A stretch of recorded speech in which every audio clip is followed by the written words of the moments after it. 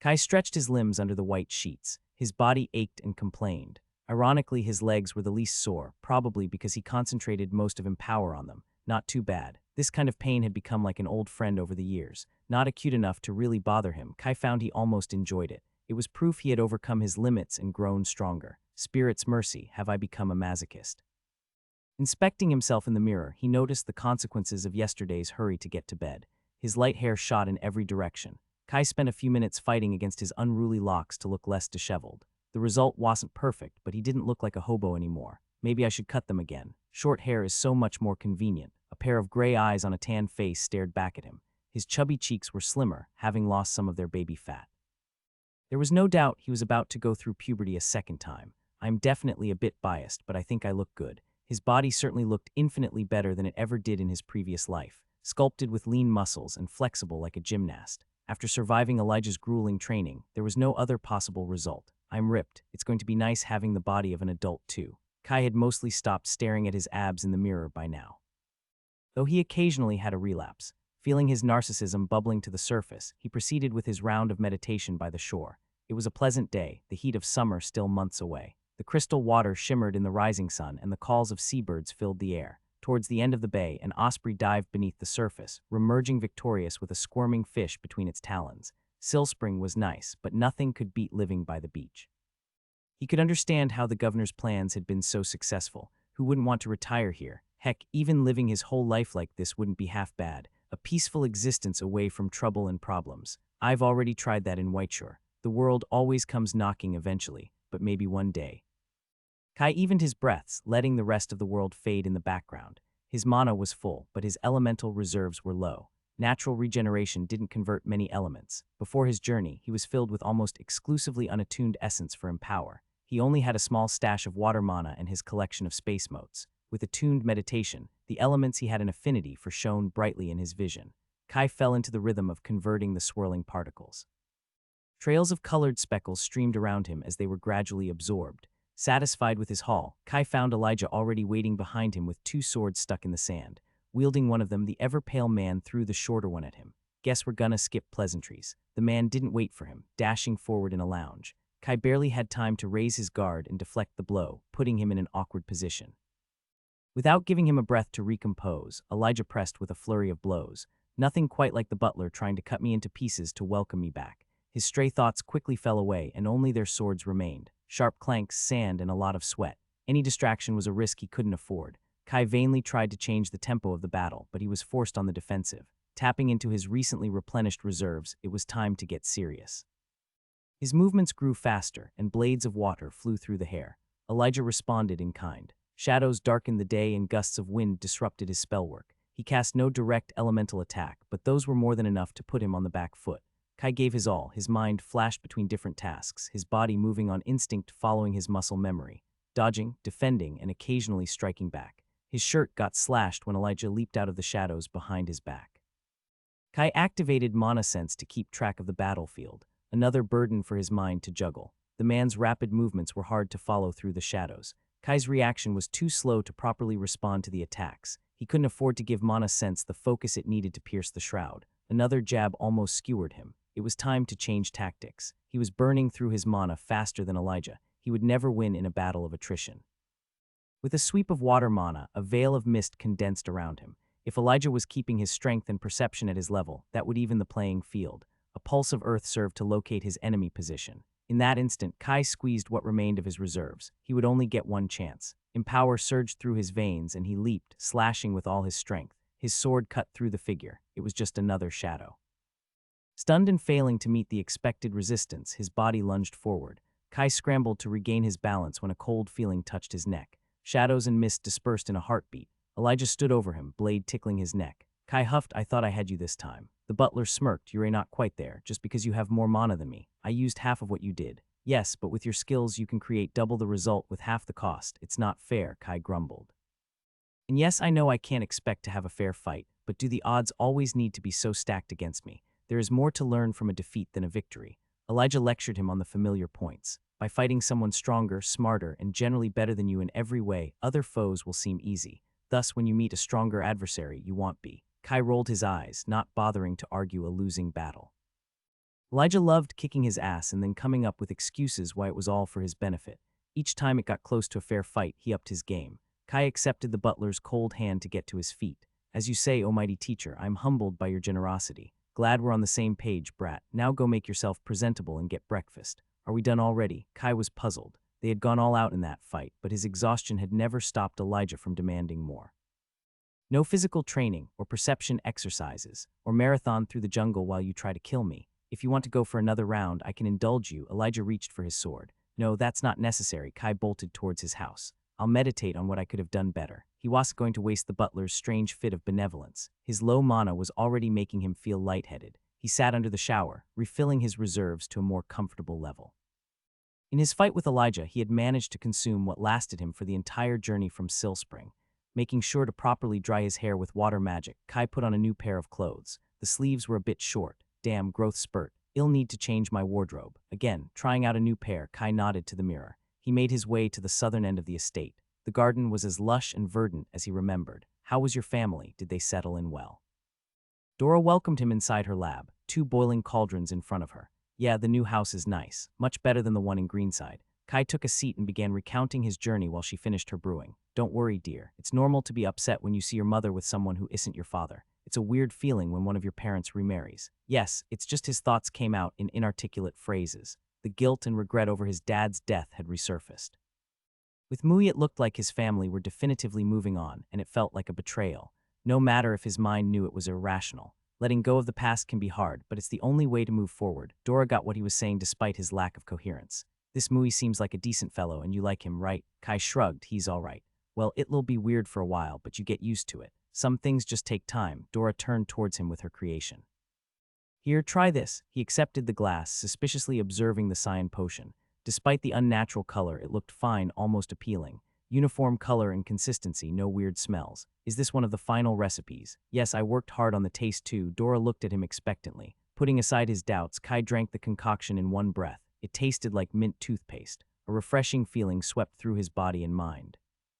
Stretching his body, he could hardly feel any ache, and in seconds even that was gone. What was that? It's amazing. Dora put her hands at her sides. Do you expect an alchemist to reveal all its secrets? Sorry, Auntie, Here you go, this is for you. Dora slapped a book in his hands, beaming proudly. Elegant cursive letters stood out on the leather cover. Practical potions from the Baquer archipelago. Theodora Etnom, is this really it? Kai looked with wonder. You finally completed it. Dora fixed her red curls. Recipes can always be improved, but of course I did it. All the potions can be made with ingredients found around the archipelago. Congratulations, Auntie. I knew you could do anything. Y'all make me blush, Dora giggled, but you can keep the flattery going. They shared more congratulations. His teacher excitedly showed him the contents of the book. Come on, we have to try them. Then they ran to the garden to gather the herbs. With just a brief pause at noon to cook lunch, hours flew by. There were 49 recipes in the book. They were all easy by Dora's standards, which meant Kai had no hopes of brewing most of them. For now, maybe you can improve on it one day and write an updated edition. Dora ruffled his hair. Alchemy is a never-ending journey. I'll do my best, Kai promised, even if it might take some decades. With Dora watching over him and providing suggestions, he successfully brewed Kai's hunting remedy, an orange tear antidote for the drakes that lived in the heart of Virid. The cyan tonic he drank this morning was also present in the book. It was the 11th recipe, lovingly called. Kai's vigor, there was a surprisingly high amount of potions that had his name in the title.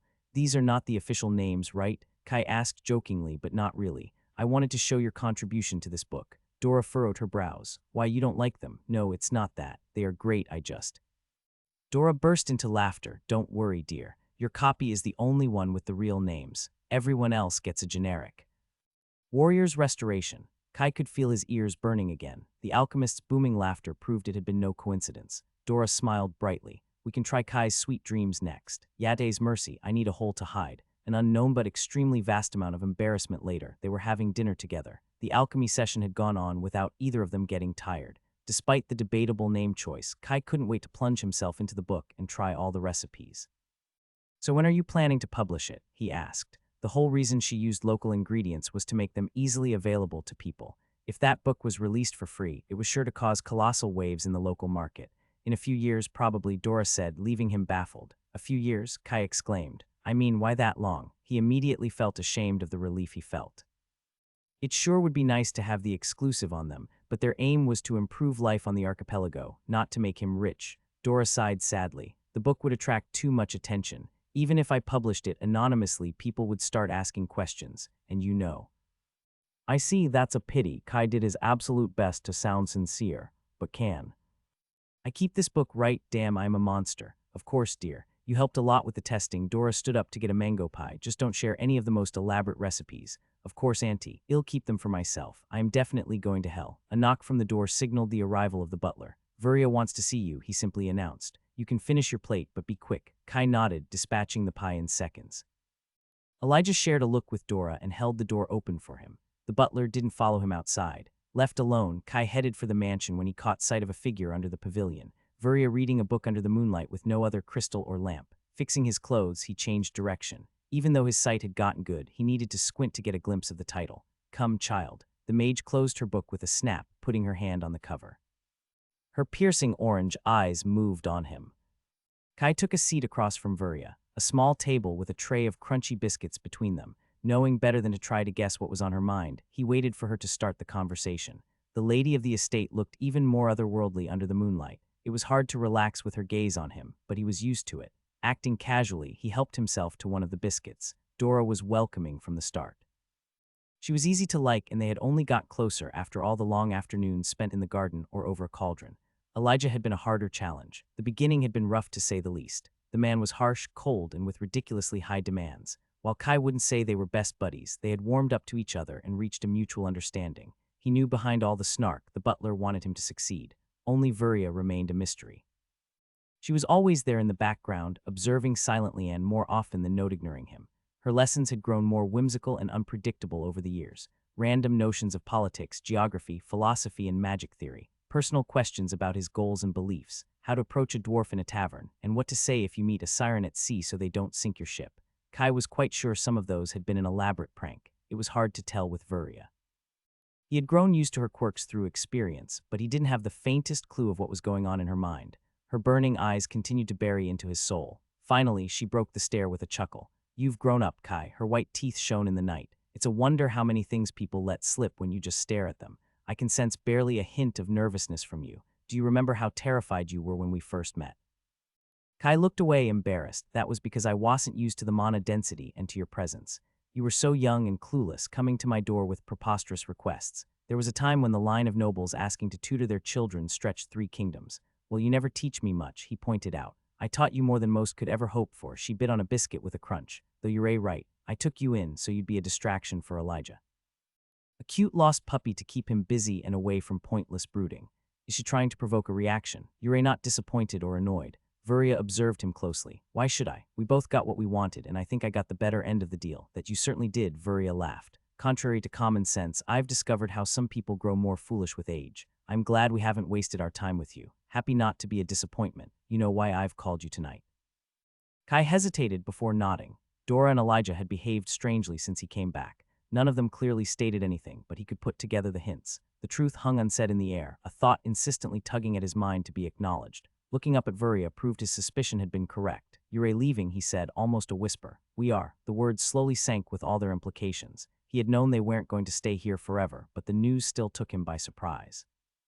Somehow he had never thought this day would arrive. The estate and his teachers had been a constant in his life for so long. The news left only one question. What about me? It depends. What do you want to do? Can I come with you? You can, though I must warn you, things will be very different from what Yurei used to hear. His brain stumbled along confused. He hadn't expected to be given a choice. Where are you going? Unless you choose to come, it's better if you don't know. And if you choose to come, y'all have to stay till things are resolved. Kai didn't bother to ask what things she was referring to. If she hadn't told him, it meant she didn't wish him to know. Does she expect me to make a choice with so little information, or does she think I'll refuse? Kai focused on what he did know. No doubt this was related to why they came to hide in the archipelago in the first place, and since they weren't from the Republic, they likely weren't headed there. Visualizing the continent, there were many kingdoms to consider. Moreover, the maps he saw didn't go far beyond the borders of the Myrian Republic. Was that why I couldn't find a complete map? Did Vuria hide the books from her library? It was very likely. If he had been given access to her full collection, it wouldn't have been hard to guess where they were from. Do you think I should come? Kai asked bluntly. Even putting together all the bits and pieces, there wasn't much to go off. Vuria had the full picture, and she never skirted off direct questions. I think people should make their own choices. It's your life. but what's your advice? Vuria leaned back in her chair looking up at the moons, her eyes wandering the starry sky. If you come with us, your life will undergo some drastic changes, not all of them to your liking. But there is no doubt that you'll grow far faster than if you were to remain. There will also be a concrete possibility that you'd get killed if things were to go wrong. Her gaze moved back to him. If you remain, I imagine you know the answer better than me. There is no right or wrong decision. It depends on what you want. Kai furrowed his brows. Vuria always stated things as they were. She wasn't one to exaggerate or minimize the danger, but the threat of death did little to dissuade him. There were few places safer than under his teacher's watch, apart from the archipelago perhaps, leaving everything he knew behind for an uncertain future, the call of adventure. It isn't really a choice, is it? For a moment, it had been nice to imagine sailing towards uncharted seas, but this wasn't a dream where choices had consequences that evaporated when he woke up. The unknown is exciting and a good way to get himself killed. I'm going to plan my adventure step by step when the time comes. More importantly, going with them would mean leaving his family behind for good. There would be no coming back from that. The next time they'd meet, if ever, they'd be like strangers. That wasn't something he was willing even to consider. Mom will be happy I'm coming home early. Will I see you again if I stay? He asked. I'm not an oracle or a fate scryer, Vuria said with a flat look. However, if you were to ask my opinion, I would say there is about a 50-50 chance. Granted that none of us dies and that you continue to push forward without settling down, not the worst odds. Kai didn't ask her about the chances that either of them would die. For once, he preferred a sweet half-truth. Vuria waved her hand over the table, waking him from his thoughts. A cube appeared from thin air in front of him. This is for you. For me, Kai said, trying to hide his surprise. This was a first. He had never received anything from the mage, not even on his birthday. Kai reached for the object with some trepidation, his fingers carefully probing the smooth surface. It was a wooden cube, though he couldn't recognize which tree the material belonged to. Its sides were about 10 centimeters or little more, with indentations along its surface. Squinting under the moonlight, Kai noticed it was covered in a series of symbols. Under mana sense, the cube lit up with thousands of interlocking runes. Send some of your mana inside, Vuria said. Kai condensed a small strand of essence in his hand, following her instructions. When his mana connected, it immediately got drawn in, escaping his control. What he got in exchange was a wave of energy that zapped him. Damn it, he dropped the cube on the table. What was that? Just the safety feature. Now that it has been imprinted on your mana, it won't accept anyone else's and it's safe for you to touch, she said with a smile that was all but encouraging. It's a gift from me, I figured. Kai suspiciously looked at the wooden box without any intention of picking it up again. Seems like we have two very different definitions of presence. Mine doesn't usually zap you when you touch it. He cautiously approached it with another tendril of mana. Nothing happened. He used his left index finger to lightly poke the box. Sorry, you are the most expendable hand. Still nothing. He warily picked it up, ready to let go at any moment. There wasn't enough light to properly examine the runes. His finger followed the indentations on its surface. With a sudden click, a piece slid, poking out of the side. Kai let the cube fall back on the table before realizing nothing dangerous had happened.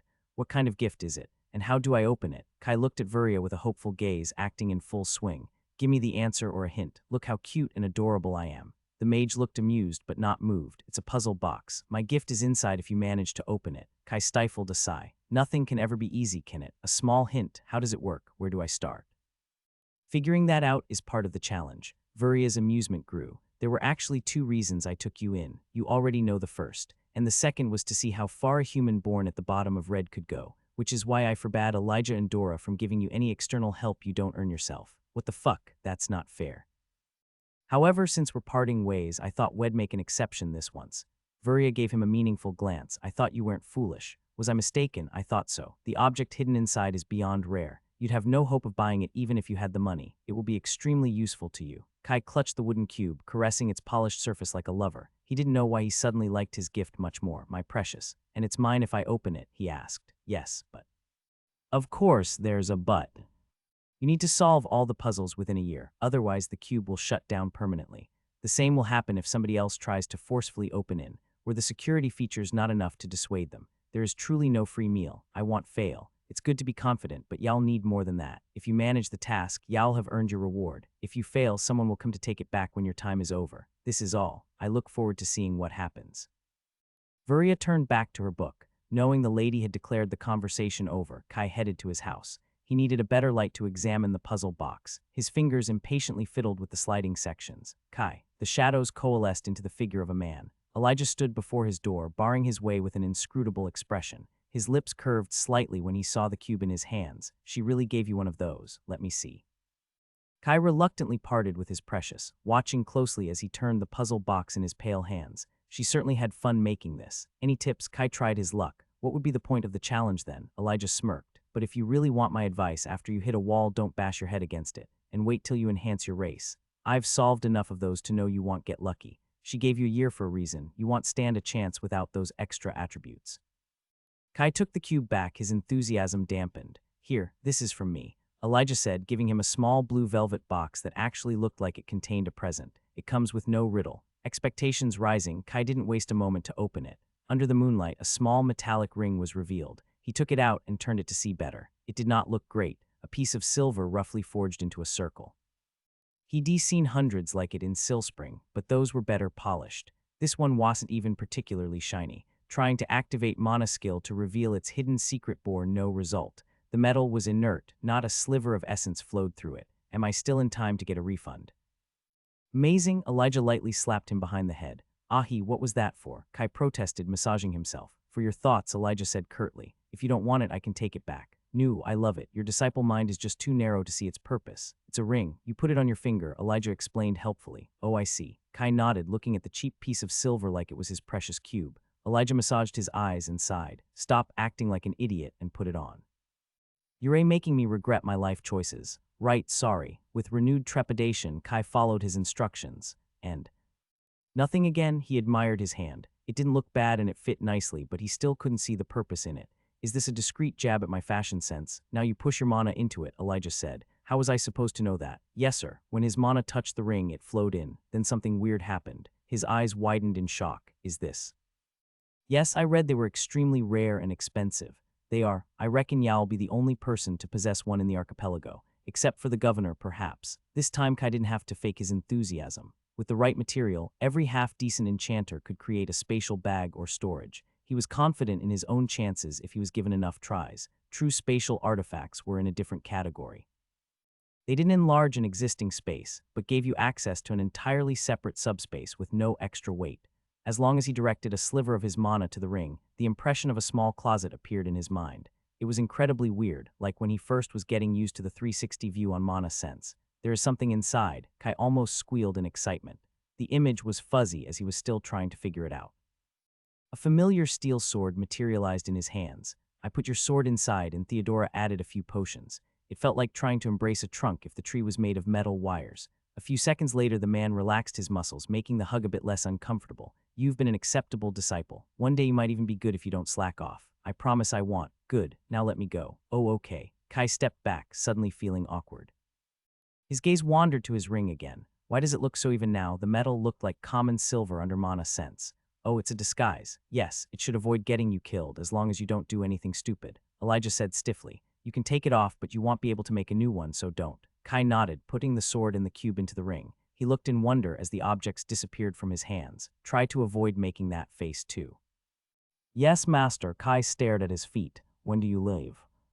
Vuria made clear that even if all went for the best, it would be some time before their paths might cross again. Soon. I know you can't tell me where you are going, but will it be dangerous? Elijah looked thoughtful. A few heads are going to roll. Hopefully not mine. Now go to sleep. You can play with your new toys in the morning. Kai headed towards his house. When he turned to look back, Elijah was gone.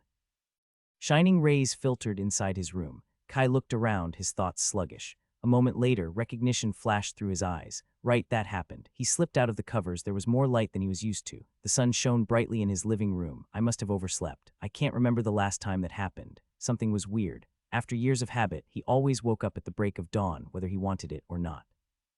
Last night he went to bed later than usual, but not that late. Stepping outside intensified this feeling. The beach and the sea were the same, but something was wrong, different. Then it clicked. Kai waved his hands through the air, flaring his mana skills. His skin didn't tingle. The mana density is falling. Have they already deactivated the gathering array? Kai turned to head for the mansion and froze on the spot. He blinked twice and rubbed his eyes, pinching himself for extra zealousness. He was awake. Mana Sense and Inspect gave him the same result as his sight. The estate was simply gone. Sand, a grassy meadow, and flat ground. The elegant white mansion with blue accents, the library, Dora's place, even the greenhouse and the plants had disappeared without a trace. There was no sign of the foundations or the basement where Vuria kept the core array of the estate. What the fuck is going on? Plants and shrubs grew where the large buildings once stood. A Apart from the lack of trees, the area looked ordinary, like any other empty stretch found on the islands. His little house was the only proof it hadn't been a dream. Kai was relieved to see the silver ring was still on his finger. Creating a tread of mana, the small spatial closet appeared in his mind. It was all there, the sword, the cube, and the package which must contain Dora's potions. I'm not crazy, they just left without a word. He had considered the possibility they would leave first thing in the morning, but not this. Never in a million years would he have imagined they'd uproot their house and bring it with them. Kai let himself fall on the sand, feeling lost. The sound of the crashing waves calmed him. In deep attuned meditation, he waited for the world to make sense again. It must be some kind of space magic. Either they've teleported away, or they have an enormous spatial storage, if that's even possible. The weird speculations helped him settle down. The weird sluggish sensation had left his mind, leaving him sharp and focused. They must have also done something to keep him asleep while all of this happened. It couldn't be a coincidence that he overslept. 10 Silver Elijah drugged me in my sleep. Damn jerk, he couldn't even ask me first, Kai said to no one in particular. He checked his surroundings, almost expecting the butler would jump out from a shadow with a snarky comment. No such luck. Well, no matter, I feel fine now. I've never been one much for goodbyes either. Getting to his feet and dusting off the sand, Kai went back to his lonely little house. As he scanned the room, his eyes fell on the letter that sat on the table. He would have noticed it earlier if he were his usual self. I got a goodbye note, I suppose. Opening the folded papers, he immediately recognized Dora's calligraphy. Dear Kai, I clearly remember the day you first came to us. You were so small, observing everything with your inquisitive little eyes. I dare say it was one of Lady Vuria's wisest choices in the 87 years I've known her. I know this must all seem so sudden and unexpected, and I'm sorry we didn't have time for a final goodbye. Alas, circumstances I'm forbidden to mention demand we move quickly. Since I know you tend to overthink things, I want you to know you've made the right choice in staying. While I would have loved it if you continued the journey with us, this will be for the better. The bond with your family is irreplaceable. Too many people lose sight of what's really important in the pursuit of knowledge and power. Despite a teacher's wishes, students can only go so far under their tutelage and protection. This day might have come too soon for you, but only by charting your own path can you reach your full potential. You've been among the most promising of pupils. Teaching you these last years has been a pleasure. I have full confidence Yao will continue to do wonderfully, whatever path you may choose for yourself. Till we meet again, Auntie Dora. P.S. You can stay in the house as long as you wish. Vuria agreed to leave you the deed of the bay. I know you must be disappointed that we brought the estate with us, but trust me, it would have been more trouble than it was worth it. P.P.S. Elijah also sends his regards, though he's too shy to write T. Kai finished reading with a tumultuous heart. The last line ended with a smear of ink. He could almost see Elijah snatching the pen from Dora's fingers. The reality of the situation began to sink in. Just 2 days ago, he had arrived here, thinking to spend months training. In the blink of an eye, his plans were swept away. The speed with which it came down made it even more jarring. I guess this is it. They were gone for good. Even if he were to meet them again, it wouldn't be in the Bakware archipelago. He put the deed to the estate grounds into his ring and let his legs lead him outside. Kai wandered up and down the familiar shoreline he had treated hundreds of times, probably thousands. His mind slowly came to terms with the situation as he figured out what to do next. Dora's words helped push away any remaining doubts he held about his choice. Strength was a means to an end. Leaving his family would defeat the purpose why he looked for power in the first place. Going with them meant being surrounded by individuals far stronger than him, kept around like a mascot, completely dependent on his teachers. That wasn't how he imagined his adventure to the mainland. His stomach rumbled. Kai realized he had skipped breakfast and the sun had almost reached its zenith. He headed back to the lone building that was now his. The bay without the estate looked like a different place. Checking the rooms, he found a spatial bag with enough food to last him a month. No doubt it was Dora's doing. After filling his belly, Kai made an inventory of what they left him. Most of his possessions were already inside the backpack, his journals, books, and notes together with his portable alchemy station. His remaining clothes and the other volumes on his shelves were packed next. By the end, he had trouble lifting his bag, even though he could only feel a third of the weight. He could manage with Empower, but it would not be an easy journey. Damn, I didn't think I had this many books. His eyes fell on his new ring. With the madness going on, he had almost forgotten about it. Reaching with his mind, the contents began to fall on his bed. His sword, the cube inscribed with runes that begged to be studied. Then it was time for Dora's present. A beautiful casket of polished cherry wood engraved with preserving runes. It was decorated with flower motifs, but the real prize was inside. 2 rows of shiny potions brimming with mana, each with a clear label for its function. At a glance, even the weakest one was a high orange grade. Kai took out a glass vial filled with an olive liquid to check. Kai's determination she did not. His eyes flew through the labels. Dora had absolutely done it. Each vial carried a wacky name. Kai closed the lid of the casket with a sigh. If she didn't want me to share them with anyone else, her plan worked. He was about to put the casket back into the ring when he noticed the space in his mind still contained one item. He hadn't noticed, not used to the strange perception the artifact gave him. A book and a note appeared in his hand, just a few short sentences. If you try to sell my ring, I'm going to find you and skin you alive. Very slowly. P.S. This is the book you were looking for in the library. I trust you won't be a complete fool with what you find. Regards, Elijah. Yep, that's definitely him. Why write a goodbye note when you can put a death threat? Rolling his eyes, his attention moved to the book. It was only a finger thick with a dark brown leather cover that bore no title. Kai scoured his mind to find what Elijah could be referring to. He had vainly searched for many different information over the years, though one thing stood out the most. Could it really be it? Opening the first page left no doubt. Initiation to the mysteries of the guide, a deeper look into professions, feats, and more. His heart began thumping in his chest. For something everybody had to deal with, knowledge about the deepest mechanism of the guide was scarce. Kai browsed through the pages, stopping on the section about feats. A long list of achievements presented himself before him, some that he knew or even obtained, some he did not. Kai couldn't believe his eyes. He had looked for this information for years. Clearly, the reason he never found anything in the library had been a deliberate choice. Virya probably believed this was too big of a help or something. Kai would bet the mage didn't know about this. It explained why Elijah hadn't told him about the book last night and advised him to wait till morning to check the ring instead. Damn, now I feel like I should have thanked him more. Such a butler's move. Voraciously reading his new book, time flew by. Some chapters began with lines like, "Beware this knowledge may affect the rewards bestowed by the guide, and do not communicate this information to individuals younger than 14 years of age." Those were a bit of a downer. Thank the spirits, I started reading from the beginning and I didn't skip ahead. It was unfortunate, but the book contained enough knowledge to keep him busy for years, and the feats were only one of the sections present. Time flew by as he dived into the pages. When the light became too faint to read the words, Kai reluctantly put it back into the ring. He never thought he'd have to cross the jungle again so soon, but he had no reason to stay here. If the Republic noticed the villa had vanished into thin air, it could lead to a difficult situation. Just because he hadn't done anything illegal, it didn't make him feel safe. Better to feign ignorance in Silspring. There was no way Virya had missed such an obvious problem. Maybe he was worrying for nothing, but he'd rather not risk it in case she thought of this as another challenge. Kai put most of his silver, Dora's recipe book, and a few more volumes inside his ring, lightening his bag considerably. The spatial closet wasn't particularly large, though it was perfect for small and heavy items. Luckily, I chose the sword. A spear wouldn't fit.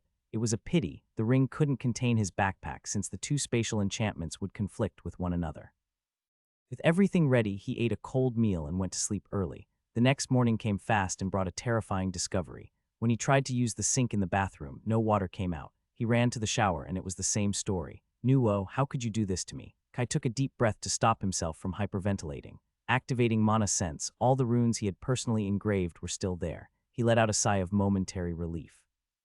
Examining the scripts, he soon found the problem. Whatever the estate used to supply the appliances had been whisked away together with the buildings. There must have been some remaining energy in the circuits yesterday that now was gone. Remain calm, Kai. You can fix this. Plans for a new gathering and converting array or a rechargeable battery spined in his mind. He had never undertaken such a large project, but he possessed the necessary theoretical knowledge.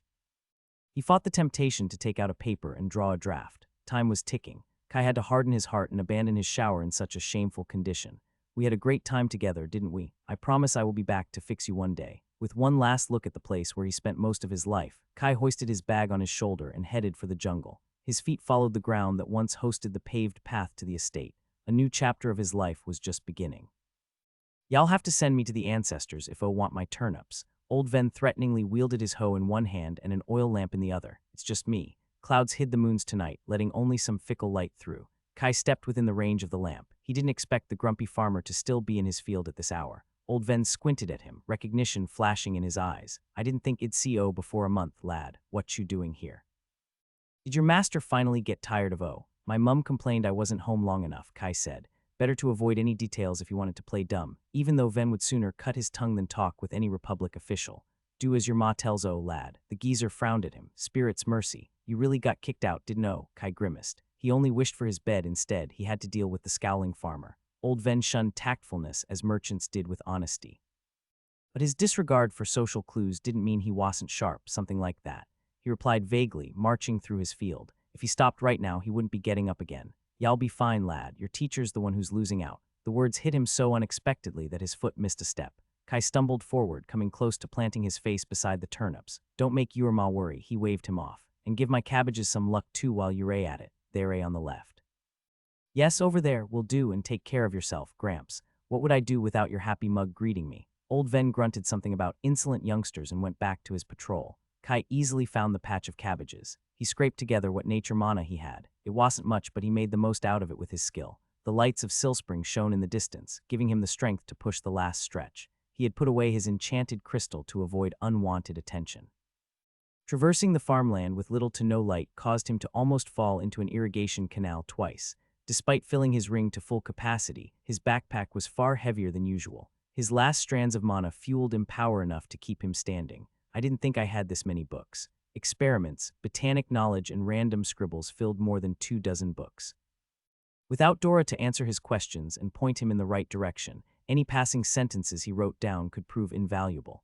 Kai had been stunned by the number of notes he had taken over the years. He had been planning to organize them in a neater format, but always kept postponing the task. Now I won't have any more excuses to procrastinate. There will be plenty of free time. The enforcer at the gate asked for his ID. Kai had to endure a reprimanding about kids who shouldn't stay out this late, but was eventually let through. The man probably thought he was a local. Who else would be out at this hour? Guess I am a local from now on. It was 100 times better than getting stranded in Greenside again, though it still left him with mixed emotions.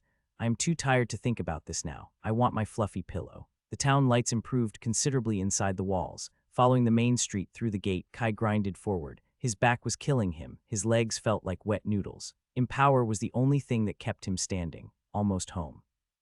Despite being close to midnight, sparse groups of people walked the streets, only increasing as he moved toward the touristy parts.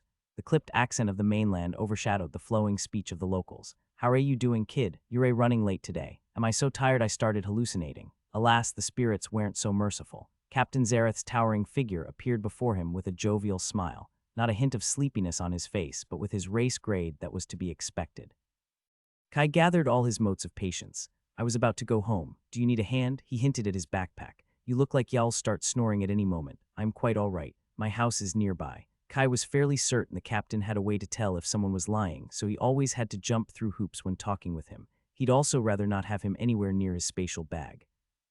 Zareth knew he possessed one that Kai's master didn't. It wasn't an overly precious object for someone at his level. The problem was if he peeked inside and guessed he was moving permanently to Silspring. The longer he kept the secret, the less attention the disappearance of their villa would get. That was Kai's hope. Maybe he was worrying for nothing, but the man was the captain of the enforcers for a reason. It's no bother at all, the man waved him off. I am fine. Real Kai was too slow to react. Instead of grabbing the bag, Zareth grabbed him, lifting him up. It was a very awkward position to carry someone, though Zareth seemed to have no problem with it. Don't worry, I know the way, he chuckled. Don't you have anything better to do? Kai asked, exasperated. Aren't you off duty at this hour? A captain is never off duty, kid, and it's my job to help all the citizens of this charming town. With his leg flailing over the gravel road, Kai seriously considered kicking him in the shins before resigning to the embarrassment. With both his hands carrying him, Zareth would have no chance to sneakily open his backpack. You came back sooner than I thought. Did anything interesting happen? As expected, the obvious question didn't take long to come. My mother wished I spent more time with her. So here I am. What about you? How do you always know I'm back in town? Kai was too tired to weave a convincing story. The best way to stop further inquiries was to go on the offensive with a blunt question. It's my duty to keep tabs on the town. I don't treat you like an idiot. I'd appreciate it if you did the same. Kai could feel the grasp at his side stiffen slightly. His question was bordering rude, but so was having a conversation while the man carried him. And Zareth's answer was clearly bullshit. The silence made him doubt his assumptions. The man finally put him down. You're right, kid, I apologize. For once Zareth didn't sound like he was making a joke. I put a mark on you. What? His fuzzy brain woke up by a surge of anger and indignation. What did you do to me? It's harmless, the captain added. After some hesitation, he continued in a lower tone. It's a skill of mine. It lets me mark people and keep track of them. So when you come back within range, I come to greet you. The unexpected sharing of private information took Kai by surprise, but it didn't abate his anger and alarm entirely. His first instinct was to scan his body for this mark, though if he hadn't noticed till now, there was no shot he would find it while exhausted. Why did you mark me? It was an order from higher up. I'm sure you can imagine why. Fucking governor. Was it for the selection I participated in, or for the permit I received? I made no mention of the skills you showed during the selection, so it's the second. Damn it, I should have refused that letter immediately. I never even used it. Don't worry, kid, you aren't in any trouble. Can you take off your mark then? Aim. The captain looked uncomfortable. I could, but then it'd have to send in a report which would invite more attention. You shouldn't worry. You've never done anything to warrant further scrutiny. I'd bet they've already forgotten about you. But you're still keeping tabs on me. I've marked more than 100 people throughout the town, Zareth chuckled. Trust me, you're not that special. I come to say hello more out of personal curiosity. That was a bit reassuring. Kai yawned and looked around. My house is 2 blocks from here. I better go. Let me know if you need anything. Your family seems lovely. The captain finally left him alone. Kai headed home, hiding the irritation he felt. If Zareth's confession was an elaborate scheme for some obscure goal, he couldn't really see what they were after. Sure, he thought the man was telling the truth, but he would also be more vigilant. This seemed like a whole lot of trouble for basically nothing in return. The captain was right, he was not that special. Even at the selection, the only skill he showcased in full was his swordsmanship. The real people the governor showed interest in were his teachers, not him. The question is how the governor will react when he finds out their Aegon. Is it too optimistic to hope he'll lose interest in me? This was going to give him a headache, but it could wait till the morning when his mind was clear. The white door of his house stood in front of him. Kai rummaged through his bag to find the keys. Luckily, his mother gave him a copy. He turned the lock as softly as he could. His family was probably already asleep, and he didn't want to wake them. It's you. Why are you back so soon? Is everything all right? The deep voice made him jolt. A figure was walking down the stairs without making a sound. Kai couldn't really see him in the dark, but the voice was unmistakable. I am fine. Just got back sooner than I thought. It's been 4 days. Did you leave as soon as you got there? Mui stepped close enough to recognize his frown in the glimmer of light from the window and the axe he was trying to hide behind his back. The journey takes just 1 day. Even so, he said with a note of astonishment, that would give you just 2 days. Did something happen? He sighed, feeling the worry in Mui's voice. It did, but can we talk in the morning? I am tired and I want to sleep. Kai could feel the hunter's gaze scanning each inch of his body. Okay, Mui finally said, making way for him. Uncle, yes, can you help me bring my bag up the stairs? I don't want to wake the others. His limbs were too heavy to be stealthy, and Alana wouldn't let him get off so easily if she woke up. He really wanted to hug his pillow and travel to the kingdom of dreams. The weight of his backpack lifted off his shoulders. A second later, he also got lifted for the second time that day. He was too tired to protest, so he just leaned against Mui. He fell asleep before he could get to his bed. The next morning, Kai was surprised not to find his mother observing him an inch from his face. Mui must have convinced her to wait outside the door. Kai suppressed a grimace when he tried to stand up. His body protested the treatment of the previous day. Crawling to the edge of his bed, he reached for his bag. He drank one of his emergency tonics and lay on the covers, waiting for the potions to take effect. As soon as he opened his door, his family would be all over him and he'd have to go through a lengthy explanation. Being barely able to move would not look reassuring. Using attuned meditation, he began to manually refill his reserves. Outside the estate, a whole night wasned enough to top his mana. Spirits, I am going to miss that. I could build a gathering array, but that might attract attention. His thoughts were captured by the memories of the previous night. Where is that damn mark? He wasn't sure what he should be looking for, but from what he read, the mark would probably leave some kind of mana imprint. Mana sense methodically scanned him from the top of his head to the tip of his toes, unsuccessfully. With the glowing motes flowing through his body, it wasn't impossible he missed it. It was also possible that his skills weren't good enough to identify it, even if he looked straight at it. I got tagged with a magic GPS tracker. Where are the privacy laws? Kai took a deep breath. If Zareth was telling the truth, he had little to worry about. But damn, the idea of being watched was frustrating, like an itch he couldn't quite scratch. His first impulse was to ask Elijah or Dora for help. Then he remembered a small problem: they were gone. Is it possible they never noticed? Zareth had marked him years ago. While the man was certainly strong, Kai didn't think he was more capable than Elijah, let alone Vuria. Nothing escaped her notice. Then why did nobody tell me or get rid of the mark? His brain formulated and discarded a dozen possibilities. There was only one that made sense. They didn't want Zareth to know they could do it. If they got rid of the mark, the captain would notice. The more he thought about it, the more he was convinced. They couldn't really stop the governor from keeping tabs on Heimspecially if they were planning to leave. The less impressive they looked, the fewer questions he was going to get asked. Even if Kai could find the mark and a way to get rid of it, doing that would reveal the extent of his skills and invite more attention. Spirits, help me. The best thing I can do is to just do nothing and hope they lose interest. If Zareth didn't lie, they already don't care much. There was no chance in hell he would stop looking for the mark, but it didn't matter if it took, since he wouldn't be able to do anything about it. Feeling better, at least physically, Kai pushed down his irritation and opened the door. He had yet to reach the stairs when his mom was upon him with a shining smile. I've missed you, sweetie. It's only been 4 days. Kai tried to get away from the hug after a few seconds. Alana reluctantly complied, taking a good look at him. I'm so happy that you're back. How long are you staying? A very long time, Kai evaded his mother's question with a grin. Can we talk about it downstairs? They were standing in the middle of the hallway. Oh, silly me. Let's go have breakfast. You must be hungry after the journey. Kai let his mother drag him downstairs. Kia and Mui were already in the kitchen, while Ale had gone out early to take advantage of the low tide. Don't wait for me, Kai said, seeing they weren't eating. His sister didn't need to be told twice. She bit on a slice of hard bread covered with mango jam. Her eyes watched him with a hint of curiosity, but not enough to delay her breakfast. Kai could see the same questions written on Alana's face. She knew something was up. Do you want anything else? I didn't expect you to come back so soon, or I'd have bought more. This is more than fine, Mom. His mother seemed too accommodating. When he showed up without notice, Alana never failed to make him reprimand him. Now it reminded him of when she broke the news of her and Mui. Spirits, I thought we were over this. Breakfast proceeded smoothly if a bit awkward. Alana fussed over him to ensure everything was perfect, while Mui observed silently from the sidelines. Why did you come back so soon? Kia asked when her plate was empty. Kia, Alana said with an admonishing look, it's fine. His sister's bluntness spared him the effort of breaking the conversation.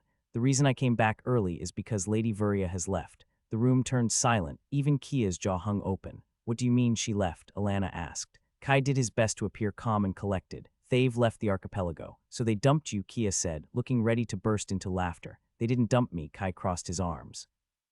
Their stay in the archipelago was only temporary. I knew they would go back to the mainland. And they left you, Kia got silenced by their mother's glare. I'll go prepare the hunting gear. She left, but not before sharing one last amused look. The truth in his sister's words burned him more than expected. He understood why they had to leave and didn't hold it against them. According to Dora's letter, Elijah even delayed the departure for him. Still, they had left him alone, and that wasn't a great feeling. With both Mui and Alana watching him from across the table, the atmosphere turned heavy. They looked too serious. Kai thought his mother would be happier with the news. I know you can't contain the joy of having me home permanently, but no need to smile so much. The joke did little to relieve the mood. Alana reached with her hand to comfort him. Oh, sweetie, I'm extremely happy you're home. I'm just sorry it happened this way. Are you okay?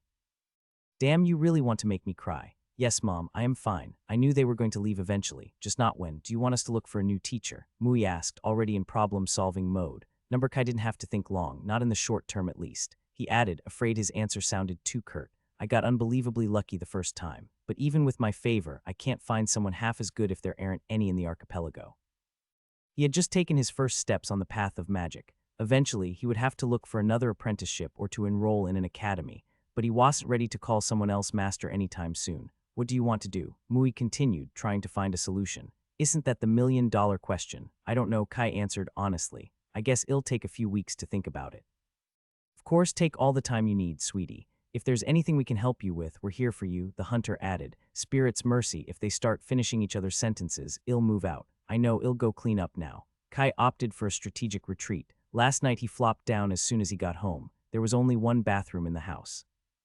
It was a definite downgrade from his private one at the estate, but infinitely better than in Greenside, where they had to go outside their house in a common toilet to pee. Kai didn't think he'd survive going back to that. The Republic even installed running water at least in this neighborhood. It was a sad little trickle, which was still 100 times better than having to use a bucket.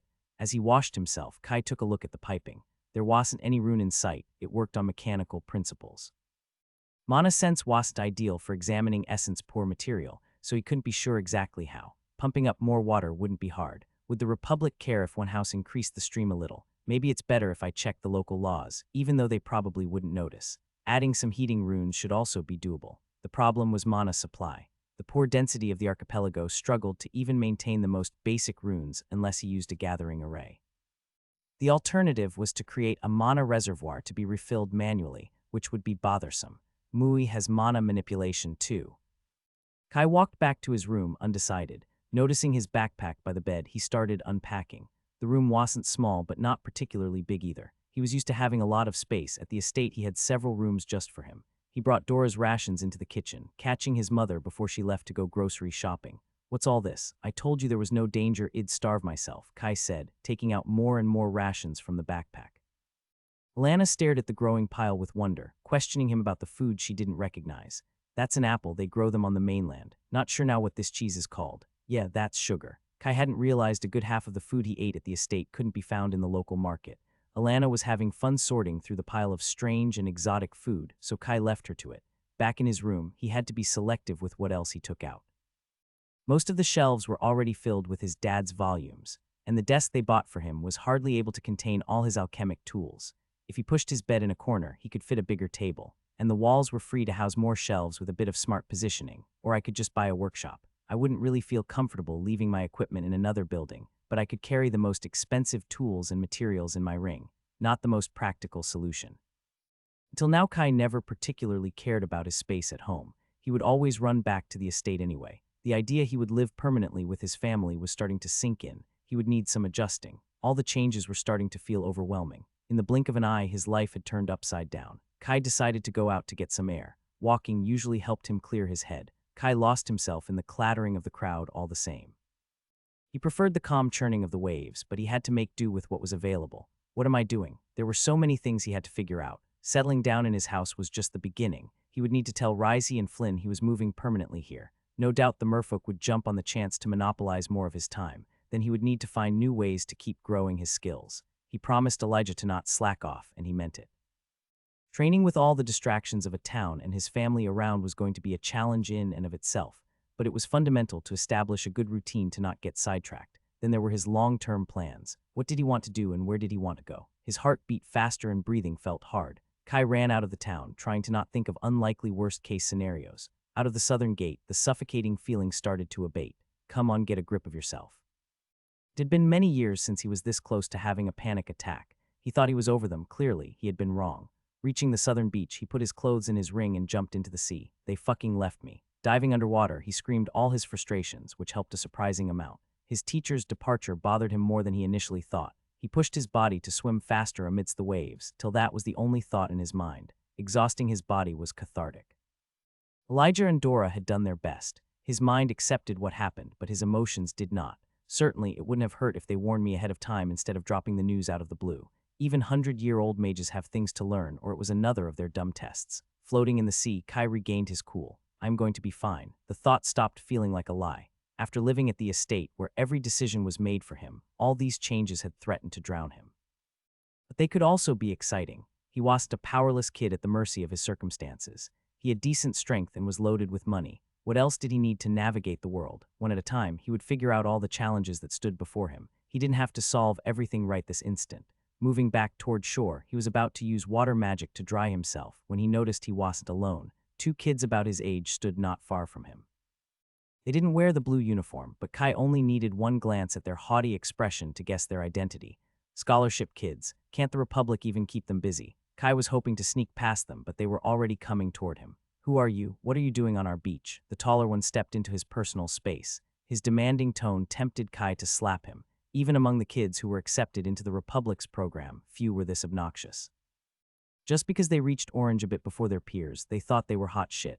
Avoiding a pointless argument about the ownership of the beach, Kai opted for a different strategy with acting. I am Kai, nice to meet you. He offered to shake their hands with a radiant smile. You want to be my friends? And what his unexpected reaction made Tall Boy's brain short-circuit. Unfortunately, Sneer Boy at his side stepped forward to take his place. Kai made an effort to not remember his name. Thighs Beach is our place to train. We can't just let anybody come in here. Despite still being at the top of red, Sneer Boy looked even more arrogant than his companion. Really, I didn't know, I'm so sorry. Acting made his words sound almost convincing. I don't want to cause more trouble in your busy schedule. Tall Boy looked satisfied by his reaction, while Sneer Boy appeared to get a hint that Kai wasn't being entirely sincere. Well, I better go then. Kai moved past them. Maybe next time we can play fetch. Losers. Faint yells resounded behind him when he was already inside the tree line. He had never seen that do around here before. If the spirits were merciful, he wouldn't again. Or maybe not, it wouldn't be too bad messing with them once in a while. Heading home, he finished unpacking. 3 piles of books rose in a corner waiting for their shelf. With a tidy room, the mess in his mind didn't feel as daunting. Kai wrote a list of all the things he had to do. The more he thought, the more ideas came to mind. Dora's garden had provided many of the herbs he used for alchemy, and without the enhanced mana density of the estate, his magic practice would take a hit. He had never realized how dependent on them he had become. For every problem, there was a solution. Risey could provide the necessary ingredients, and he could build a small-scale gathering array himself. Looking over the list, there was only one thing that filled him with urgency: Vuria's cube.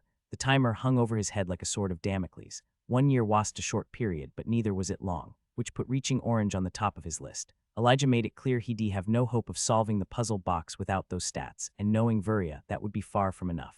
Getting close.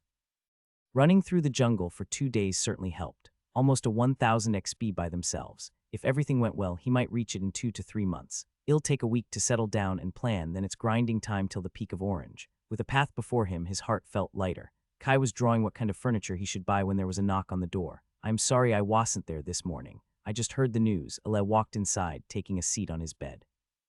"I thought I'd have to dry your tears, but you seem to be doing fine." "It's all right, Mom always worries too much." "Are you truly fine?" Ale squinted, examining him from up close. Kai rolled his eyes. "I've everything handled. You know you can always talk to me if you need something." "Yes, I know. Now stop acting like Mom. I'm not going to break if you stop staring at me for a second." Ale laughed. "You never know. But if you don't need your big sister anymore, I'll leave you alone." "Actually, there is something you could help me with." Kai stopped her. "Remember when you told me we would go pearling together one day? Does this week work for you?" 4 moons dominated the sky. Tonight, the streets of Silspring were truly deserted. Kai stifled a yawn. Dawn was a couple hours away. Unfortunately, the low tide didn't care about his convenience. "We can do another time if you want." Ale walked beside him with a bundle of waxed canvas containing her diving equipment over her shoulder. "No, I am fine. Just need a moment." A burst of empower flashed through his body, shocking him awake. "Ready to go." Her spry green eyes examined him closely. "Mom said this tide is going to be a long one. Don't hesitate to tell me if you get tired. We can go back anytime. You've only told me half a dozen times. I think I'll remember, just making sure. I've been doing this for years. It's normal if you aren't able to keep up." Ashi's worried I'll pull a Kia. "Don't worry, sis. I've no intention of drowning. You lead, I follow." Small signs of activity appeared as they got closer to the docks. A building had light and voices coming from inside. A sign hung over the door, "The Merry Sirens." It pictured a sailor and a woman with fishtails embraced. He couldn't help but notice the siren had been drawn with well above average breasts. This way, his sister led him through another alley. It was hard to avoid all the drunken sailors who stumbled across the streets. "How charming. And I thought those were malicious stereotypes. Usually it's not this bad," Aless said as they walked around a snoring sailor drooling on the sidewalk. "While the low tide means work for me, it is a day off for most fishermen. They don't want to risk their boats getting stuck when the sea withdraws." Kai nodded, surprised by the number of taverns they came across. His sister did her best to navigate the debacle, standing between him and the worst offenders. When loud moans and grunts came from an alley, she took his arm and dragged him away. "What was that?" Kai naively asked, curiously looking in that direction when he was sure his eyes wouldn't see anything.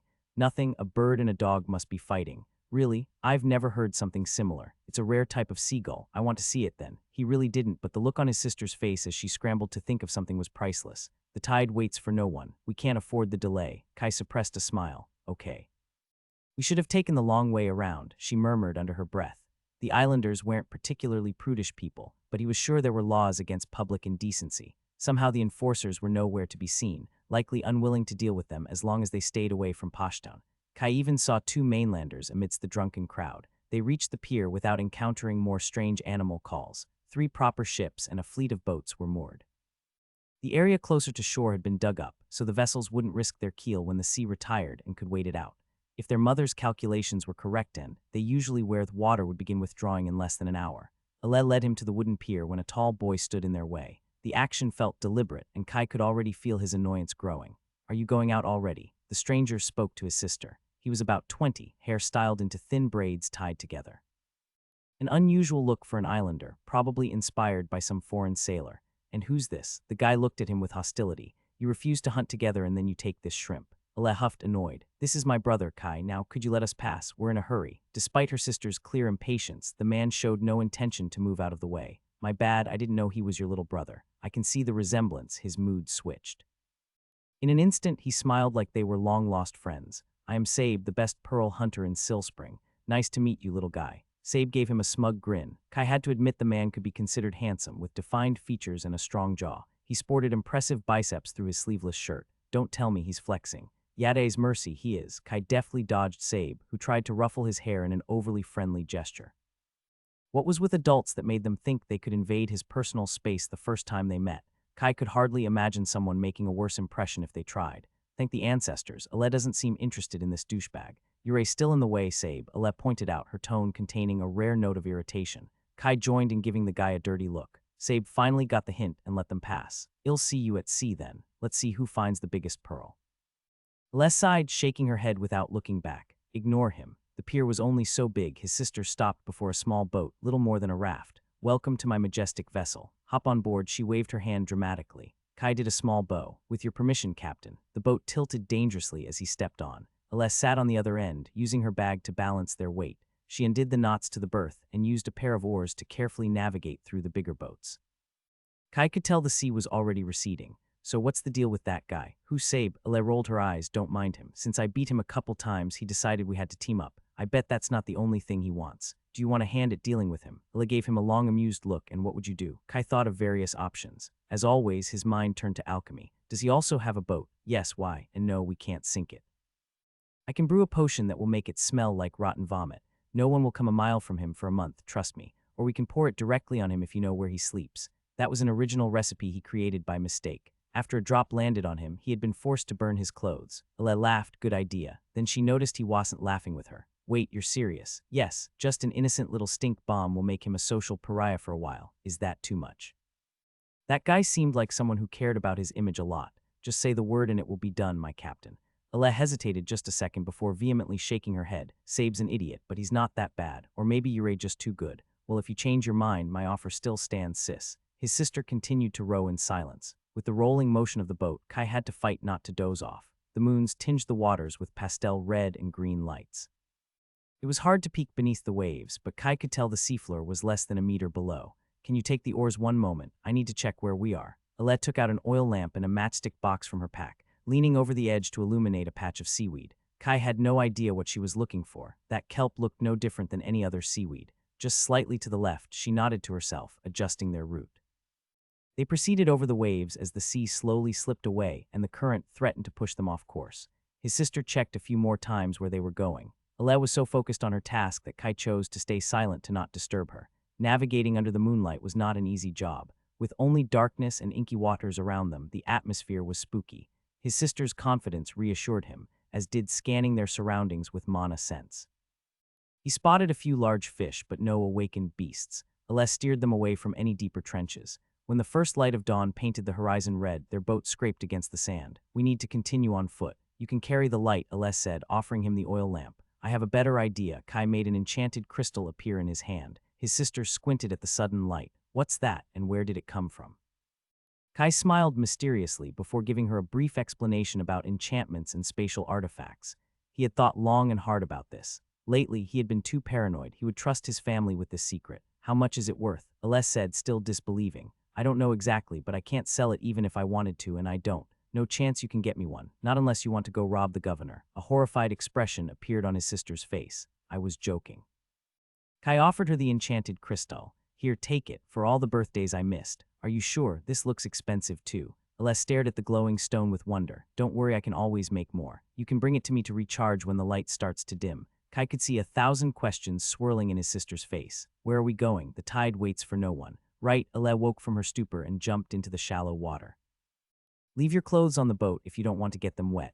Kai made his shirt and trousers disappear in the ring, a neat trick he had just figured out. He was still working on putting them back on from his space closet, all in due time. If it was possible, he would find a way. His sister pursed her lips. I hate you. He grinned. I'm your favorite brother. You are the only brother I have. Stop showing off and get to work.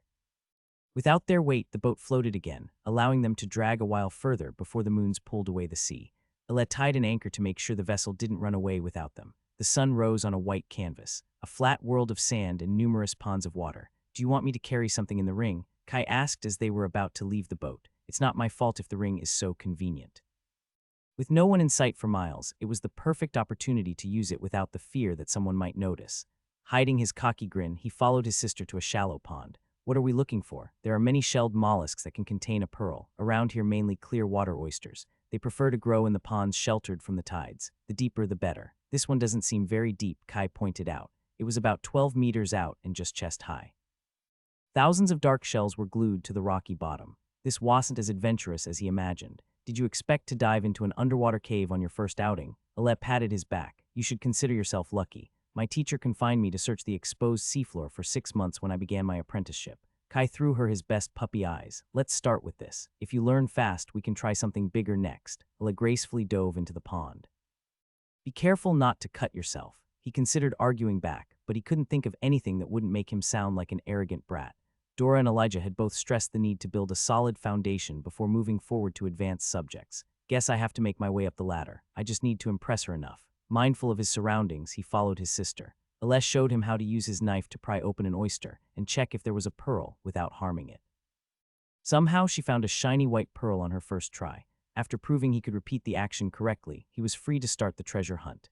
"I'll take this half," Kai said, dividing the pond in two with a line in the sand. Ale raised an eyebrow. "Oh, y'all take half." "Yep, let's see who finds more in an hour." He jumped in without waiting for her reply. Oysters had completely taken over the bottom, with barely a trace of pale sand and seaweed.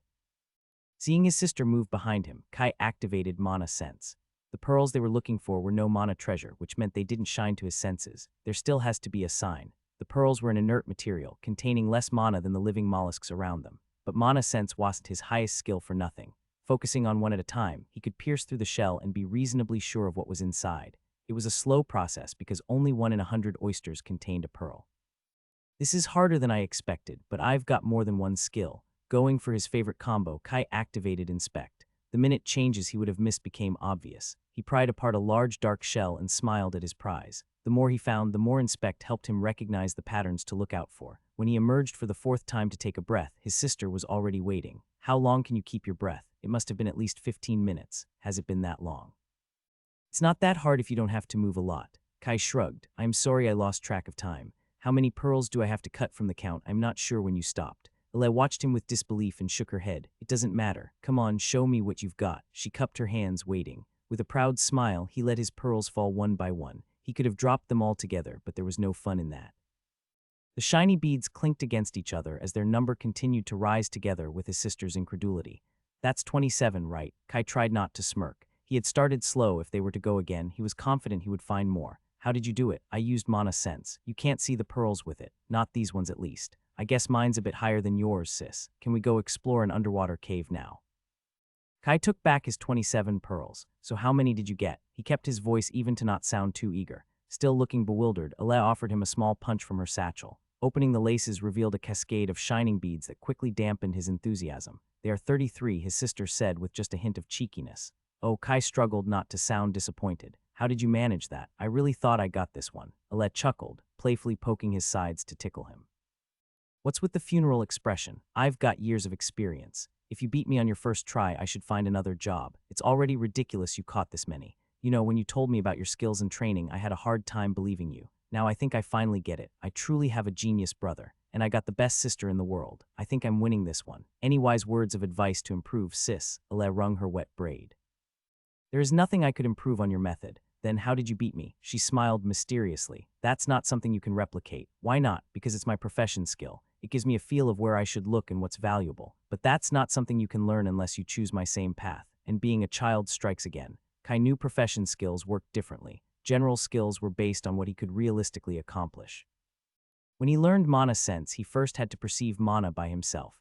Then the guide helped him improve by leaps and bounds. But the base ability was his. With a profession, it was different. You could gain abilities beyond his comprehension. Someone without mana skill could throw a fireball. To counterbalance, you got far fewer of them.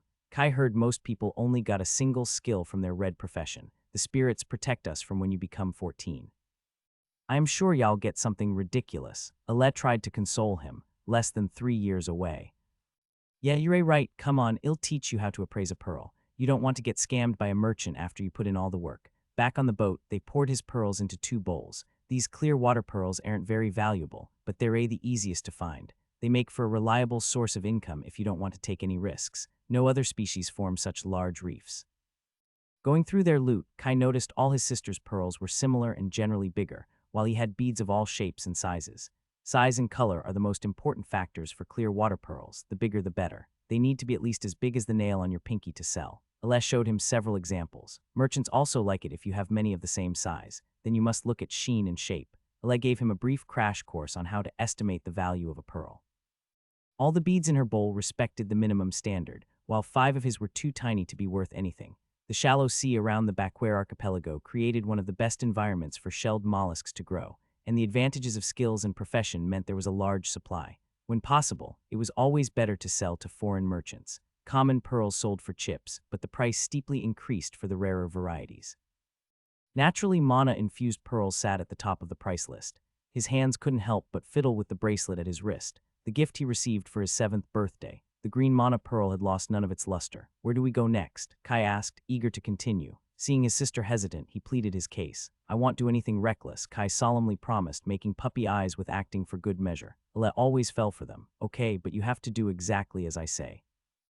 Yes, Captain, he imitated a military salute. I'm being serious, Kai. You know Mum is going to freak out over every scratch you take. After reassuring her that he would follow her instructions to the letter, Ale led him to a much bigger pond half a mile away. It was larger than an Olympic swimming pool and far deeper. Crimson and indigo corals grew all around the outer ring, while tiny schools of colorful fish swam through, an idyllic place where calm and quiet reigned supreme. The placid surface slightly rippled as gusts of wind blew by. Kai wished he had brought a canvas to paint the scene. He wasn't much of an artist, but after drawing countless runes, replicating a scenery on paper was child's play. I should put a sketchbook in the spatial ring. You never know when inspiration strikes. Don't get fooled by appearances, Aless said, breaking his dreamy stare. They always look peaceful before Kahali's fury breaks free. What do you mean? Kai looked closer. Even with inspect, he couldn't see the shadow of a conflict. Fish big and small swam beside each other in harmony. The tide forces a large number of sea creatures together with nowhere to go, Ale explained, peering inside the pond. They know any fight would leave them vulnerable to the fish swimming beside them, so most of the time they wait it out. It's a thin balance. If something breaks it, things can just as easily escalate and turn into a frenzy. His sister didn't look like she was joking. Kai couldn't imagine how those tiny fishes could be anything but adorable. And with something do you mean us? It can if you start poking where you shouldn't. Other times it's just bad luck, Aless said with a fatalistic tone. I'll admit they are a rare occurrence, but if you start stirring things up, the chances can drastically increase. So if you see some funny-looking fish, don't try to catch it. Yes, Mom. He was sure she was overblowing the danger. All the ponds they had passed had been equally calm. Kai suspected it was more an urban legend they told diving apprentices to make them behave. Anything else to look out for? There might be poisonous fish and aquatic snakes. Many predators like to hide in the crevices. They tend to be peaceful when the tide is low, but if you stick your hand near, they could feel threatened and strike. It can cost your life or a limb. Maybe you should have started with that. The peaceful pond began to look less inviting. With all those corals, anemones, and rocks, there were plenty of hiding spots where Mana's sense told him something was hiding. It was impossible to tell whether they were scared little fishes or venomous predators. Finally, there is one more danger that you need to absolutely avoid, and Mom thought hunting in the jungle was dangerous. Guess it's no coincidence Alen never mentioned these things at home. You can never know what type of animals end up in the ponds when the tide lowers. Sometimes bigger predators end up trapped inside either by accident or to get a free meal while their prey has nowhere to run. Do you mean awakened beasts? Kai asked, taking a step back from the pond. Yes, Aless said with a satisfied smile. In the sea, the mana density is always fluctuating, and there are few clear boundaries. Before diving, you always need to make sure there is no hidden beast lying in wait. They usually prefer bigger ponds, but I've seen a few in pools of this size. As his sister finished her piece, Kai was already scouring the waters with his mana sense. Ale didn't ask questions, likely guessing what he was doing. It's safe, he announced after walking around the entire edge to not miss anything. There were several denser mana patches he was eager to examine, but nothing comparable to an awakened beast. Are you sure? Completely sure. Ale walked to the edge of the water, staring deeply inside. She told him she also had something like danger sense. Yeah, I think so too. Can we go then? Protection first, Ale stopped him, rummaging through her satchel. She took out 2 pairs of leather shoes. You don't want to cut yourself on the corals. I brought my old pair for you. They are not the best but should fit. After another crash course on what he should specifically look out for and avoid, Ale gave him the go-ahead. Kai nodded like a good boy and dived after her. A school of tiny silver fishes with a pink stripe swam around them with no fear. They tickled him with tiny pecks as they brushed against his body. Mollusks of different species were glued to the rocks in clusters. Ale headed to a reef of bronze mussels midway through the pool. With his mana sense keeping track of his surroundings, Kai began his search. The mussels glowed with above-average essence and were much harder to pry open. When he succeeded, he was rewarded with a dark blue pearl with a metallic glint. It possessed a few more specks of mana than its clear water counterparts, though nowhere close to a true mana treasure like the one that hung from his wrist. They moved from cluster to cluster, slowly going toward the deeper areas of the pond. Danger sense only pinged him once close on a deep crevice. Kai understood why Ale had emphasized the dangers, but there was no hidden monster lying in wait, just animals minding their own business till the tides reversed. Even the venomous ones had no interest in wasting their bite on him. After proving he wouldn't do anything reckless, Ale allowed him to explore the upper layer by himself. Kai collected a red algae that was a pseudo-mana herb. There were other interesting plants deeper, but he had sworn to follow his sister's rules. As the sun rose higher, the rays of sunlight began to peer through the water's edge. Kai had filled his reserves with water mana, but spells were unnecessary. Within the calm waters of the pond, it was almost effortless to float in place. Apart from his usual combo of skills, Kai found Blessed Swimmer was also useful in locating valuable objects. It wasn't as precise as Mana Sense, only pointing a vague direction. When he followed the faint whispers of the skill toward a particular reef of clams, he never left empty-handed. Toward midday, they went back to the boat to have lunch, rest, and compare the loot. A variety of pearls of different colors and sizes were thrown into the bowls. Once again, his sister had him beat, 46 to 39. The numbers weren't much higher than the clear water pearls. The value was, have you really never gone pearling before?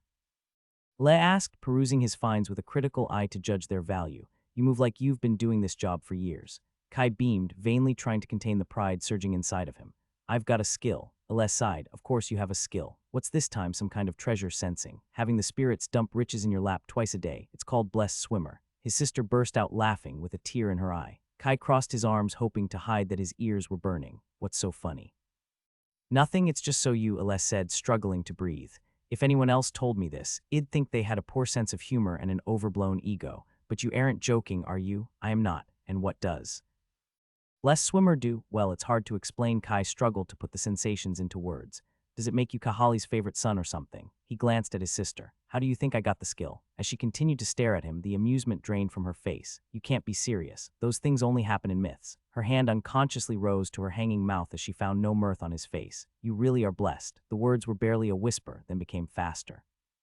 Does someone else know? Have you told Mom? We should probably tell somebody. Slow down. He didn't like the gaze of reverence his sister was giving him. No, we don't, especially not Mum. Their mother had always been the most religious in the family. He didn't dare to think how she would treat him if she found out. I'm not that special. I'd bet there are many other people blessed by the spirits in the archipelago. They just don't go around telling people. The Great Spirit saw he was far beyond his peers and blessed him as an investment.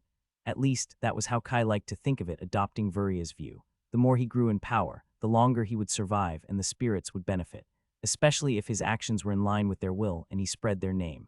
Treating it like a transactional relationship might be cynical and sacrilegious, but Kai preferred to avoid delving into the whole religious aspect.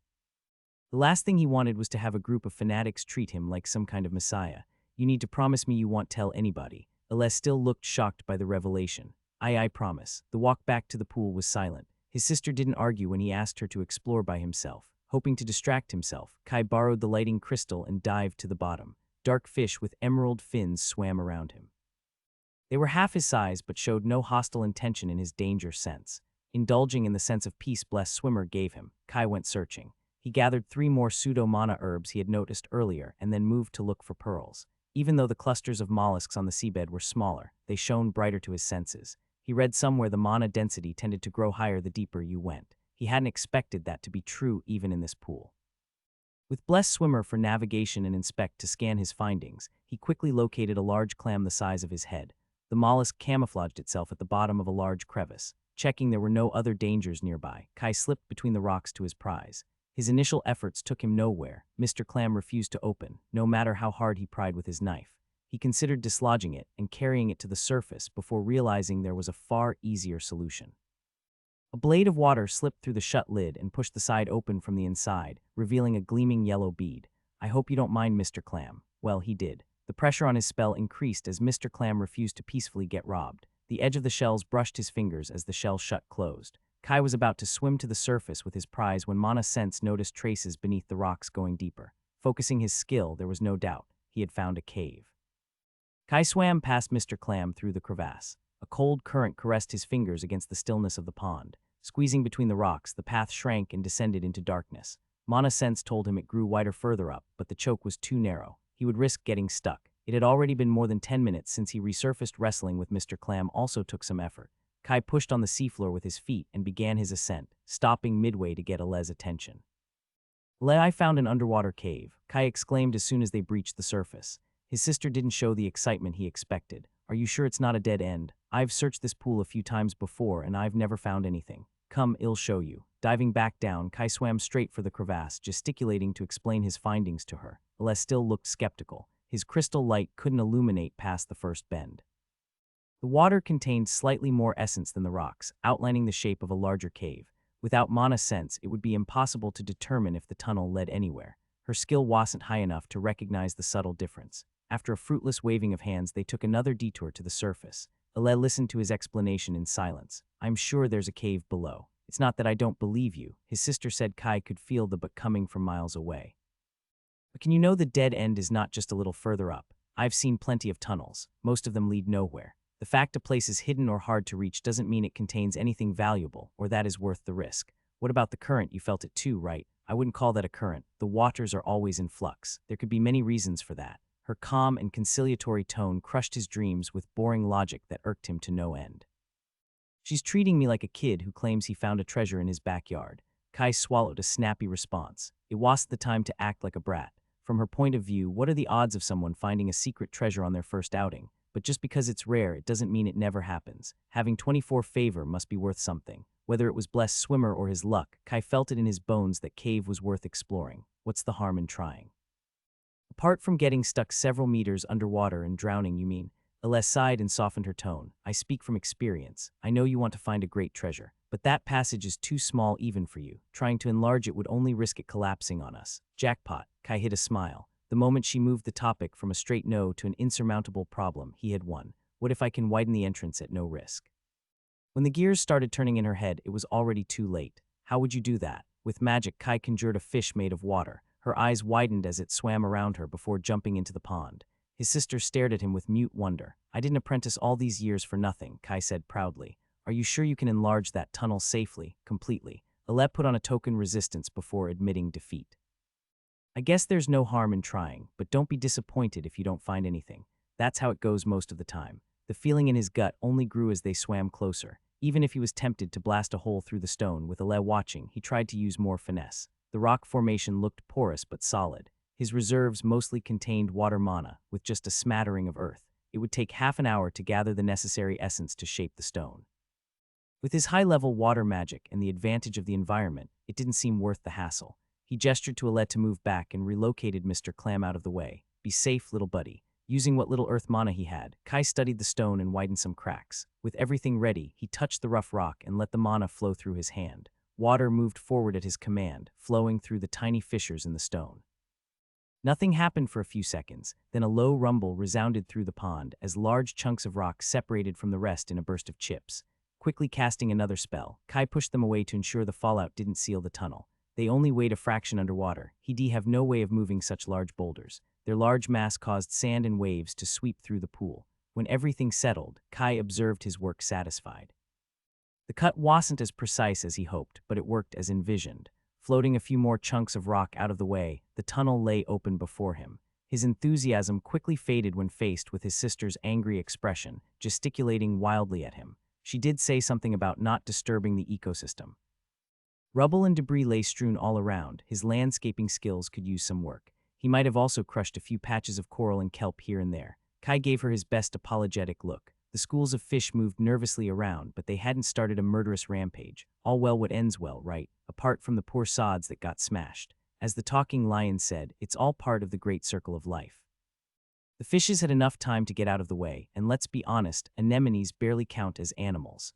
Kai took his sister's scolding, glad they were underwater. Bubbles came out of her mouth. He couldn't hear a thing, though her glares made the message crystal clear. Wearing an appropriately castigated expression, Kai floated toward the dark opening below, and Aleb begrudgingly followed behind.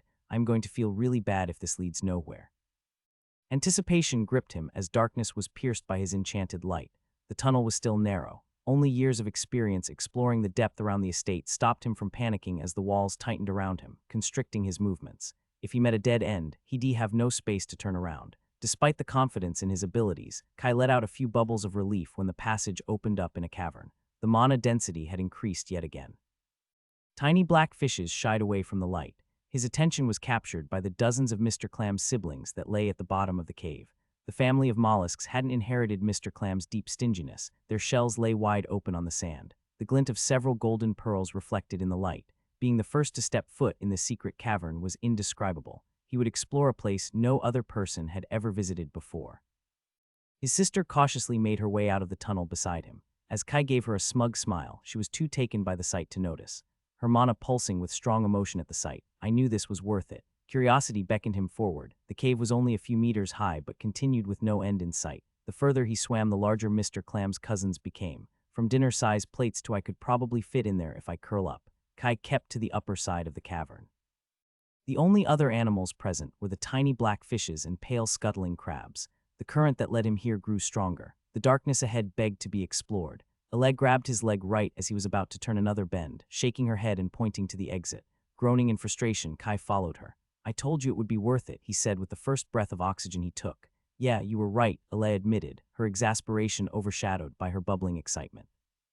"We should take the chance to gather the pearls we can, but the cave continues. You don't know what you're gonna find. It could be dangerous. If something happens, Yao'll be so far away from the surface. I can keep my breath for a long time," Kai argued, "and I have danger sense to warn me. Skills aren't infallible. Just because they warn you of danger, it doesn't mean you can always avoid it. I've got mana sense too. I'll see anything from a mile away. Still, I don't thin.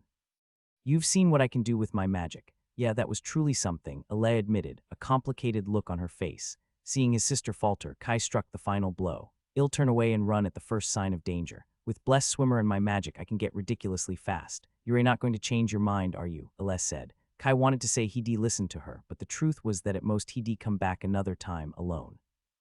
Plunging into the depths, his sister stayed by the cave entrance, using an underwater torch she fetched from the boat. With one reassuring look at her, Kai headed toward the unknown with his crystal in hand. Mana Sense scouted ahead for any threat. With the essence levels rising, so did the chances of meeting an awakened beast. He had only fought an aquatic creature once when a large barracuda entered the bay near the estate. Kai was as good as humans got in the sea, but he still felt outmatched against a marine being. Only water magic helped close the gap. Following the currents, the darkness of the cavern was suddenly split by a mesmerizing light, far outshining his crystal. Something buzzed in the back of his mind, but what did it matter compared to such beauty? He swatted the noise away, floating closer to bask in the light. Everything else fell away. He felt content. It was the most fascinating sight he had ever seen, containing all the colors of the rainbow and more. The buzzing grew stronger, now accompanied by hurried whispers. Entranced by all the shades of red, green, and yellow, Kai ignored it. Closer. The light was almost within grasp. Just a little more and everything would be okay. The rumble in his head thumped like a gong. His whole body and mind screamed that something was deeply wrong. Like the shattering of glass, the mesmerizing light faded away to reveal a golden pearl shimmering with iridescent light. It sat a palm from his outstretched hand, sitting on the fleshy mouth of the biggest damned clam he had ever seen, large enough to swallow him standing up. Fear blasted through the desire to grasp the treasure. Mana flooded his skills before he could form any coherent thought. Blessed Swimmer, Empower, and Water Magic. They all worked together for a single desire, getting away from Mama Clam before he became her snack. Mana Sense warned him the mollusk had noticed something was wrong, probably reacting to his sudden burst of mana. As his skills took effect, Kai pushed against the water like never before in his life, while the walls of flesh began to snap close. "No, you don't." More water mana surged to slow the closing shell, just enough for his body to dart out faster than his sprint speed. Kai crashed on the opposite wall of the cavern. Blessed spirits, this hurts. The impact punched the air out of his lungs. With his desperate flight, he had lost most of his oxygen. Thank fucking Yade I've got the ring. I could kiss Elijah's grumpy face right now. Activating his emergency plan, he released the bubble of air from his spatial closet and used water mana to keep it around his head. He took a deep breath, followed by a long string of curses worthy of a seasoned sailor. Fucking mollusk. His mana sense had never left the awakened beast, though it felt weird to call a shelled invertebrate a beast. He had no idea how the skill missed that. Mama Clam remained at the other end of the cavern, not showing an ounce of shame for her actions. To add insult to injury, the cheeky clam opened her shell once more, enticing him to give in another shot. The light of the golden pearl filled the cavern, though its allure was only a fraction of what he felt before. Impudent mollusk. Kai let go of the air bubble, the oxygen level too low to be worth keeping. The prudent course of action would be to leave, but he still had a considerable chunk of water mana, and his hurt pride didn't allow him to leave like that, especially with a mana treasure in front of him with such beautiful light. "Nope, snap out of it, you moron." Mana Sense confirmed Mama Clam was at the early stages of orange grade, not sure if I should be happy or not. I'd have buried myself in a hole if I had gotten charmed by a red tier mollusk. Despite her unthreatening appearance, the beast was bound to have far higher attributes than him. That multicolored illusion could only be an instinctive form of magic. It could also be the reason why Mana Sense didn't notice from a distance. I need a plan. The matriarch's cavern had the highest density of mana and housed no other clams or tiny fishes. Exploring the cavern, Kai noticed the shell sat right at the mouth of a tunnel which seemed to be the origin of the current. He preferred to avoid a direct confrontation. Even if he could injure it, the mollusk could simply close its shell and wait him out. That was the whole reason they had a shell. A clam is still a clam. Awakening can only improve her wits so much. Taking a stone from the seafloor, Kai threw it at the pearl with the help of some magic. As expected, the mouth shut instantly. A few seconds later, the shell opened again and the rock was thrown out. No take-backsies. It's rude to refuse a gift. Kai threw it back in, eliciting the same reaction. An annoyed pulse of mana resounded through the mollusk. Getting an idea, he swam closer, within spell range. The snap was extremely quick, and he wasn't confident in outspeeding her. Instead of waiting for her to get ready into position, he struck right as Mama Clam was about to spit out the rock, her shell halfway open. Pumping the spell with all the mana he could spare, a tentacle of mana sneaked inside her gaping maw, grabbing the pearl with lightning-quick speed. He could feel the clam trying to close again. Caught mid-action, her reaction was too slow and stuttered. It was the biggest pearl he had ever seen, larger than his fist and rich with mana. As he was admiring his loot, danger sense warned him again. The matriarch propelled toward him using her two halves to push against the water. Without thinking twice, Kai put the treasure inside his ring and ran, chased by a furious Mama Clam. Damn greedy mollusks. I should have known Mr. Clam took after you. The tunnel flew past him. Kai fed his remaining mana to Blessed Swimmer and Empower. Mama Clam's essence pulsed furiously as she gave chase and propelled herself in short bursts of surprising speed. So much fuss for a single pearl. What's the big deal? You can just make another. Frantically trying to get away, Kai couldn't afford the waste of a poorly constructed spell with his dwindling resources. All his focus went to navigating the cave system. While Mama Clam's sudden accelerations threatened to catch up with him, the agility of a mollusk her size wasn't exceptional. She crashed against the walls at each bend of the tunnel. The cave shook as dust and sediments fell from the ceiling. Kai abandoned any idea of a fight.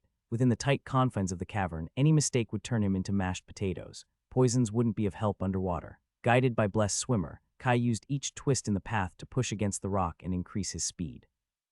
Although the walls appeared stable, the impacts didn't stun or make her desist in the slightest. The greedy clam only increased the frequency of her bursts. The hope his sister went outside to take a breath was dashed by the flickering green light at the end of the tunnel. A wave of panic swelled through him for the first time. Kai tried to scream a warning. Ale was too busy relieving a clam of its pearl to notice. Sacrificing a few specks of water mana, he slapped her head up. She darted back, warily watching her surroundings. Kai waved to run as he barreled toward her. The cavern rumbled as Mama Clam slammed on the wall. Ale froze. Without time for pleasantries, Kai angled his path and grabbed her outstretched arm. His sister began madly swimming at his side. Mana revolved around her figure. Dragging Ale with him, Kai still lost some speed, and the last bend was fast approaching. Proving her expertise, Ale applied his same strategy to gain momentum by pushing on the rocky wall. The exit was within sight. Scraping his mana veins raw, Kai used his last shreds of water mana to push his sister forward. For a moment he feared she would turn back as she realized his actions. The cave trembled. Mama Clam had turned the last bend. He felt cold sweat even though they were underwater. You can be mad at me later. With one reproachful look, Ale darted through the narrow exit.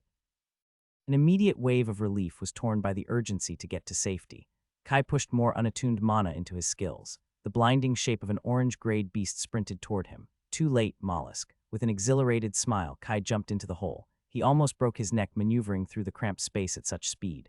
He scraped a long gash on his thigh against a jutting rock, barely feeling the pain. A quake caused rubble and pebbles to rain down on him. Mama Clam clearly was a sore loser. The fear of being buried alive increased his urgency to get out. Ignoring scratches and grazes, Kai flung himself toward the bright exit and dashed into the peaceful pond beyond. The rays of the sun spilling from above were the most beautiful sight he could imagine. There was no time to contemplate his own existence as Ale dragged him toward the light. They breached the surface. His sister hardly caught a breath before she besieged him with worried comments. Are you okay? Spirits Yurei bleeding, her hands checked his cuts as she kept swimming to the edge of the pond. Don't worry, I got you. It's all going to be fine. Yurei going to be fine. Kai felt none of her alarm, quietly letting her take the lead. A cursory glance confirmed his scrapes were all superficial wounds, hardly worth mentioning. He had suffered worse injuries countless times, be it hunting in the varied jungle or just training. Even with his adrenaline receding, the slight burning against the salty water was easy to ignore. I'm fine, sis. His words were somewhat disproven when he almost fell to the ground, trying to take a step. Ale was upon him before he could blink. It's just mana exhaustion. He'll be fine in a moment. His mana vein sat at a measly 45 capacity, close to the lowest he ever got. As long as he rested for the next few days, he would be fine.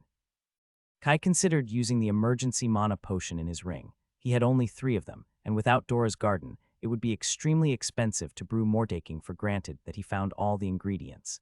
He opted for the traditional way since he wasn't in immediate danger. His skills and will were already fast at working to convert the mana in his proximity. His reassurances did little to placate Ale's alarm.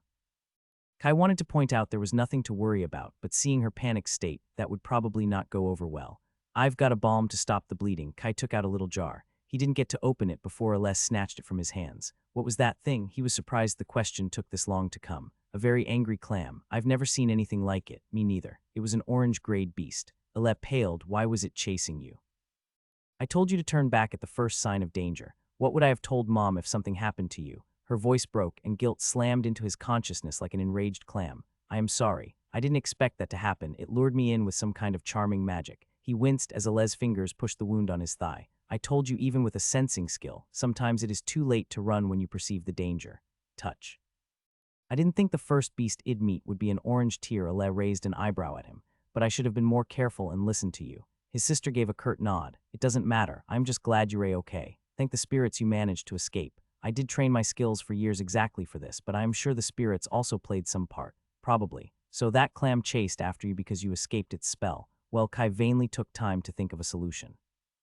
There was none except lying. Oh boy, here we go. After the clam lured me in, I might have snatched her pearl as payback, but I didn't know it would or could chase after me. Silence descended upon them. The only sound was the light scuttling of a crab a few meters from them. If he didn't know his sister better, Kai would think danger sense was warning him. You did what? Emergency procedure activate. Out of options, Kai took the golden pearl out of his ring and shoved it at his sister. Here, look. I don't see her eyes were transfixed by the iridescent shimmer on its smooth surface. Its allure was far weaker than in Mama Clam's shell. Still, it was the biggest pearl he had ever seen, and a mana treasure at that. A good 10 seconds later, Aless broke her stare, still grasping the pearl tightly on her chest. This doesn't change anything. Despite her words, her tone had lost its furious edge. I know, I didn't think a clam could be that fast. That's why you don't go snooping around in dark caves without preparation. Do you realize how close we were to not making it? We had at least a good 2 seconds to spare. It wasn't that close. Though I guess Elijah's standards don't exactly follow common sense. Kai sincerely apologized. Aless told him it was fine, and yet he didn't feel like it was. He was long used to taking risks, knowing Elijah was always there if something went wrong. Except now he was alone, there was no safety blanket. He had been warned this day would come, but it wasn't easy to switch his mindset after years of habit. I've long accepted I was going to take some risks. Minimizing them was a great part of why I trained at the estate. In the future, he needed to be more cautious to not involve anyone else in his perilous choices. That had been an unforgivable mistake. They rested by the pool to let him recover enough mana and for his wounds to stop bleeding. Let's wrap up. We can wait for the tide in the boat, Aless said, refusing to let him walk alone all the way back. It was mid-afternoon, a few more hours till the waters came back. Kai didn't think it was wise to ask if he could go check if Mama Clam had gone back to her cave. How many pearls did you manage to find before I interrupted you? Kai broke the silence. Her lips quivered upwards ever so slightly, but she steeled her expression. A few. And how much do you think they are worth? The look Aless gave him made clear she knew exactly what he was trying to do. But it didn't matter since it would work anyway. I've never sold pearls of this variety. What's your guess? More or less than the others we found? More, really. His sister rolled her eyes. Yeah, a lot more. What about the mana pearl? Probably a few times more than everything else combined. This time it was his turn to stare in shock. And do you plan to give it back? Kai inquired with a chuckle. Her eyes fell on the golden sphere in her hands. Oh right, take it. I was joking, you can keep it if you want, Kai refused. You can consider it payment for putting up with me. Don't be silly. You found it and seized it. By the law of the sea, it's yours. You did give me the first mana pearl you found, Kai argued back, juggling his bracelet in front of her nose.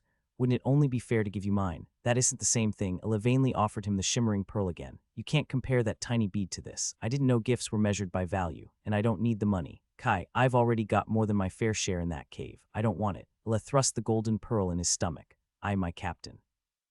I can always buy her something with the money. If you ever need something anything, don't hesitate to tell me. The quippy response he expected didn't come. Her hands fiddled with her satchel while her gaze moved to the empty sea. What is it? Nothing. You're a terrible liar, just a stupid thought. I would feel much better if I could do something for you. Kai knew Aless couldn't resist that. It's just I was wondering what it would take to learn magic.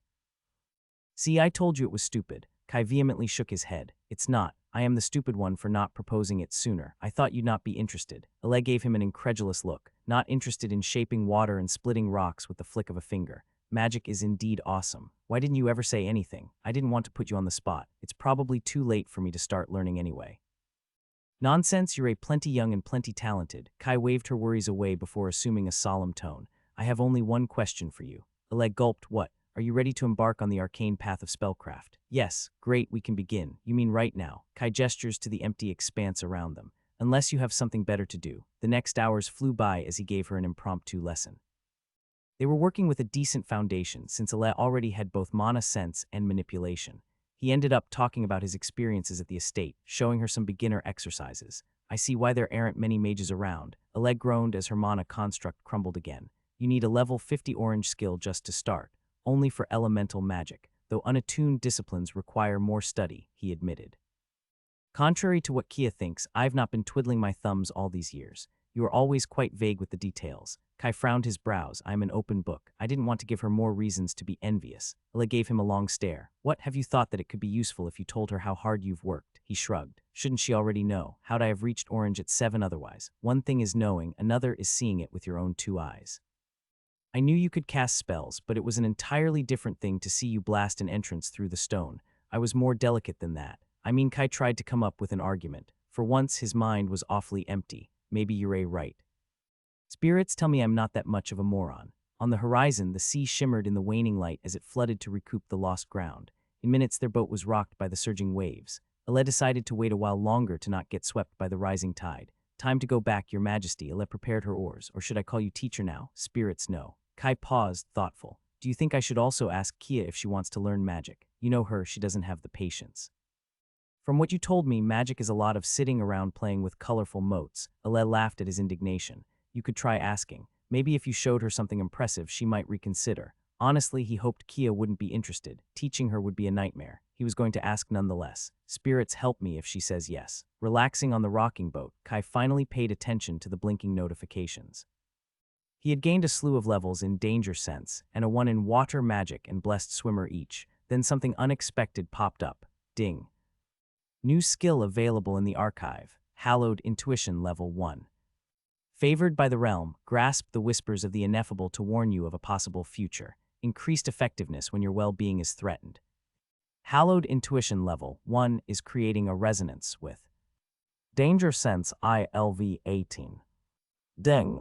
Compatibility meets the minimum threshold. Do you wish to substitute Danger Sense with Hallowed Intuition? Warning, some or all levels of your skill may be lost in the process. The choice is irreversible. Do you wish to proceed? His eyes looked blankly at the colored words. That wasn't orange. The words hung in the air before him. Kai reread the skill description for the 10th time. New skill available in the archive. Hallowed Intuition Level 1. Favored by the realm, grasp the whispers of the ineffable to warn you of a possible future. Increased effectiveness when your well-being is threatened. The first line confirmed he got it offered because of his high favor. Vuria had told him certain skills had minimum stat requirements to learn or evolve, but they had never touched upon the 7th attribute. This opened a whole new ocean of possibilities. I've truly got a yellow skill. Everything okay? Ale glanced at him, making him jolt from his stupor. What? Yeah, I'm fine. He hid his thoughts behind a grin, more than fine actually. His sister eyed him suspiciously. You look like the ancestors had spoken to you. Did the guide say anything interesting? His smile grew wider. Maybe. You can keep the mystery. I've got enough shocks for one day, and I also gained a slew of experience and skill levels from today. The excitement kept bubbling inside of him. It's a skill. You don't have to tell me. His sister continued to row. It's yellow grade, he blurted out. The regular rocking of the boat came to an abrupt end. Merciful spirits. Ale fumbled with the wooden oars, but only managed to catch one of them before the other fell into the sea. Kai gripped the edges of the vessels as Ale stood up, making them tilt dangerously. Hands at her sides, she stared down at him with shock, then with joy, and then with exasperation and more he didn't recognize. You know, I thought I'd get used to this after your blessing, but this congratulations are in order. Kai pointed to the wooden oar. You might want to get that before it floats away. Oh right, this time he truly thought the boat would capsize when his sister reached over the oar. They sat across each other, drifting toward shore with the rising tide. The impenetrable look on her face broke when she chortled a laugh. Kai frowned, worried. Are you all right? Did I break her? I'm starting to think Kia might have a point. Using common sense with you is maddening. Ale shook her head. I don't know if. Mom has a yellow tier skill. Most people don't. Really, you just need to push a skill to the peak of orange and evolve it. Kai shut his mouth under his sister's judging expression. It's not my fault if Elijah made it sound so easy. The problem isn't pushing a skill to 100, but getting any path forward to reach yellow. Ale calmly stated. That's where many get stuck. Kai tried to hide his puzzlement. Getting the best evolutions could be hard, but none at all. With a bit of imagination and trying enough wacky stuff, you'd eventually get something. That's why I always say people should learn mana skills. I see, he diplomatically stated. Ale sighed deeply, piercing his facade. Just don't go asking around why someone doesn't evolve their skills. People can be very sensitive to the topic. I know, he wasn't that oblivious. In the last few years, he'd been working hard to see things from different perspectives. The solution might seem obvious to him, but he hadn't led an ordinary life and had access to a much greater pool of knowledge. It shouldn't be that hard for most skills if people really look for a solution. Kai couldn't help himself. And some do, Alec confirmed. I know many people with a yellow skill. I think Mui also has a few. I'm just warning you not to take that for granted. Now, do you need any advice on your skill? I should just take it, shouldn't I? Kai gave her an edited explanation of hallowed intuition. The description was already cryptic, and he'd rather not get into his favor stat.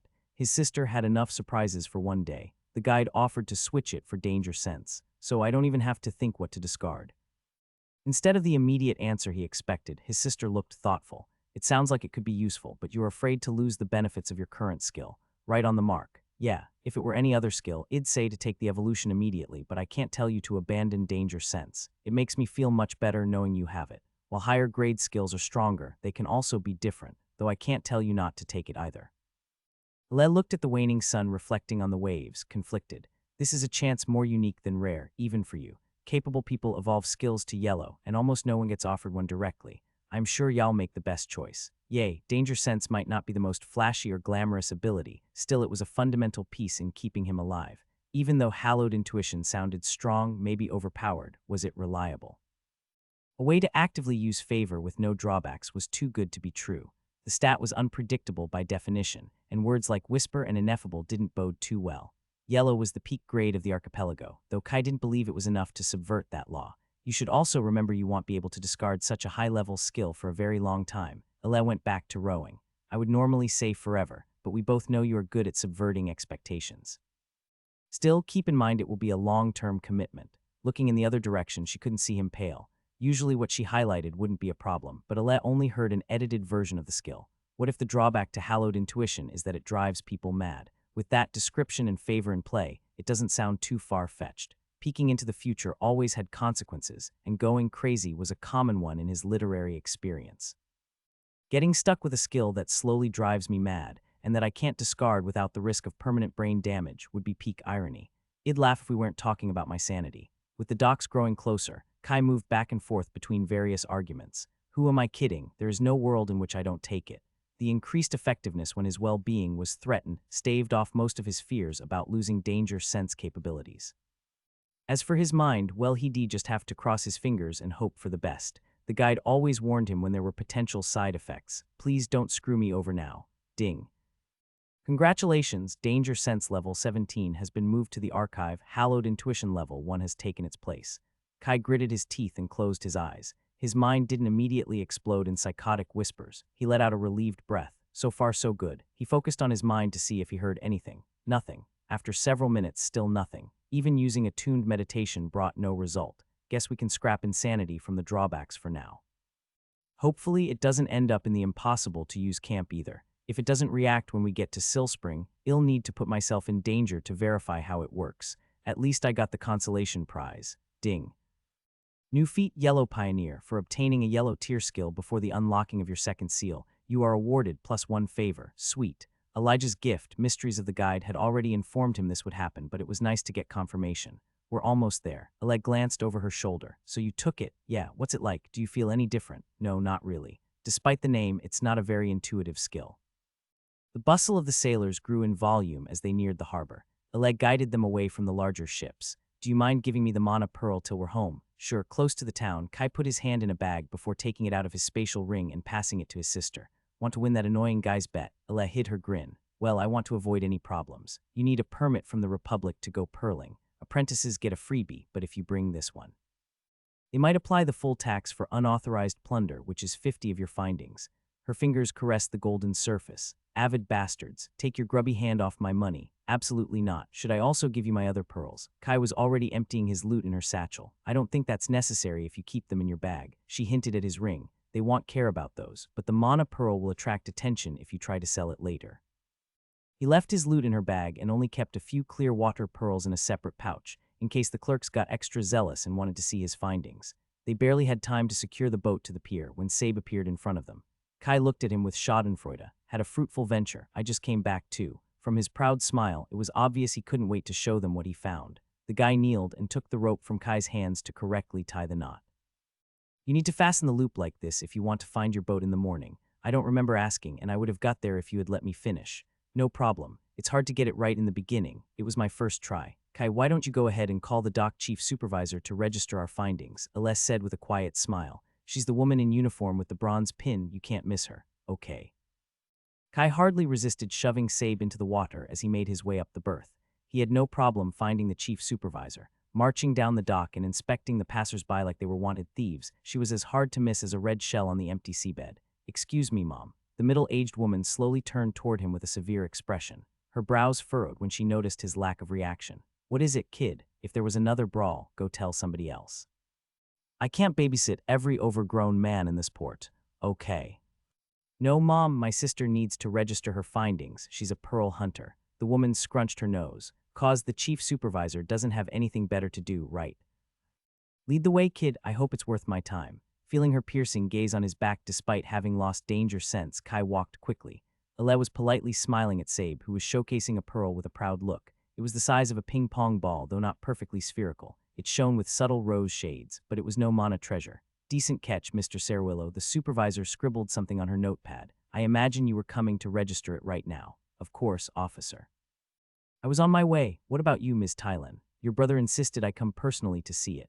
Yes, Mom. Ale picked up her bulging satchel, attracting all the eyes. All except Kai's, his attention stayed on Sabe. Kai made sure to savor every moment as the guy's smug expression crumbled at the sight of the shimmering golden treasure stupor, awe and finally crushing defeat when his eyes fell back on his measly find. Spirits, it'd feel bad for him if he weren't trying to show off all the time. That's an impressive find, Ms. Tylen. The supervisor moved closer to observe the alluring shimmer. The Republic would be willing to pay 10 silvers for it. His sister took the pearl back. It's a generous offer, but I must refuse. 15 silvers. I'm sorry, Mom. I'll keep it. The middle-aged woman scribbled on her notepad again. If anybody asks, I fiercely haggled for over half an hour. Now my dinner break is almost up. If you have more notable finds, ask another one of the junior officers. With that, the supervisor marched off, mumbling something about fried chicken. We better go, Ale waved at Sabe, who looked ahead with a soulless look. See you next time, Mr. I am the greatest pearl hunter. After some more pointless bureaucracy, they could finally head home. Do we really need to tell Mom? Kai pleaded with his sister. No amount of acting seemed to be working this time. You're covered in cuts. I don't think she'll miss that. Kai tried to slip into his room unnoticed. Their mother already stood there waiting when the door opened. How did it go? Did you two have fun? Her bright expression quickly froze, her eyes scanning him from top to bottom. Kai, what did you do? Why do you already assume it was my fault? Ale cleared her throat, giving him a look. Guess that's fair.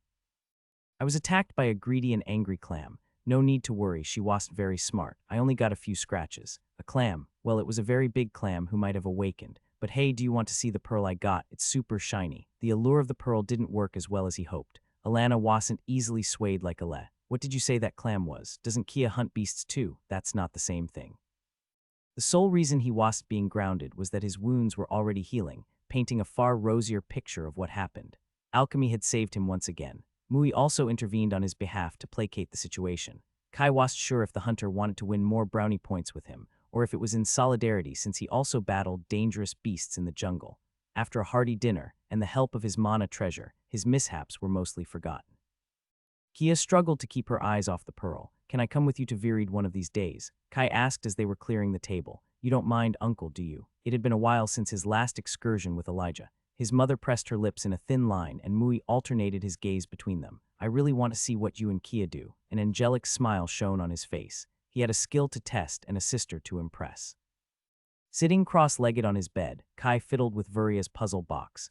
Chains of interlocking runes shifted beneath the dark wooden surface as his fingers and mana tinkered with its patterns.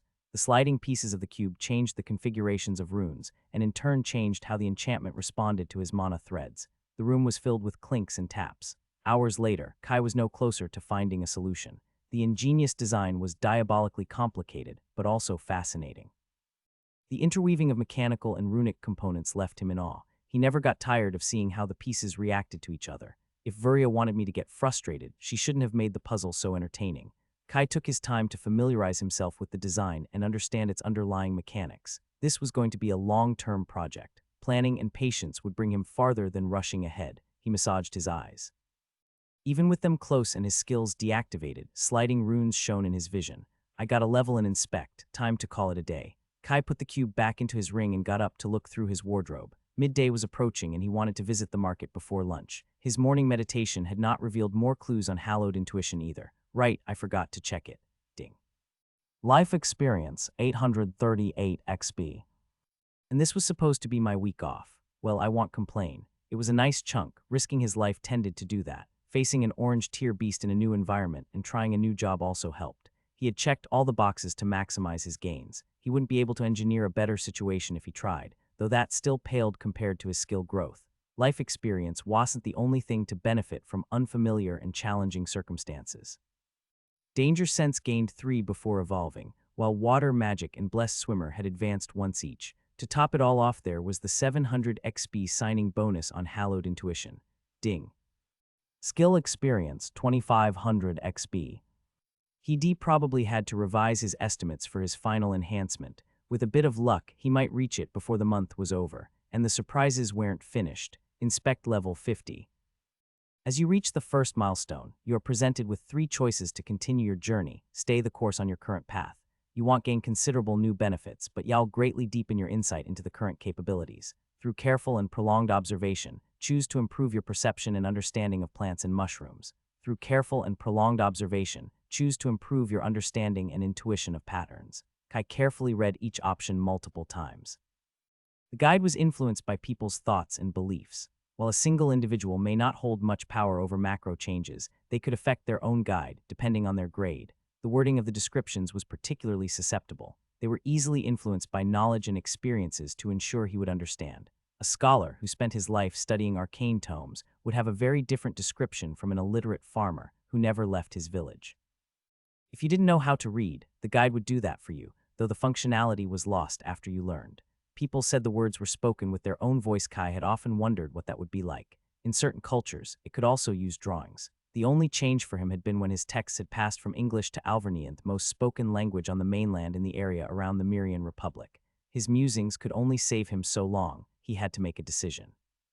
Why can't I just pick everything? At Orange, each choice carried a much heavier weight. Even the vanilla option would come with significant benefits. The other 2 choices would respectively improve his understanding of plants or patterns, that is, alchemy or runes. Kai began fidgeting with the buttons of his shirt. Words couldn't describe how much he hated this. Each time it was the same story. He didn't want to lose the flexibility of his skills and ended up staying on the course to improve a little in every aspect. I can't take the basic option every time. I'm already enough of a jack of all trades. It was fine when he was a kid at the estate, unsure of his own path, but it couldn't go on forever. The fear of committing to a choice would make him lose more in the long run. His teachers had been clear on that. Well, inspect is useful for so many things. His eyes moved between the 3 options, lingering on the first. Fuck no, I can't keep doing this. Continuing on the same path wasn't always the wrong decision, but it was in this case. He needed to approach this rationally. What did he need inspect for? The answer stood before him: alchemy and runes. It was why he was offered those specializations to begin with. Naturally, inspect was useful for a myriad of other things, but those were the most important. Deducing the grade of other people was also convenient, and a specialization wouldn't stop him from doing that. At worst, his reading abilities would stay the same. Okay, it would be dumb to take a vanilla option when my 2 favorite perks of inspect have their own specialization. The question is, which one do I pick? Kai preferred alchemy to inscribing runes, but the spirits wouldn't allow a choice to be so easy. If he wanted to solve Vuria's cube, specializing in runes would be a great help. Ding. You chose the 3rd option. Inspect level 50 can now reach LV 75. Too late for regrets. He could always specialize in alchemy at the next milestone. If Vuria had taken his choice into consideration when creating the puzzle box, he would be screwed if he took anything else. And if she had not, this would ensure his success. It was a win-win. Something tells me it can't be that easy. She must have anticipated this, which would make this the only viable option. Yay. Forcing himself to make a decision through the fear of losing the super awesome prize inside the cube might not be the definition of success, but he had to start somewhere. Progress is progress. Time for round 2. His plans to visit the market would have to be postponed. He had 3 full days before Mui would take him to hunt. His mother wanted to give his grievous wounds time to heal. With the cube in his hands, the difference was stark. Kai could recognize even the most obscure rune at a glance. Their different combinations flashed in his mind with little focus. Yeah, no way Vuria didn't take this into consideration. His thoughts swirled in 100 possibilities. If a single skill could make such a difference, Kai browsed through the numerous red entries in his archive. Decoding level 1. Use your knowledge, brain, and obscure sources to get to the truth. He learned it while studying his father's research ages ago. What better way to solve a puzzle than with decoding? Has Vuria considered this too? Could he game the system? Could the all-knowing sorceress be tricked? But more importantly, what skill could he abandon? Fuck me. He'd rather put my hand in the fireplace than discard something. Each skill in his status had been selected after many sacrifices. Even his waiting line contained more than a dozen names he'd loved to take. Damn you, Vuria, you've won this time. He had been arrogant to think he could cheat a mage with centuries of experience. If decoding was at the orange grade, it would be worth considering. But a red tier level 1 skill, the benefits wouldn't be noticeable for months, and even then, it would never be comparable to a level 50 inspect. I can't maim myself for so little. Kai went back to tinker with the cube. His mood steadily improved with his progress.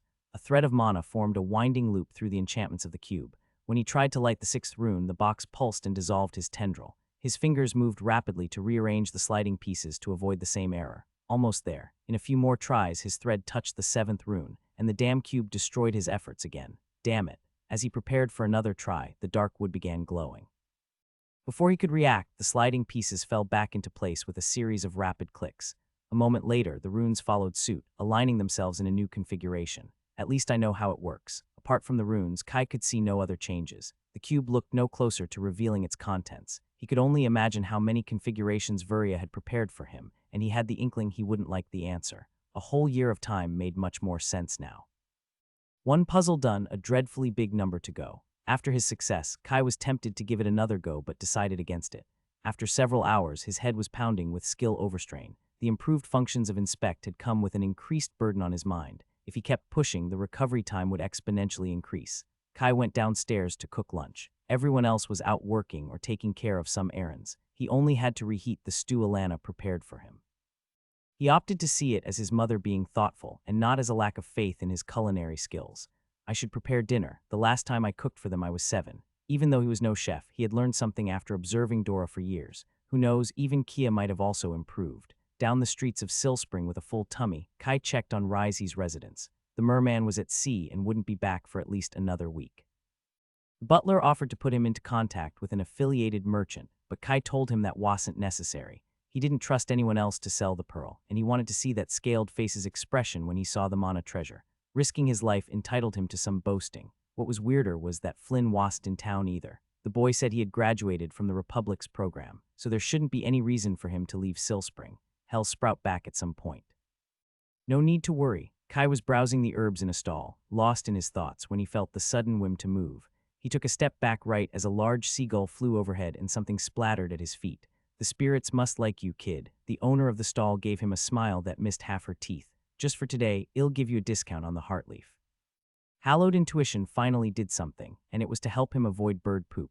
Not exactly the classiest use for his soul yellow skill, but it was something. Was the guano of a seagull enough to be considered harmful to him? Well, he was glad if that was the case. Maybe the problem was that he always meditated in secure places. The description of the skill made him imagine himself as a seer, which arguably had been dumb. Hallowed intuition evolved from danger sense. It meant these two skills must possess some overlap. In the busy street, Kai closed his eyes and cleared his mind from thoughts to see if he could feel something. To his great surprise, something actually happened. There was a subdued murmur at the fringes of his mind, though he felt no impulse or whim to take any action. Am I imagining things, or is standing in a crowd not enough? The market wasn't as packed as in the morning, and it wasn't exactly dangerous. Should I pay a kid to slap me? I could always ask Kia. That will certainly satisfy the requirements of the skill. Before resorting to extreme solutions, Kai decided to try a safer idea. Spirits, I hope this works. With his eyes closed, he walked through the busy streets. Ignoring the sounds and listening closely to his mind, Kai stepped to the left, feeling a person brush him. It actually worked. Distracted by his own success, he bumped into a man. Look where you walk, kid. Kai was too hyped to care. A few more tries confirmed his theory. It wasn't the most glamorous training exercise, but it beat getting slapped by his sister.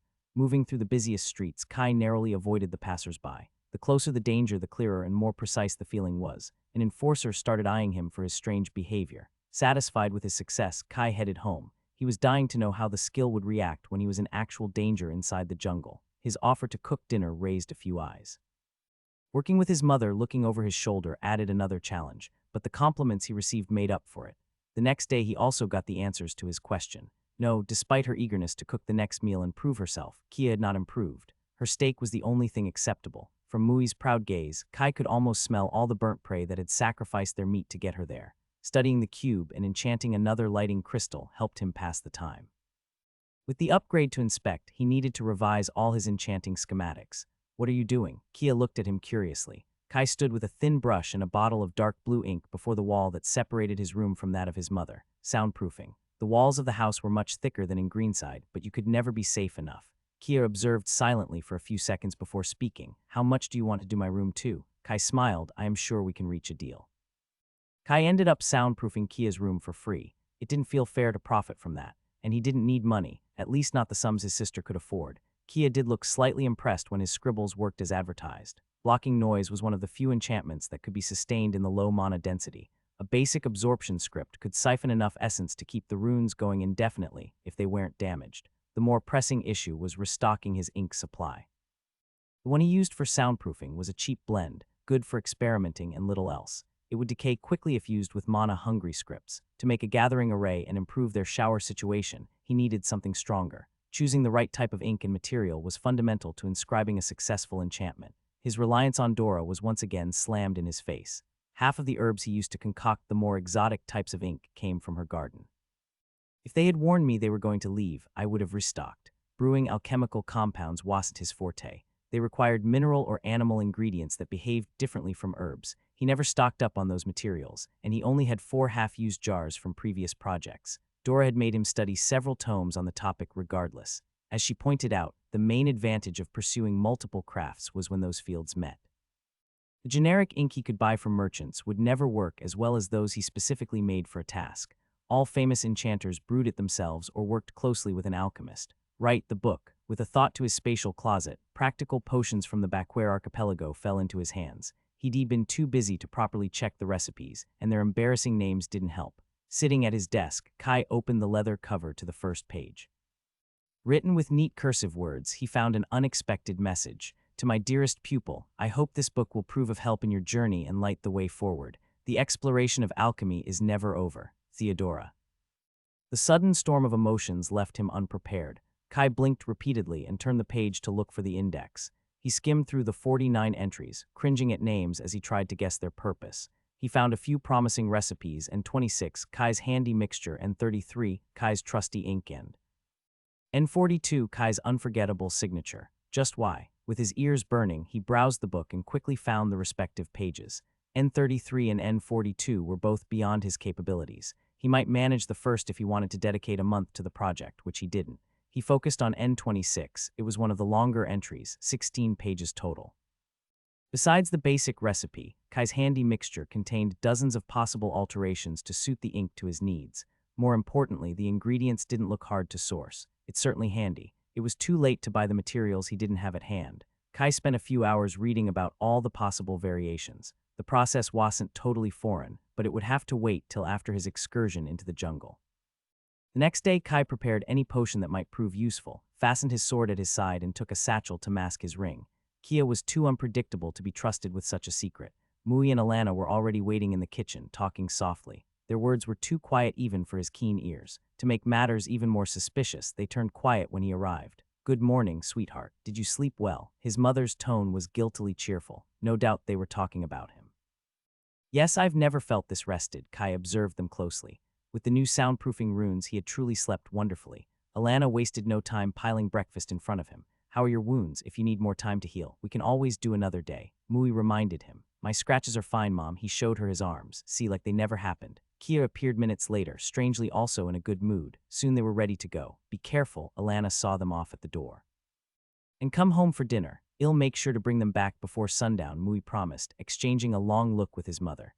Kia rolled her eyes, loudly clearing her throat. We need to go if we want to come back early. We're already late. Exiting the gate towards the fields, Kai silently looked between his companions. Mui walked at the front, inscrutable as usual. His sister kept pace with a smug smile. He had been the one to propose this trip, but now he wasn't sure how to act.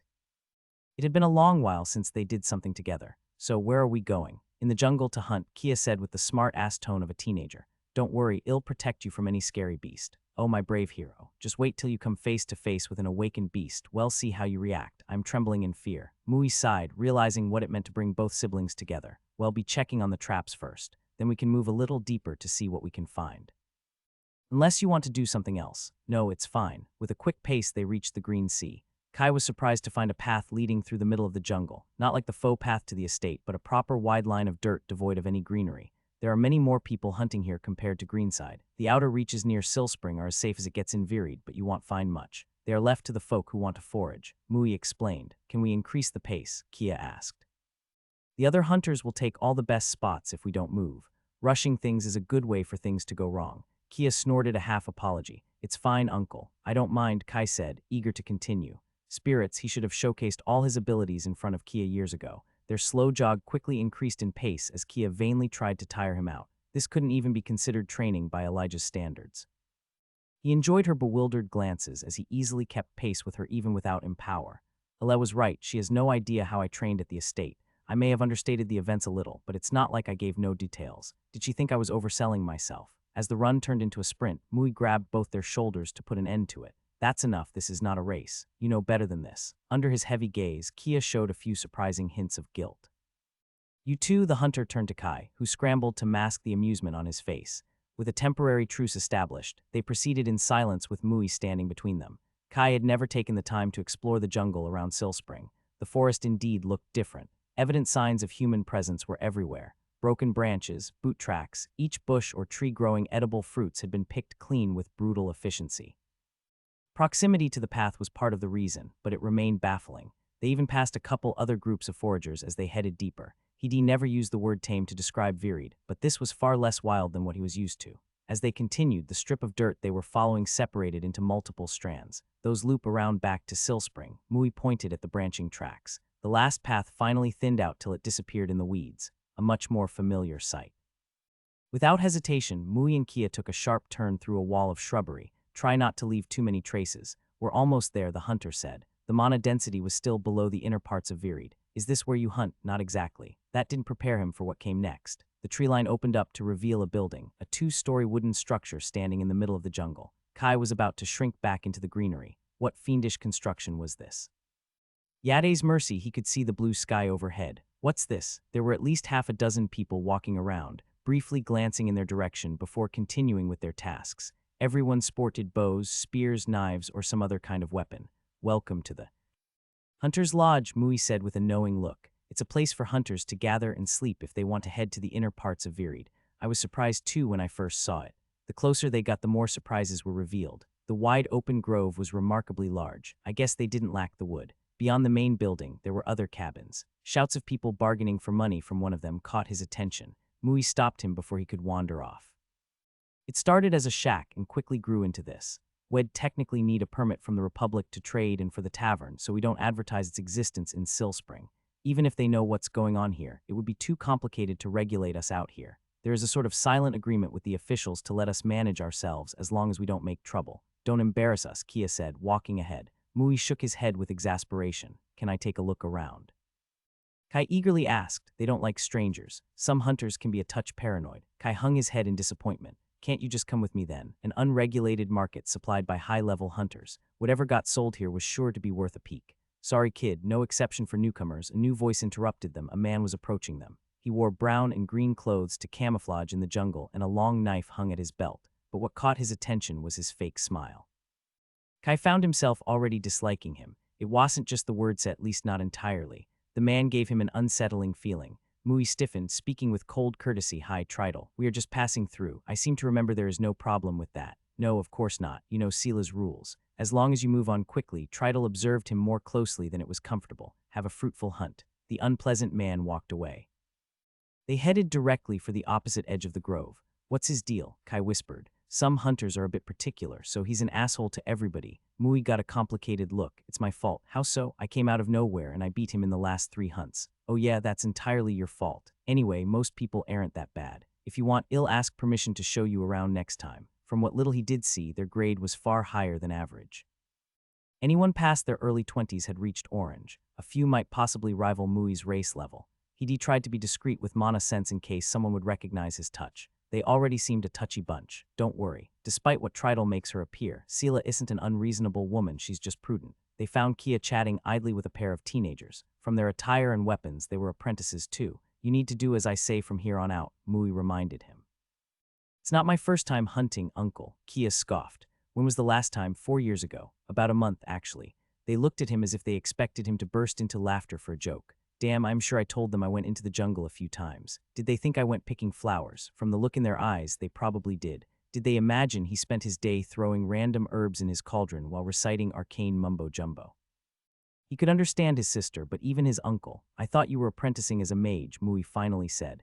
Yeah, I also use magic to hunt. His frustration was rapidly rising in front of their surprised expressions. I've been too humble, time to show off. Without further words, they headed back into the lush vegetation. Kai diligently scanned their surroundings, hoping to find the chance to shatter their assumptions. His sister kept throwing looks at him, frowning deeply.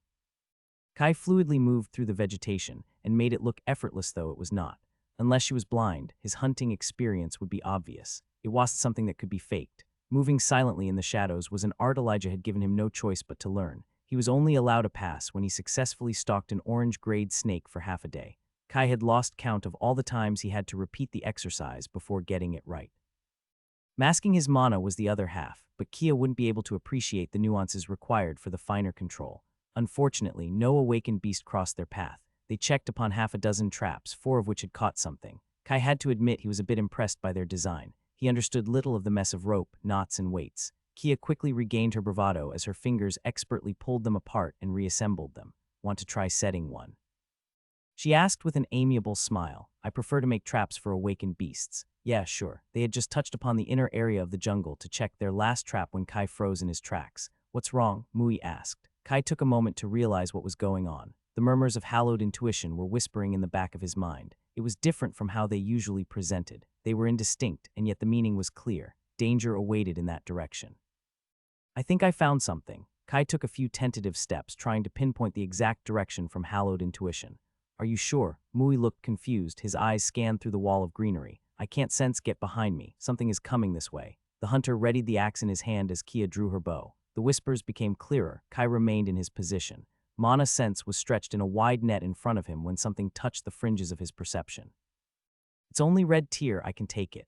Kai, there was a note of warning in Mui's tone. It's not the first time I've battled one. I am in no danger, he said with conviction, drawing his sword. You can always intervene if you think it's necessary. Kai had always fought solo, but common sense was enough to understand that arguing with a danger incoming was a big no-no. Indecision and miscommunication were fatal flaws when working in a group.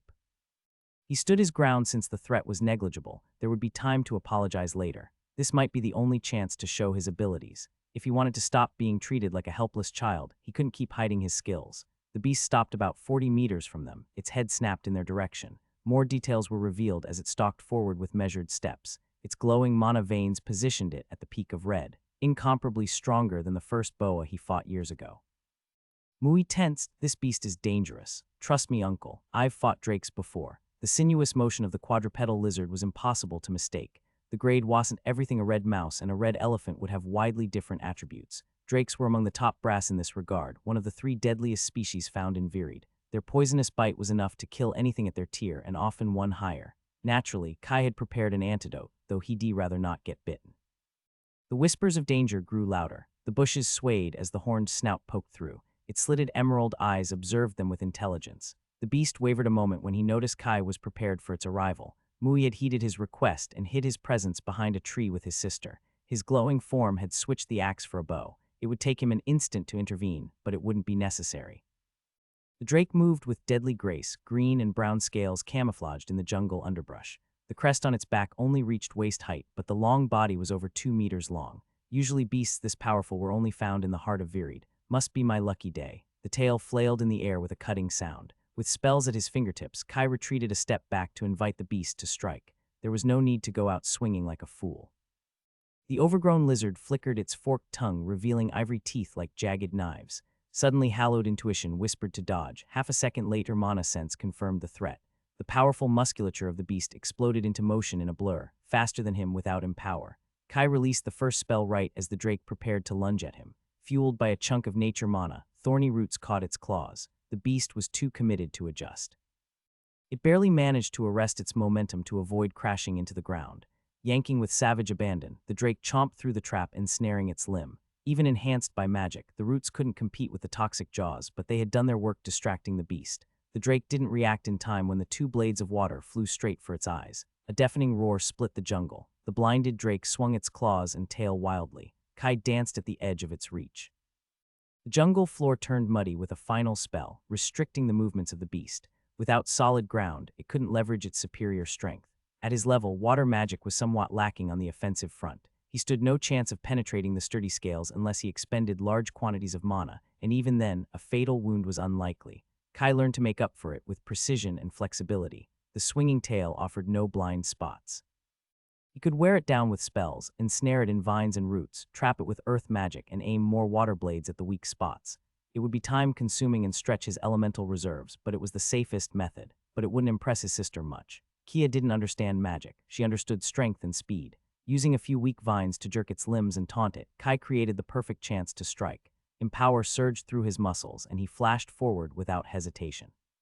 The drake had turned to snap a branch to free itself, leaving him exposed. It couldn't know that moment of distraction was more than enough for Kai. The sword drew a long arc through the side of the drake's neck, nicking the bone. Bright red blood gushed out of the wound. An acrid metallic smell filled the air. The beast's death throes were drowned in a gurgling sound as it silently died. Drakes were feared for their intelligence, but that didn't matter if he didn't give them the chance to learn. The likelihood it had met another mage was close to nil. Is it truly dead? Kia's bewildered voice broke the silence. Kai checked with mana sense before approaching. A few more seconds. Wait, yeah, now it's dead. Kia could have done it herself if she didn't skimp on mana training. Not much of a challenge. If it had reached orange, there was no way Mui would have let me fight it. Maybe I should have drawn out the fight. The battle hadn't given him many chances to show off. No desperate plays or great feats of magic, just a few measured strikes. That was the style Elijah taught him. Precision and control over pointless, flashy displays. End the battle as quickly as possible and save your resources. It's dead, Mui confirmed. Kia cautiously approached the drake. She poked the green scales with the end of her bow before going closer to examine it. The hunter did the same with an inscrutable look. I hope it was impressive enough. Who wants to skin it? I forgot my knife. Drake hides could fetch a decent price, but they were a pain to remove. The stronger the lizard, the harder they clung to their scales. It would also show it was the real deal. You can keep it. Kia looked at him as if he had grown another head. How did you do it? How did I do what? How did you move that fast and cut through its scales? Mui asked. Oh, that. Years of training and a few orange skills. This wasn't anything special. I can handle pretty much anything at the red tier. With orange beasts, it depends on the species. Is this too much? The implication in his words was obvious. Kia was too shocked to respond, but Mui offered him the assist he needed. You hunted an orange beast, only a couple, and I had to lead them into a trap, but I did get the achievement. Kai smiled proudly. That feat had not been easy. The chasm between grades with beasts was huge. If one caught him unaware, they would be upon him before he could react, though the trickiest part was finding them in the first place. Awakened beasts of that level stayed near the heart of Virid. The environment there was half the challenge. The risk of encountering an opportunistic predator coming to take advantage of the fight was high, and he was dozens of miles away from safety, half a day of trek through the thick jungle vegetation. Without Elijah watching his back, he didn't know if he would have tried it. Maybe searched for weeks till an orange beast strayed farther out. It was also why he had to kill two before getting the achievement. The butler had intervened to stop a harpy eagle that strayed too close to his battle, and it was enough to invalidate the first kill. That's not possible, right? Kia looked at Mui completely lost. Kai had expected doubts or to be pummeled with questions. The hunter stayed silent. Funny how much credibility a little showing off gives me. He had shattered their expectations, and now everything was possible. Well, Mui already knew that I had high skills, he just never thought they were combat-related. Only time would tell if Kai had made the right decision. They knew, and soon his mother would too. There was no taking back now. He wasn't too worried about them gossiping. Kia was the only unknown variable. She looked as if she had seen the ancestors appear before her. Keeping secrets and underplaying his achievement hadn't been working. The new plan was to prove himself so much beyond her that any comparison was pointless. Knowing Kia, she wouldn't give up so easily, but if killing a peak red beast wasn't enough, he had many more ideas in store for her. Mui began to skin the drake. His sister helped, though her mind was elsewhere. Under the hunter's expert movements, the hide easily parted in what looked like magic. They only harvested the best cuts of meat since the taste left a lot to be desired. Kai was a half-decent butcher, but even his sister's distracted technique was better than his.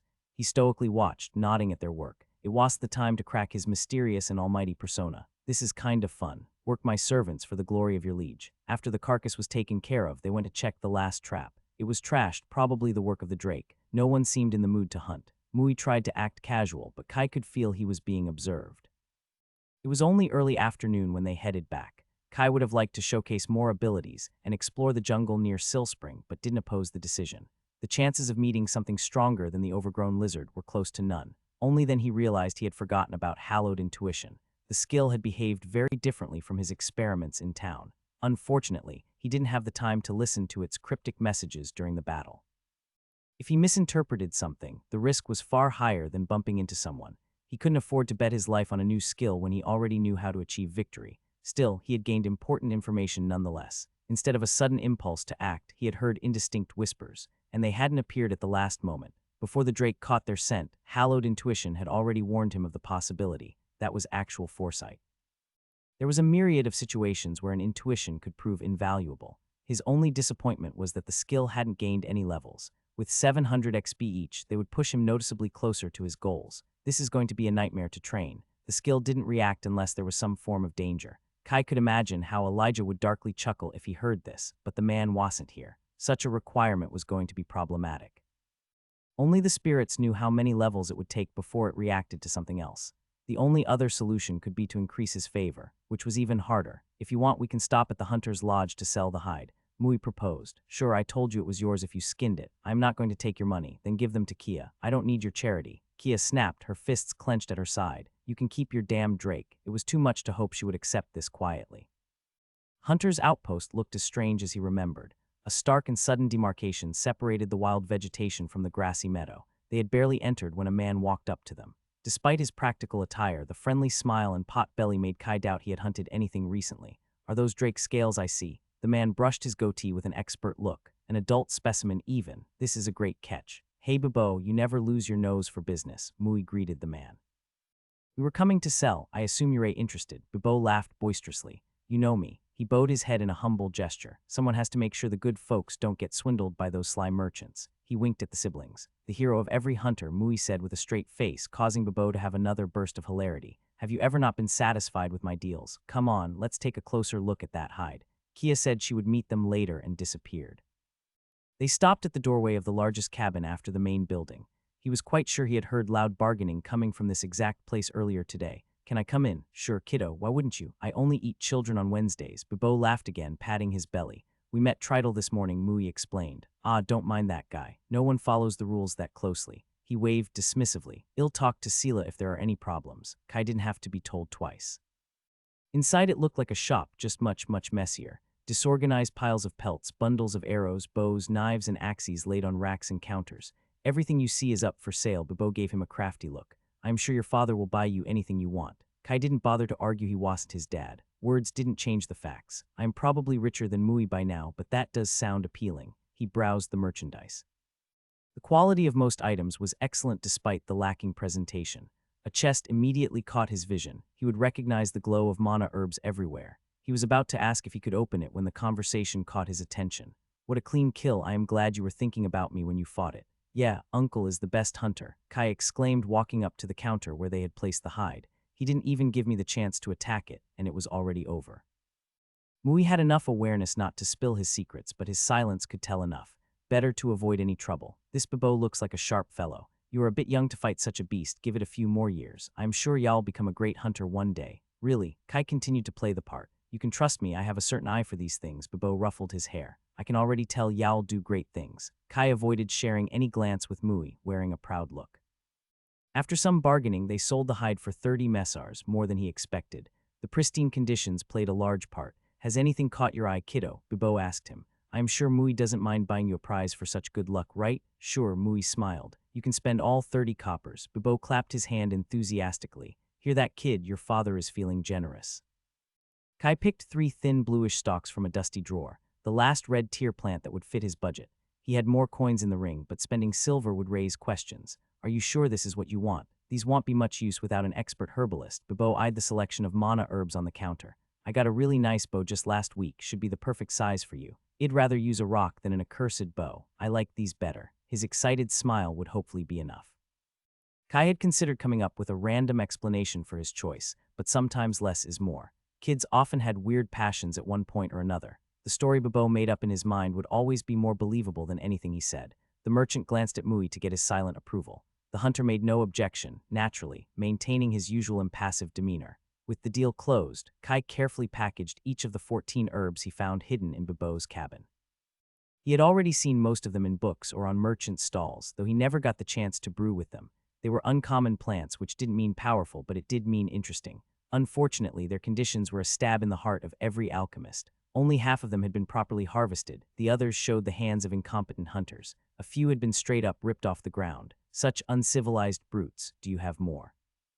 The innocent question would be in line with an excitable child. Sorry, kid, this is all I got right now. Few hunters are interested in mana plants. I usually sell them in Silspring as I get them. These are the ones no one bought. Maybe someone would take them if they didn't look harvested by monkeys. Kai let his disappointment show. It explains why they are such uncommon herbs. Rarity is a good thing only if a plant is useful. With mid-red plants, it isn't worth the effort to figure out their uses if you can't get a steady supply.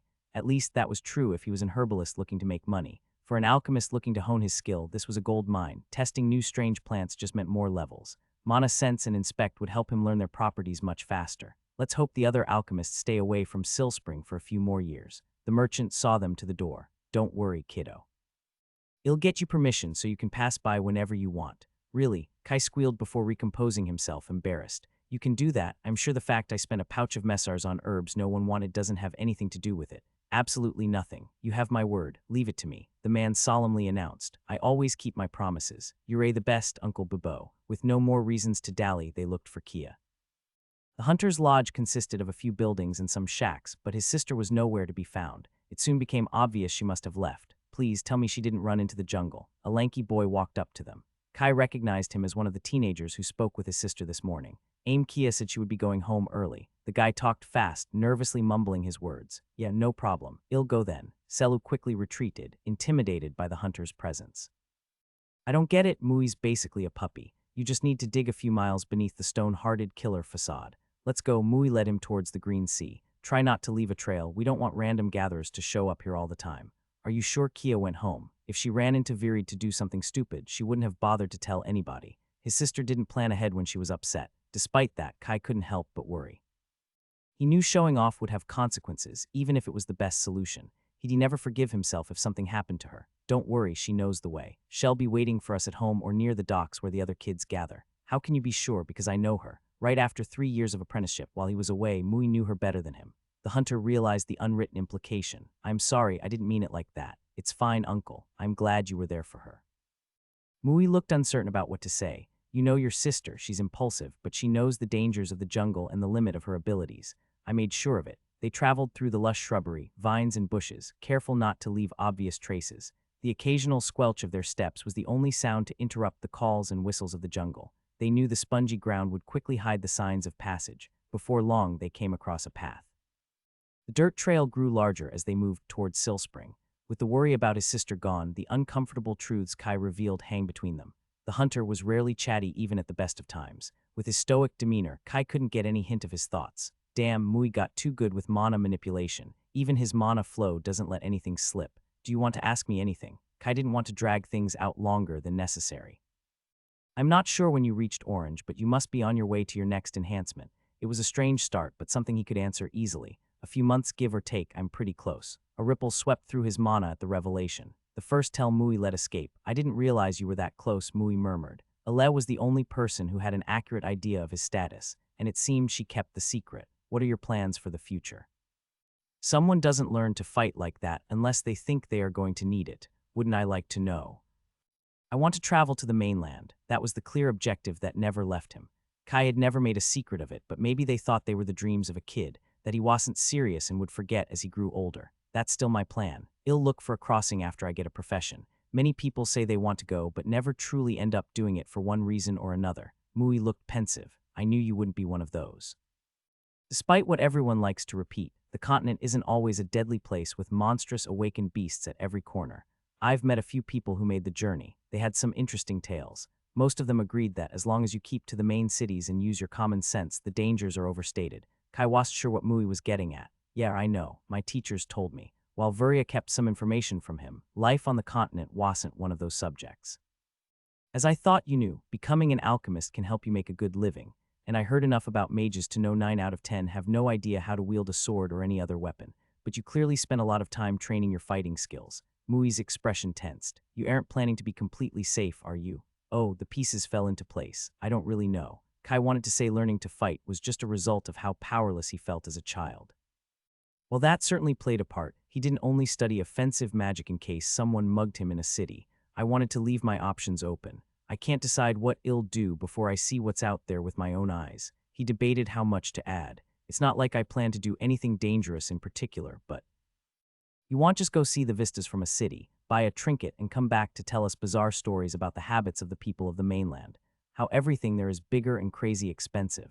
Y'all jump at the opportunity to run off the charted path to explore some mysterious place people say you shouldn't go. The ripples in his mana came stronger than before. His deep tone, heavy with restrained emotions. Faced with the unexpected reaction, Kai didn't know what he should do or say. I am sorry, uncle, don't say that. You should never be sorry for who you are. Mui took a deep breath. It'd be hypocritical if I asked you to remain in the archipelago, even if I really want you to. The raw concern in his tone hit Kai like a sledgehammer, the warmth of knowing that someone cared about you. When Mui continued talking, his voice was steady. You know, there was a time I would have jumped at the opportunity to set sail and never come back. When I wasn't able to, I became a hunter to fight awakened beasts. My parents weren't happy with my choice. I can't tell you to give up on your goals, especially after I've seen how serious you are. Yade's mercy, I still can't quite believe how easily you killed that drake. It wasn't that easy, Kai said. I just made it look easy to impress Kia, and I was tired of being treated like a child. Well, it was pretty obvious you were trying to show off, Mui chuckled. But if you can worry about how you look while fighting a drake, then it wasn't a hard fight. The conversation paused as they passed a man picking berries. The stranger eyed them suspiciously as if he expected them to steal his find. The sight of everyday life granted Kai a moment of levity. While a flood of emotions threatened to sweep through him, people moved on with their lives. It was so obvious and yet so strange. Mui's words weighed on him. I don't plan to throw away my life. It sounded stupid when he said it, but he couldn't think of anything better. That's why I trained so hard. I want to live a Luong life. I know, kid, but you also plan to take some risks, to push as far as you think it's reasonable. What was the point in having them worry? The impulse to weave a nice, reassuring lie tempted Kai. I'd like to know the truth in their place, and it'd only be lying to not make myself feel guilty. This brutal honesty policy truly sucks. I won't jump into danger without planning and preparation.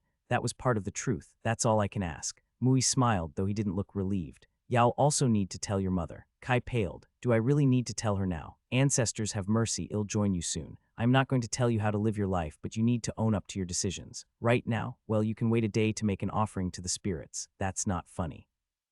I wasn't trying to be. Mui couldn't suppress the smile. Okay, maybe just a little, but you really need to tell her. The sooner the better. I'm not really sure what I'll do on the mainland. Maybe I'll end up growing cabbages in a peaceful corner of farmland. Kai, if you want to be treated like an adult, you also need to behave like one. Touch, he sighed, defeated. I can talk to her first if you want, Mui said. You do that? Yes, but that means y'all have to talk to her tonight, truly. No problem, Shorty. You are my favorite nephew after all. Kai rolled his eyes, and Yurei my favorite uncle, lumbering giant. For the rest of the journey, several conversations with his mother played in his head. When the jungle opened up to reveal the sky, he still didn't feel ready. Mui was right. He didn't know what the future held, but he knew his intentions, and they hadn't changed much in the last few years. At home, Ella informed them Kia had stopped by to eat.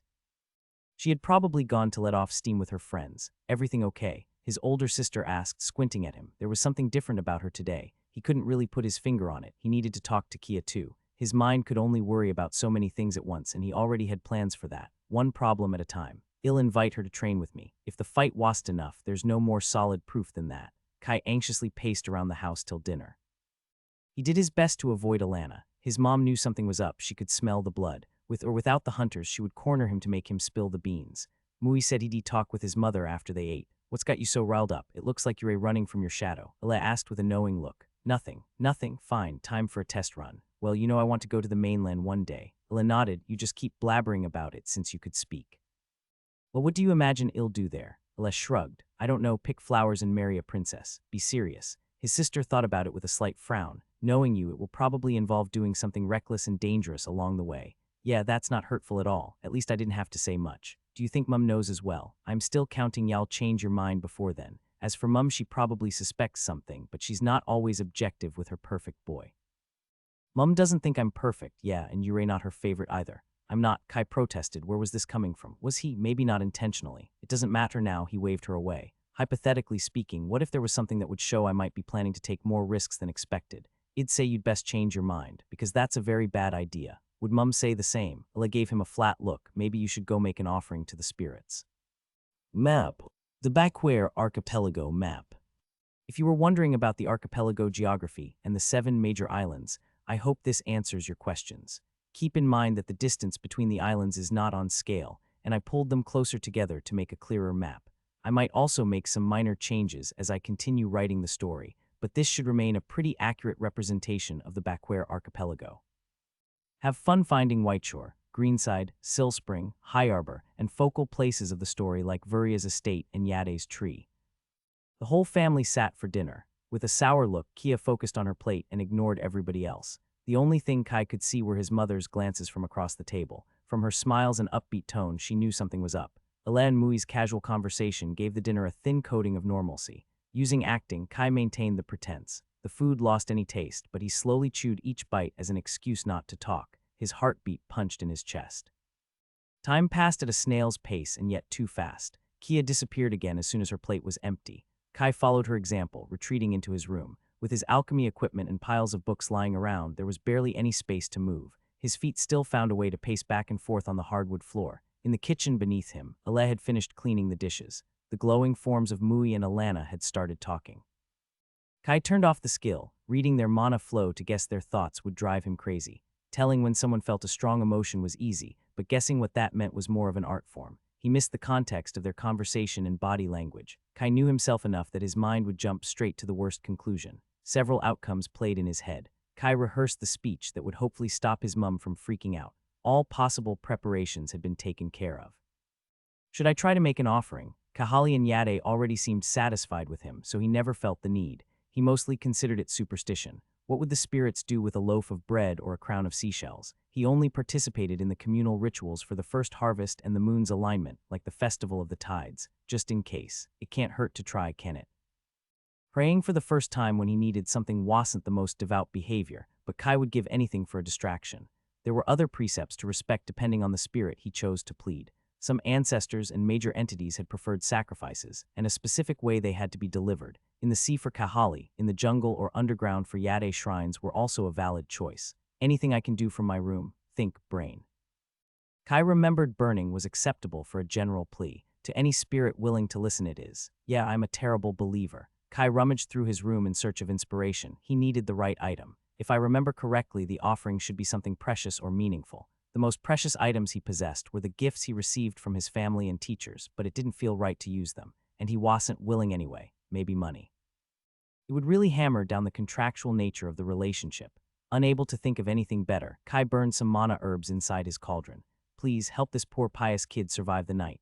As the smoke drifted toward his window, it was quite a sad sight. Hopefully, some benevolent spirit would take pity on him. A knock from the door made him jolt. His guts wrenched and he had to force his legs to move forward. His mother was standing by the door. Her face was a stony mask. Son, we need to talk, her nose scrunched. Did you burn something? No, let's take a walk then. Alana didn't inquire any further, marching downstairs. Outside, the last rays of twilight painted the horizon orange and red, creating long shadows on the streets. Their residential neighborhood was quiet. The houses were lit from the inside, with hardly anyone on the streets. Voices came from Pashtan, where the nightlife was in full swing. With skills to enhance hearing, privacy was a hard commodity in town. Lana faltered on the streets before making a choice. Kai followed her, gazed straight ahead, stewing in his own personal hell. Out of the northern gate, they reached the beach. Stalls and vendors sold refreshments and played music, while flocks of tourists and a few locals crowded around large fires talking and laughing. Keeping to the edge of the crowd, they moved further still. Finally, people and lights grew sparse. Here, the crashing of waves overcame the murmurs of people. The moons were the only source of light. Lana sat on a log by the shore. Silspring is a nice town, but sometimes it feels suffocating. Her casual tone made Kai's heart skip a beat. Stealing his will, he met his mom's gaze. Her impassive expression weighed down on him. He opened his mouth to say something, but the speech he prepared came up blank. Mui told me about your plans, Alana said. I guess it's my fault in the end. I was the one to insist we find a teacher. I should have known you'd learn combat magic. Are you not angry? Would that help change your mind? Would you stay if I asked you? Would you? I don't think anything could. Kai was taken aback by her plea. He wished he could give her what she wanted, but his decision was final. This was something he wanted, needed to do no matter the cost. I've lived longer than any teenager, but I still feel like a child. I've never traveled, lived by myself, or done adult things. Even before it was just as bad, I was always stuck in one place. I know it sounds stupid, but I want to go out there to find out who I am. He needed to experience life outside a bubble and challenge himself to see who he really was. What did he want? Did he truly crave adventure, or would he turn back at the first setback? Would he like to travel, or did value his safety and comfort more? On Earth, He once read that life was like an unending search for answers, and he still felt stuck at the starting line.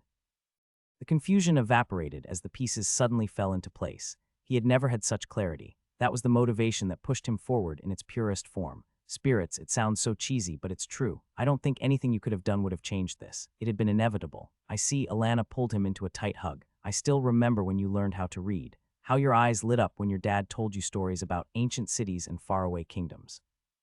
You always said you'd really visit those places one day. I'm sorry, Kai. This was not how he imagined this going. You have nothing to be sorry about, Mom. But you've told me you were different, special. You've told me how in your past you were unable to live like other people. Alana never brought that up. It had been years since they talked about it. I hoped if I ignored it and treated you like every other kid, you'd become one. Her voice broke, and she took several seconds to regain control.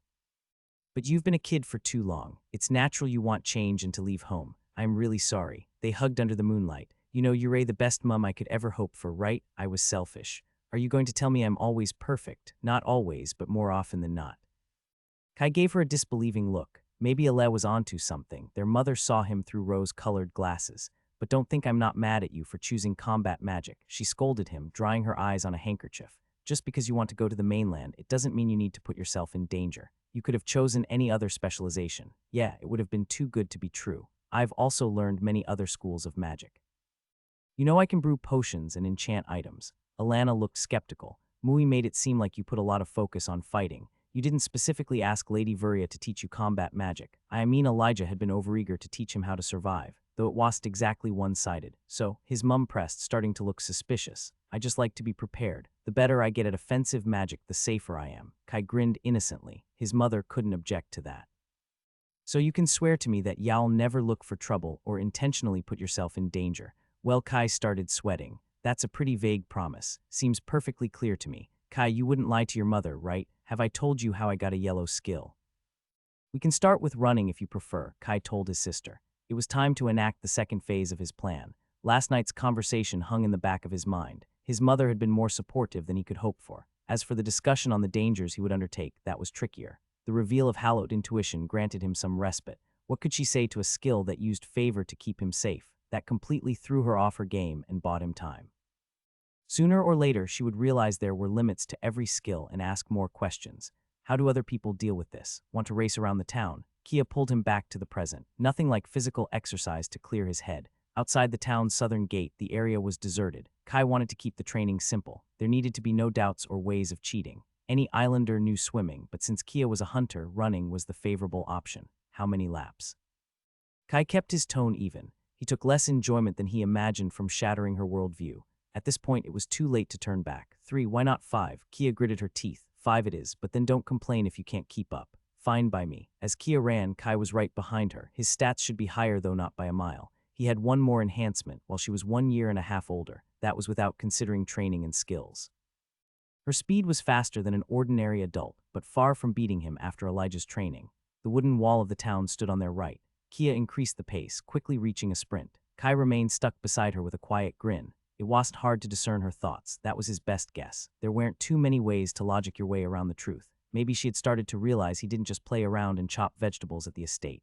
Magic wasn't the only field he had. Contrary to his expectations, Kia decided to slow down to a somewhat reasonable pace. Kai followed suit, ignoring her glares. A sprint or a marathon, it made little difference. Just a pinch of empower would make the competition meaningless, no matter how good her running was. Let's keep things interesting. Without skills, Kai took the run a bit more seriously and abandoned distracting thoughts. They passed the line of people exiting the western gate, continuing towards the shore at the northern end. Without a second of break, they turned back. Kia showed the first signs of fatigue but didn't slow her speed, though he could feel her relief as they spotted the southern shore and completed the first lap. 4 more to go. Amidst labored breaths, the sun rose higher and they began to sweat buckets. Kia also decreased her pace slightly. On the second lap, Kai began to feel fatigued, reminiscing fondly of his time with Elijah. If you can still walk once you're done, you haven't trained hard enough. During the third lap, Kia slowed significantly. Her complete focus was on the road ahead. Step by step, they made it back. As they were turning for the 5th lap, she stumbled and collapsed. Her face hit the ground before he could reach her with a burst of empower. Fuck, did I push it too far? Are you okay? Kai turned her body, panicked. She seemed fine. Luckily, she fell on a soft patch of grass. Her chest heaved up and down. She looked confused, then tears began to draw trails down her dirty cheeks. Oh damn, putting a hand in his pocket, Kai retrieved a potion from his spatial closet. Here, drink this. He raised her head to help her swallow. How did you do it? Kai was unsure of what to say. He wanted to tell her a lie to make her feel better, but that was exactly what led them here. I've been training like this every day for the last 5 years. My teachers were very demanding. He didn't know whether to be happy or sad as the full measure of his statement began to sink in. He could read the realization of her delusion in her cloudy eyes. It wasn't a nice sight. Let's go home. Kia didn't protest as he helped her up. Slowly, they made their way toward their house. Their haggard appearance raised more than a few eyebrows, so they avoided Pashtown. When he was about to turn the key to his door, his sister finally spoke up. Do you think we could train together again sometime? Sure, I usually train in the morning, but it's probably better if we wait a couple days. Okay, with a nod, she disappeared inside. That went as well as I could hope. If she doesn't burn down the house tonight, I say we're golden. Everything okay? Ella poked her head out the doorway, scanning him from head to toe. Did you two go roll over in the grass? His clothes were covered in dirt and green streaks, something like that. Mom won't be happy. Grass is hard to wash away. Ella stood in the hallway leaning on a wall. Something is different about you. Really? His sister smiled mysteriously. Kai took longer than he wished to admit to link the dots. You enhanced your race. Kai wanted to smack himself for not realizing it sooner. When did it happen? Exploring the underwater cave gave me the last push I needed, Aleb beamed proudly. Even counting a day to rest and prepare, she must have already enhanced her race yesterday. Damn idiot. As usual, Kai and Kia had sucked all the worry and attention, while Aleb waited politely by the side. We need to celebrate. Orange at 17 was an impressive achievement. The most exceptional islanders didn't manage it before 20. For those who only focused on their profession, they were usually closer to their 30s. Come on, we need to tell everybody. Kai grabbed his sister's hand, but Ale remained rooted in place. They were in the same grade now. I think Mom and Mui already know. Oh right, of course they did. He was the only one too swept up in his own problems to notice. To be fair, the last 2 days had been incredibly stressful. The talk with his mother and dealing with Kia monopolized his every thought. In any other circumstances, he would have realized sooner. But I didn't, and now I'm making up excuses. She had told me she was close. We should go buy something fancy to eat. What would you like? Let's buy her love with money. Just great. What type of cake does she prefer? Damn, I'm the worst brother. We've already bought everything for lunch and dinner. Alep plucked a blade of grass from his hair. Just go get cleaned up before Mom sees you. You're covered in mud. You only reach orange once. Yeah, and you did too. There's no need for a special celebration. That's different. I was away at the time. You couldn't have known. Kai crossed his arms. Tell me you wouldn't have done anything if I was home. Aled diverted her eyes. Finding that cave was already a huge help. I don't need anything else. I also put you in danger of a giant greedy clam. Okay, Kai temporarily backed down. There was no way he'd change her mind like this. Ask Mom what she likes. Ale can't complain after I've Al.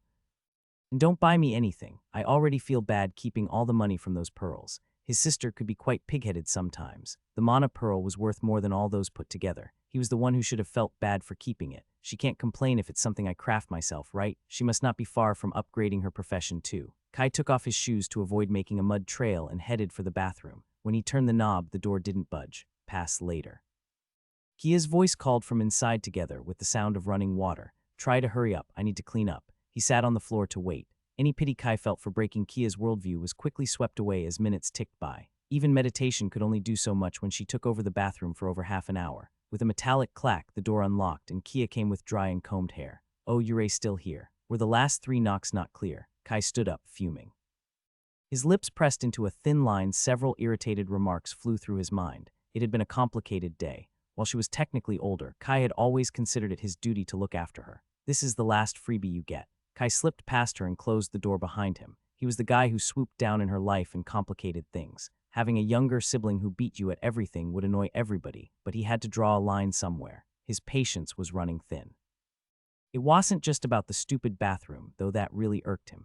Kai had been trying to help her for years, but she needed to put in some effort too. Getting out of his dirty clothes, Kai froze at the sight before him. Half the floor was covered in water, a towel was thrown in a corner, and the sink was filled with long hazel hair. Kai gritted his teeth. A lifetime in here and she left with this mess. The memory of the spotless, spacious rooms at the estate flashed in his mind. He should have appreciated them more. Living with his family was nice, but going from several private rooms to sharing his spaces with 4 people was a challenge. He had to make do when he was a child. Now there were other options. I need to buy a place for my workshop. Might as well add a bathroom and room. With a flick of his wrist, Kai commanded all the water into the toilet. Fixing the creases on the rug and organizing the bars of soap by color, he erased the most obvious signs of Kia's rampage. The neater atmosphere was calming. It would have made more sense to tidy up after he was finished, but a clean place helped give his mind a semblance of order, especially when he was upset. Okay, I might be a bit of a neat freak, but there are worse flaws. Kai jumped into the shower. The cold trickle was as sad as he remembered. He would fix it in due time. The enchanting schematics only needed the last touches. The only missing piece was making the right type of ink, and he could proceed. The sense of clean skin did miracles for his mood. By the time he was done, the bathroom was spotless. A mouth-watering smell hit him immediately. Lunch was almost ready, and clearly, Alana had been paying attention to Ales's enhancement. 2 lobsters marinated in a sweet and sour sauce of wild berries awaited him in the kitchen. And you complained about me taking too long. Kia gave him a sidelong glance. A vein pulsed on his forehead, but he forced himself to stay calm. This is Ales's celebration. Don't ruin it with pointless bickering. Mui set the table while Alana carefully watched the stove with Ale by her side.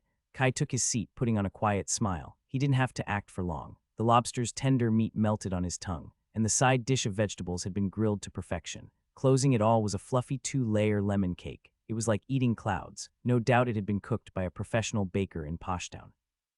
Congratulations, honey. We're so proud of you.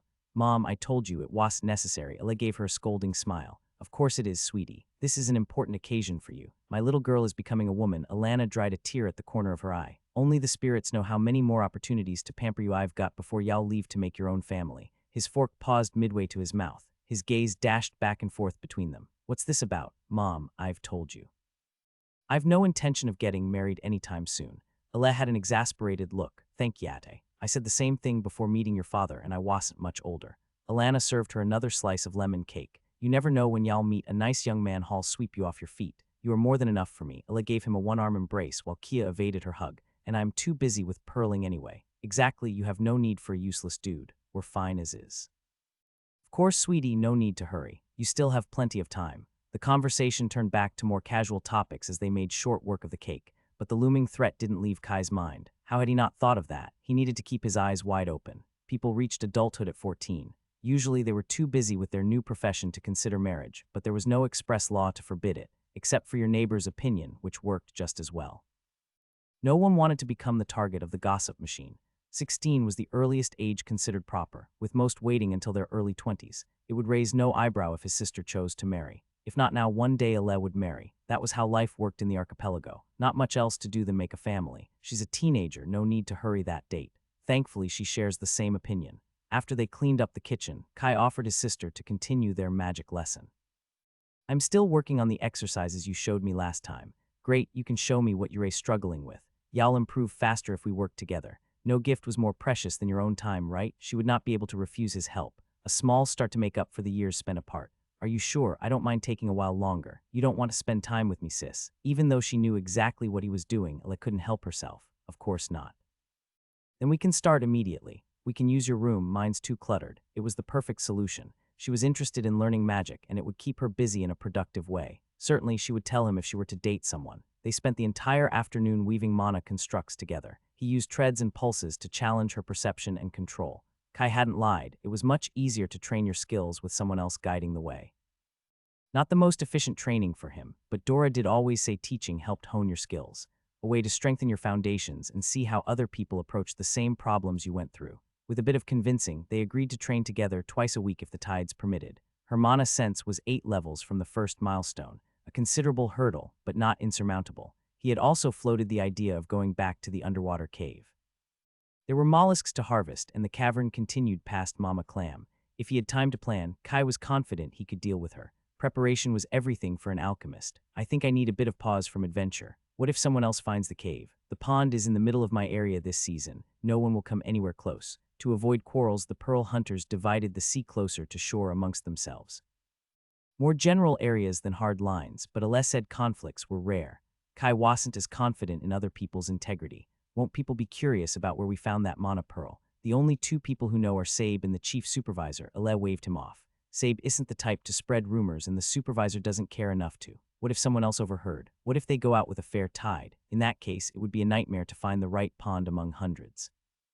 And the entrance isn't immediately visible even if you were to choose the right one. Anything else? Ale patiently smiled. Nope, we can wait a little. Let's say 2 or 3 weeks. Let's say after I evolve my profession. Ale closed the conversation. It wasn't a precise time frame, but she couldn't rush such an important decision. I can always go. Next day, Kai went out to scout for potential locations for his laboratory.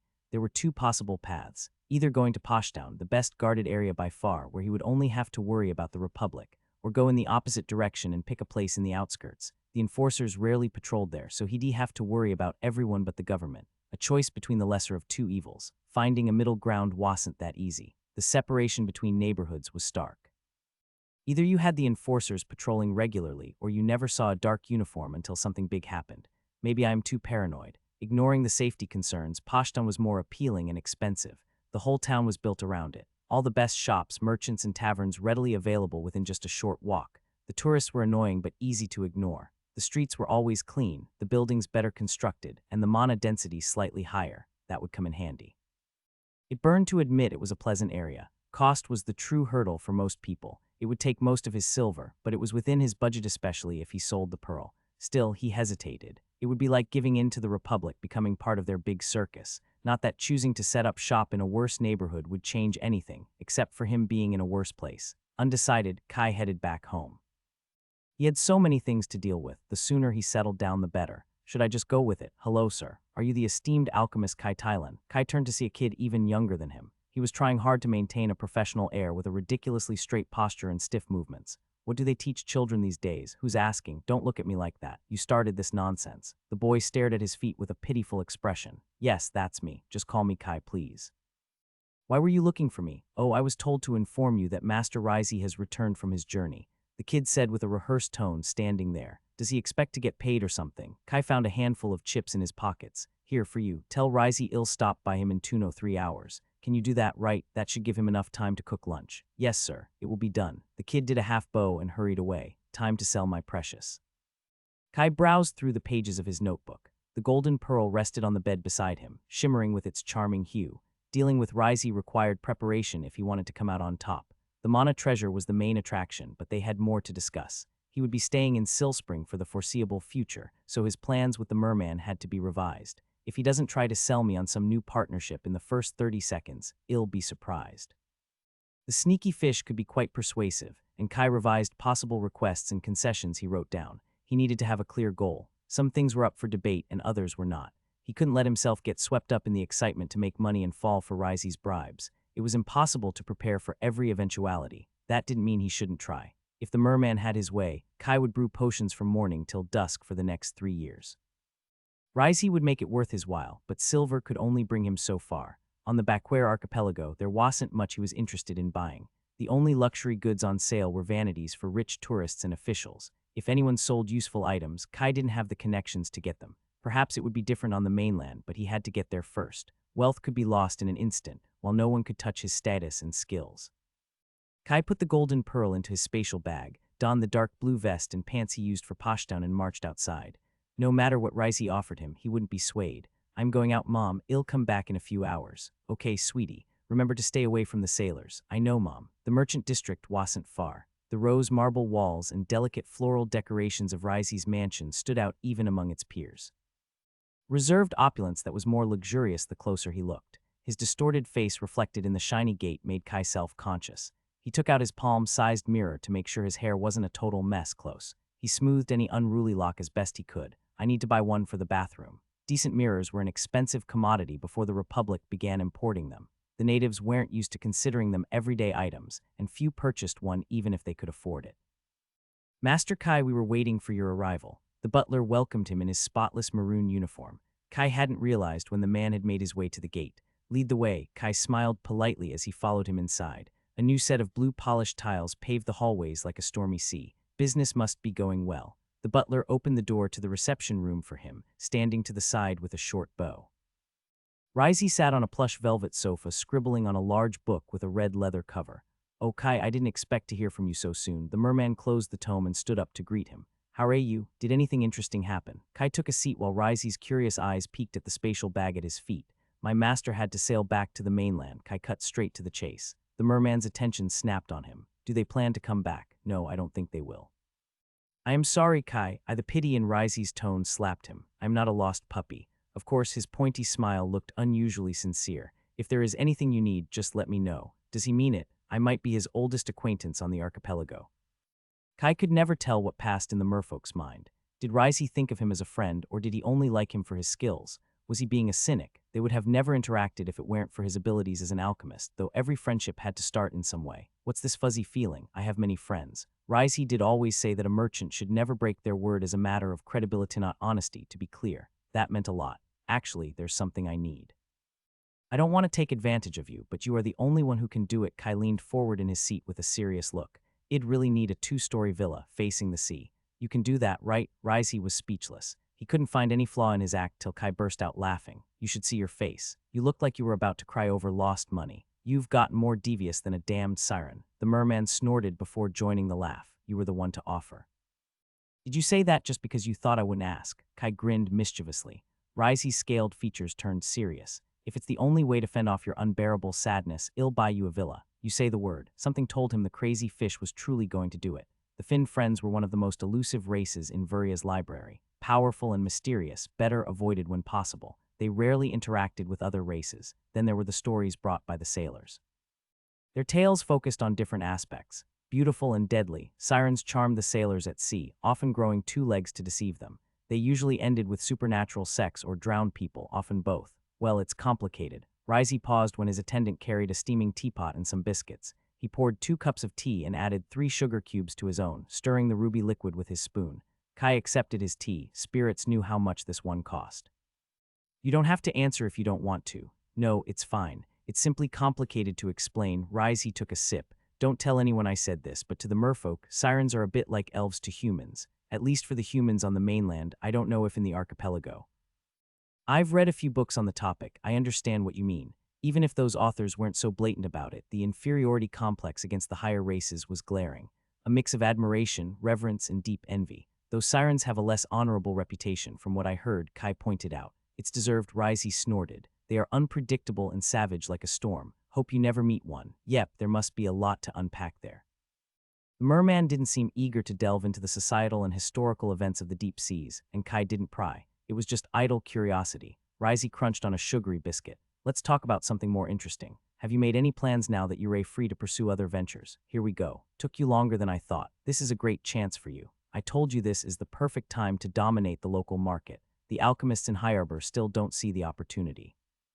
Kai let the merchant gush freely about his selling pitch, and he had to admit, Risey was a damned good salesman. According to him, Kai would be able to drown himself in gold in just a few years. But they had to act now. Time was of the essence. The merman's ruthless FOMO fear of missing out tactics made his determination waver. Don't follow the shiny coins like an idiot. Keeping his cards close to his chest, Kai cautiously fished for what he really wanted. He tested Risey's wiggle room.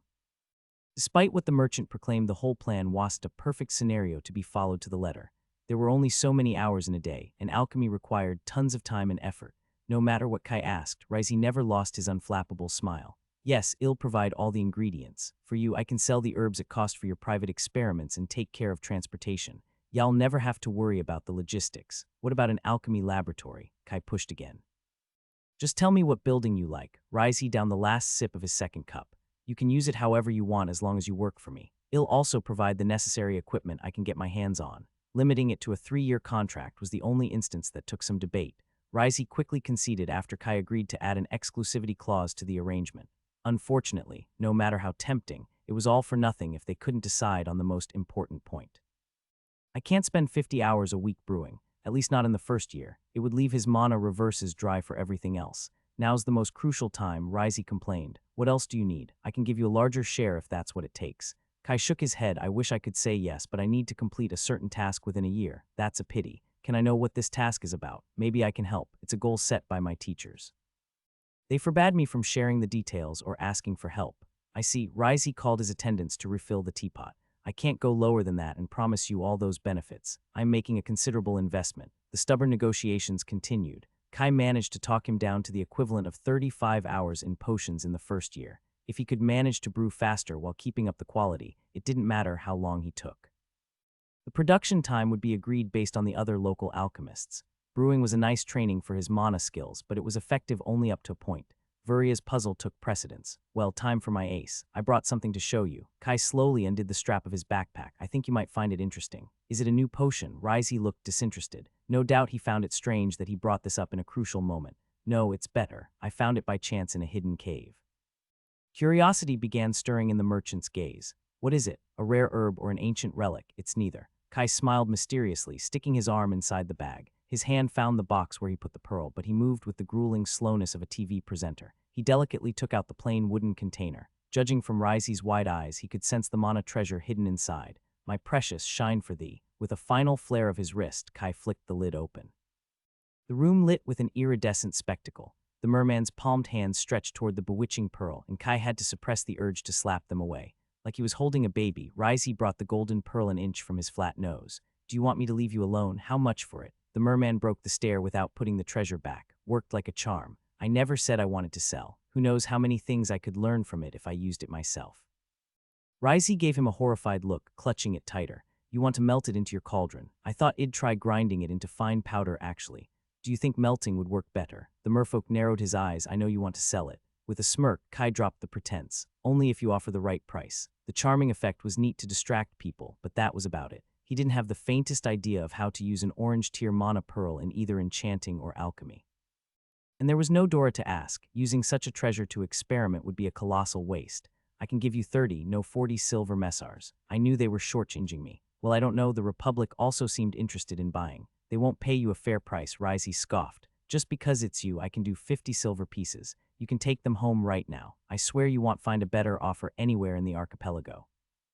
Such a sum wasn't something he could readily dismiss. It would literally double his current funds in the blink of an eye. Stick to the plan. I don't really need money right now, and I might get a better price when I go to the mainland from what you said. The merman grimaced at his mistake. You didn't bring it here just to show off, did you? Tell me what you want. Lower the weekly potions quota a little, at least for the first year, for the privilege of purchasing this mana treasure from you.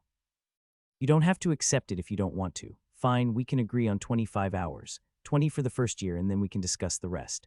Risey frowned without eyebrows. You're asking me to invest a lot in you. Have you ever lost money betting on me? Kai acted with the utmost confidence. The merfolk's blue lips curved into a smile. I can't say I have. Fine, we have a deal. With the biggest hurdle out of the way, it was only a matter of bargaining to find a compromise on the fine print. Threatening to keep the shimmering pearl hostage till they reached the final agreement worked wonders to loosen Risey's greedy clutches. A pleasure as always, Master Kai. The butler opened the gate for him. Oh, the pleasure was mine, Alfred. Kai left behind the confused butler, whistling a happy tune. Who knows, maybe Mama Clam would make another pearl by the time he went back. With his fortune reaching a gold messar, he was properly rich. A notification flashed in the corner of his vision. Ding. Acting has reached LV 100. Requisites for skill evolution met. Congratulations.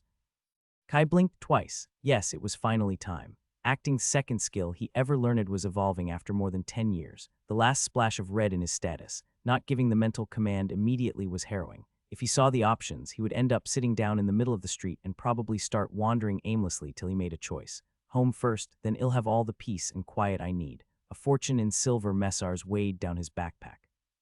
He hadn't used the spatial ring in front of Risey. Even though he trusted the merman, the fewer people knew the better. Driven by eagerness and paranoia, Kai flew through the streets. The white door was within his sight when a very inopportune man stood in his way, forcing him to stop. You seem particularly cheerful today. Captain Zareth peeked at him curiously. I heard your sister found quite the catch a few days ago. Spirits, if he has a skill to appear at the least convenient time, I wouldn't be surprised. Salvation was within his grasp, hidden behind the towering man. Is there anything I can do for you, Captain? I really need to get home, it's getting quite late. The sun hid behind the line of buildings. Time flew by while he bargained with Risey. I simply wanted to say hi, kid. No need to worry. You haven't been up to any mischief, have you? Of course not. My master taught me to be respectful. Even when someone is as aggravating as you. The man's gaze was unnerving, like he could garner all his secrets if he stared long enough. Was he here for the pearl or just to torture him? Too bad I've already sold it. So I assume you're aware that luxury goods sold without a vendor license are subject to a 30 fee, right? Because trying to evade taxes is equivalent to stealing from the Republic, and that's a serious crime. Surely Risey would have told me if that was something I needed to worry about. Kids would get a reduced sentence, Zareth casually added, and they might avoid punishment entirely if they pay a fine equal to 3 times the stolen amount. Cold sweat ran down his back. Only acting kept Kai from betraying himself. Keep calm, he's just bullshitting. Worst case, he doesn't have any proof. I'm not sure why you're telling me this. I've not bought any expensive goods lately. Kai furrowed his brows in confusion. If that is all, Mom is waiting, and she gets angry if I come back too late.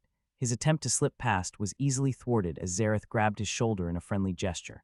Starting a contest of strength would be pointless. Whether to consider pearls as luxury items is debatable. Both parties would be allowed to argue their case, and it would be up to the local judge to decide. Unfortunately, there isn't one in Sill Spring. In a new territory, such as the archipelago, that duty falls on me. Oh, fuck me. I'm not sure what you're insinuating. Nothing. None of that is a problem since you must have used a licensed intermediary to sell the pearl. Right, kid. Zareth let him go. Yes, I obviously wouldn't deal with a merchant personally. It's better to leave it to a professional. Well, that's a relief then. You know, some officers got curious. Zareth ruffled his hair. Now, don't make your mother worry and bring her my regards for raising such a wise kid. Before Kai could understand what was going on, the captain left, leaving him in a daze.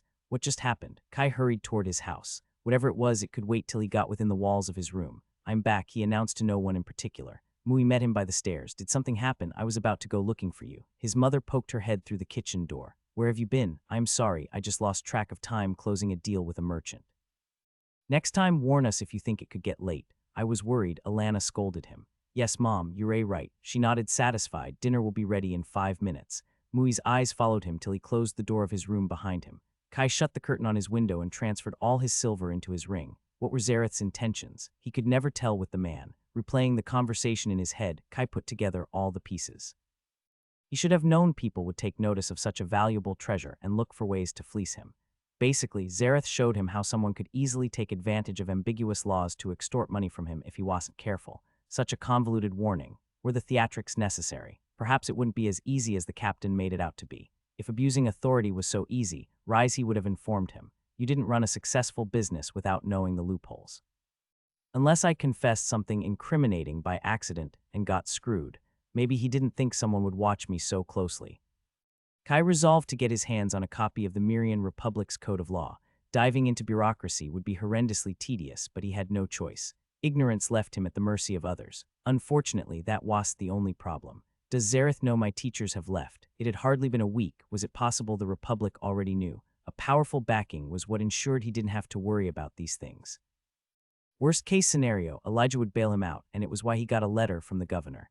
Is it too much to hope they'll leave me alone? Kai could only hope his favor would pull him through. He'd need to stay vigilant. If he attracted unwanted attention, it wouldn't be long before trouble found him. Dinner is ready. Alana's muffled call came from downstairs. The cheerful atmosphere around the dining table quickly turned his mood. Even Kia looked not cranky. Despite the cold shower he received, this had been a great day, and it was only about to get better. With a full stomach, Kai excused himself and returned to his room. Before a meteor could fall from the sky to interrupt him, he summoned the guide and gave the go-ahead. Ding. Acting LV 100. As you reach the final milestone, you are presented with 4 choices to continue your journey forward. Acting Advanced Level 1. Push the limits of your performance to new heights and perfect the nuance of human expression. Improvisation Level 1. Never be caught unprepared, no matter the circumstances. Before the cold edge of a blade or a crowd of thousands, you'll always know what to say and do. Calculating Performer Level 1. With the right words and gestures, nudge people toward the result that best suits you. Make them dance in the palm of your hand like puppets on a string. Method Acting Level 1. Inhabit the character you want to perform without faltering or misstep. No act or lie is more convincing than the one you yourself believe is true. His eyes flew through the lines, torn between the desire to know everything and grasp the details. His last red skill certainly didn't disappoint. 4 evolutions was one of the highest numbers he had archived. Though he never specifically trained it, he had used acting in a myriad of circumstances over the years. Now he was going to reap the rewards. The evolutions were assigned in the order they were first unlocked. At the forefront was the one everyone got, Acting Advanced, a straight-up upgrade that would leave his future path wide open. That didn't mean it was a bad choice. While Kai could make himself act however he wished, his performance wasn't perfect. Human emotions were complicated. He could cry and laugh at command, but selling those impressions to an observant audience wasn't easy. He had learned that lesson the first time he came to Sill Spring. Expert enforcers could tell when he was using acting. If he got this option, who knew? He might be able to trick even the most seasoned officer. Naturally, if there was a skill to lie, there must also be a skill to see the truth, though such an ability shouldn't be too common. Let's get to the fun stuff. Improvisation was similar to the specialization he took at the first milestone, and likely the reason he gained this evolution. If he wanted a skill to react to unexpected events and get him out of troublesome situations, this would be perfect. It wasn't fancy or mystical, but it would come to his aid when he needed it the most. Preparation was the key to safety. When that failed, it was nice to have a safety net. his attention moved to the more curious choices. Calculating performer was basically a skill to become a manipulative schemer. Spirits knew why he got that offered. Fine, I know, guilty as charged. There was only one problem. How to put it. The skill sounded like the toolkit of a villain who pulled the strings from the shadows. Descriptions were aspirational. They depicted what a fully realized skill would do. It wouldn't magically transform him into a great mastermind at level 1, but it would open a path to get there. The guide was neither good nor evil, even though calculating performer probably wasn't made for a righteous hero. Don't fall for whispers of the dark side. Jumping to the final option wasn't a great distraction.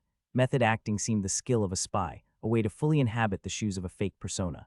This time, Kai was truly puzzled about how he got this. I guess I've occasionally made up characters to fit into a situation. The innocent male boy in Greenside, who sold potions on behalf of his reclusive master, came to mind. There was also the rich scion who walked into Poshtown and dealt with merchants, or the perfect son who is always fine. Plus a ton of other minor characters who lived and died within the same day. Impersonating someone different could be useful at times. Yes, I've dabbled a tiny bit. It was an interesting choice. No matter where he went, he would be able to create a role that fit in, though the last line about believing the lie himself wasn't the most reassuring. Method acting was performative, not an ability that would be easy to cast aside when the show was over. These last two skills sound shady as shit. Kai reread the 4 paths he could take twice to garner as much as possible. The guide didn't require a high grade before it began to tailor the descriptions to him. The wording itself was likely influenced by his knowledge, which meant his interpretation of their purpose should be correct. I need to make a choice, yay. Using a tested and proven method, Kai worked by exclusion. Discarding acting advanced was an easy start. A vague potential for the future wasn't enough.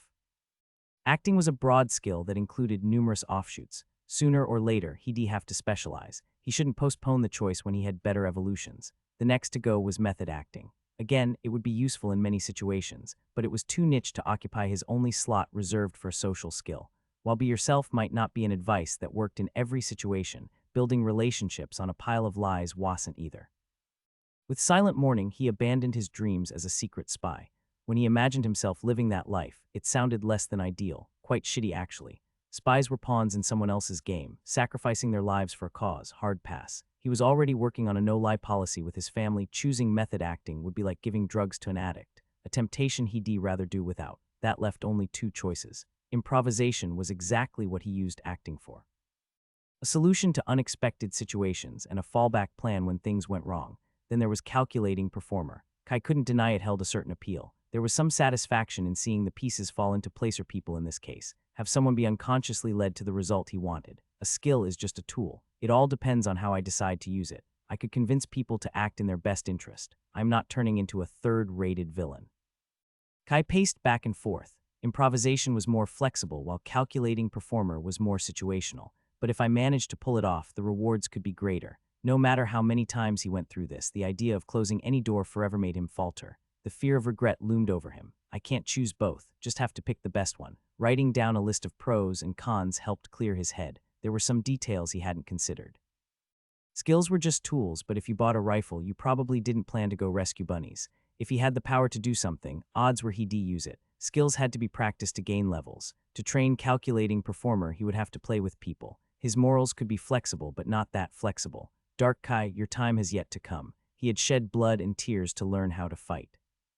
Endured countless migraines, and diligently practiced mind-numbing exercises to cast spells.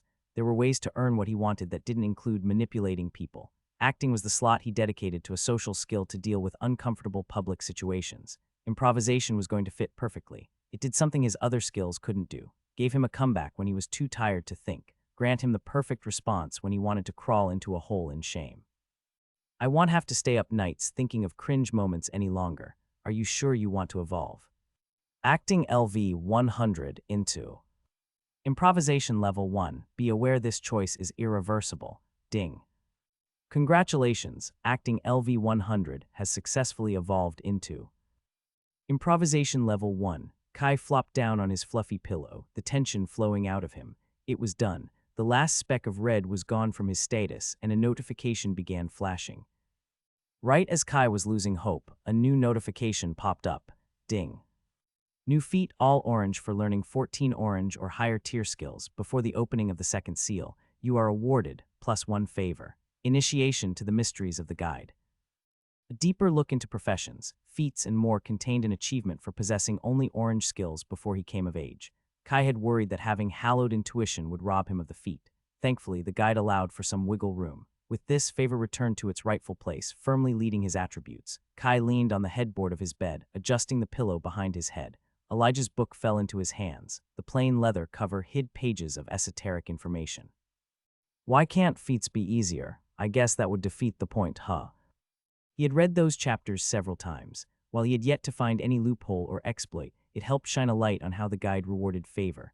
The author divided achievements into two unofficial categories, milestones and accomplishments. Till now, Kai had almost exclusively gotten the first. Milestones were the most straightforward, achievements that worked for every person in the same way. These included the status feats for race and skills, but also for hunting awakened beasts or surviving close death encounters. What they all had in common was the clear set of requirements that would grant him favor if correctly satisfied. Then there were accomplishments, the more ambiguous bunch. While milestones worked for everybody, these strictly depended on his own circumstances. The examples the book gave were one more ridiculous than the other. Saving a town from certain destruction, making a revolutionary invention, discovering a forgotten realm, or winning a war. Difficult deeds tied to a specific situation and impossible to repeat in the same way. The accomplishments didn't necessarily have to be so grand. For a common person, building a successful business from the ground up or establishing a new settlement could also work. The metrics were the difficulty of the task, the impact on the world, and the grade of self-reliance needed. For a king, using his wealth or status to enact sweeping changes would never reward anything. At most, a parent or a mentor could set you up for success by placing you in a favorable situation. It was a question of balancing help and challenge. One more suggestion might lose you the chance to gain a feat. Mysteries of the guide made clear the guide couldn't be deceived. No matter how smart somebody was, there were no records of anyone ever succeeding. That raised a different set of questions regarding its origin. How did it follow strict rules while adapting and making exceptions? The author supported the theory that the guide was an intelligent entity. Though Vuria had often repeated him, there was no definitive proof, only questions and theories. The critics pointed out how the guide only reacted to people's actions, never taking a proactive approach. As a demonstration, it couldn't be a conscious being with a will. What a headache. Understanding the underlying mechanisms was interesting, but it had fewer practical applications than he'd like, at least in the short term. If there was any easy feat, it had to be in the chapters with the don't read warning. Kai put the book back into his spatial closet with a sigh. I can only strive to be my usual exceptional and humble self. The knowledge of milestones gave him objectives to strive towards, but it couldn't help him reach them any faster. Hunting a yellow-tier beast sounded like a good way to get himself killed. As for accomplishments, those were harder to predict and would push him into the spotlight. Perhaps plotting a revolution against the Republic might work if he disregarded the bloody consequences. Kai hoped to keep a low profile until he got a profession. Attention was like a bright light that blinded him and attracted blood-sucking mosquitoes. Without anyone to watch his back, he'd rather do without. Maybe Risey got a feat for his business weight. Could I get one too by brewing potions? The merman's talk about dominating the local market echoed in his mind. Even though he could never know for sure with accomplishments that checked all the boxes, making money would catch attention, but he had already accepted he couldn't hide his alchemy. He had been the apprentice of a powerful and mysterious master. Something exceptional was to be expected. Better to show them that than any of his fighting capabilities. Earning money would make him a valuable asset, while being able to cast offensive spells made him a threat.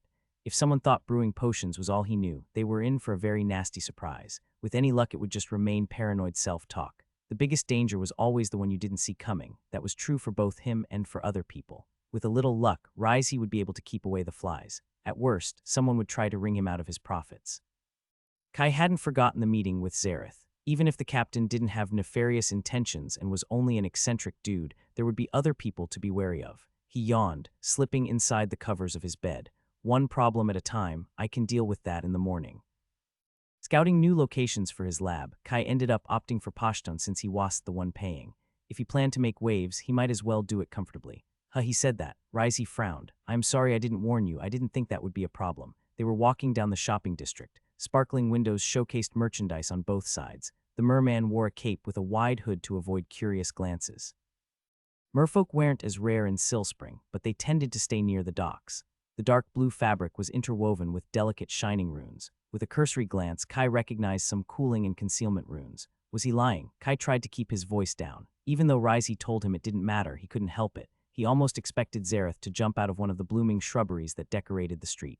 Yes and no. That would be a large stretch of the law close to outright theft.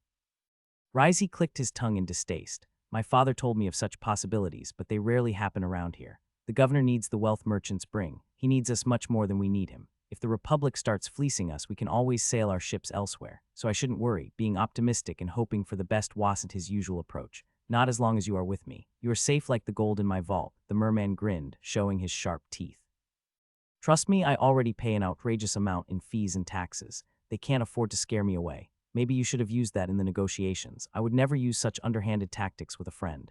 Kai looked at him with skepticism. You didn't think of it. Fine, I didn't think of it, Risey admitted with a shrug. In my defense, that would have been hard to sell as a real benefit before you met that officer. You were too eager to get my shiny pearl. Yeah, the best deal of the year.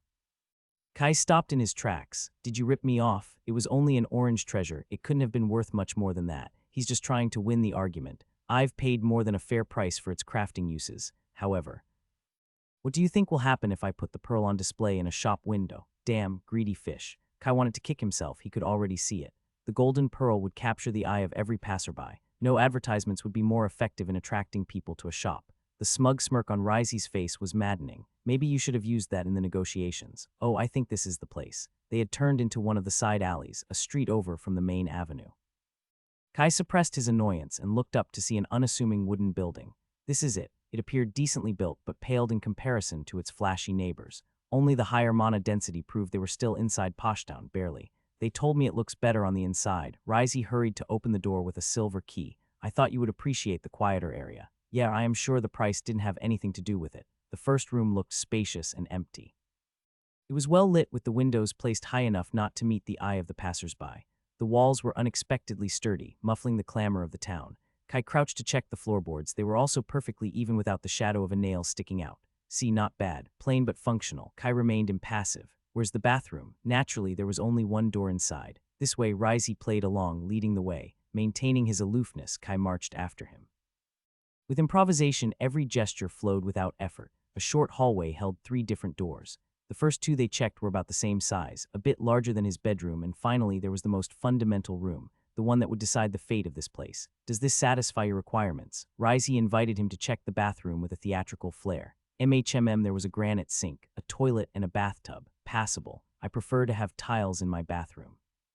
His foot tapped on the wooden flooring. I'll take care of that and furnish the place to a reasonable degree, Risey generously conceded. Excellent, Kai gave a curt nod. Testing the faucet of the sink, a cold jet of water touched his fingers, twice as strong as the one at home. Same with the bathtub. He could even see a few runes shine in the piping. No doubt the privileges of choosing Poshtown. I knew those cheapskates were holding out on me. This can work, Kai reluctantly admitted. I'll need supplies to add a heating enchantment. Risey stared at him, baffled. You can do enchantments too. Oops, I forgot he didn't know yet. I dabble, but I'm not nearly as good as an alchemist, Kai said dismissively before the merman could get any idea. From the thoughtful look in Risey's blue eyes, he wasn't sure he was successful. Write me a list of what you need, and I'll sell them at cost. Isn't this part of the furnishing? And this building is still yours. It'd be increasing the value of the property. Risey weighed the options with a calculating look. Fine, send a list to my mansion. And people say merfolk are all greedy. Kai smiled brightly. Making the proper ink required testing, and who knew he might even get enough for his family bathroom. Risey scoffed. Don't make me regret it. We need to discuss what potions you are going to brew, their quantity and quality. I can't wait to start as soon as the place is ready. It won't take more than a week, you have my word. The next few days flew by. Shopping for his new place with someone else's money was great. The budget for furniture was a few silvers, still more than Kai was used to spending. He had never bought much apart from mana herbs. All he had to do was point at something, and the crew Risey hired would figure out how to carry it to his new place. It was amazing. No need to worry about logistics or bureaucracy. Who knew ordering people around was so much fun? He practiced mana skills with Ale, while in the mornings he trained with Kia.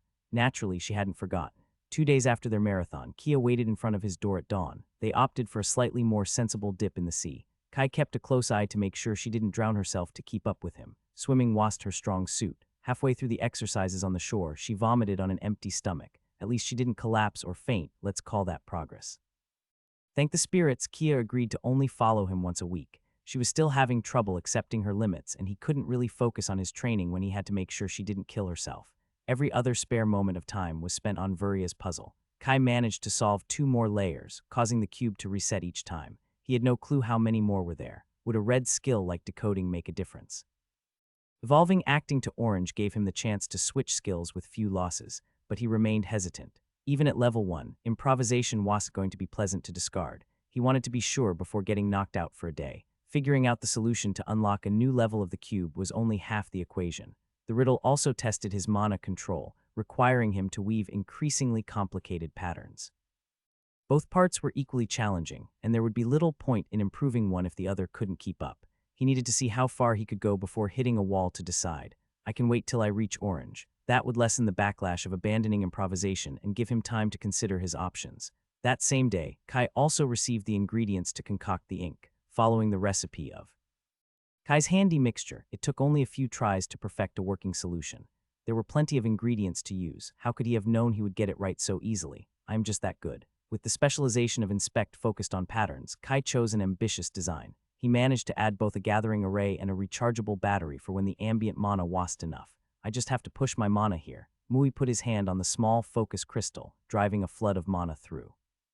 The runes shone to his naked eyes. Kai barely had time to pull away his hand before the array burned out, not that fast. He dashed in front of the shower to protect it. The network of runes and ink were holding, though he noticed a few lines fizzling. You said I just had to push my mana inside. Mui pointed out without an ounce of shame. Damn brute. Ale was able to get it on the first try. I didn't say to push half your mana at once. It wasn't that much. The hunter looked more radiant than usual. I am still getting used to the changes. What do you mean? No, not when I am so close to reaching you. You didn't. Mana sense quickly confirmed it. Mui's mana veins were blinding. Just this morning. You aren't the only one training. The hunter looked entirely too pleased with himself. Congratulations, Kai shoved the word out of his throat. Now that he knew where to look, the signs were obvious. The tiny creases around Mui's eyes were gone, and his skin was practically glowing. That wasn't the effect of a night of good sleep or a new skincare routine. Advancing your grade didn't technically make you younger, but Mui sure didn't look like a man in his 40s. Kai couldn't tell if it was a heartfelt wish or a tease, probably both. Then you can take mana sense and see the enchantment for yourself, right? He waved to the array in the shower. Well, Mui's eyes vainly darted around the bathroom before coming back on him. Yes, Kai took a step forward. You don't have any more excuses. I guess you're right. I'll take it and see how it goes. What's with the gloomy look? No need to thank me for convincing your thick skull to take one of the most useful skills. Kai forced himself to stay calm. I've been showing Ale a few exercises to practice her mana skills. You can join us for the next session. Be curious to see how advancing your race affects your mana. Well, practice tomorrow afternoon if that works for you. I don't want to bother you too. No problem. The more the merrier. You're a part of the family now. Kai squeezed through the door past him before the hunter could change his mind. The ancestors grant me patience. Making people act in their best interest is exhausting. With a knock, he entered Ale's room. His sister sat on a desk stringing a necklace of clear water pearls. Clatter of threads, pearls, and tools lay around her broke the perfect order of her bed sheets and folded clothes. Do you know that Mui Kai didn't need to finish the sentence? Yes, of course you do. He stood awkwardly on his feet. The covers of her bed were so perfectly pulled it felt like a crime to sit down. It took you only a few hours to notice this time. Ale put down the necklace to look at him. Sorry, I didn't want to tease you. No, it's fine. When did you realize? I'm not sure, about a week ago. Kai frowned his brows. Mui said he only advanced this morning. Yes, he did, but I knew something was up. I asked him what was going on and he told me. Kai plopped down on the bed and Ale came to sit beside him. Are you okay, little brother? Do I not pay enough attention? That's not what I meant. It's pretty hard to tell what Mui's thinking, and you've been living with us only for a short while. It has certainly been a pretty hectic week organizing the new place. There's always an excuse, isn't it? How are you doing, sis? Good, why, spirits? She finds it weird, I asked. When was the last time I did? Just wondering. If you ever need something, I am here. In their talks, she never brought up the problems she struggled with. Same for you. Remember, I am the big sister. After chatting about random stuff with Ale, Kai went down to help his mother in the kitchen. Despite Mui's protests, the house buzzed into a frenzy of activity to celebrate his feat. I'm proud of you, honey, Alana said. They shared a quick kiss, the 7th little peck of today Kai had been counting.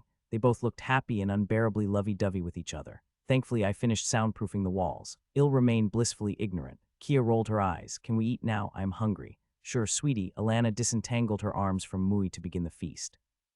The hunter was about to stand when she stopped him. Just sit. This is your day. Even though Mui wasn't used to being the center of attention, Kai had never seen him smile so much. Waking up with a blissful silence, Kai was the first one downstairs. The stove was cold and there was no trace of their mother. Good morning, Ale greeted with a yawn. Do you need a hand with those eggs? Without waiting for an answer, she took the pan and skillfully shaped an omelet.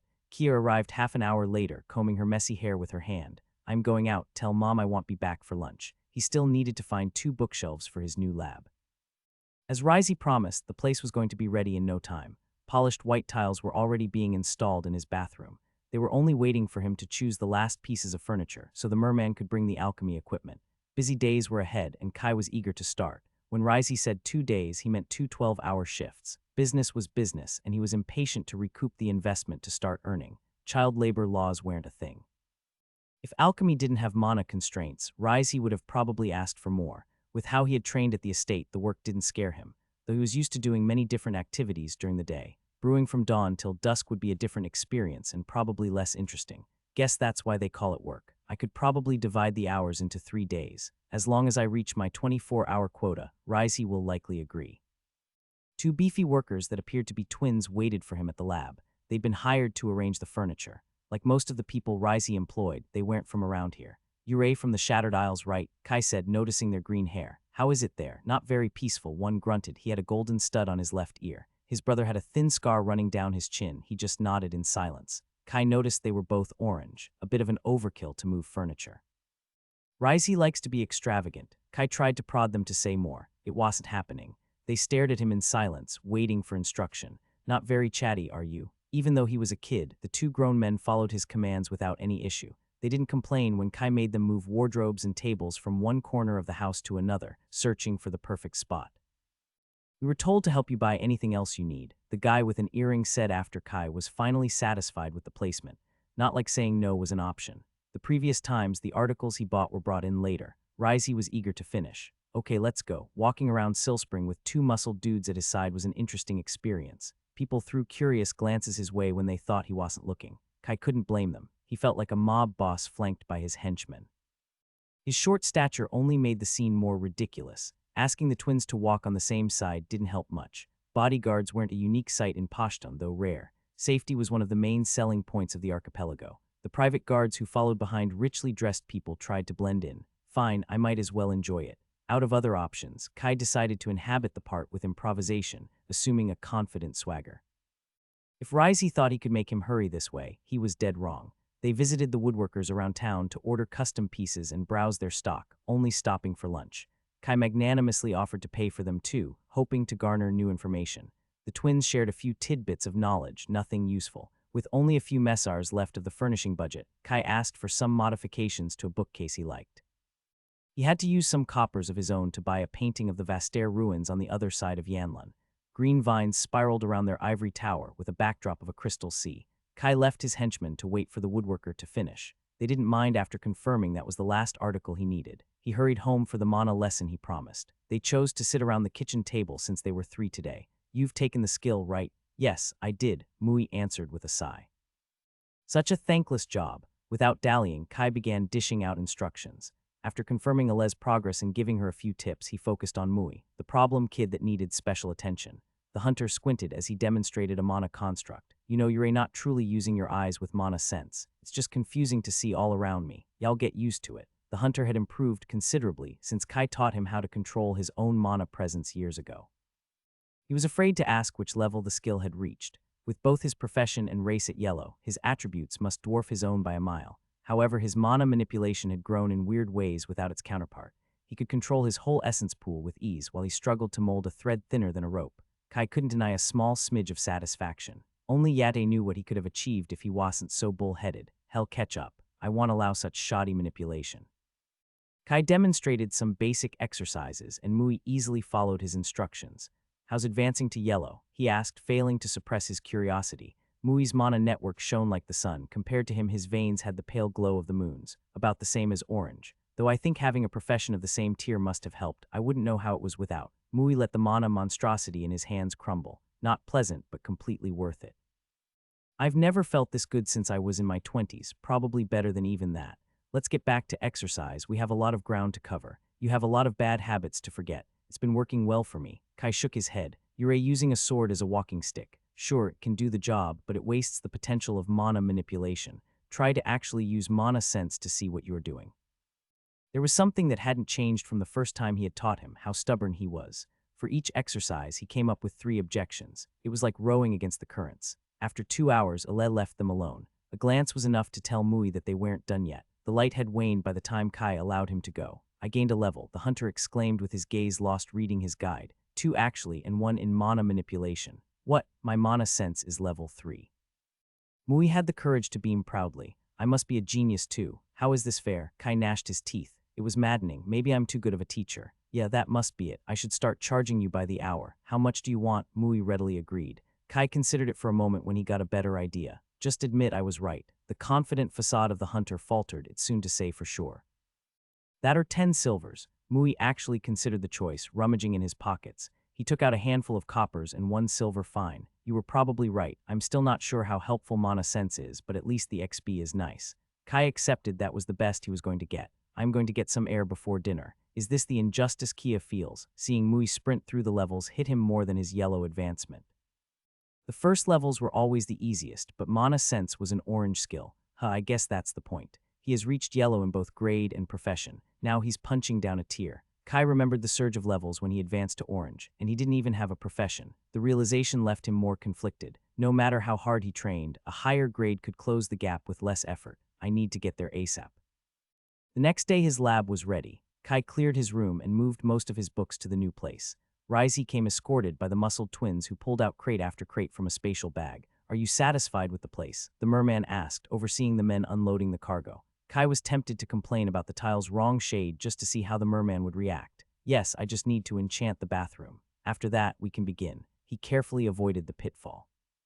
From how the merman's smile lost half its brightness, it wasn't just paranoia. I see well, do you want to check what I got for you? He waved to the twins who had finished pulling out the boxes. I do, an alchemist can't work without the proper equipment. I'm sure what I found will be more than adequate. Most of the crates contained mana herbs and were put in one of the back rooms that worked as temporary storage, but a dozen smaller boxes had been placed on the workbench. With his usual flair, Rizey began unpacking. A sea of scalpels, sieves, burners, and glassware of various forms and sizes took over every free surface in the room. Kai stoically observed everything, trying not to glance at the tools he had never seen before. A good alchemist doesn't need all this fancy stuff. This is the cauldron to test new recipes, Rizey said, unveiling a shiny metal object with delicate runes carved down its surface. Kai took a closer peek. There were a dozen switches and levers. Was this still a cauldron? If it worked half as good as it looked, he couldn't wait to try it. Dora was indeed a bit frugal with these things. His trusty old cauldron did the job, but he wouldn't mind getting an upgrade. And this, Rizey caught his attention, struggling to open the last crate for its size. Is the cauldron Yao used to scale production? A black hunk of metal was revealed. A network of thousands of runes was interwoven around an unknown number of knobs and dials.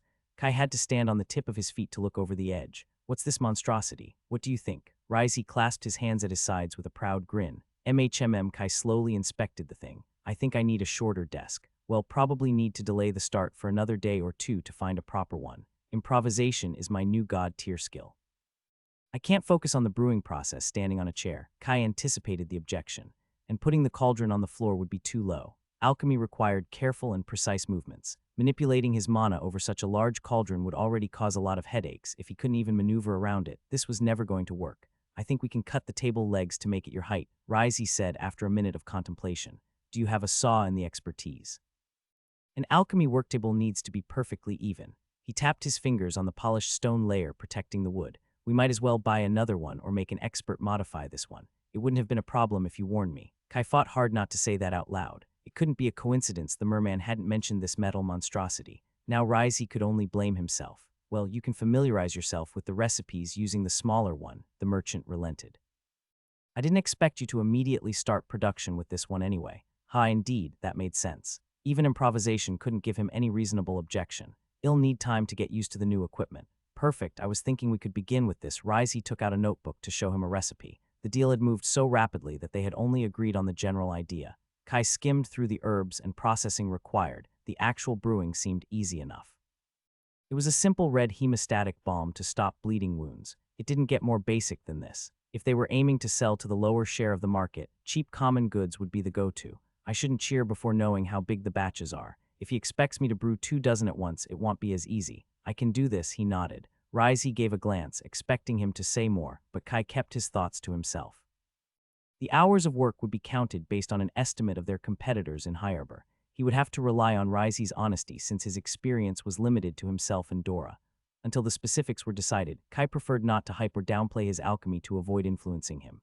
Business is business. He'll verify his claims later. What else did you have in mind? Accepting his silence, Risey showed him 10 different recipes. They had common and useful effects for the most part. Do I really need to make a perfume and a skin moisturizer? It's a de-aging serum, actually.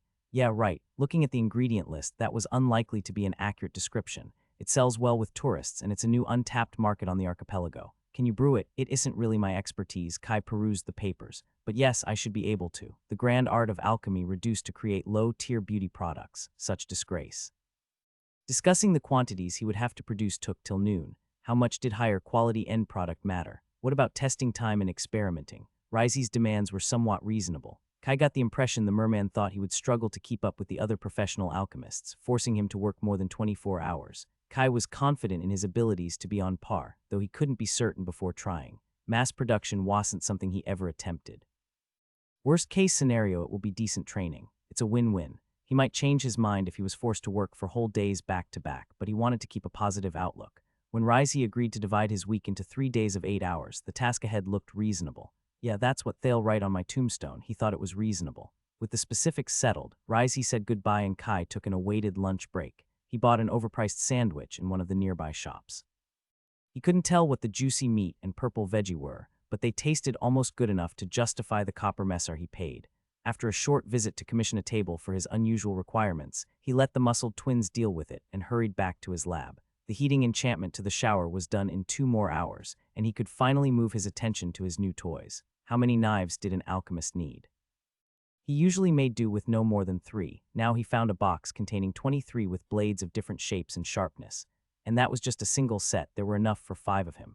Right now, the room looked more like a shop than a lab. How does this even work? Kai fiddled with a strange metal contraption. He was reasonably sure it was a grind of some kind. There were dozens of tools to slice, mince, and mash he had never used. He couldn't even guess how half of them worked. No need to panic. You've been brewing potions for years. Mortar and pestle have always worked just fine.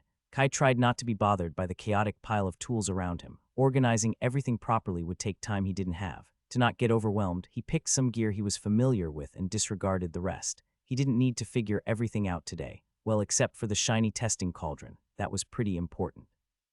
He cleared a workbench and placed it on top, activating the fire enchantment. Is this how my grandpa felt using a smartphone for the first time? With a notebook and his dad's pen ready, Kai began to tinker with the levers and buttons. Using distilled water and pseudo-mana herbs, he closely observed how every enchantment influenced the materials. One by one, he wrote down and confirmed his hypothesis. Most of the runes influenced the temperature of the solution in different ways. One knob on top altered the mana conductivity of the cauldron, and another prevented the fumes from rising over the edge. It was going to take weeks to get used to the new functions and integrate them into his brewing process, but he should be able to prepare basic potions without embarrassing himself. Good enough for a non-work day. Kai cleaned the cauldron. Dinner would be ready soon. What are you doing here? Is the new table already done? Improvisation took over as one of the twins surprised him outside his lab. His green hair looked almost black in the falling light, but Kai recognized the thin scar on his chin. No, I'm just guarding the place. I guess they weren't just hired laborers after all. That would explain the yellow profession. He didn't need a babysitter. Alas, the man didn't work for him, and he was probably guarding the alchemy equipment and mana herbs as much as him. His words were guarding the place, not him. The building and most of what was inside belonged to the Risey. Since the twins respected his boundaries, Kai couldn't really fault the merman for safeguarding his investment. How long have you been standing here? The guy shrugged. 6 or 7 hours. You could have come inside. I didn't want to bother your work. Kai suppressed a sigh. Was this a cultural thing? Something told him this wasn't the last time he would see him. What's your name? You must already know mine. Something akin to surprise, but not quite flashed in his eyes. Gyro. Well, Gyro, next time you can knock. Are you going to stay the night too? My brother's going to take over in a few hours. You can both guard from inside. Kai threw his keys into the air, forcing him to catch them. This isn't appropriate. Why are you going to steal something? Kai raised an eyebrow. Gyro managed to look both appalled and offended. I would never. Then you can sit on my couch. Not like the lab could get any messier, and Poshtown is as safe as it gets. Before Gyro could say anything, Kai slipped away. I should talk to Risey about open communication. That fish is too fond of surprises. Gyro opened the door of his lab with the first knock. He put the keys into his hand without a word. Please, don't do that again. Shouldn't you have the key to the place you guard? Those aren't my orders. I'll talk with Risey and get you a copy. Kai shook his head and walked past him. Did you tidy up the place? All the empty boxes and crates had been arranged in the corner of the room, while every type of tool and glassware had been neatly disposed on the tables. Even the floors looked unusually lustrous. You said it was messy. He awkwardly looked at his feet. I apologize if I overstepped my boundaries. I can swear on my name I didn't touch the cauldrons. This guy needs to relax. Kai would have joked about how he was terribly offended that Gyro had the gall to clean up his mess. From the deeply worried look of the man, that would be poorly received. It's fine. I appreciate the gesture. He still needed to find a place for every glass tube and knife, but it was a start. The tidier place immediately improved his mood. What are these books? 2 small volumes with a black cover rested beside his testing cauldron. He didn't remember Risey showing him these yesterday. I believe those are the instruction manuals for the 2 cauldrons. I found them in their boxes. Oh, I see. Kai prayed the man didn't notice his ears heating up. Who reads those anyway, am I right? Does Risey have a preferred recipe to start with? I need to level improvisation faster. Gyro helpfully presented him with a long list of recipes. Part of the contract stated he couldn't share them with anyone else without the merman's express permission. Naturally, the potion Risey wanted him to brew first was the de-aging serum. Might as well get it out of the way. Can you bring the necessary herbs? When Kai offered him the page with the ingredients, the man looked hesitant. You're going to observe what I do and report it to Risey. Might as well make yourself useful. Gyro didn't deny it. Without uttering a word, he grabbed the paper and disappeared into the back room used for storage. About what I expected. Mixing trust and friendship with money was often a recipe for disaster. He was more comfortable with the freedom of no boundaries when it came to business. He wouldn't take well if Risey tried to outright rip him off, but he expected the merman to try milking him of everything he was worth. His newly promoted attendant came back carrying a chest of various herbs. Taking out a large hourglass to keep track of the time, Kai snapped his finger and got to work. They had agreed to only compare his daily output with the competition after he learned the recipes. It would be nearly impossible to set an average for testing time. He started slowly for his hands to find their way around the foreign tools, speeding up as his confidence grew. These potions were high red at best. The only challenge would be to scale up production. If he performed well, he might convince Risey to widen their repertoire to include orange products. Kai checked the first de-aging serum against the light. It had a golden hue and the viscosity of honey. With Mana Sense and Inspect, he could detect almost no imperfections. If it wasn't peak quality, it was a step from it. I could have been more delicate with the temperature change during the filtering. I'm still getting used to the new cauldron. After the third attempt, the serum was as pure as he could get, so Kai moved to the next concoctions. The hours blurred together as he methodically worked through the list. At some point, Gyro's brother Jomai had come to take over the guard duty. Kai easily completed all 10 potions before the last grain of white sand fell into the hourglass. There were about 15 minutes left. He was wondering if he should try a batch of 2 when a double knock announced Risey's arrival. How did it go? Any problems? Does explaining to you count toward my time? Kai moved the hourglass in front of him. You know, we agreed to share the profits of your potions equally. The more you do, the more we both earn. So is that a yes? Kai wiggled his eyebrows and stood in the way of his finished products. The merman glanced at the sparse grains of sand remaining. Sure. How many recipes did you manage to go through? With a grin, Kai revealed neat lines of colorful vials and flasks. Every single one of them had a bright pastel color and sweet scent. It couldn't be a coincidence they were all so pretty and inviting. It went against the philosophy of maximum effectiveness Dora taught him, but he couldn't deny its appeal. I did 3 of each type. I didn't have any problem. Kai began explaining each process while Risey analyzed and tested each prototype. His eyes sparkled with greed and excitement that worried him. I knew betting on you was the right decision. A wide, pointy smile split his face. I'll show my father who's the better merchant. Should I tell him this was nothing much? Nah, spirits only know how he would react. He already looked slightly unhinged. Kai could already imagine waking up to find himself chained in a basement. Luckily, they were friends, or he would start worrying for real. What about increasing our deal to another day? I can offer an additional 5% of the profits. It'd take care of everything else. You just have to come here and brew. Maybe next year. And an 8-hour shift is already pushing my limit. My limit of boredom for sure. What about 6%? Risey said with a supplicant expression. I won't change my mind no matter how much you offer. The merman looked about to argue when he took a step back and lost the crazy glint in his eye. You're right. I apologize for insisting. It's fine. As long as this doesn't repeat every time. Well, you better get back to work. I think you still have 10 minutes in the hourglass. Making the prototypes disappear into a bag, Risey waved him goodbye. I'll see you tomorrow. Nice work. Kai rolled his eyes. I wonder who's the most shameless. The first batch of 2 was a success, though he definitely spent more mana than necessary. I even gained a level in alchemy. The first milestone doesn't feel so unreachable anymore. Work proceeded smoothly the next day. Increasing the quantities presented new hurdles, but he wasn't a newbie. Dealing with the unexpected was the cornerstone of alchemy, and after completing batches of 5 or 6, the reactions were just more of the same. It was on the morning of the third day when something unforeseen happened. He had a weird feeling. Did I overwork myself? He walked down the main street to his lab when Captain Zareth appeared in his way. His usual sunny air was absent. Did your master leave the archipelago? They left. Kai didn't have to fake his confusion with the captain showing up out of the blue. Zareth's measuring gaze never wavered from him. You didn't know. They told me they were going to leave, but are you sure they've left? Maybe it's just a misunderstanding. This conversation was inevitable. Kai had thought long and hard about how to approach it. Even with improvisation, directly lying to the captain's face carried heavy risks. I am certain a boat passing by saw the place was definitely abandoned. Other sailors have been able to confirm it. What did your master tell you? He planned to leave, but I didn't think it would be so soon. Kai stared emptily ahead. Summoning his fears and doubts, he was the lost little kid again. He sent me to Silspring to spend more time with my family. No one told me anything. I thought I had more time. Kai offered some convenient facts and let Zareth draw the conclusions by himself.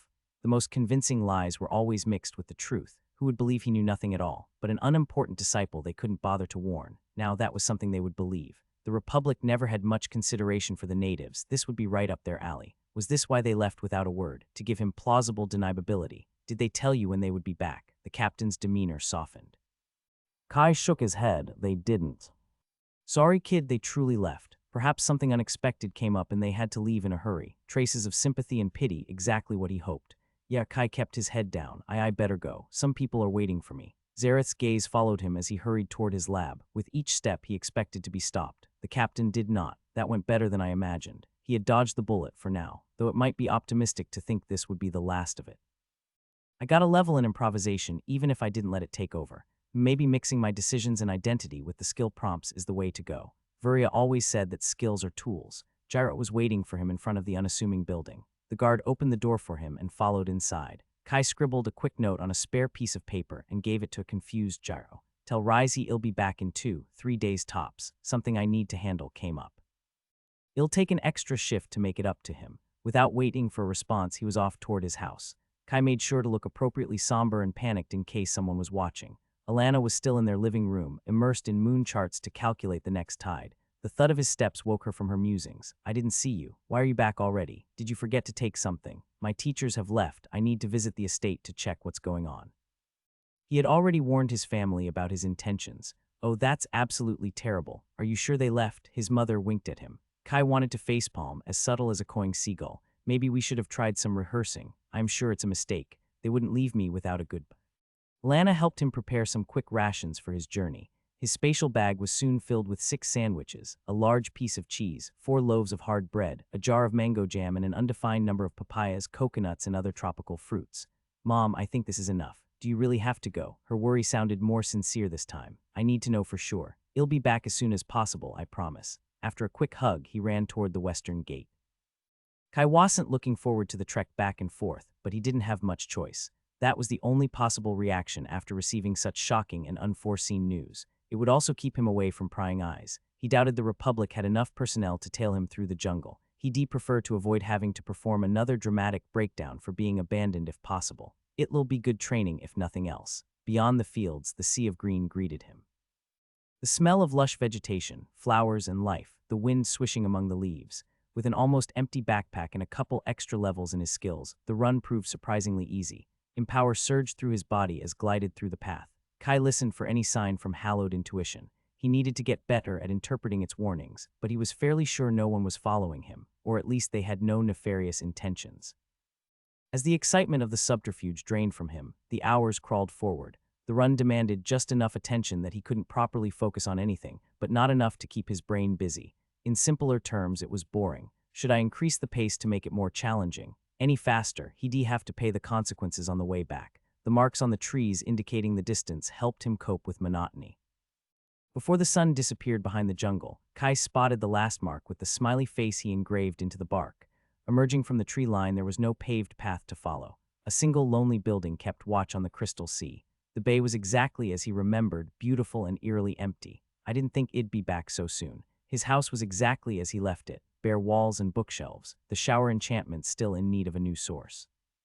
He had already taken everything that could be carried. There was nothing left for him here. The melancholy flowed to the surface as the moons took center stage. He wandered aimlessly along the shore, reminiscing about the past. Dora's hearty laughs, Elijah ordering him to run, swim, and dodge his sneaky pebbles. All that once was had ended forever. Since he got here, he might as well commit for the benefit of any potential observers. Probably he was just being paranoid, but he'd rather go the extra mile to avoid even more headaches down the line. There was only one potential flaw to his plan, the deed to the bay. It showed how his master cared at least a little. It would be hard to claim to have been completely unaware if he had possession of that document. Keeping that hidden for the next few years was a priority. In case someone found out, this journey also offered an excuse. If his teacher was truly that powerful and mysterious, he could make sure only Kai would find the papers. Maybe this supposed master felt guilty for leaving him and didn't care about the land. The story wove itself together. Not his most foolproof plan, but he hadn't been working with much. The more time passed, the more believable it would sound. He was just a stray kid taken in by a powerful master on a whim and later abandoned. Kai was sure the governor had more pressing issues. Like tracking down the rebels gone into hiding, plotting evil plans, or actually governing. Managing the archipelago should be more than a full-time job. If my favor is worth anything, it will take care of the rest. After a day of running, the mattress was like a cloud. The following day, he took another mournful parade through the bay and got ready to depart. He was about to march out of his house with his backpack when an unintelligible whisper sent shivers down his back. Kai retreated into the living room. What the actual fuck? Noticing hallowed intuition had reached level 2 didn't improve his mood. He carefully approached the door again. The grim foreboding came back, though slightly weaker, like a dark cloud hovering just out of sight. Shit, can't I get clear instructions? On a hunch, Kai put down his backpack and tried walking out again. Nothing. He cautiously stepped outside. It made no change. Well, that's good enough for me. Maybe someone was actually watching him, or maybe they were waiting in Silspring and his intention to leave triggered the skill. Whatever the case, going back now would be a bad idea. Shaken by the warning, he didn't want to take any chances. Another pity party ready to go. Summoning his most dramatic side, Kai went wild on his interpretation of a brooding teenager. He muttered his grievances out loud, threw rocks into the sea, punched the sand, and screamed at the skies. Spirits, I don't know if I should hope someone is watching or not. Perhaps he was going a little overboard when he wrote a giant fuck you in the sand and lit a pyre with a chair he never liked. Hallowed intuition stayed silent, so he went ahead. It was a good sign, but also frustrating. What he wouldn't give for a list of clear instructions. After an exhausting day of moping and sulking, improvisation had leveled again. Even if this was an unnecessary charade fueled by his paranoia, it hadn't been a complete waste of time. Showing his intention to leave the next morning, Kai received no foreboding from hallowed intuition. He waited an extra day just to make sure, though he spent it in meditation. Even a morose teenager would feel drained after throwing such a tantrum. His family would already be worried, to not even think about Rizey, who knew what the merman would do if he delayed his return another day. Better not to risk it. This time hell really chained me to my lab. Kai made it back in record time, pushing his body more than was reasonable. He had exactly half his mana left by the time he reached Silspring. You all right, lad? Old Ven's scowling mug welcomed him back. I didn't expect to see O back after. The Republic informed me my teacher left without telling me. Kai managed to spew amidst his desperate need for air. After a moment of confusion, the wrinkles on Old Ven's forehead distended in realization. Told O to never trust a foreigner. They don't respect the will of the ancestors. Kai nodded, catching his breath. The last flaw in his plan was solved. The old geezer would take any secret to his grave rather than let anything slip to a Republic official. You're right, Ven. I should have listened to you. Of course, O should. The farmer waved his rake emphatically. Go tell that to my grandkids too. Anytime now I gotta go. My mom must be waiting for me. I'll make sure to share a bit of luck with your cabbages next time. Aye, lad, remember to listen to your elders. Yes, sir. His heartbeat increased as he closed in at the gate. Only the lack of reaction from hallowed intuition pushed him forward, not like I have another choice. To his great relief, the board enforcer on guard ignored him, but Silspring's #1 meddler couldn't help himself. The man waited 2 steps from his door. I'd really like to get home. It's been a long journey. What more do you need? Kai didn't hold back his annoyance given the circumstances. Captain Zareth glanced at him with a tired expression. I'm sorry you had to find out this way, kid. I'll try to make this brief. I only need to get the letter you received from the governor. Oh, that I know, it's distasteful to ask it back, and now might not be the best time. Zareth sounded apologetic. I'll get it. Wait here, Kai said curtly. He hadn't taken 2 steps inside when his mother crushed him in a hug. You're finally back. Are you all right? You should have packed more food if you planned to stay 4 days. Alana checked him from head to toe, frowning at his disheveled state. I'm sorry I took so long. I needed time to think. Just give me a minute to deal with an annoying bug. Kai slipped away, dashing up the stairs. Reaching his room, he took out the curved letter from his ring. The paper looked crisp and white as the day he received it. Instead of walking downstairs, he crumbled the document and threw it out the window at the captain waiting below. There you go. Without waiting for a response, he closed the latch again. That was the exact kind of petty action to expect from a spited kid, though he couldn't deny the satisfaction. Maybe I'm a little angry kid. Even with hindsight, he couldn't have handled the situation much better, aside from having Elijah and the others help him. He could only lay low and hope for the best. Right now, he had to deal with the consequences of disappearing for 4 days. Kai longed for a hot shower, but his mother had other plans. Alana demanded he eat a full meal before letting him go clean up. He considered going to talk to Rizey, though it might not be the wisest idea. Hi, I am back.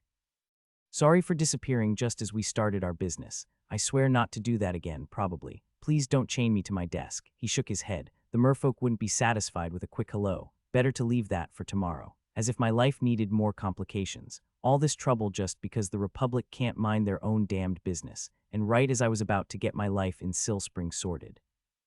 The only good news was that the stress and unexpected complications helped him gain quite a few levels. There was improvisation twice, empower, hallowed intuition, and alchemy the other day. Kai did the math counting on his fingers before realizing an easier method. The flash of panic for almost reaching the threshold was quickly drowned by the rising excitement.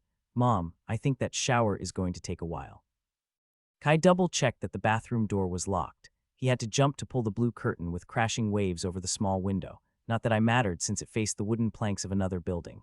Admittedly, this wasn't how he imagined his triumphant enhancement to the Peak of Orange, hidden in a tiny bathroom in the middle of Silspring. The sea might not be practical, but it was more dignified. Not that it makes any difference. I'll lose my dignity soon enough writhing on the floor. Usually he did a long session of meditation to prepare himself. That wasn't feasible unless he chose to wait, block any skill or life experience to find a more appropriate time and place.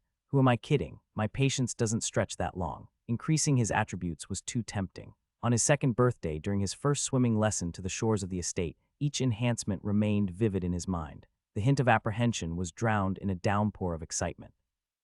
Each upgrade was greater than the last, in pain and rewards.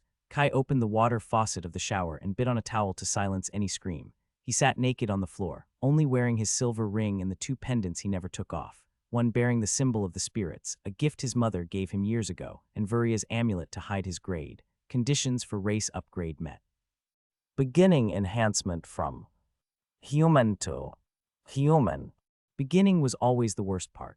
Waves of heat gathered near his heart in an incandescent mass of energy. The seconds stretched into infinity as Kai tightened his jaws. Like the breaking of a dam, a jolt of burning pain opened the gates to a flood. Fire flowed through his veins, sweeping every inch of his body. His nails dug into his clenched fists. Kai bit harder on the towel, letting out muffled grunts. Fuck, why does it need to hurt so much? Time lost all meaning. He couldn't tell up from down.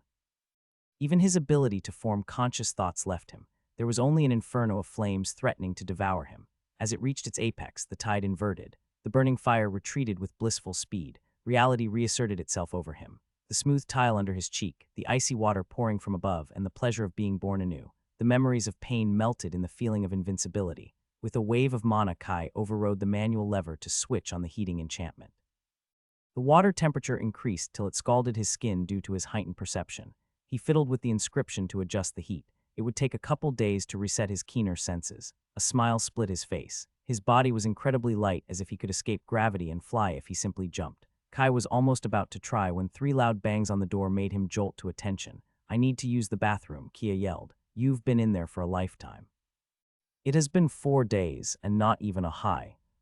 Still need a moment. It couldn't have been more than 5 or 10 minutes. Enhancements were quick and easy compared to advancing between grades, though the bathroom probably had something to say about that statement. The dirt from the long journey joined the pouring water to reach every open surface of the room, ceiling included. His keen eyes let him take in the full mess he made. He must have thrashed more than he thought. Kia stomped her feet outside the door. Hurry up. I need 5 more minutes, Kai yelled back. The euphoria of his improved attributes would have to wait. Kai dismissed the blinking notification and got cleaned up. To his surprise, his mana reserves were full. Must be a side effect of the enhancement. With a flex of his will, water and dirt streamed toward the drain of the shower. Even though he hadn't taken the time to carefully visualize the spell, the cast was incredibly efficient. Repeated usage helped hone his magic, and so did higher attributes, apparently. With his hair already dry, Kai covered himself in 2 towels and opened the latch. Kia waited with crossed arms and a glare. She darted inside and slammed the door shut after him. It's nice to see you too, sister. No response came back. Kia was the only one who had not been informed of the reason for his sudden journey. What did they tell her? With the bliss of the upgrade, nothing could impact his mood. Yurei back, Mui greeted him by the stairs, wearing his hunting clothes. Is everything all right? Yes, Kai grinned, as well as I could hope for. I'll reach you in no time, uncle. He had barely stepped upstairs when the last member of the family came out of her room. Yurei back, little brother, Ale gave him a quick hug. Glad everything worked out. Yeah, me too. His sister frowned. Wait, did you actually go away to train as we told Kia? Well, congratulations, Ale patted him on the back. How is this possible? What gave me away? Kai had hoped to keep it hidden for a few days to prove he wasn't the only one who could miss those things. Some people call me the all-knowing. Everyone has their own abilities. Ale smiled mysteriously, puffing her chest.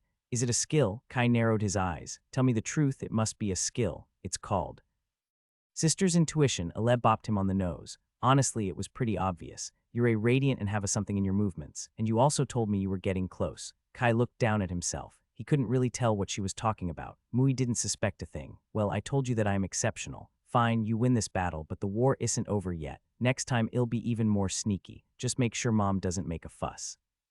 We've had enough feasts and I'd like to keep this quiet. I don't need anything. I'll try my best. No promises. Finally, alone in his room, Kai put on a loose shirt and trousers and sat on his bed. No more interruptions. It was time to see the fruits of his efforts. Ding. New feat perfectionist through great efforts and discipline. You reach the final stage of Orange before your 14th birthday. You are awarded +4 favor, 1 more point than last time. Without the boost of 7 new skill slots, the climb had been much harder. Still, it was nothing to scoff at. To those who reached Orange after they got their profession, the feat granted a single point. And now let's see what we're working with. Name, Kai Thailand. Race, human 0, 300,000 XP. Profession, none. Body stats. Strength 1519. Dexterity 1823. Constitution 2025. Mind 2228. Spirit 2531. Perception 1722. Favor 2630. If he were a normal human, his face would start to hurt from the toothy grin that showed no sign of abating. Strength was the lowest, a buffed kid was still a kid. He didn't worry, together with dexterity, it would be the easiest attribute to increase as he grew up, and their value was still stupidly high. If he had one peeve, it was that now spirit was higher than favor. I guess this is Elide's version of a first world problem. Mommy bought me a blue Ferrari instead of a red one. He'll need to get another feat. For now, he basked in his own success. He couldn't wait to see how 6 extra points in mind helped his alchemy. Oh wait, Kai took out the cube from his spatial closet. His thoughts had never been this fast and clear. The convoluted maze of runes and sliding pieces unraveled itself in his head. I can't believe I took hours to do this. A thread of mana easily linked the 7 runes, solving the 4th layer of the puzzle.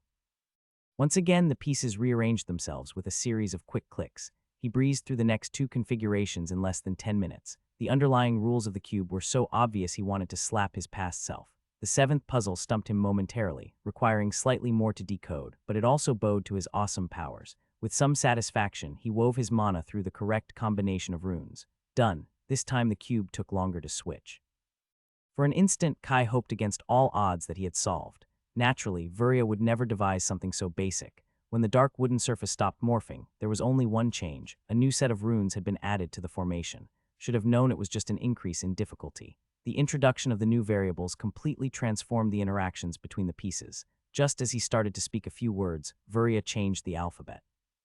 Kai could almost hear the witch cackling madly wherever she was. Come on, I can do this. Using Inspect, the runes started to make more sense. Kai tested a few patterns, rearranging the sliding pieces. Something didn't add up. Right as he thought he had found a solution, the cube rejected his answer. What did I do wrong? Wait, no, she didn't. Vuria absolutely did. Weaving 2 threads at once confirmed it. The next stage of the puzzle required 2 codes.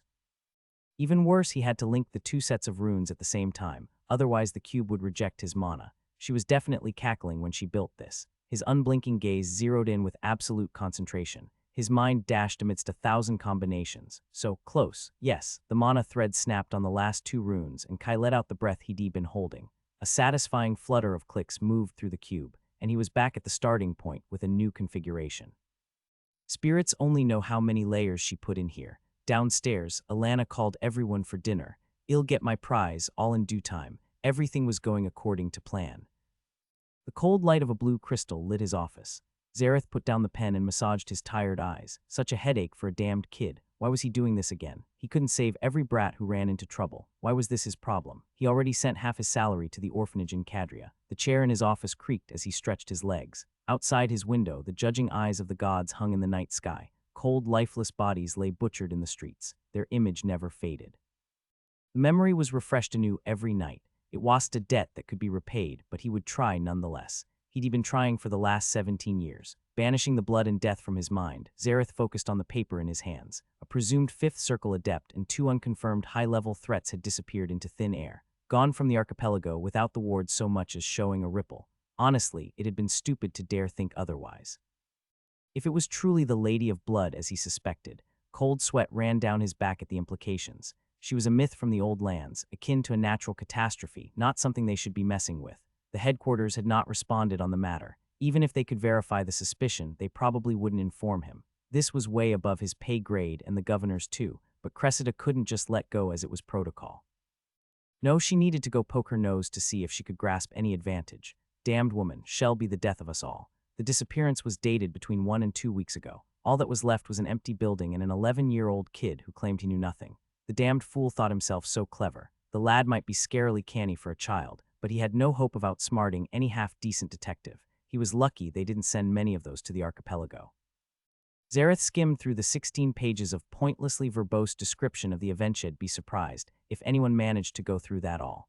He had taken the habit of writing each report in the most redundant and tedious way when he was in the military, and slowly perfected the art over the years. It was a point of pride to ensure whoever read them lost as much time as he wasted writing them. Once he only reserved it for pointless tasks, but he began doing it for every report headed for High Arbor since he had been posted here. The last statement was what truly mattered. Final verdict: after repeated questioning and observations, the target has shown no knowledge or performed any action that contradicted the events as previously reported. Advised course of action: the target's chances of being made privy to any valuable information are negligible. He presents above average talent for a native inhabitant of the archipelago, but he is not noteworthy in any other meaningful way. Confirmed grade is orange, possibly on his way to orange. For further details, refer to the analysis in Section 6, paragraphs 412 and Section 9, paragraphs 820. As previously reported in the pages detailing the events, the target has a trading partnership with Rizi Senyu of the merchant house Tajira. Given the nature of the amicable relationship, consequences on possible future economic deals are to be taken into consideration. For further details, refer to the breakdown in Section 4, paragraph 6-9. As such, there are no significant advantages in pursuing a closer contact with the target that would justify the potential expenses. I advise adding the target to the standard D-tier observation list to be revised upon the unlocking of his second seal. The secret was about balancing the right number of truths and lies, presenting them in the right order. Cressida would likely read the report personally. If he made it too bland or clear-cut, she would get suspicious. It needed to raise the right amount of interest that would make the kid unremarkable in his abnormality. After a final reading and correction to ensure the writing was as long-winded and abstruse as it was going to get, Zareth personally passed the papers through the reading strip to be transmitted to High Arbor. The statement written by the guard he sent after the kid would corroborate his story. He had taken particular care in choosing the most prejudiced and dim-witted officer for the task. The incompetent buffoon found nothing suspicious except for a crazy child. "This is all I can do for you, lad. With the gods' mercy, it will be enough. Maybe he would sleep in peace tonight." Kai stood in front of his lab, his hand dithering an inch from the lock, key firmly in his grip. He had already sent word of his return to Rizi, which left little doubt about the identity of the two glowing figures waiting inside. No way to avoid it. I'm sure hell forgive me. With a bit of luck, it might even be before he enforces our business contract and takes away everything I own. He wouldn't do that, would he? Taking a deep breath, Kai opened the door. "I'm back." Rizi sat on a table that gave his back to the entrance, so he couldn't read his expression. "It's been 4 days, today's the 5th, the merman punctuated each word. "You said you'd be back in 3 at most." Gyro closed the door behind him. The guard stood stiffly, giving him a pitying glance. "I don't think I need to remind you what was written in the contract you signed. I've been accommodating to your needs. If you think that means you can do whatever you like, I think there was some miscommunication." The merman turned to look at him, his eyes cold like his tone. The lack of anger only made Kai more guilty. "Damn, I fucked up. I'm sorry." He meekly took a seat across from Rizi. "The Republic found out my master was gone and I had to go deal with it. Did they give you any problems?" His tone lost some of its edge, heating with a welcome note of irritation. "And why did you tell me?" I could have helped instead of standing here like a fool, wondering whether you'd been kidnapped by a siren or pirates. Kai fiddled with the edge of his shirt. I am sorry I didn't tell you. I truly didn't think it would take that long. It all happened so fast, and he hadn't wanted to write anything compromising on paper. Those were excuses, though. He could have found a way to be clearer if he really tried. Which is why you need to tell me when these things happen. Risey scolded him, moving a palmed hand over his face. Sometimes I forget you're still a child. The remark hit him like a slap. Kai rose in his seat ready for a remark before deflating. I guess I deserved that one. Risey stared him down before continuing. So how did it go with the Republic? Are they going to become a nuisance? I mean, more than they already are. Oh, I think I got that handled, Kai puffed up with pride. It had been a well-executed plan given the circumstances.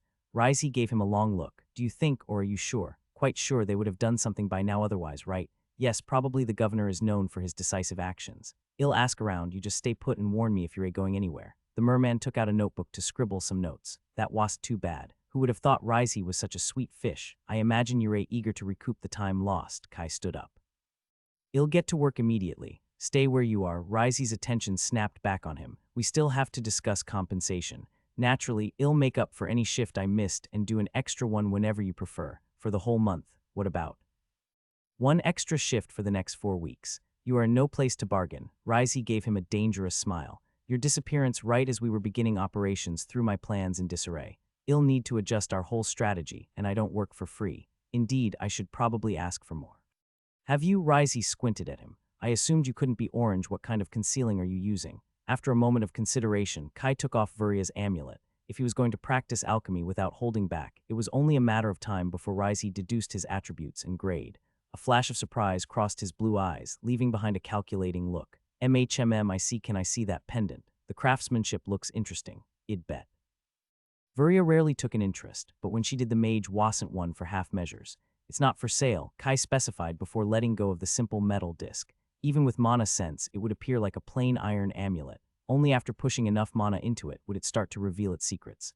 The merman accepted the artifact with a delicate touch. Thousands of tiny threads probed the object as he activated a skill. His brow furrowed in concentration and confusion. I don't think I've met this enchanting style before. Where did you say you got it? Kai rolled his eyes. I didn't. It was a gift from one of my teachers. I wish I could have met them. Concealing your grade is easy. Risey fixed his own enchanted clothes. But that's obvious to everyone. Creating a disguise that doesn't look like a disguise. Now that requires some real skill. How about you sell it to me after it stops working? A jolt of panic flashed through Kai. What do you mean? Did I miss something? The enchantment looked more durable than anything I made. Oh, I mean when you reach yellow. This pendant won't work after you advance. I'm pretty certain it's designed specifically for orange. Could Risey be lying? The truth would be easy to confirm once he reached the next grade, so that wasn't likely. He could also simply ask Mui to check. This is probably what Vuria wanted, though if the enchantment always makes me look at the beginning of orange, it wouldn't work for long anyway.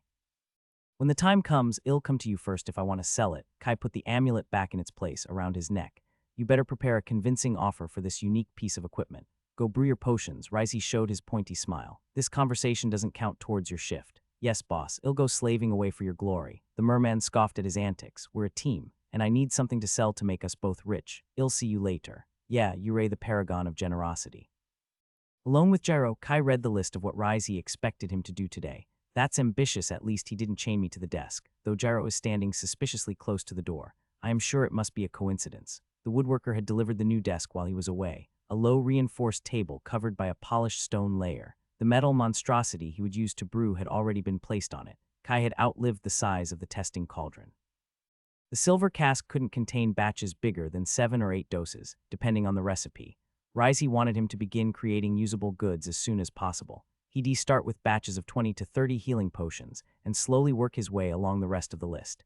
It was time he confronted that hunk of metal. It looked like one of those cauldrons witches would use in storest. The fact a small child would fit snugly inside didn't help its case. Up close, the levers, dials, and knobs gave it a mad scientist vibe instead. Perusing the instruction manual helped him make sense of all those unknown features. Most were used to control the heating enchantments in different areas. Keeping track of the internal conditions over such a large volume would be the main challenge and the reason behind most of its functionalities. All these enchantments to solve the problems that its size creates. I'm sure Dora would hate the lack of efficiency. Practicing alchemy this way seemed more about mastering the tool than anything else. No wrestling with the ingredients to push his capabilities. The research and passion that Dora always emphasized had been lost somewhere along the way. I suppose there must be some value in mass production, and it's what I signed up for. If nothing else, new challenges always make skills grow faster. As Kai sorted enough ingredients to brew 15 potions in neat rows before him, he realized another problem. Mana herbs began decaying as he cut them. With so many sets to prepare before he even started the actual brewing, any tiny mistake could mean a significant loss of properties by the end. Thank the spirits, I just got a boost. The challenge became a welcome chance to test his improved attributes. Snapping his fingers, Kai played all the steps in his mind. Once he began, he couldn't dither. With all his knives, pestle, and sieves ready beside him, it was time to see how far the upgrade had pushed him. His hands danced quick and precise, slicing, mashing, and squeezing the herbs for all they were worth. The gurgling mixture inside the cauldron proceeded smoothly. Spirit had grown his mana reserve while mind improved his control. It would take a few tries to maximize his efficiency. For now, smashing through any obstacle worked just fine. He would settle for nothing less than perfect quality today. Speaking with Gyro during his lunch break, Kai realized the reason why Ryzie brought all those bizarre tools to process the herbs. He could simply pass a lush stalk through a press to squeeze out the juices instead of doing it manually. Without keeping track of the internal mana structure, the result would be inferior, but still many times faster. What would I learn if I let a machine do the work? Do other alchemists all use these? Kai asked. This is not my field of expertise, Gyro said, struggling over whether to eat the fried squid Kai bought for him. I've only visited an alchemy lab twice and briefly. One used them, the other master had a team of apprentices taking care of the preparation. Well, that's way more than I know. Both methods must not give amazing results, Kai reasoned out loud. It probably doesn't matter as long as they can produce more. Most people don't even know the same potion can have widely different effects depending on the skill of the alchemist. Gyro nodded his agreement. It seemed the man had decided that refusing the food would be ruder than eating it. He chewed slowly to reduce the crunching sound of the fried squid. One meal at a time, it'll buy your loyalty. Muhahaha. In a good mood, Kai got back to work. The twin brothers were put to full use as assistants, disposing of the scraps and carting ingredients back and forth. Now that he had begun production, his workdays would be counted by the potions he brewed. The faster he finished, the better. Today's goal was 200 healing tonics in 8 hours. He would get faster with experience, but Kai wanted to finish on time. By the 8th hour, he had to empower his hands to keep them steady. His mana prodded the energies of the last batch to coalesce in a perfect whole. Slowly controlling the cooling of the cauldron, Kai distilled 24 doses. One had been consumed to maintain the quality, but it didn't matter since this made 203 potions. Kai fell back into his chair, exhausted. After staring intently for hours, even his eyes hurt. He massaged them and almost moaned in pleasure when he turned off his skills.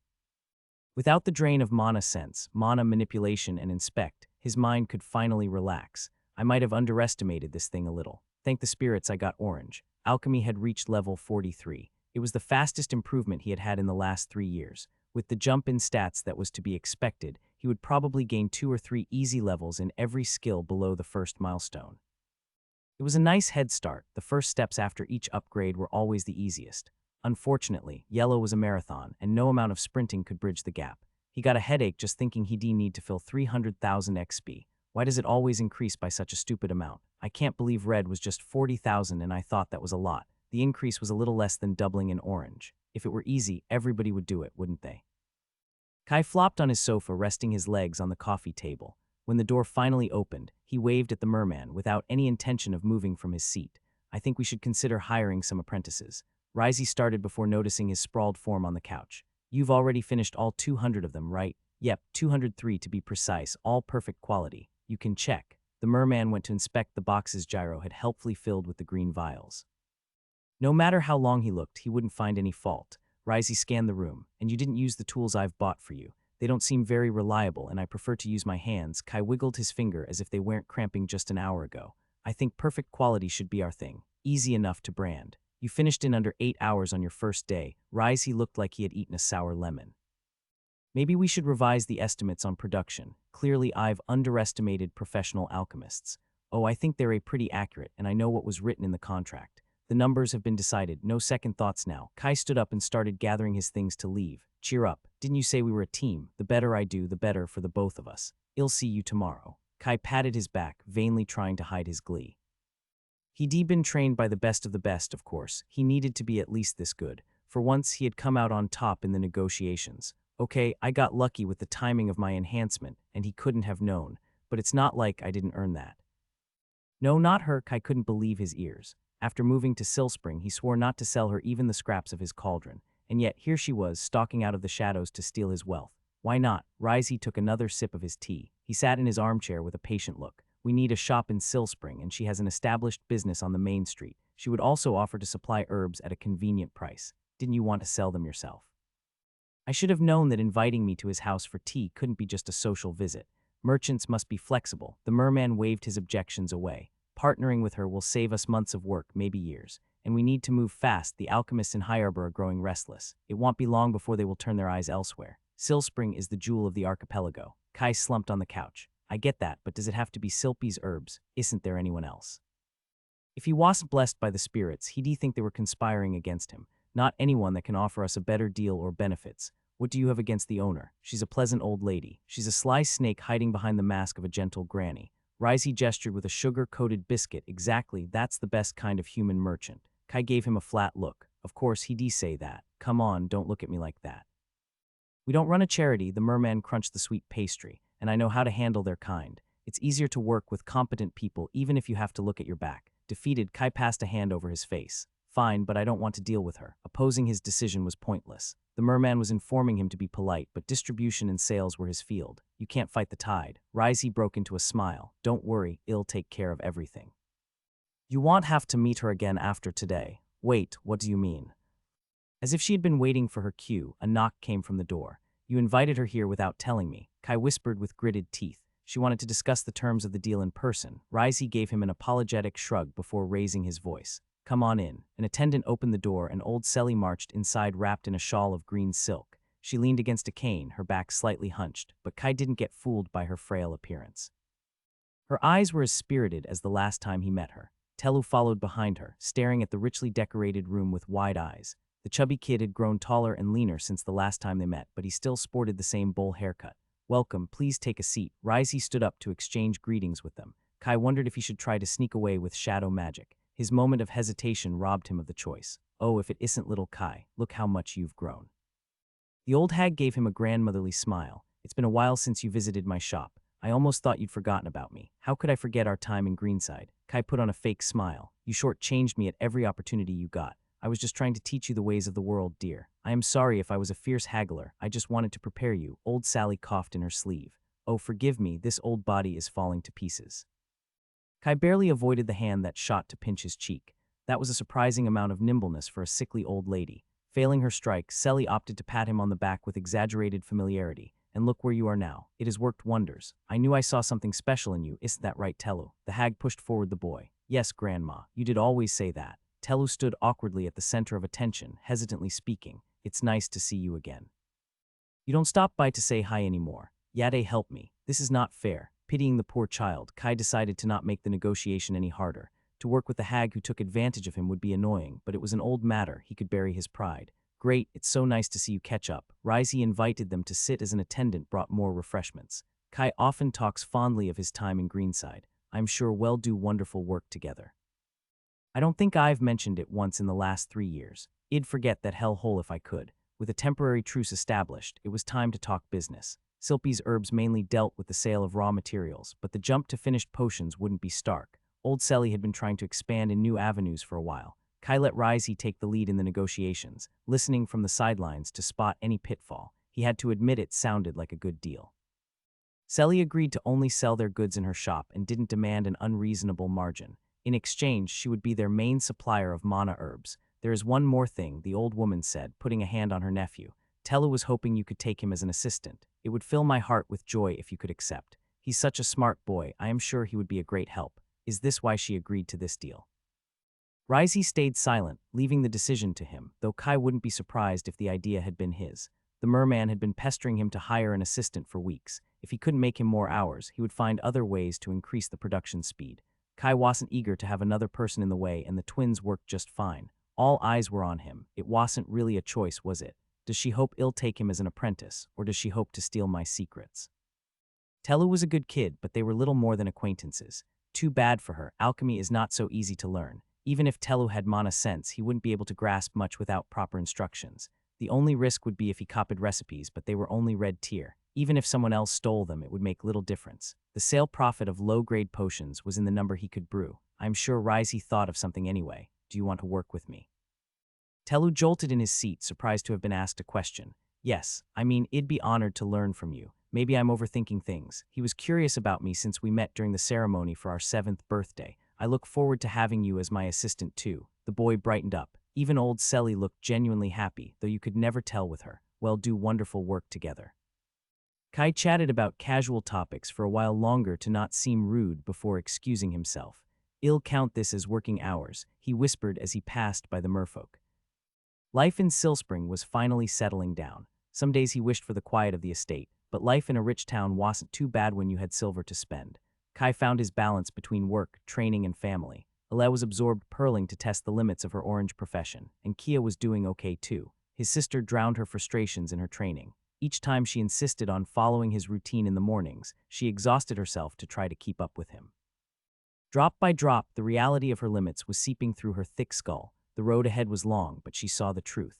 Mui assured him he wouldn't let her do anything too reckless. Kai put down the pen that once belonged to his father and admired the schematics for the condensation array. It wasn't going to get better than this. Tomorrow he'd ask Risey to procure the best ingredients for the ink. Satisfied with the result, he took out his true nemesis from his ring.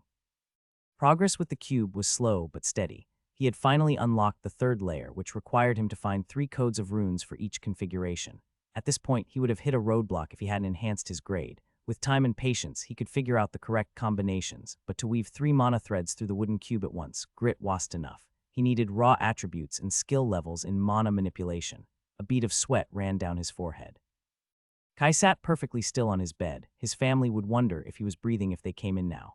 The interlocking network of runes that made up the cube in his hands was the only thing that existed. He slowly slid the wood an inch to fold 2 mana strands around each other. His lips curved imperceptibly up. He was so close. Entirely focused on that task, he let loose the grip on the final thread a second too early. The mana of the 3rd filament brushed against the 2nd. With a pulse of energy, the cube erased half an hour of struggles. Damn it, this is just cruel. Now I have to play Tetris with the solutions on top of everything else. Not only did he have to move the threads at the same time, but he also had to ensure they didn't touch as he linked them in the correct sequence. Any mistake, no matter how small, would throw him back to the starting line. Failure was acceptable, giving up was not. He'd try as many times as necessary till he succeeded. Vuria wouldn't give me an impossible task. Unless that was the point of the test, no, it doesn't make sense. Elijah had once asked him to lift a boulder higher than him without using magic. Kai scraped his hand raw against the stone, trying from dawn till dusk for 2 days. Then the butler smacked him on the ear and imparted his wisdom. Even if you try your hardest, there are limits you can't overcome. Bashing your head against an impossible task doesn't show determination, just stupidity.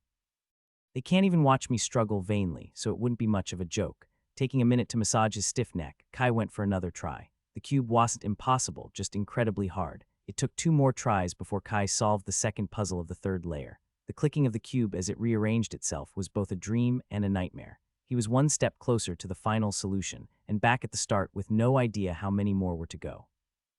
Each layer was made up of 7 sets before the difficulty increased, so it most likely was a multiple of that number. Certainly not 21, maybe 28 spirits. I hope it's not 35. Without complete information, he could only plan for the worst-case scenario, though there wasn't much he could do differently. Working on the cube from dawn till dusk couldn't be the solution. Monotonous tasks would slow down his progression. And alchemy was excellent training for both his mana skills and inspect. Laying down on the bed, Kai noticed a notification that had been dismissed to not break his concentration. Ding. Mana Sense has reached LV75, requisite for the 2nd milestone met. Congratulations. Some good news for once. I thought it would never move the last step. With some trepidation, Kai gave the go-ahead. Mana Sense LV75. As you reach the 2nd milestone, you are presented with 4 choices to continue your journey. Stay the course on your current path. You won't gain considerable new benefits, but you'll greatly deepen your insight into the current capabilities. Among the sea of elements, the flowing water will shine brighter to guide your way to deeper truths. Among the forests of elements, the growing might of nature will light brighter to guide your way to boundless mysteries. The stars hold many secrets, but wise men know they don't have to look so far. Peer into the swirling energies in front of you to untangle their deeper mysteries. Kai read the floating text written in elegant letters 3 times. Apart from staying the course, he could continue to go down the elemental route, either choosing water or nature. Yeah, probably not. It wouldn't help with his current problem, and brighter lights might also cover the other motes of mana. Picking a single element was too restrictive. He didn't want to abandon any of his other major affinities, not even space. The final option took more consideration. With alchemy, enchanting, and his latest efforts with the cube, it wasn't hard to imagine why he got it. It was the path of a mage craftsman or researcher. All he needed to see were the creations before him. That might be useful, especially with his brewing, though it would only marginally help with Vuria's puzzles. Better sight never hurt, but that wasn't the hurdle stopping him from proceeding faster. If that was it, he might have considered taking it. From the wording, there was another problem. Farther sight would be sacrificed for greater accuracy up close. Specializations didn't regress a skill, but he wouldn't be surprised if his maximum range never increased again after he chose this. Mana Sense was one of the cornerstones to practice spellcraft. He couldn't cut off his future progress for short-term benefits. Well, that wasn't too bad. Ding. You chose to stay the course. Mana Sense LV75 can now reach LV100.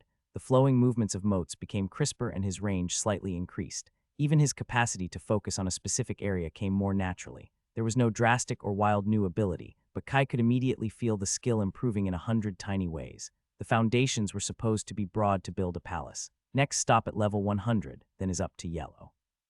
The unreachable peak had been cloaked in the clouds for so long, now he could see a path, and he would gain 600 XP each step of the way, just a bit less than hallowed intuition. I am on the right track, I'll find a way. Heading for his lab the following day, an unexpected figure waited for him in an alley, retreating in the shadows after waving him to come closer. Is a normal high too much to ask? Not a word for all this time, and now he wants to play hide and seek. Kai followed him down 2 streets. He had the hint of a bad hunch, but they were still close to Poshtown when the boy stopped, and Mana Sense couldn't detect anyone suspicious. Id thought you were either dead or sailed away on a ship. Flynn's eyes warily darted around as if he was afraid someone had followed them. Something happened, keep your voice down. Muffled mutters buzzed in the back of his mind, too faint and confused to make anything out. Give me a hint, what do you want me to do? Hallowed intuition refused to give him a straight answer, so Kai turned toward the only person who might know. What's going on? Lower your voice, Flynn whispered pleadingly, glancing at the ends of the alley. You need to take your family and leave Silspring now. You need to trust me, I can't explain. The murmurs in his head got louder and more insistent, but they still gave him no clue as to the nature of the danger, as if it was everywhere and nowhere at the same time. What did you do? Kai grabbed Flynn's arm, forcing him to meet his gaze. The crafty green eyes lit with frantic desperation. Why do I need to leave? I am sorry. I can't stop them. There's no time to. Flynn's gaze shifted behind him. Hallowed intuition screamed at him to move as Mana Sense detected a strange glow he had somehow missed. Kai didn't get the chance to activate any of his skills before darkness swallowed him. His head was spinning. The migraine made Kai wish he could go back to sleep. His thoughts had to wade through a swamp of confusion. What happened? Where am I? Something blocked his sight. A crude wooden floorboard was scratching his arm. He attempted to get up but failed. His hands were stuck behind his back. As he tried to speak, only muffled grunts came out. Despite the jumbled mess in his mind, the pain was too real to be a dream. His silver ring and satchel were gone. Only the cold metal of Vuria's amulet still pressed against his chest. See, I told you I didn't hit him that hard. Kai took several seconds to understand what he was saying. It was the voice of a man from the archipelago, but not a familiar one. As his mind put all the pieces together, panic swept through him with the inevitability of a rising tide. Damn, how could this happen? He had thought nothing could happen to him in the middle of town, that he could avoid any danger with his skills. He had been such a fool. Mana Sense had failed him, and he didn't even fully grasp how hallowed intuition worked. I should have run at the first whisper. Let me worry about our needs, a cold female voice spoke with authority. We can't afford to raise their attention when we're this close. The man grunted. It was your boy who went to speak with him. Spirits know what would have happened if I didn't follow him. Kai tried to take off the blindfold to get a glimpse of his surroundings. He might have heard the male voice before, maybe one of the hundreds he heard around Silspring. With his ankles tied, he tried to wiggle when a kick sent him crashing into the wall. Unable to protect himself, he hit face first, screaming into his gag. Fear pierced the haze in his mind, blocking his breath. Don't move, you mutt. Thank the ancestors, that fool insisted you'd be more useful alive. If it was for me, I. Go back to your duties. Now the woman hissed. We can't afford any more mistakes today. After a brief silence, his steps moved away, followed by the creaking of a door. Kai didn't get the chance to put his pounding head in order. Without a warning, someone hoisted him on a chair and took off his blindfold. The sudden light made him squint. A Spartan room came into focus. The bare walls and crude crates offered no clues of his whereabouts. His attention was taken by the only other person in the room who sat across from him. So close, their knees were almost touching. A woman no older than his mother, but without a shadow of Alana's warmth. Her hard gaze was framed by an angular face made up of stern, sharp edges. I know you must be scared and confused, but if you do as I say, I promise you're going to be fine. Her tone softened with a hint of worry. The way her features turned warm and gentle was too sudden to be natural. Kai fearfully nodded. Whatever the case, antagonizing his captors before he had any idea what was going on wouldn't be wise. The woman smiled, a genuine, heartfelt ray of sunshine that made Kai want to trust her. Fuck, she's dangerous. I'm Mela and I'm here to help you. Your name is Kai, right? Kai heightened his surprise with improvisation. His head was pounding and his thoughts moved at a crawl. All he could do was rely on the skill and hope it would pull him through. He could only formulate a better plan if he was alive to think about it. You don't have to be afraid. Remember, I'm here to help you, but I can only do that if you behave. The sincerity in Mela's voice was like sweet poison. Yeah, I beat up and kidnap all the people I want to help too. Somehow they never believe me when I tell them. I really don't know why. Trusting improvisation, Kai showed her the emotions of a lost and scared kid who found his savior. Stockholm Syndrome, here we go. Mela brushed his messy hair out of his eyes. When her fingers touched him, Kai fought with his body not to flinch back. Now I'm going to take off your gag. Can you promise me not to scream? Kai nodded. He was free to stretch his jaw but remained quiet. With no windows, they might be in a basement anywhere in Sill Spring or outside of it, depending on how long he was out. He had no idea if there was anyone who could help him within earshot, and the fact she took the risk made him doubt his chances. Where am I? Why have you taken me? I'm afraid you heard something you shouldn't have. We have worked so hard for this chance that we can't take any risk. Naturally, there was no need to treat you like that. Some of our members can be overzealous sometimes, she said with a regretful expression. What's going to happen today? Kai prayed to the spirits that improvisation would sell his naive curiosity. What was so important to risk kidnapping him under the nose of the enforcers? Mela didn't seem to mind the question. The first step in taking back what's rightfully ours and make the tyrants feel the wrath of Kahali. Her eyes shone with conviction and fervor. You are a smart boy, Kai. You already know who we are, don't you? He considered feigning ignorance, but that might be a step too far. You're the rebels. We're the voice of the ancestors, Mela corrected him. An instant later, the annoyance disappeared from her face, replaced by her magnetic intensity. We are martyrs fighting for the future of our people. We are the warriors bringing the wrath of the spirits on the oppressors who invaded our land. She might have a point. Some of my fellow members think we shouldn't trust anyone like you. Mela shook her head like an exasperated mother. I know that despite the unfortunate conditions of your birth, you felt the crushing heel of the Republic as much as anyone else, didn't you? The woman continued her speech without waiting for an answer. They've taken much from you. Your home, your dignity, and your father. Yes, I know it all. And now the teachers you've trusted have left you too. Her hand caressed his face, drying a tear that ran down his cheek. I know how painful it's to lose the ones you love. A part of yourself is wrenched away and there's nothing that can fill the void.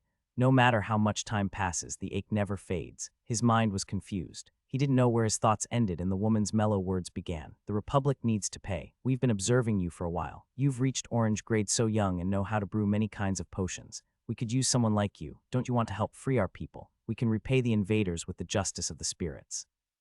This is my chance. The Republic had always felt untouchable. He was just a powerless kid, but what if it didn't have to be that way? Joining the rebellion would be the perfect chance to repay them for all the pain they caused. But how? Kai couldn't help but ask. How can we beat them? They are so strong. Mela's mouth curved upwards as if she had been waiting exactly for that question. That's what they wanted us to believe, that we have no hope of defeating them. But that's a lie. Her eyes shone with rightful conviction, though her gaze wasn't really looking at him. Till now we've used the wrong approach and lost many good people, but we've learned. She shook her head regretfully. How can we defeat them then? Even if they're powerful, they still have weaknesses and the governor can't be everywhere. Mela followed a crescendo. Today we'll begin by taking away their money. After High Arbor, Sill Spring is the town that attracts more tourists. Kai stared in disbelief. You plan to attack the town?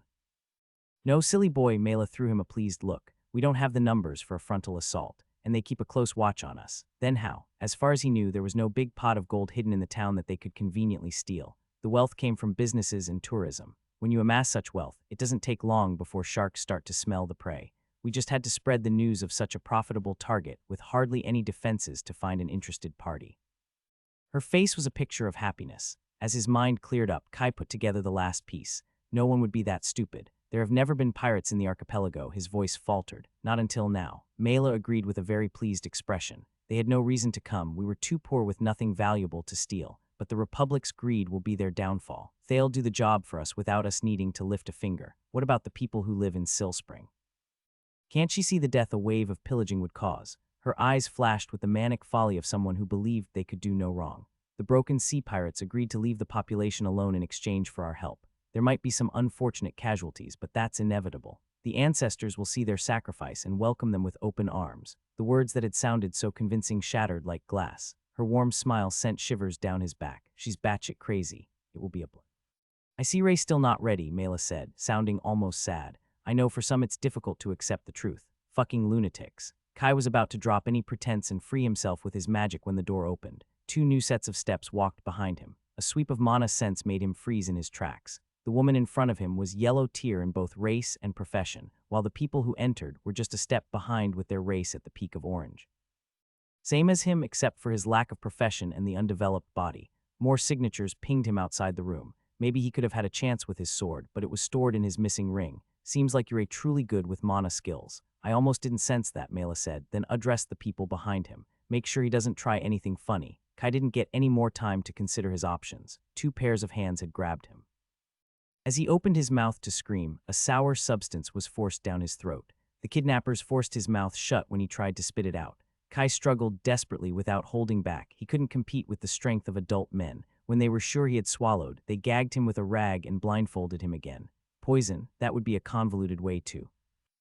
Don't worry, I won't give up on you. We'll have more time to talk after everything is done. The door was locked after them as they left him on the floor of the room. This was his chance to do something, but he was just so tired. Whatever drug they used, it was fast acting. Fucking overzealous fanatics, I need to.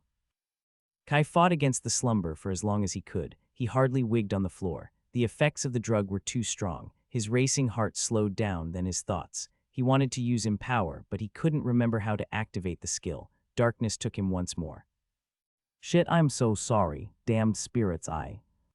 Whispered curses and apologies alternated. Someone was pacing before him. Each step resounded through the floorboards like the beat of a drum in his ear. It made his head pulse as if his skull was about to split open. Each part of his body was heavy, weighed down by an invisible burden. Not that it mattered, even if he were able to move a muscle, his arms and legs were still tightly bound. It had been years since he felt this powerless. Shit, the irritating drums continued to batter him. Can you shut the fuck up? I'm trying to think. After much convincing, his mouth let out an annoyed grunt. The steps stopped, and two hands pulled him in a sitting position. The sudden movement made him want to puke. Yurei awake, the voice sounded disbelieving. I'm sorry, I fucked up. The voice now was broken by weeping sobbing, and Kai's brain decided to work enough to identify the familiar voice. Then his blindfold was removed. You shithead, stop pitying yourself and give me a hand. More muffled grunts got the message across. Sorry, sorry. Finally, Kai could breathe properly. His mouth and throat were dry, but he didn't need them to send a killing glare at the idiot in front of him. Fury burned through his veins. With his hands tied, Kai was a step from head-butting Flynn's nose. Unfortunately, his body only slowly flopped forward. I swear I'll skin you alive and use your insides as fish bait. The boy grabbed him before he could hit the floor. Kai tried to speak but only managed a dry cough. You must be thirsty, wait a second. You bet, shithead. I don't know if they told you, but your accommodations kind of suck. Flynn helped him drink from a flask of water. What did you say? Kai croaked, though already knew the answer. If a crew of pirates came to pillage Silspring, the raid would focus on the wealthier neighborhoods. I need to warn my family. I need to warn them all. The team of disruptors had already left the outpost to set fire to the prearranged locations. All the Republic's attention would be on them to prevent the fire from spreading, running them around town chasing ghosts. All the while the true threat came from the sea. No one would expect a pirate raid in the archipelago. Why would they when it never happened before? In a few hours, panic and blood would paint the streets of Silspring. Damn it, I'm so stupid. Flynn punched the tree for the third time, one of the few left in the clearing among the buildings. The pain in his hand did little to distract him from the guilt racking his insides. No one told him what the documents he copied were for. His mother just told him to steal them, and he did. He had thought himself so smart. Because of him, any chance the sentries would detect pirates' arrival was eliminated. By the time they noticed the ships, it would be too late to muster a proper defense. They were supposed to fight the Republic that killed his father, not create more orphans. He threw another punch, splitting his knuckles. Damn fucking idiot. Can't even do one thing right. What the hell are you doing now? Tridel's mocking voice reached him. You might have convinced your mother that your little friend can be useful, but she'll soon see reason. Turning around, the smug sneer of the hunter welcomed him. Flynn hid his desire to put a dagger in his back behind a smirk of his own. Bitter they didn't take you either. Tridel's face stiffened. They need someone to keep an eye on things, someone they trust. Yeah, and you were the only person they could do without. His voice dripped with derision. The hunter stepped closer with a menacing expression. Don't think your mommy can protect you forever. The cause comes before everything. Tridel was so close he could smell his pungent breath. Flynn stood his ground, looking on with a bored expression. After a few seconds of intense staring, the man begrudgingly went back to his patrols. Only then did Flynn allow himself to show his hatred to the only person he despised more than himself. It was too late to stop the raid, but if it wasn't for Tridle, he would have succeeded in his one good action. Kai and his family would have been safe from the mayhem. I couldn't even do that. He had tried to warn him after he found out the true plan, but only made things worse. He knocked another piece of bark off the tree, staring numbly at his bleeding fist. Even if he only told them a fraction of his friend's capabilities, that would be enough to see his value for the cause. It was the only way he had to keep him alive. Kai would be forced to work for the voice of the ancestors, but he'd be alive. If Flynn was confident in something, it was in the little fiend's ability to get himself what he wanted. At least hell be safer here than in town tonight. The outpost was deserted except for a handful of new recruits who were supposed to keep tabs on things. Tridle was the only true threat, and he had disappeared beyond the tree line. Inside a city, he might have had a chance to slip away, but deep into the varied jungle, the hunter would have the field advantage. Despite how he despised him, Flynn knew Tridle would have no trouble spotting him if he tried to leave. Never good enough. More blood spilled on the tree. Slipping in the shadows, Flynn made his way to the storage room. His mother told him Kai was fine, but he needed to see for himself. After learning to avoid the enforcers, dodging the few guards left in the outpost was child's play. He took out a lockpick from his sleeve and easily forced open the first door without a sound. The storage area was clear. With no windows to worry about, he made easy work of the second lock and closed it behind him.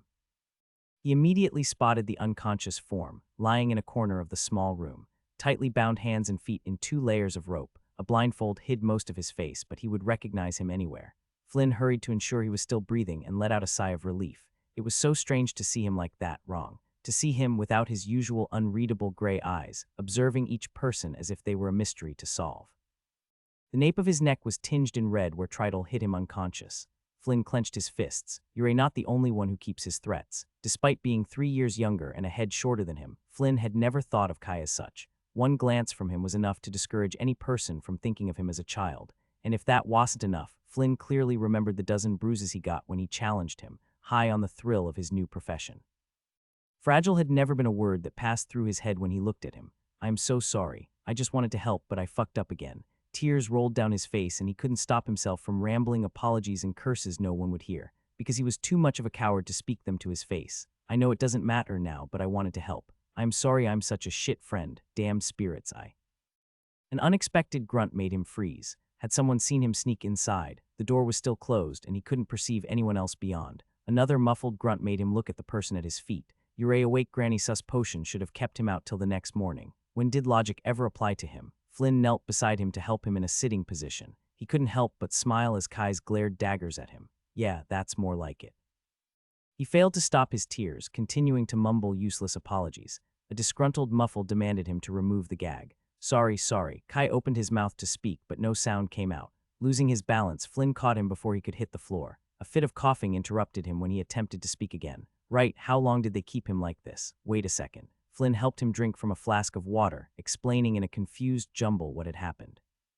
Though no apology would ever be good enough. What did you say? Kai croaked. His body swayed, having a hard time sitting straight. His eyes didn't waver, already grasping the implications. Flynn expected hope to get cursed. Kai just fell silent, observing him with that calculating gaze of his. Simmering rage hid beneath the surface. Can you untie me? His voice was calm and reasonable, not a hint of fear despite his condition. You said you wanted to help me, right? Well, help me now. Guilt punched him with each word. Even if he left no trace, they would know it was him who set him free. But that wasn't even his main worry. If he freed Kai now, he would certainly try to run to Silspring to warn them. In normal circumstances, he might even be able to pull it off by some miracle, but not in his conditions. I can't protect him if they catch him trying to escape. Can you use your skills? Kai tried to stand straighter. You can't, right? Flynn didn't miss Kai's repeated blinks and biting of his cheek. He was fighting to stay awake and could hardly stand. The main purpose of the potion is to stop you from using them. Knocking you out is just a side effect. It'll be several hours, maybe a day before you can use them again. If he helped him escape, they might make it past the newbie guards, but Tridle would catch them as soon as they reached the tree line. Without his mother around, the hunter would take the opportunity to kill Kai, and probably him too, if he thought he could get away with it. Anger burst through the calmness. My family is in danger. Many people will die if I don't do anything. You can't believe their crazy plan is worth it. Flynn repeated the lines he heard countless times. It's all for the freedom of our people. A small sacrifice is necessary to strike back at the tyrants. Most of the casualties will be among the Republic anyway. There was a time he truly believed them, filled with rage at his dad's murder. Now the words felt empty. He didn't know when it happened, but all he could see were the cracks in the speeches that once made his blood boil. What's the point of striking back at the Republic if more children lose their parents in the process? If only his mother and sister could see it too. Kai heaved, seething with barely contained emotions. You can't be that stupid. It will be a massacre. As Flynn expected Kai would throw himself at him to bite his throat, another veil of calmness took over. You don't believe in this, do you? Flynn forced himself to meet his gaze. It doesn't matter. The only thing he could do now was make sure Kai didn't get himself killed for nothing. He must have read his decision, cause any pretense of calm fell away. Kai snarled his teeth. I'm going to fucking kill you. If you hadn't done anything, I could have been with my family. Afraid someone might hear the commotion, Flynn was forced to shut him up. Kai tried to wrestle himself free with surprising strength, screaming in blind fury. Hate me, but I can't send you to your death. After several minutes, his struggles grew weaker and Flynn let him go. His body flopped down. Please, Flynn, don't do this. Seeing him defeated made him waver. I'm sorry, I'm so useless. We can't do anything to stop it. It's too late. Flynn pushed the tears that threatened to spill. He didn't deserve to cry or apologize. I'll go check on your family when they let me leave. Maybe I can find a way to help you escape when things settle down. Kai tried to wiggle away, but it made no difference. Flynn was about to gag him. Wait, my ring. What? My ring, the one I had when that guy ambushed me. Flynn paused. It was a weird request, but if this was a ploy of some kind, he couldn't imagine what the advantage would be. He slipped a hand in his pocket and took out a roughly crafted silver ring. Nothing exceptional, but worth a pretty penny just for the material.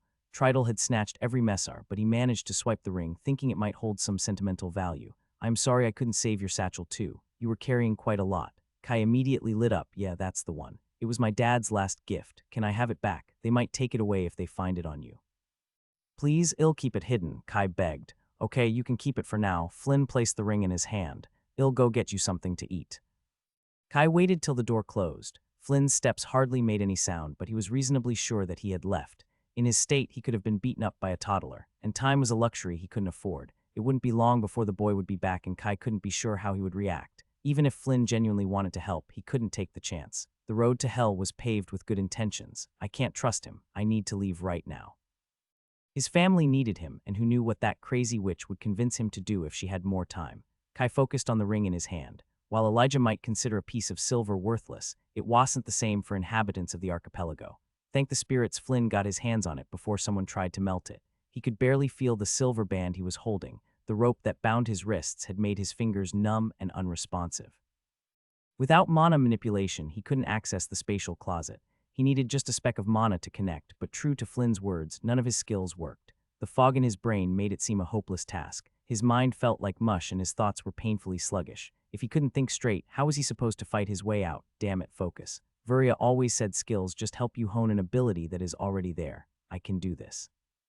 After more than 4 years of hard training, he could easily perceive the mana within him without any skill. The drug clouding his thoughts made things harder, but it was something he had done countless times before. Kai willed the mana to connect to the ring with the force of desperation. The spatial closet flashed in his mind. His sword clattered to the ground beside him before the connection broke. Gathering what strength he had remaining, he wiggled closer to the blade.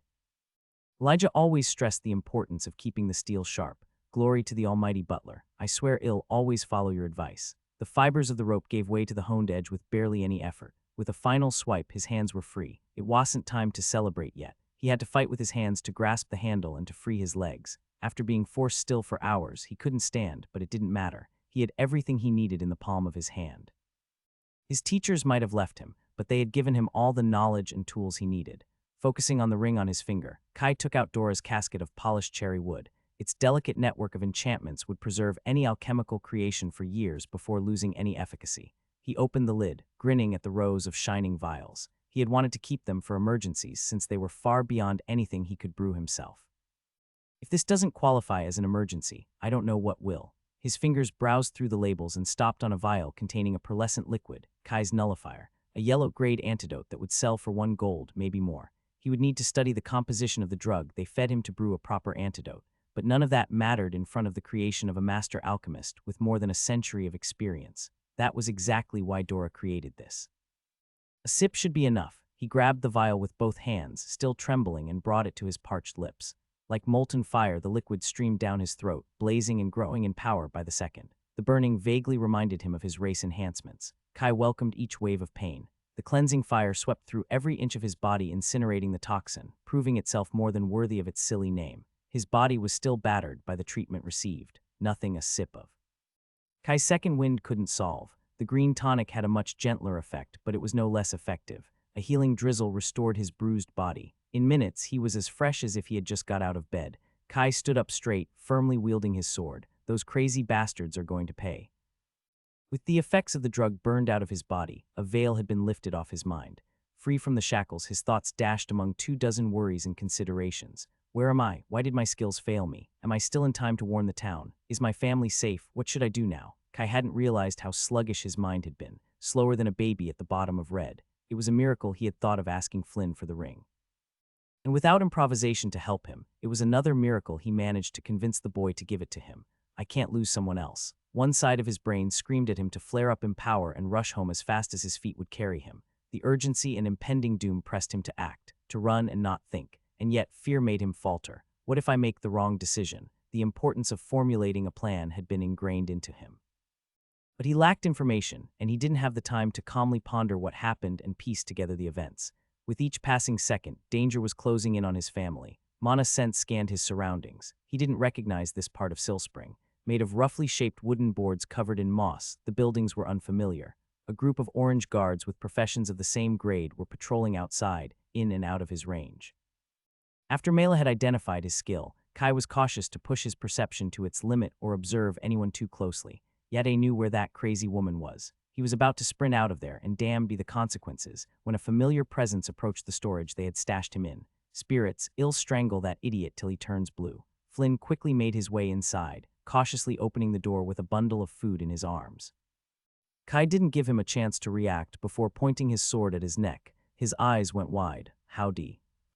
Put that down and don't say a word. The blade tickled his skin. With improvisation, there would be no room to doubt his words. Keep your hands where I can see them. Kai. I told you to shut up, didn't I? Sword and magic remained ready at his fingertips. His eyes didn't blink until Flynn sat on the floor with his fingers crossed over his head. Is this really necessary? I'm not going to. How much time do we have before the raid? Even if it was unlikely he would raise the alarm, Kai wasn't willing to take the chance.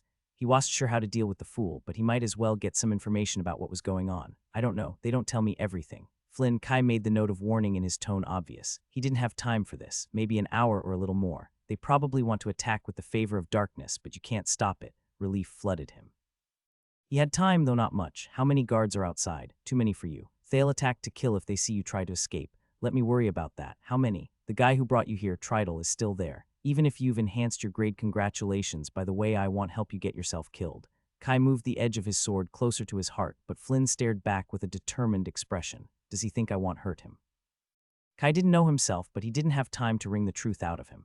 Damn it, Flynn. He lowered his blade. I'll go out there anyway. If you want to improve my chances, tell me what you know. They crossed gazes. They both knew he was lying. The green pair was the first to break contact in defeat. 10 guards, they're not very good, but it would be better if we avoided them. Flynn quickly explained the layout of the outpost, as if he had been planning to escape himself. Maybe he was.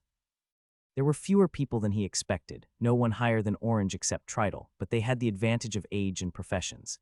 He hadn't fought many humans apart from Elijah. He was confident he could take them one-on-one. The problem was if they came all at him together. We're in the very jungle then, easiest place to avoid the Republic's eyes. With the coming and going of hunters and gatherers, it's easy to hide. Are we at the Hunter's Lodge? That's where I heard that name. Tridal had been the hunter who made problems for him. The lodge is a couple miles northeast. More than half the people there work for the voice of the ancestors, Flynn explained. A few members claim this area as their personal hunting ground to make sure everyone else stays away. Right under their nose, sneaky fuckers. The Republic couldn't stop people from going into the jungle or monitor them this deep. Even if they suspected the rebels hid here, there was no easy way to flush them out, unless they chose to employ more resources and personnel.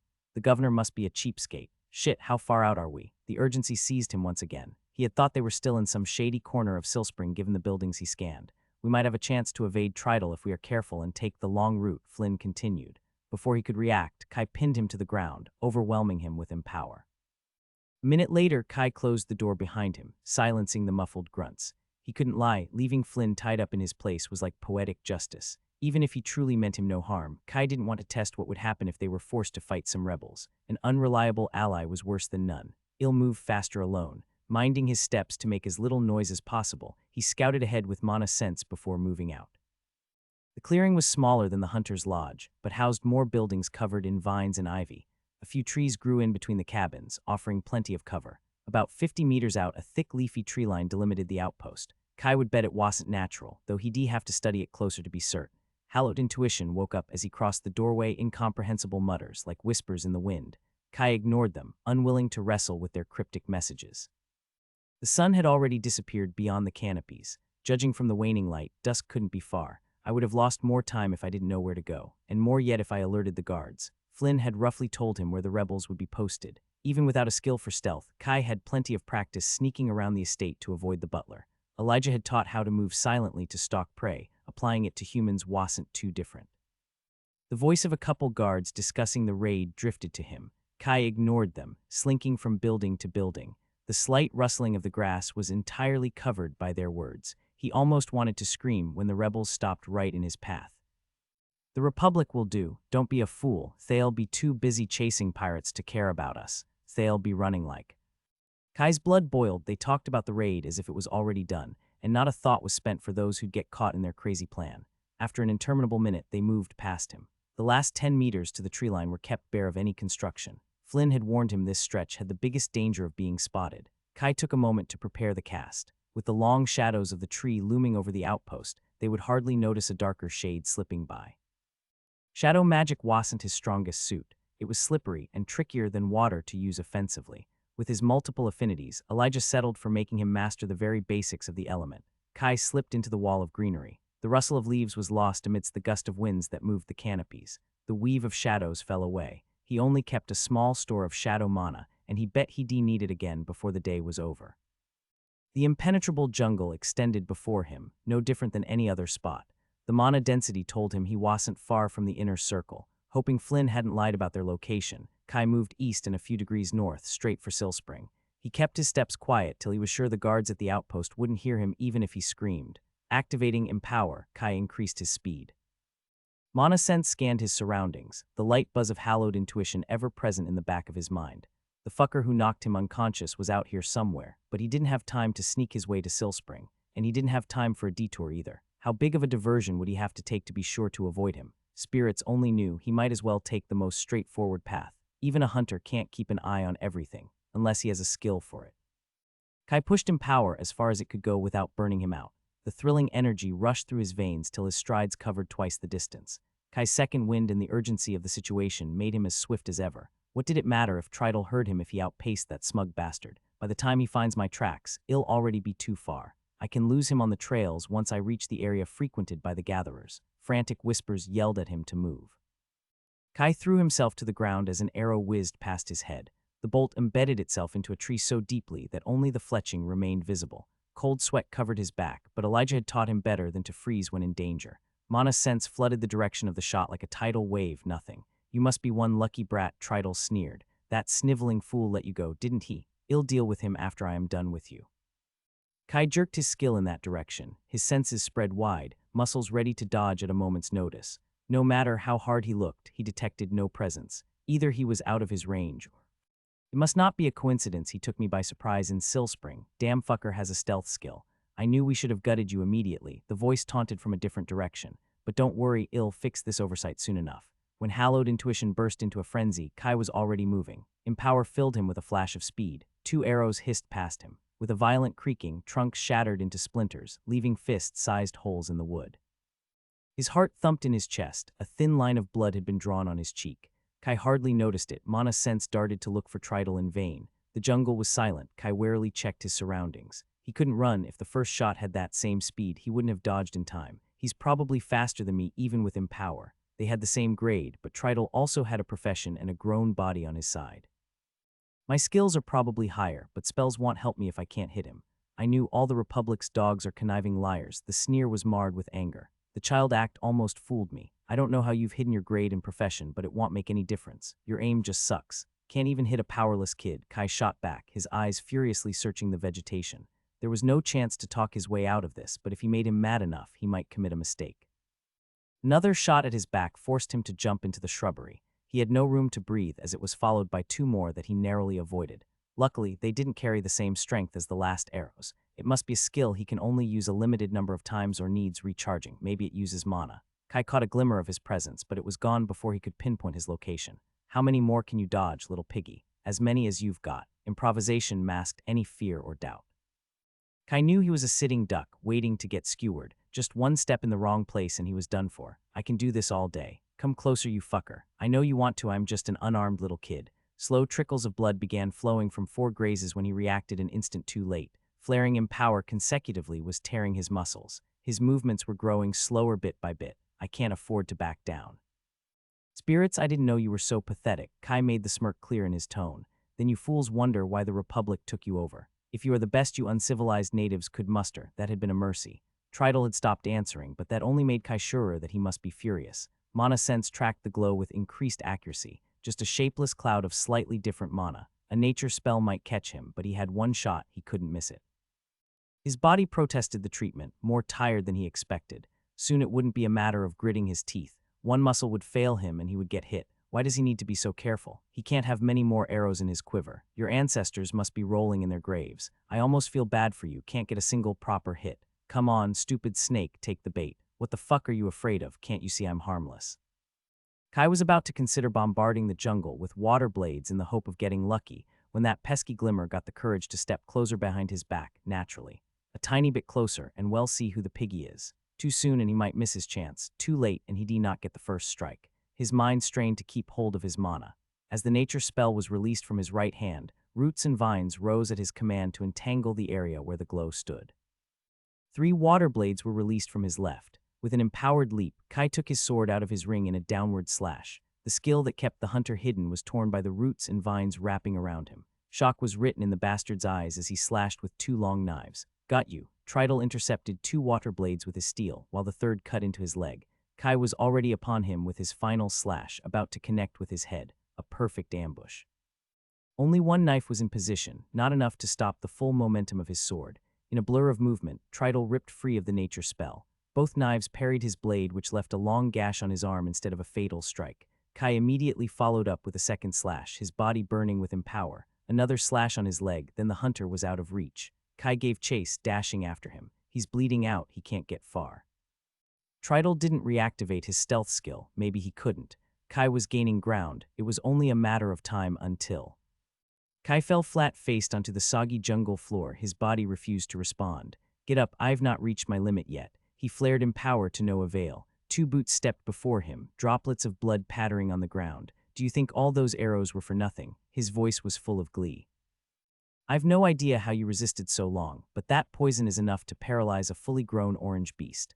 The hunter kicked him over. Tridal stood triumphantly over him with a bloody smile, knife firmly in his hand. I'd tell you I'll make it quick, but it'd be lying. Hallowed intuition screamed at him to move, his body burned with empower. It didn't matter, Kai couldn't. Changing strategy, roots rose from the ground trying to impale Tridal, but he dodged before they could take hold.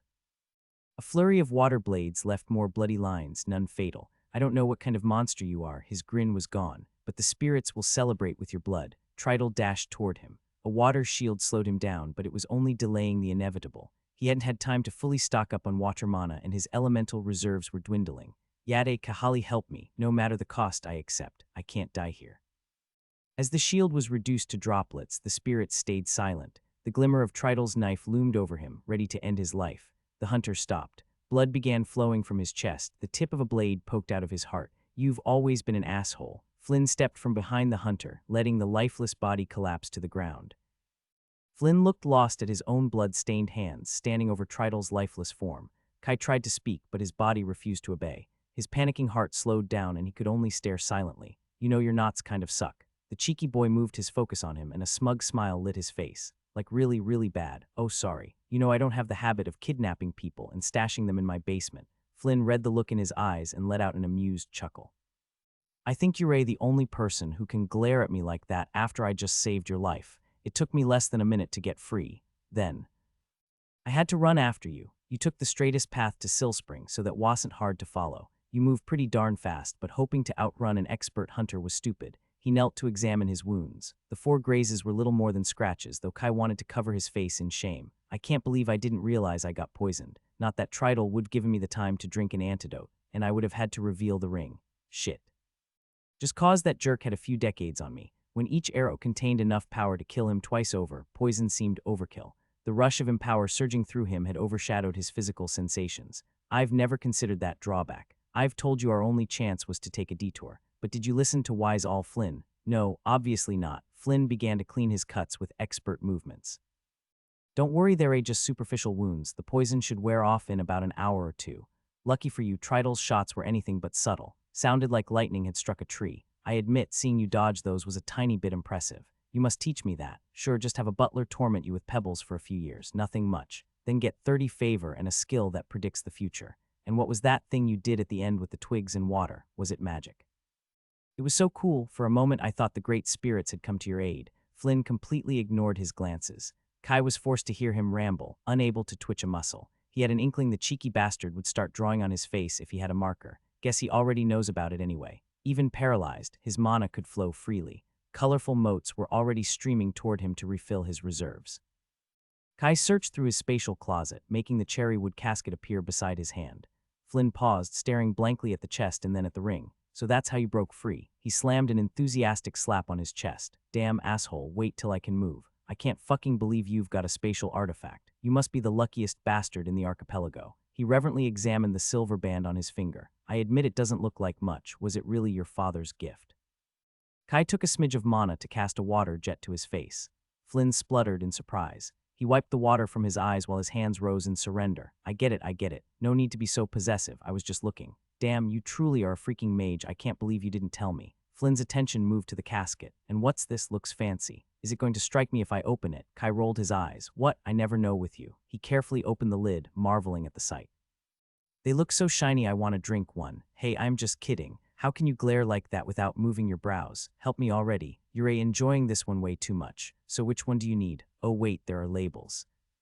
Oh no, please don't read them. Kai tried to manipulate a vine to shut the lid, but Flynn had already picked a vial containing a golden liquid. What's this? Kai's vigor. He enunciated each word slowly, looking at him with a judging gaze. Even though Kai couldn't move, his ears were burning fiercely. Improvisation offered suggestions to save his face, but they were all useless when he couldn't utter a word. And this is Kai's fearlessness, Kai's rejuvenation, Kai's dashing determination. Flynn burst out laughing, tears already in his eyes. Cocky much, and people say I'm boastful. I didn't choose them, okay? Kai tried his hardest to speak, only achieving a convulsed hum. He felt the overwhelming urge to hide in a hole and die, but he couldn't even do that. The best he could manage was to avoid his eyes. Flynn struggled to read the names out loud amidst the laughter. I guess we can exclude. Kai's might, maybe it's. Kai's endurance, what do you say, your majesty? He gave him a shit-eating grin. Should your lowly servant feed them all to you? Maybe it would have been better if Tridal killed me. Life is suffering. Visualizing a clear image in his mind, Kai conjured the water to form 3 words. Neat trick. Nullifier, 1 drop. I should have guessed that was the one. Flynn picked up the white pearlescent vial. Here's the medicine, your majesty. He gave a dramatic bow before letting a single drop fall between his lips and raising his head to help him swallow. The wave of cleansing fire washed through his body. His fingers twitched, rapidly gaining strength. I should brew more antidotes. Dora's main focus was on healing and enhancing elixirs. She never purposefully taught him about poisons. His ring contained antidotes for the most toxic plants and animals that could be found in Vireed, but he hadn't considered those other people might create. An oversight he would need to correct. It was my teacher who chose the names. Kai summoned one of his own healing potions and a balm to apply to his wounds. Dora's remedies would be wasted on a few scratches, and they were extremely limited. Maybe you haven't gotten it yet, but we're in a bit of a hurry. He was still busy refilling his mana, but he was too sour about the unnecessary embarrassment to admit that. Kai grabbed the vial from Flynn's hand and put it back in the cherry casket. All the potions were present, so he stashed it away. You know, I could have just robbed you blind and lived my whole life in luxury. Flynn stood back up. Any hilarity was replaced with an apathetic expression. No need to thank me. I only saved your life after. I told you exactly that you'd die if you ran away. No biggie. You are the reason I was kidnapped in the first place, Kai snapped. That quickly doused the flames on Flynn's gaze. Yeah, you're right.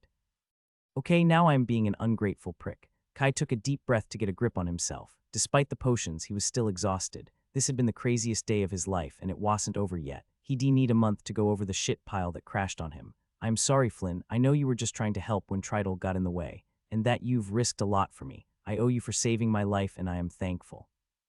Flynn peered at him impassive before breaking into his usual grin.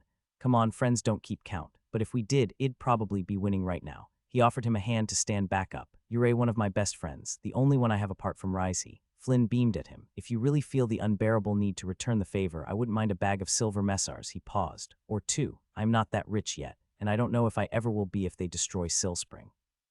Shit, I hope Risey is fine. Sure, you've got a potion that can erase a poison with one drop and a spatial artifact that's so expensive I can't even fathom how much it's worth. No matter, I was kidding anyway. Okay, that might look a bit bad. Those are goodbye gifts from my teachers. So wait, they left. Are you okay? It's fine. Kai avoided a hug. If he allowed the insanity of the day to catch up to him, he would break down. I am over it. They needed to go back to the mainland. Still, that sucks. I wish I came back sooner. Yeah, it does. Every problem could be solved with the snap of a finger if Elijah were here. Kai checked if all his limbs worked correctly and went to fetch his sword. We should go. There was barely any light left in the sky. His eyes fell on the lifeless body of the hunter. Flynn's knife was still stuck in his back. Are you okay? Fine and dandy. The answer came far too quickly. Flynn had been forced to kill someone he knew to save him.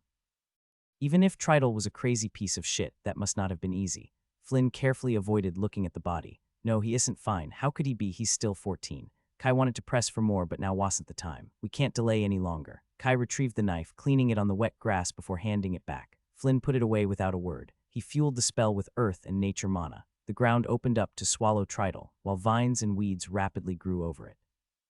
Even if the man had tried to kill him, he couldn't bring himself to leave the body for the scavengers, and probably Flynn wouldn't either. Hopefully, it would help him a little. We need to go. Kai, you almost died. Even healing potions take a toll. You probably haven't eaten for almost a day. I can go ahead. I'll do my best to make sure your family is safe. I'm fine. I can eat on the way. Kai summoned a sweet roll stuffed with cream from his ring to make him happy. He always kept a snack for emergencies. The first bite made him realize how famished he was. Lead the way. I'll tell you if I can't keep up. Flynn shook his head but relented. They began jogging, increasing their speed till the jungle flashed past them. You can go faster. Kai drank from a water flask. At this speed, he managed to absorb as much mana as he consumed with Empower. The endurance boost the skill provided kept him going. His thoughts turned to what awaited him in Silspring. If he just recklessly ran into the streets, he'd likely become one more person in need of saving.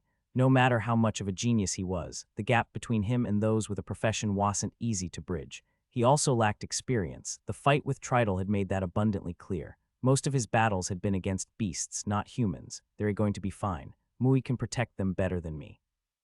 With how unpredictably he behaved, it would take more than one day before people began to worry about his disappearance.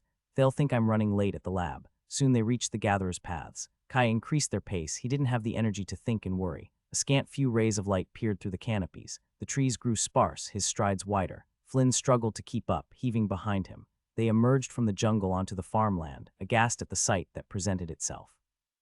Dark columns of smoke rose from the fields in the town beyond. The raging flames of the rebels' fires and the final shades of dusk painted Silspring in red. Are we too late? What the fuck did they do? We need to go. Flynn stared blankly at the burning city. Kai grabbed him to continue running. The boy had lost all color, letting himself get dragged.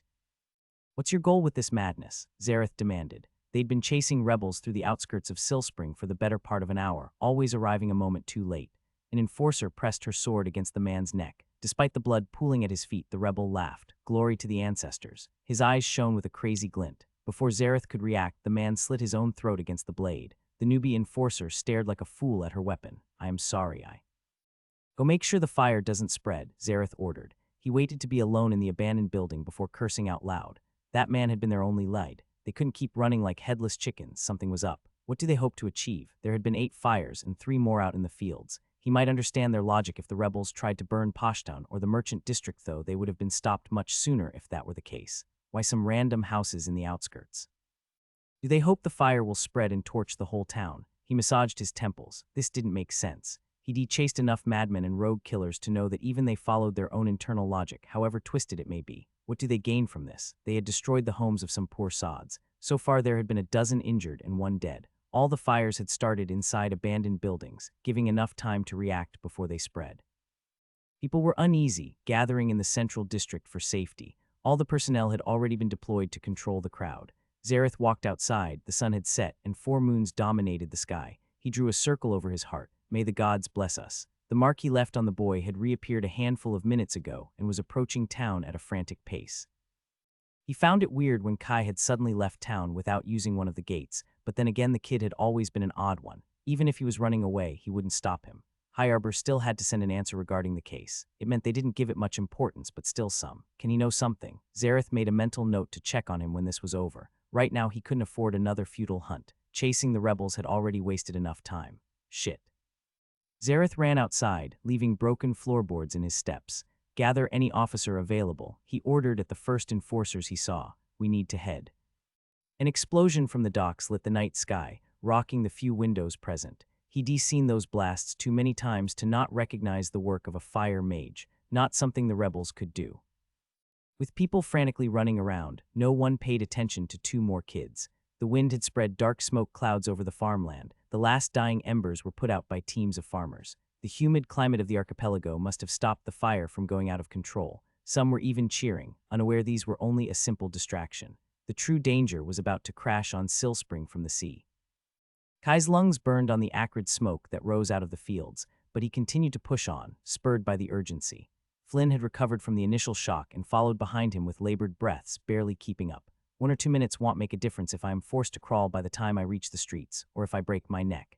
They were little more than 2/3 to the gate when a bright blaze from the docks banished the shadows for a few instants, lighting the horizon in red. The feeble hope the rebels' plan had failed was squashed. They were going to be fine. No enforcer manned the booth at the western gate, but his rush was forced to stop by the flood of panicked people streaming in the opposite direction.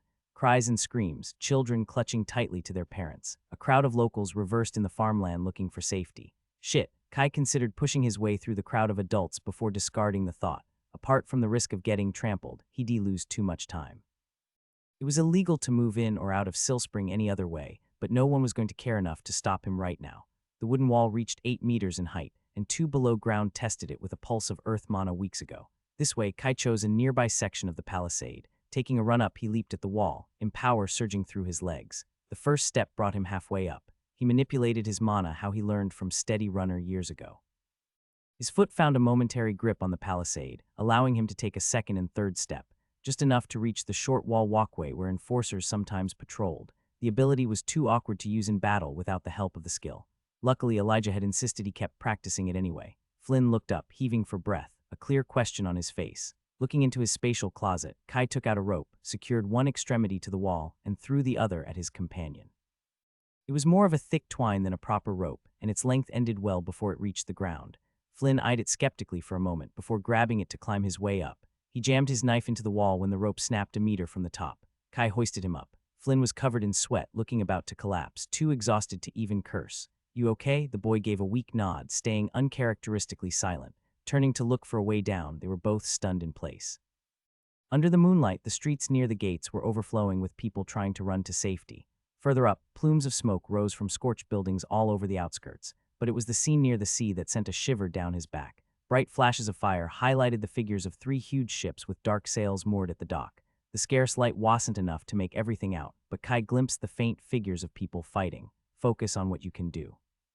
If the raid could threaten the Republic forces, it was far beyond the scope of his abilities. "Drink this." Kai offered Flynn one of his energizing tonics. "We need to go." Thankfully, the boy didn't freeze at the grim spectacle and downed the potion without a question. They headed down toward a step ladder back into the streets. Away from the main avenues, the buildings were eerily empty. Those who hadn't run had shut the doors and windows of their houses. They are going to be fine. Accompanied by screams, cries, and sudden flashes of light, the duo hurried toward the town center, sporadically meeting people running in the opposite direction. When the painted white door stood before them, the cold clank of metal was closer than ever. Mana's sense caught the presence of some signature inside, lifting the worry that threatened to crush him. "Mom, it's me." Kai banged the door with his fist. It took less than a second for the door to be thrown open. His mother pulled him into a tight hug. "Where have you been? I was so worried." Mui stood in the doorway carefully watching the streets, an axe firmly in one hand and a bow on his back.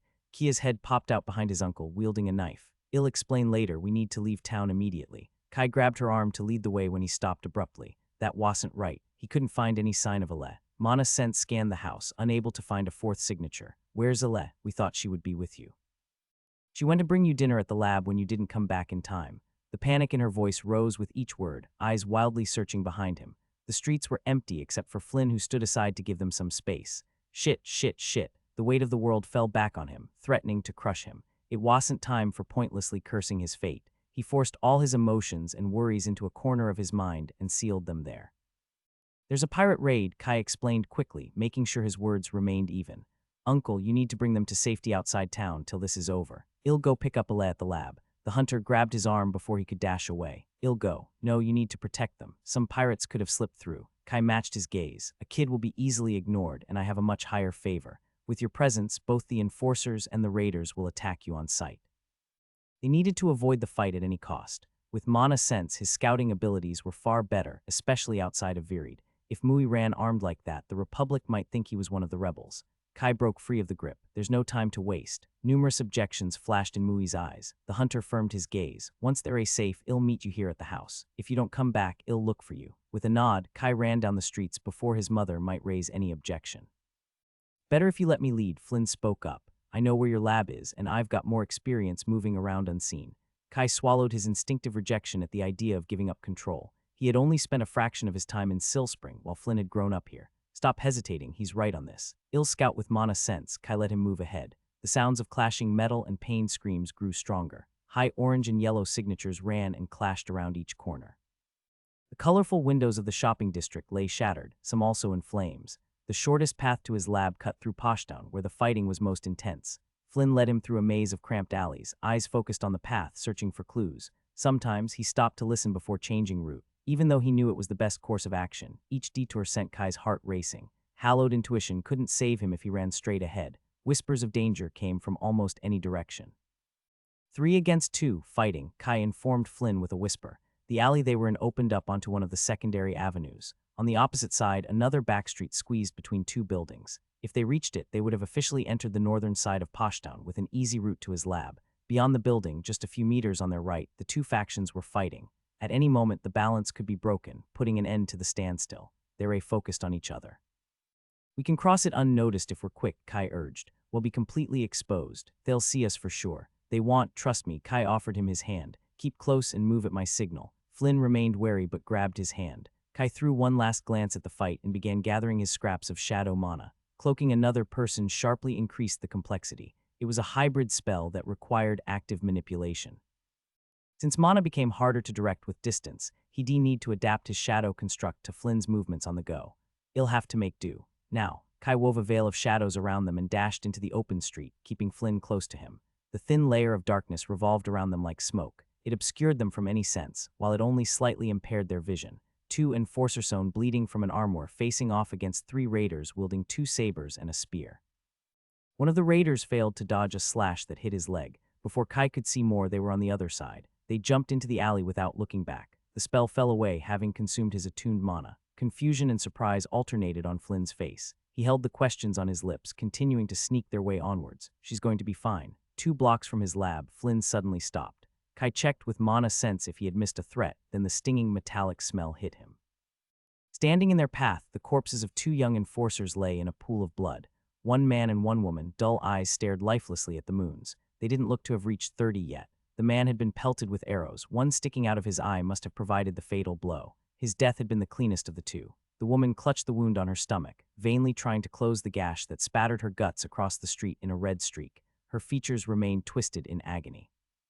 Kai barely managed to keep himself from puking. Swallowing the bile back with some effort, he looked away. The Republic might be a bunch of imperialist assholes, but these 2 were just cogs in a machine. No one deserved to die like that. Come on, let's go. Kai grabbed Flynn to walk around the carnage. Urgency and panic were mounting again. If 2 enforcers were killed here, the pirates could be anywhere in town. Alez going to be fine. She has to be. Mana presences roamed at the edges of his senses.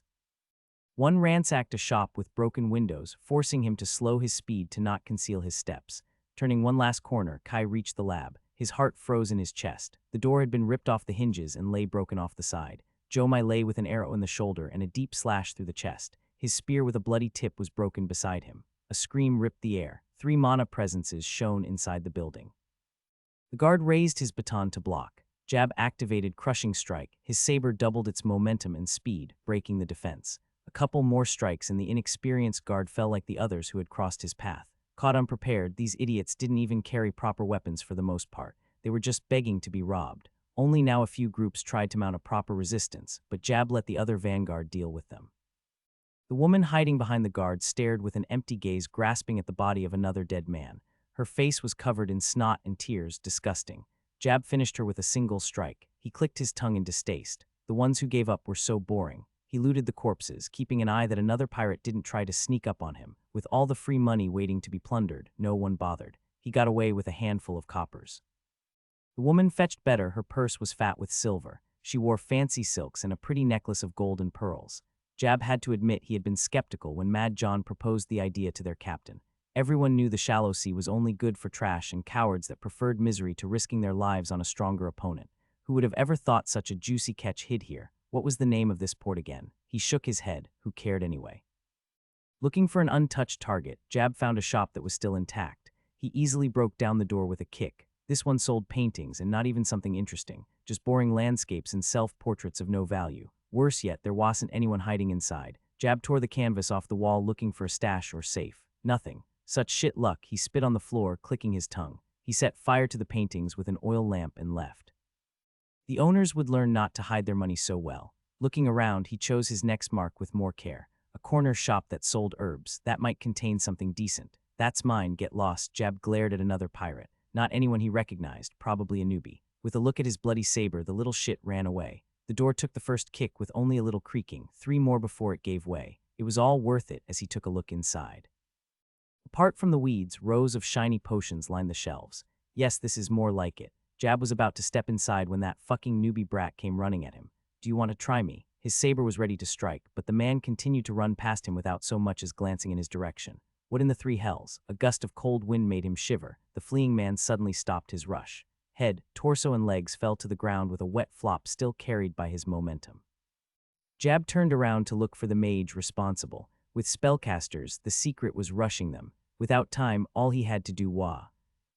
A towering man marched down the street, a 2-handed longsword in one hand. The silver hawk stood out on his uniform. Something wasn't right. The swordsman continued to walk with an unhurried pace. His cold blue eyes didn't even seem to register him. Without thinking twice, Jab turned in the opposite direction and ran faster than he ever had in his life. His saber clattering, abandoned on the ground. What the hell was someone like that doing here? The vanguard and the first mate should have kept anyone like that busy. A group of 3 raiders exited an alley laughing among themselves. One-hand Billy was with them. The gods must favor him. Jab dashed towards them, hoping they might buy him enough time to get back to the ship. That was someone for the captains to deal with. Where the fuck are you running, Jab? Billy shouted after him. Got something good. Glancing over his shoulder, the 3 finally noticed the swordsman, raising their guard. Perfect. With a bit of luck, they'll just. Before Jab could finish the thought, all 3 heads were rolling on the ground. Jab hadn't even seen that monster move his longsword. Those steel eyes didn't glance at the bodies. Jab fell to his knees begging, please, I. A 4th head joined the pile. Zareth continued to march ahead. His sister's screams covered the whispers of hallowed intuition warning him of the danger. Kai was about to dart into the building when Flynn grabbed his arm. You can't help her dead, he whispered with gritted teeth. Surprise is our best advantage. We need to make it count. His mind was a whirlwind of rage, worry, and fear. It took most of his self-control to not punch Flynn in the face to free himself, and the remaining scraps to grasp the sense in what he was saying. Mana's sense remained locked on the figures. Alez's unmistakable presence was cornered by another one in the hallway, but she wasn't dying or injured for now. The last figure stood a few paces back watching the scene. Both enemies had an orange profession and an orange race, the same as Tridal. Only there were 2 Tridals this time. Boiling rage gave way to icy fury, contained just beneath the surface and ready to erupt. There were no yellows, thank Yate and Kahali both. That would have been a suicidal battle. Though he knew he would have tried anyway. From their boisterous laughs, they were playing with her. His fists clenched till cracking, but that gave them time. Linking to his ring, Kai took out 1 potion to improve strength and endurance, and another for mental clarity and reflexes. His muscles heated up, urging him to move while his thoughts quickened. Enhancing elixirs were a tricky thing. Adding an immature body to the mix, they became more trouble than they were worth. The effects would last 20 and 10 minutes, respectively. After that, the backlash would take hours to wear off. Dora left better ones in her parting gift, but they were meant for the future. With his current attributes and body, they would be closer to poison. The boost was mainly to his physical capabilities rather than his spellcasting. They put him on a timer, and he hated having to resort to them. Right now, it was a gamble he would take 1,000 times to improve his chances by far less. Kai considered offering them to Flynn too, though it would have been better if one of them wasn't suffering the backlash when they needed to escape. He quickly explained what waited them inside so they could devise a plan or the sketch of one at least. Each moment Kai had to fight the burning itch to run inside swinging his sword. Less than 30 seconds later, they made their move. The broken door saved them a precious moment. Broken glass littered the floor, making a sneak approach impossible. Kai surged in power and dashed inside. The first target stood at the inner door of the hallway, connecting the main room to 3 smaller ones. A woman, quiver on her shoulder, bow in hand, average stature. Before she could react, he had already made it halfway through the main room. She turned wide-eyed. The amused grin froze on her face. Somehow, she managed to knock an arrow in a blur of motion, probably a skill. A spike in hallowed intuition warned him. Kai jumped to the right, the shot hissed by his ear, weaker than Tridle's. Aiming with his mind, he released the water blade he had prepared. Fueled by a third of his water mana, the condensed blade crossed the remaining distance in less than a blink. Kai targeted her center of mass to ensure a hit. Her bow and left hand were cleanly cut through. By the time it reached her body, the spell had lost too much strength and was stopped by a leather chest piece. The pirate looked at her hand in shock. The start of a scream on her lips, Kai swung his hand. The sword appeared halfway through the motion. The scream remained forever sealed in her throat and her head rolled on the floor. Kai didn't get a breather, pointing a foot before him. He forced his body to invert its momentum and retreat. His skills had already warned him. A burly man charged out of the doorway screaming in rage, dark eyes bulging. He swung a scimitar where Kai had been standing. A tinge of relief swept him. Ele was alive. If the second pirate had chosen to kill her or take her hostage, Kai wouldn't have known what to do except beg, though his relief was short-lived. The man began swinging wildly, faster than his eyes could follow. Kai sent 4 water blades at him, consuming another third of his mana, but the spells were shattered before they could reach him. Instead of dispersing into droplets, the water turned into mist around him. Improvisation painted his face in shock and horror. Vainly trying to create distance, Kai raised his left hand as if he was preparing to cast a desperate attack. With his guard up, the man pressed forward, unwilling to give him the chance. As the swings of the pirate's scimitar were about to reach him, the shadow waiting in the corner of the room struck, covered by mist. The man reacted quickly, still not fast enough. One of Flynn's daggers plunged halfway into his lower back, the other slashed his arm. Kai surged in power, charging the man to prevent him from focusing on Flynn. His sword whistled through the air in a lunge. Fucking brats. Suddenly, the swings of his scimitar exploded into a whirlwind of slashes in every direction. Despite his best efforts to parry, Kai took a bloody gash on his forearm and shoulder. The man retreated to get a wall to his back and keep them both within his field of vision. His breath had grown labored after the attack. Likely his profession skill had taken a toll. Kai dared to spare a look at Flynn. The boy had a cut along his face from the cheekbone to the chin but looked otherwise unarmed. "Who the fuck are you two?" The man snarled, his beady eyes flashed between them with hate, a hand holding the wound on his back. "I'm going to teach you why children shouldn't play with adults and rip you limb from limb." The raider attacked again. The stab Flynn dealt didn't slow him down yet. Their rushed plan hadn't got much farther. Running outside was out of the question. The chance of coming across more raiders was too high. Reaching the same conclusion, they retreated to opposite ends of the room. No matter who the pirate chose to attack, he would leave his back exposed to the other. At least that was the idea. Shit, how can he be that fast? The bald raider chose Kai, probably where he might cast more spells. Empower flooded his body with strength and speed far exceeding his attributes, the boosting potions pushing him a step higher than he ever reached. Even then, he was forced into a defensive position, each second brushing with death. Hallowed intuition warnings were too hard to interpret amidst the frenetic battle. Rapid metallic clanks filled the room. Kai had to thank Elijah's teachings once more. If there was something he was good at, it was holding out against a stronger opponent. Even if he was fighting a losing battle, superficial wounds and cuts accumulated over his body under the flurry or strikes. Flynn's attacks were the only reason he was holding on, granting him precious moments of respite. Shit, just die already. Using his remaining blue motes, Kai commanded streams of water to warp around the man's head in a bubble. Most were dispersed into droplets by ferocious swings, but enough managed to reach him. The raider closed his mouth to prevent the streams from making their way down his throat. Even without training, a human at the peak of Orange could keep his breath for a handful of minutes, and for a pirate who sailed on the sea, that was a bit too optimistic. Distracted by the spell, Flynn managed to inflict a slash to his thigh. Kai had hoped the man would panic and commit a mistake, but the bastard reacted in the worst possible way, retreating toward the broken doorway. Hastily constructed spell was kept together by prayers and wishes.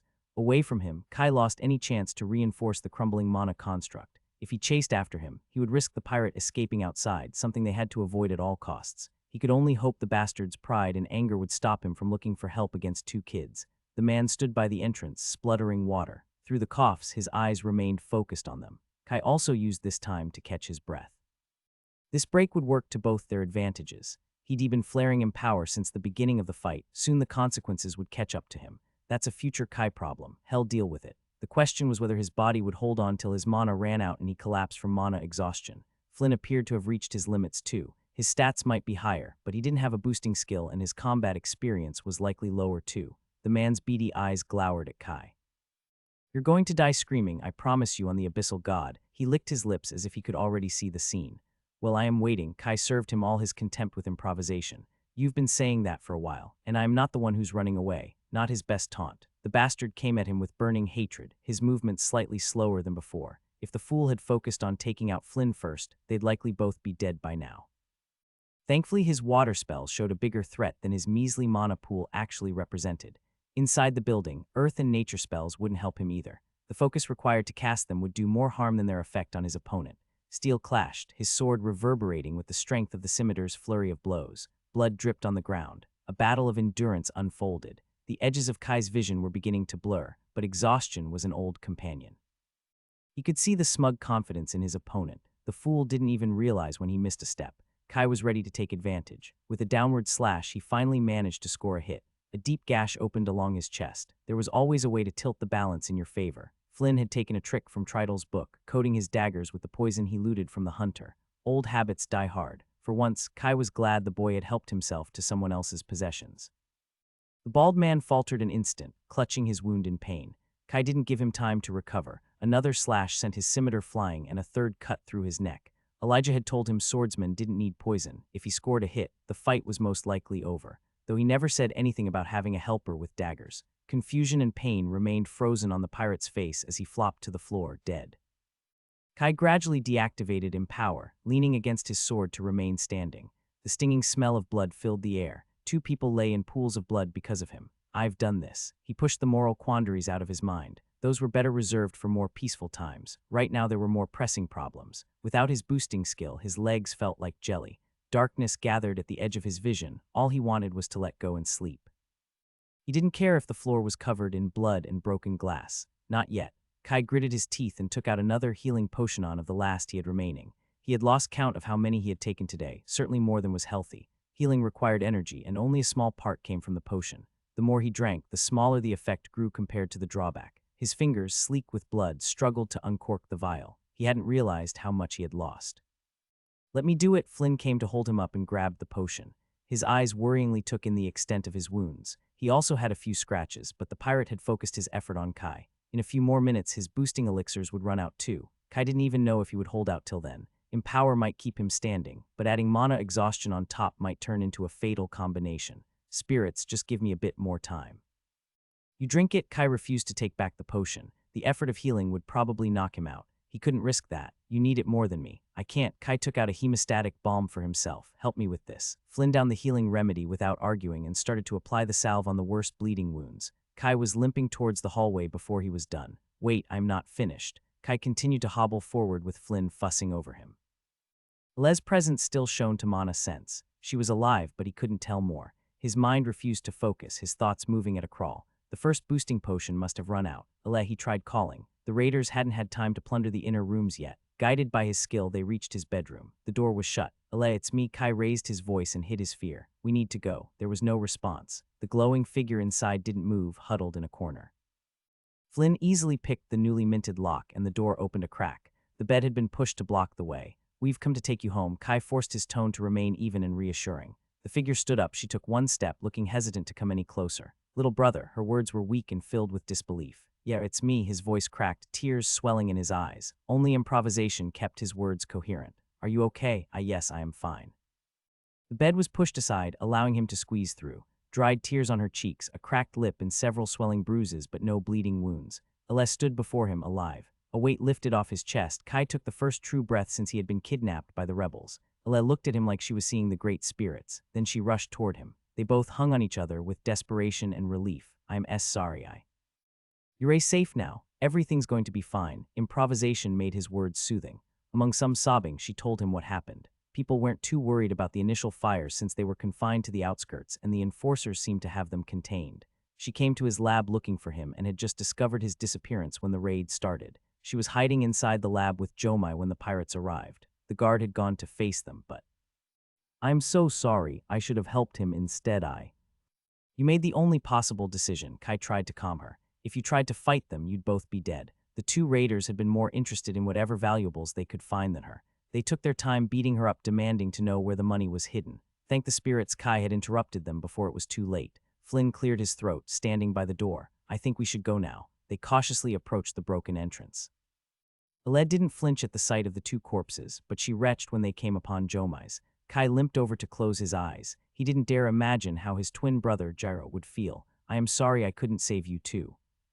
He could barely focus enough to sweep their surroundings with mana sense, but he couldn't detect any human presence. When his sister noticed his unsteady walk, she clung to him like a clam to a rock. Kai could tell she focused on helping him to not think about what happened. He only opposed when she tried to pick him up. Wary of their surroundings, they made their way out of town. Flynn led the way, while Kai listened closely to hallowed intuition for any spike in danger. The wind carried the echoes of explosion and battle near the docks. The streets around them were surprisingly clear, though the signs of destruction were everywhere, with more than one building still burning fiercely. Someone is coming, Kai stopped them. His heart skipped a beat when the presence headed straight for them, then he noticed hallowed intuition wasn't reacting. Mui appeared before them, eyes filled with worry. What happened? Are you wounded? This time Kai didn't get to choose whether he wanted to be picked up. His eyes drifted towards the sparks of bright flames near the sea, wondering what was happening there. Numerous notifications blinked at the edge of his vision. His eyes closed before he could pay attention to them. The toil of the hardest day of his life caught up to him. Zareth swung his sword, cleaning the enchanted blade from the blood. The archipelago, a relaxing place with sunny beaches and naive people, a little forgotten corner of the world where trouble didn't bother going. When Irvin had offered him this assignment, it had seemed too good to be true. Commanding the garrison of a quiet small town of fishermen and farmers, a chance to do some good and leave behind the ghosts of the past. Nothing more than a few bands of rebellious citizens with the occasional family drama or impulsive murder. Enough to keep boredom away and not let his skills rust entirely. Such a fool. Maybe it was the Republic's fault. If they'd left this place alone, the dream could have lasted longer. But that damn woman couldn't help herself. She had to pull schemes and money till the world came knocking. A man rushed at him with a spear out of a broken window as a woman tried to sneak up from behind with 2 daggers. Both were at the beginning of yellow, both swinging sticks like children and no more effective. He'd almost feel bad for them, almost. After massacring powerless locals, they must think themselves invincible. Incomprehension flashed in their eyes as they realized they were dead, their bodies flopping to the ground in 3 pieces. The pirate leader who led the charge down the main avenue had been the strongest so far, hopefully the captain. They had been coming exactly in his path. It took a couple more swings each, but they fell all the same. Grades grew wider as you climbed. Superior skills and experience could bridge the gap up to a certain point. He had been able to do that once, but none of these raiders were that good anyway. Why, surrounded by corpses and broken buildings, it was the question that continuously tugged at him. Why was all this pointless death and destruction necessary? Why couldn't people see reason? Why couldn't humans ever be happy with what they got? As always, there was no answer, none that satisfied him anyway. The pretty boulevard with colorful shops and smells of freshly baked goods was choked with the stench of ash and blood. Little of it remained intact. Most people had managed to run to safety, but not all. If these pirates had no shame punching down lower grades, he wouldn't either. Zareth continued marching through the empty streets to hunt for more raiders. Death to reduce death. It never worked, but what else could he do? It was the only thing he had ever been good at, and it would be better than doing nothing. The faster he was, the better. He needed to clean up here before eliminating the root of the problem. Leaving people with nowhere to run never ended well. A single pirate could cause a massacre if they remained stranded on land among the population. What is he doing here? The marks faded in the back of his mind unless he focused on them. He distinctly remembered the kid being outside of town when the trouble began. Running on top of the buildings, he had to be careful not to push with too much strength against the thin roofs. Faint violet rays of moonlight pierced the smoke and clouds hanging over the town, lighting the streets. Balancing on the shingle roof, he got a full view of the kid's recently acquired lab. The mark showed he was still inside, alive. His behavior had been more suspicious than usual. Something was up. Has he come to protect his property? No, that didn't make sense. Kai never seemed overly interested in money, no more than was expected from someone who had known hunger anyway. It would be much easier to convince Cressida the boy was just another uninteresting brat if he didn't show up in the least opportune places, though no one was likely to notice in the general chaos. Damn kid, can't you keep a low profile? His erratic behavior definitely warranted looking into. Echoes of clashing metal resounded from the building. Zareth dashed to intercept a group of raiders who had been attracted by the noise. Winds cut down 2 of them before they could react, though a third barely dodged the air cut, probably in the middle of yellow. The woman bent her back to an unnatural degree, looking for the origin of the attack. Show yours. The second strike didn't miss, and he ran past. The continuous clanks of fighting coming from the lab interrupted. You're not going to get yourself killed, kid. Not after all the trouble I went through. The wooden framework of the roof creaked as he leaped closer to the lab, landing on the balcony of the opposite building. Zareth prepared to use splitting charge through the wall. From this height, he had a partial view of the inside through the high window of the lab. His sensing skills completed the scene. One headless corpse on the floor, 3 people still standing, 1 adult wielding a curved blade and 2 kids. Even without his mark, it was impossible to mistake the smaller child, wielding a sword. A precise jab close to the hilt and Kai disarmed his opponent. Without any hesitation, the kid proceeded to slash the throat of the raider, his moves faster than they had any right to be. Zareth scanned him again, his race still showed as orange. He had known it had to be a ruse, but even if the kid had reached orange, that speed wouldn't be possible. Has he reached yellow or gotten a profession? Each new option was more unbelievable than the last, but the pirate had been at the upper limit of orange. How high would his skills have to be to bridge the profession gap? After defeating his opponent, Kai staggered, leaning against his sword for balance. No trace of those precise and ruthless movements anymore. Another, older boy hurried to the kid's side. Judging from their body language, they were close to each other. He recognized the face. There weren't that many kids that got into the scholarship program from Silspring. Filing Index quickly pulled the right document from memory. The boy's personal file flashed in his mind. Flynn Sovely, poor background, father died during the famine, graduated first in his class, upper common profession. He was offered a job from the Republic and should be working for the government, though his profile doesn't report details. His presence might explain the outcome of the fight, if it was a favorable matchup for his skills, and a lot of luck was involved. Maybe the pirate wasn't as strong as he thought, but why was he here and what was his relationship with Kai? How many more secrets are you hiding? Even disregarding his teachers, his alchemy alone would be enough to catch the governor's interest and receive an offer that couldn't be refused when he got a profession. If there was more and Cressida found out, she might not wait till then. The kid had no idea what a thin line he was walking. A bright flame lit the sky near the port. Blessed moons. He needed to remove that mage before they could stop the fires. The kid would survive. There would be time to look into it later. Every team of enforcers had orders to hold a defensive position as he delved behind enemy lines. Fighting through the streets would kill more people than it saved. The recruits who were posted here were newbies with little to no experience or veterans at the end of their rope. Zareth intercepted 2 more groups of pirates heading toward the lab, looking for a new target to plunder. Another man was walking out of a bookstore, dragging a screaming woman by her hair. The gleeful grin still on his face as his head rolled to the ground. Drink this and run straight for the western gate. He made sure she didn't have any fatal wounds and put a healing vial in her hand. The woman stopped yelling, staring in shock at the dead, bleeding corpse. She didn't drink the potion, but she did start running in the right direction. Good enough. The best way to prevent the pointless loss of more lives was to put an end to the raid. There were too many pirates, and his mana pool was dwindling to fuel his skills. The closer he got to the docks, the more raiders he met. They seemed to have caught on to what he was doing, converging towards the 3 ships moored at the pier. That suited him just fine, less time wasted chasing after them. 2 teams of enforcers had been dispatched at the northern and southern end to keep them busy and contained while he struck through the middle. The people closest to the port would have been caught in the initial wave without a chance of escaping. Now their corpses filled every alley, with most of the warehouses, inns, and taverns around the port reduced to little more than burnt husks. Why here? Flashes of destruction rose from the depths of his mind where he buried them. He'd sworn never to set foot on a battlefield again. He took a breath to firm the shaking grip on his sword. Why were the gods forcing him to go through this again? A couple lay in the mud still holding hands, their hearts pierced from behind. They must have chosen to visit the archipelago for their honeymoon. The woman held a protective hand to her belly even in death. Zareth glanced at the moons, silently observing the world. As usual, the gods gave no answer. I need to put an end to this. One arrow veered its flight toward him, rapidly approaching. Not enough distance to dodge again. Zareth angled his sword along the trajectory. The shot impacted with the strength of a charging bull. With a grunt, he grabbed his blade with both hands to brace and deflect. He didn't get a chance to catch his breath as a bright red fireball headed his way. The crimson flames grew till they occupied the whole street. The arrows had forced him to dodge in a corner. Boxed in by 2 walls, jumping over them would leave him exposed to more shots. He could head on, but it would put another dent into his reserves that he couldn't afford. Without hesitation, Zareth continued his momentum and slashed through the wall of the warehouse. A shoulder push carried by splitting charge got him through. Scorching heat caressed his back. He used windscreen just as a deafening explosion burst in the street behind him, accelerating his momentum tenfold. Zareth braced for impact. His body smashed through the crates, but he never lost the grip of his sword. As he arrested his momentum on the opposite wall, a sea of crimson flames washed over him. He stared at the burning inferno, barely feeling the heat. Windscreen did little to avoid direct blows, but it worked flawlessly against formless magic and glancing shots. On a battlefield, it was well worth the profession slot. I'm too old for this shit.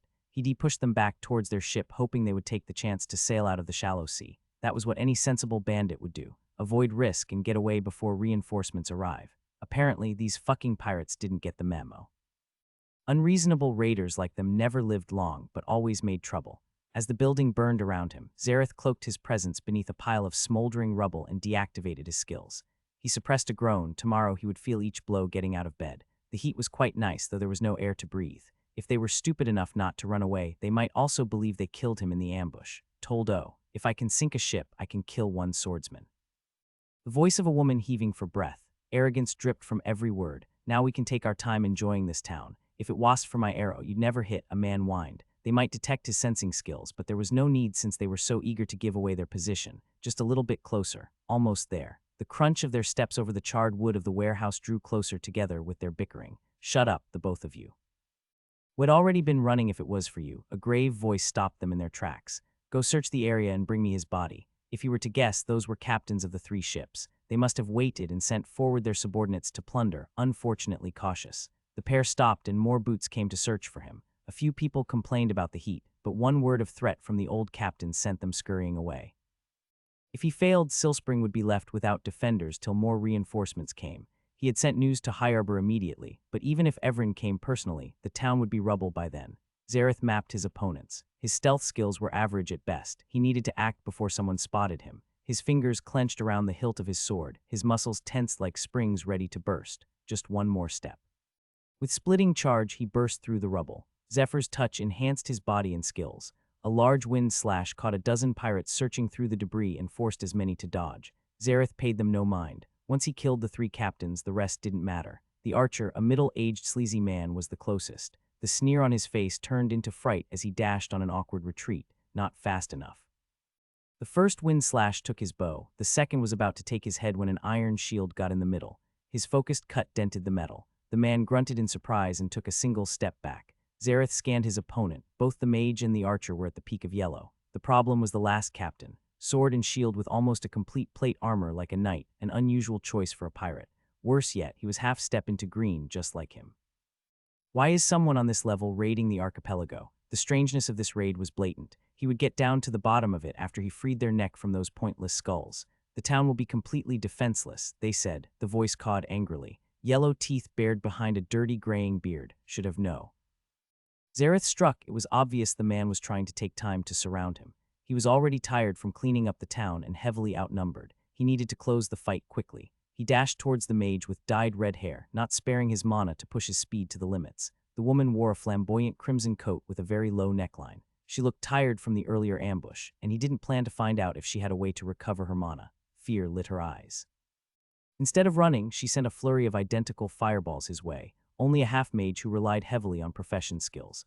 Zareth slashed through them, letting Windscreen take care of the fallout. In a panic, the half-mage cast a stream of crimson flames from her hand, laughing madly, "Burn, burn for me." Zareth sidestepped the flowing fire. The knight was sprinting to defend, but he had him beat in speed. 2 red eyes shone with a crazy glint behind the blaze.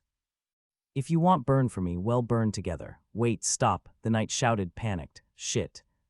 Sixth Sense warned him a moment before the insane woman exploded in a flood of roaring crimson fire.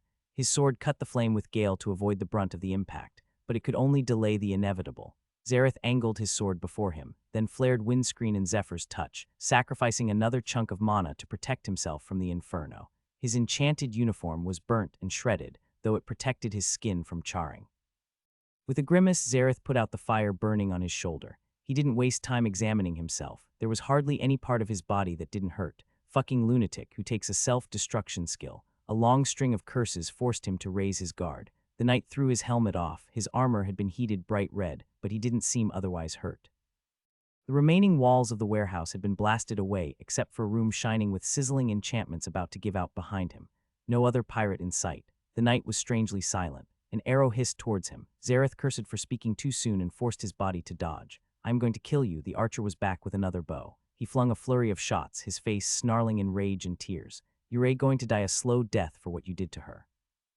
Zareth gritted his teeth and dashed to meet him. The archer dodged the first and second wind slash, not the next 5, though he couldn't avoid an arrow to the leg in exchange. With no mana left to spare and bleeding profusely, he turned towards his final opponent. The knight had finished ripping off pieces of his armor and watched him with grim determination. "Why, I should have known there is no easy target," he laughed sourly. "You can take your ships and leave. "Oh, I will." The knight showed his rotten teeth.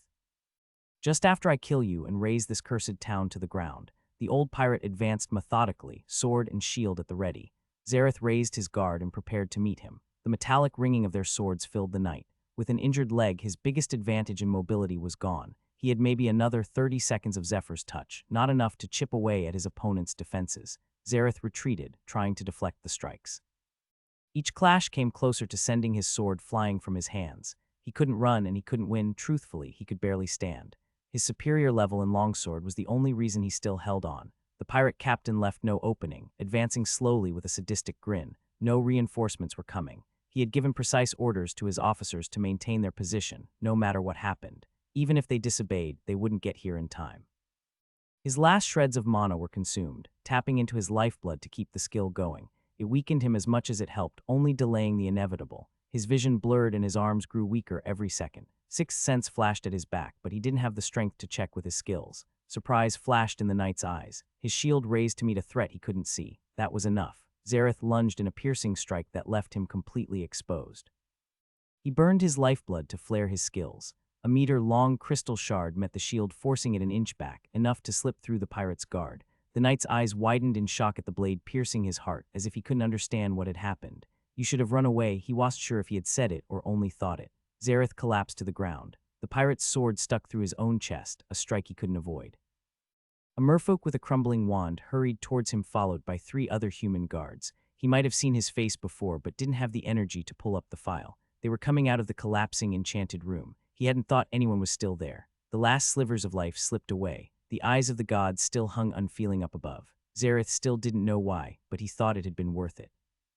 Kai squeezed his eyes shut, covering them with an arm. Noise and light chipped away at his slumber. He wanted to cling on to the dream just a little longer. He was back at the estate, taking a refreshing swim under the shining sun, carefree and happy. Just 5 more minutes. No matter how hard he tried to grasp it, sleep slipped away like sand through his fingers. His thoughts grew too loud to ignore. Pressing worries dragged him like chains toward wakefulness. Reality demanded his attention.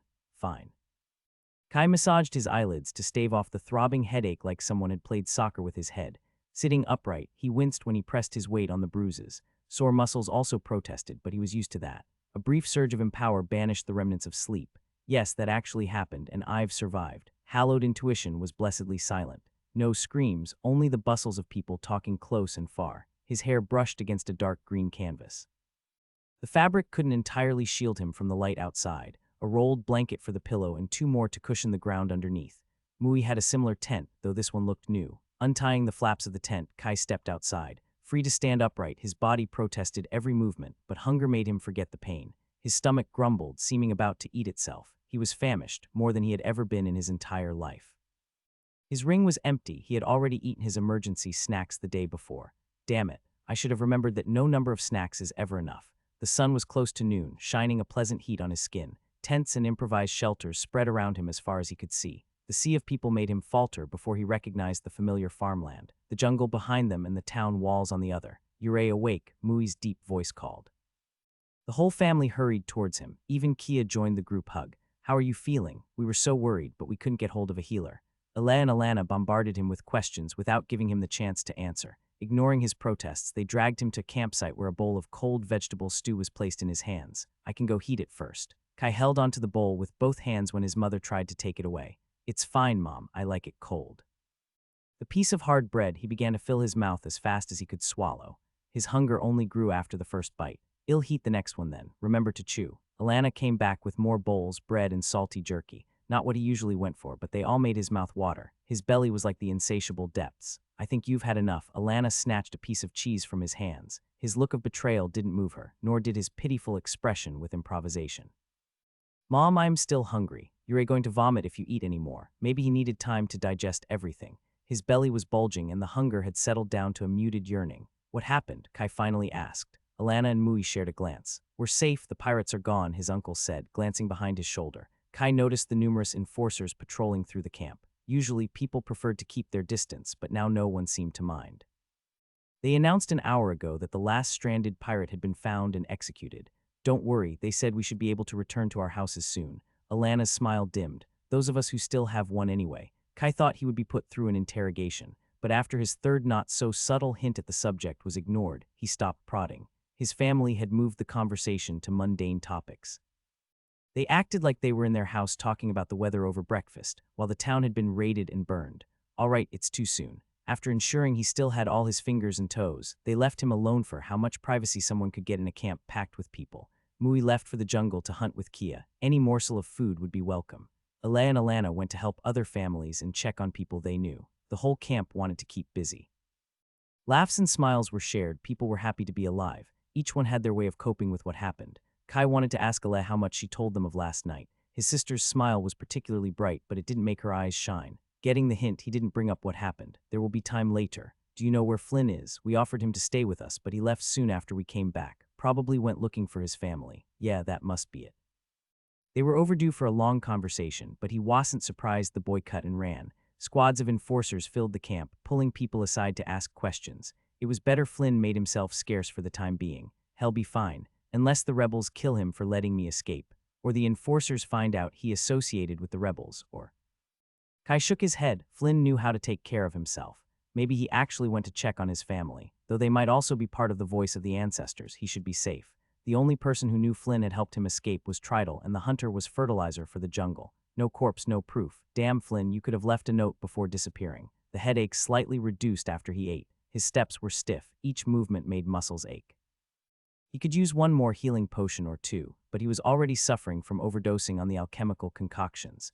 Gritting his teeth, he held off. He might take a weak one after his hunger abated. He dismissed the notifications blinking in his peripheral vision. He wasn't ready to look at what happened either. It felt wrong to celebrate his gains and levels after so many people died. Using a trickle of empower, Kai began wandering around to kill time. The camp was divided into two areas. The one he was in, near the fields, and another smaller one, closer to the northern beach, where the mainlanders had been gathered. He didn't have news of Rizhi. The merman was resourceful, but Kai still worried. The merchant district was close to the docks. With its wealth, it would have been a prime target of the raiders. No doubt, the most likely place to find the merfolk was with the rich people. A line of enforcers separated the two camps. They required an official ID to let you through. His own was stored in his spatial closet. Casually walking behind a tent, out of the sight of any officer, Kai took out the fancy paper from his pocket. The man signed his name down before letting him through with a stern glance. Don't make trouble or you'll be thrown out. Neat rows of wide tents immediately highlighted a stark difference. Each person seemed to have their own place to sleep.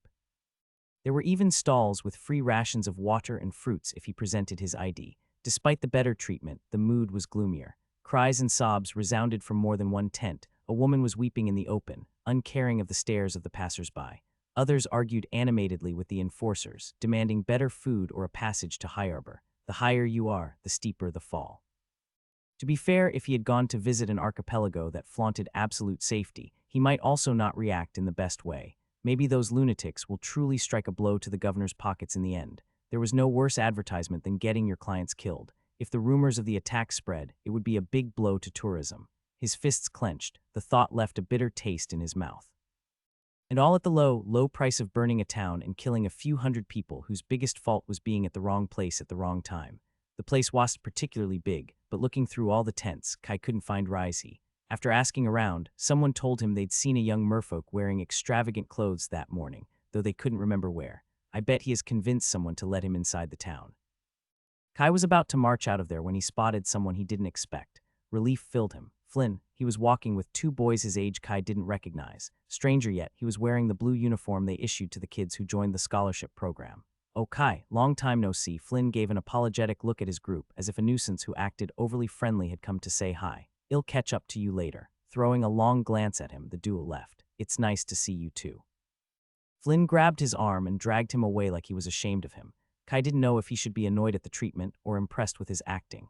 As long as he's fine, though he could look happier to see me too. I didn't expect to see you here. Flynn looked down at him. Neither did I. Last time we met you disappeared without a word. Really, I don't remember. They walked towards the beach. The enforcers on duty let them through after giving a glance at Flynn. A small crowd of people stared at the waves, some looking happy, but mostly with empty expressions. They continued along the shoreline, keeping up the awkward talk till the buzz of the camp was covered by the wind. You could have left a note. Were you worried about me? A smug grin immediately lit his face. No, just that you would do something stupid, like helping a grumbly short child. His glare didn't manage to wipe Flynn's smile. I'm sorry I made you so deeply worried. It would have been hard to explain if I were seen with you, and I didn't want to draw attention. Kai rolled his eyes. It's fine. How are you doing? Great. I mean for real. What do you plan to do now? The original plan was to disperse after the events. I've got a job with the Republic. The governor wasn't a forgiving person. There was bound to be an extensive investigation after what happened. Whether they would find the culprits or not, they weren't going to give up easily. The pirates' ships would receive most of the attention, but there was no way they wouldn't find the link with the rebels. Are you sure it's a good idea? Hiding under their nose was good till they didn't find him out. Flynn's smile faltered for a moment. Do you have a better idea? I don't have much choice, do I? He snapped before taking a deep breath. Kai wanted to tell him he had the solution. He could come with him and he'd figure something out. The truth was he didn't even know what he was going to do himself, much less take care of someone else. Do they know you helped me? The boy shrugged. Maybe, I don't know. I'll ask around when things settle down. Can't you go with your family? Flynn laughed with no mirth. You've met my mom. When would I? His eyes widened. Your mother is the crazy lady. Flynn winced, his gaze wandering over the waves. She wasn't always like that, but yes, the crazy lady. I've heard worse names. How would it be growing up with a mother who can fuck with people's minds? We'd better go back. They might start to wonder what we're talking about if we don't. The enforcers are already suspicious of every shadow after the raid. Flynn walked ahead toward the camp.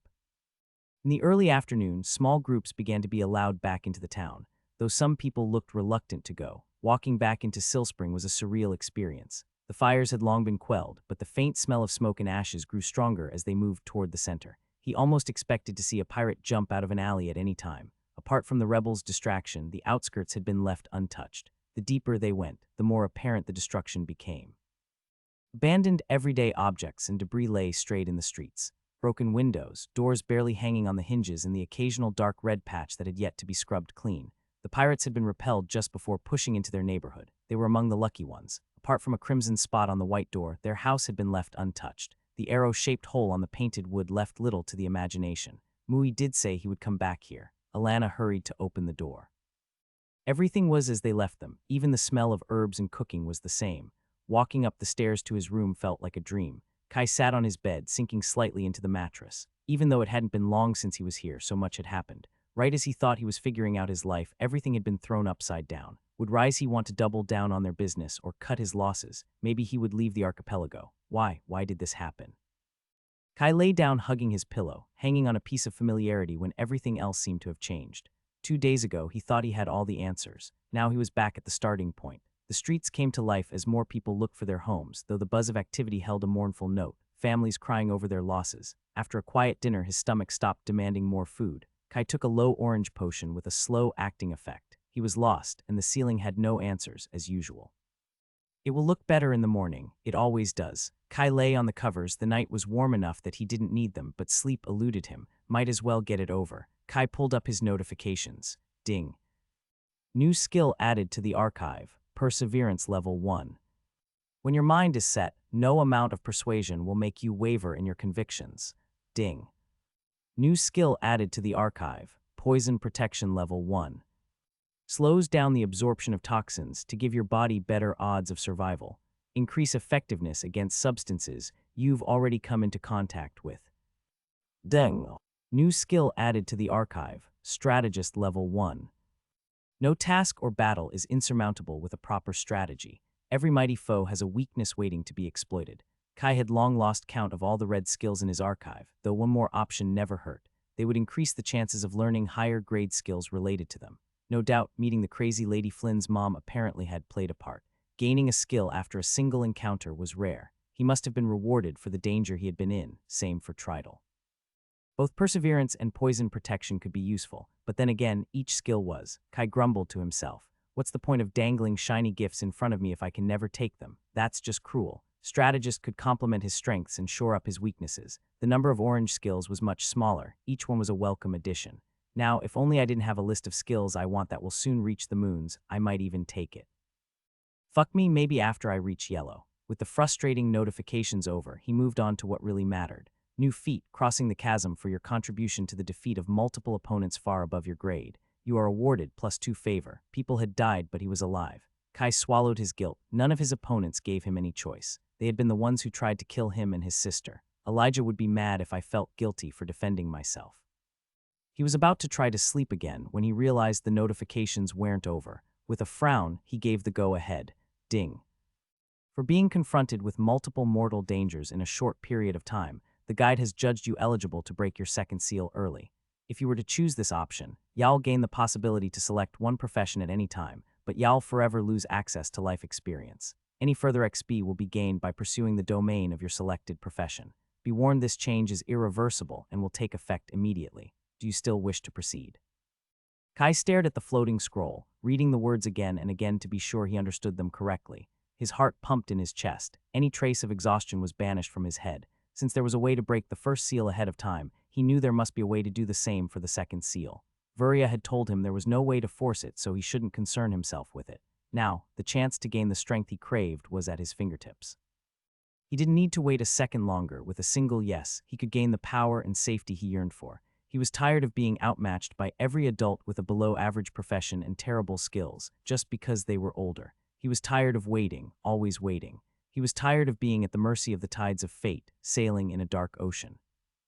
He had been kidnapped by a bunch of nutjobs, risked having his mind brainwashed, and fought for his life in 2 uphill battles against terrible odds. He had taken numerous risks over the years, but never walked this close to the edge. Just one wrong step and he would have died. I doubt he'll get the chance to start over a second time. Worse yet, all those challenges would have been a joke if he had just a few more years. The idea of leveling the playing field was beyond alluring. Every fiber of his being wanted to say yes. The opportunity was offered to him on a silver platter. All he had to do was take it. With a single thought, he could finally stop being scared, powerless, and at the whims of every foolish adult. Can't I let future Kai deal with the consequences? The words hung in the air before his eyes, whispering sweet promises. Present Kai had to scrape every morsel of willpower to not accept the offer immediately. Clenching his jaw, he pushed the notification aside for the time being. Why can't things be easy just this once? He opened the window to let the night breeze in. It was becoming too hot. Kai took a deep breath, then another, then spent an hour in meditation to calm his racing thoughts. It would be heart-wrenching to waste years of blood and sweat on a rash decision. Kai repeated that mantra in his mind until he believed it himself. Being hasty, no matter how sweet the reward, could drown him in a sea of regrets down the road. Outside his window, the wandering moon lit the world with its pale violet rays, accompanied by 4 of her sisters. It must be close to midnight, probably later. A fresh mind always made better decisions. Kai sat on his bed, tempting possibilities wandered through his mind. With a thought, he could pull the notification back and have a profession before dawn. Even if it was a few years early, he was bound to receive some great options. Only years of training and self-discipline let him clear his mind and fall into a restless sleep. The sun rose too soon, and the morning brought little clarity. Outside, the streets were bustling with life, people busy cleaning the town and rebuilding. Kai closed the window. The dampening enchantments took care of any sound. Kai sat at his desk and took out a blank piece of paper. He could already smell the coming headache.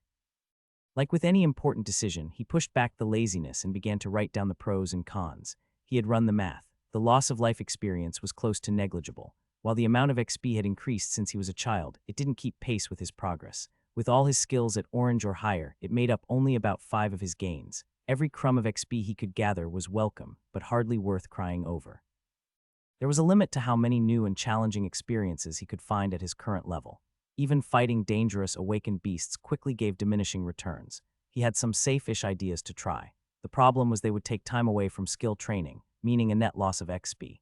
A decent payday required exceptional circumstances that always carried with them equal dangers. The raid and kidnapping might have netted him over 1,000 XP, but he wasn't eager to repeat them, ever.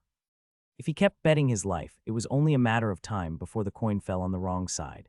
The guide had agreed that this time his brush with death came too close for comfort and offered him a choice. With the ability to gain XP by practicing my profession, this can't be considered a loss. Kai wrote down his conclusion, a small smile tugging at his lips. He needed to be rigorous. Next topic. He had defeated the beasts he could, and hunting for a yellow one was pure madness. There were no more achievements he could gain from being underleveled, not any that were viable anyway. He had to face it, he wasn't going to advance his grade before 14. Kai had avoided running the math not to demoralize himself. Scribbling the numbers, his chances were even worse than he thought. Unless pirates raided Silspring every week, it wasn't going to happen. Probably not even then, since I would have died. There might be feats he didn't know about, but taking a profession would also open new doors and chances to gain favor. He would likely obtain a feat for taking it early. I can't count that as a con either. As for pros, his dad's pen wrote a single word down, safety. He couldn't know when the next storm would hit him. Even his favor might not be enough. He had come close to losing his sister this time. What about the next? What if something happened and he didn't have the strength to protect himself or his family because he chose to wait? A profession might not protect him from every danger, but it would improve his chances drastically. And then there was Vuria's riddle. The dark wooden cube appeared in his hand. He needed 3 things to solve it: time, higher mana skills, and attributes. A profession wouldn't help with the first, and only indirectly with the second, but it would make a great difference for the third one. He remembered the leap he made when he reached Orange. This was as close to a cheat as he would get. On the papers, there were 2 strong pros, while the cons were mitigated by other circumstances. And fine, I also really want to know what options he'll get. Unless he broke the second seal, he couldn't know what profession he would be offered, even if he didn't take them. The burning curiosity was driving him mad. His silver pen tapped on the table. The pros were clearly winning. Fine, he'll do it. The more information he could gather before making a decision, the better. Unfortunately, knowledge about the guide's mechanics was close to non-existent in the archipelago. Linking to his spatial ring, Kai took out a leather-bound book, Initiation to the Mysteries of the Guide. It was his best lead, likely the only one he would ever find. He had read it many times, but there were several chapters that had warning labels. He'll need some help.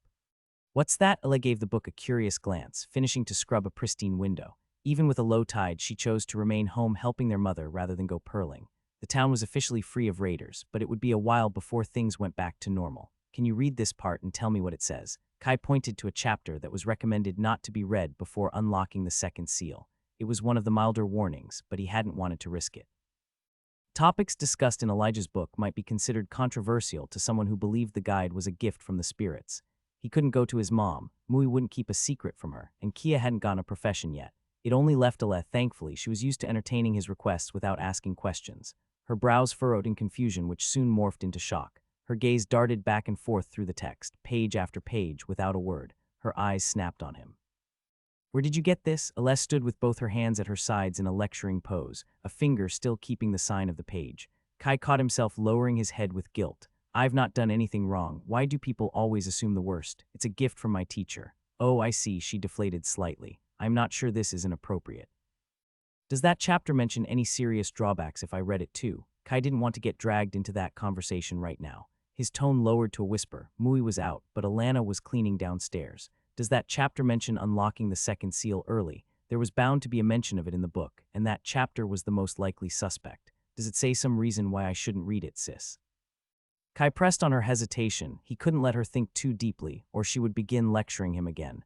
Wait, did you? Her mouth hung agape. She glanced at the book again, quickly browsing through the pages. I guess it could. Kai struggled to keep his voice perfectly calm. So can I? Yes, I don't see how. Good enough. Taking back the leather-bound book from her hand, he dashed to his room. His ears listened through the door. Her steps wandered closer, but soon brought her downstairs.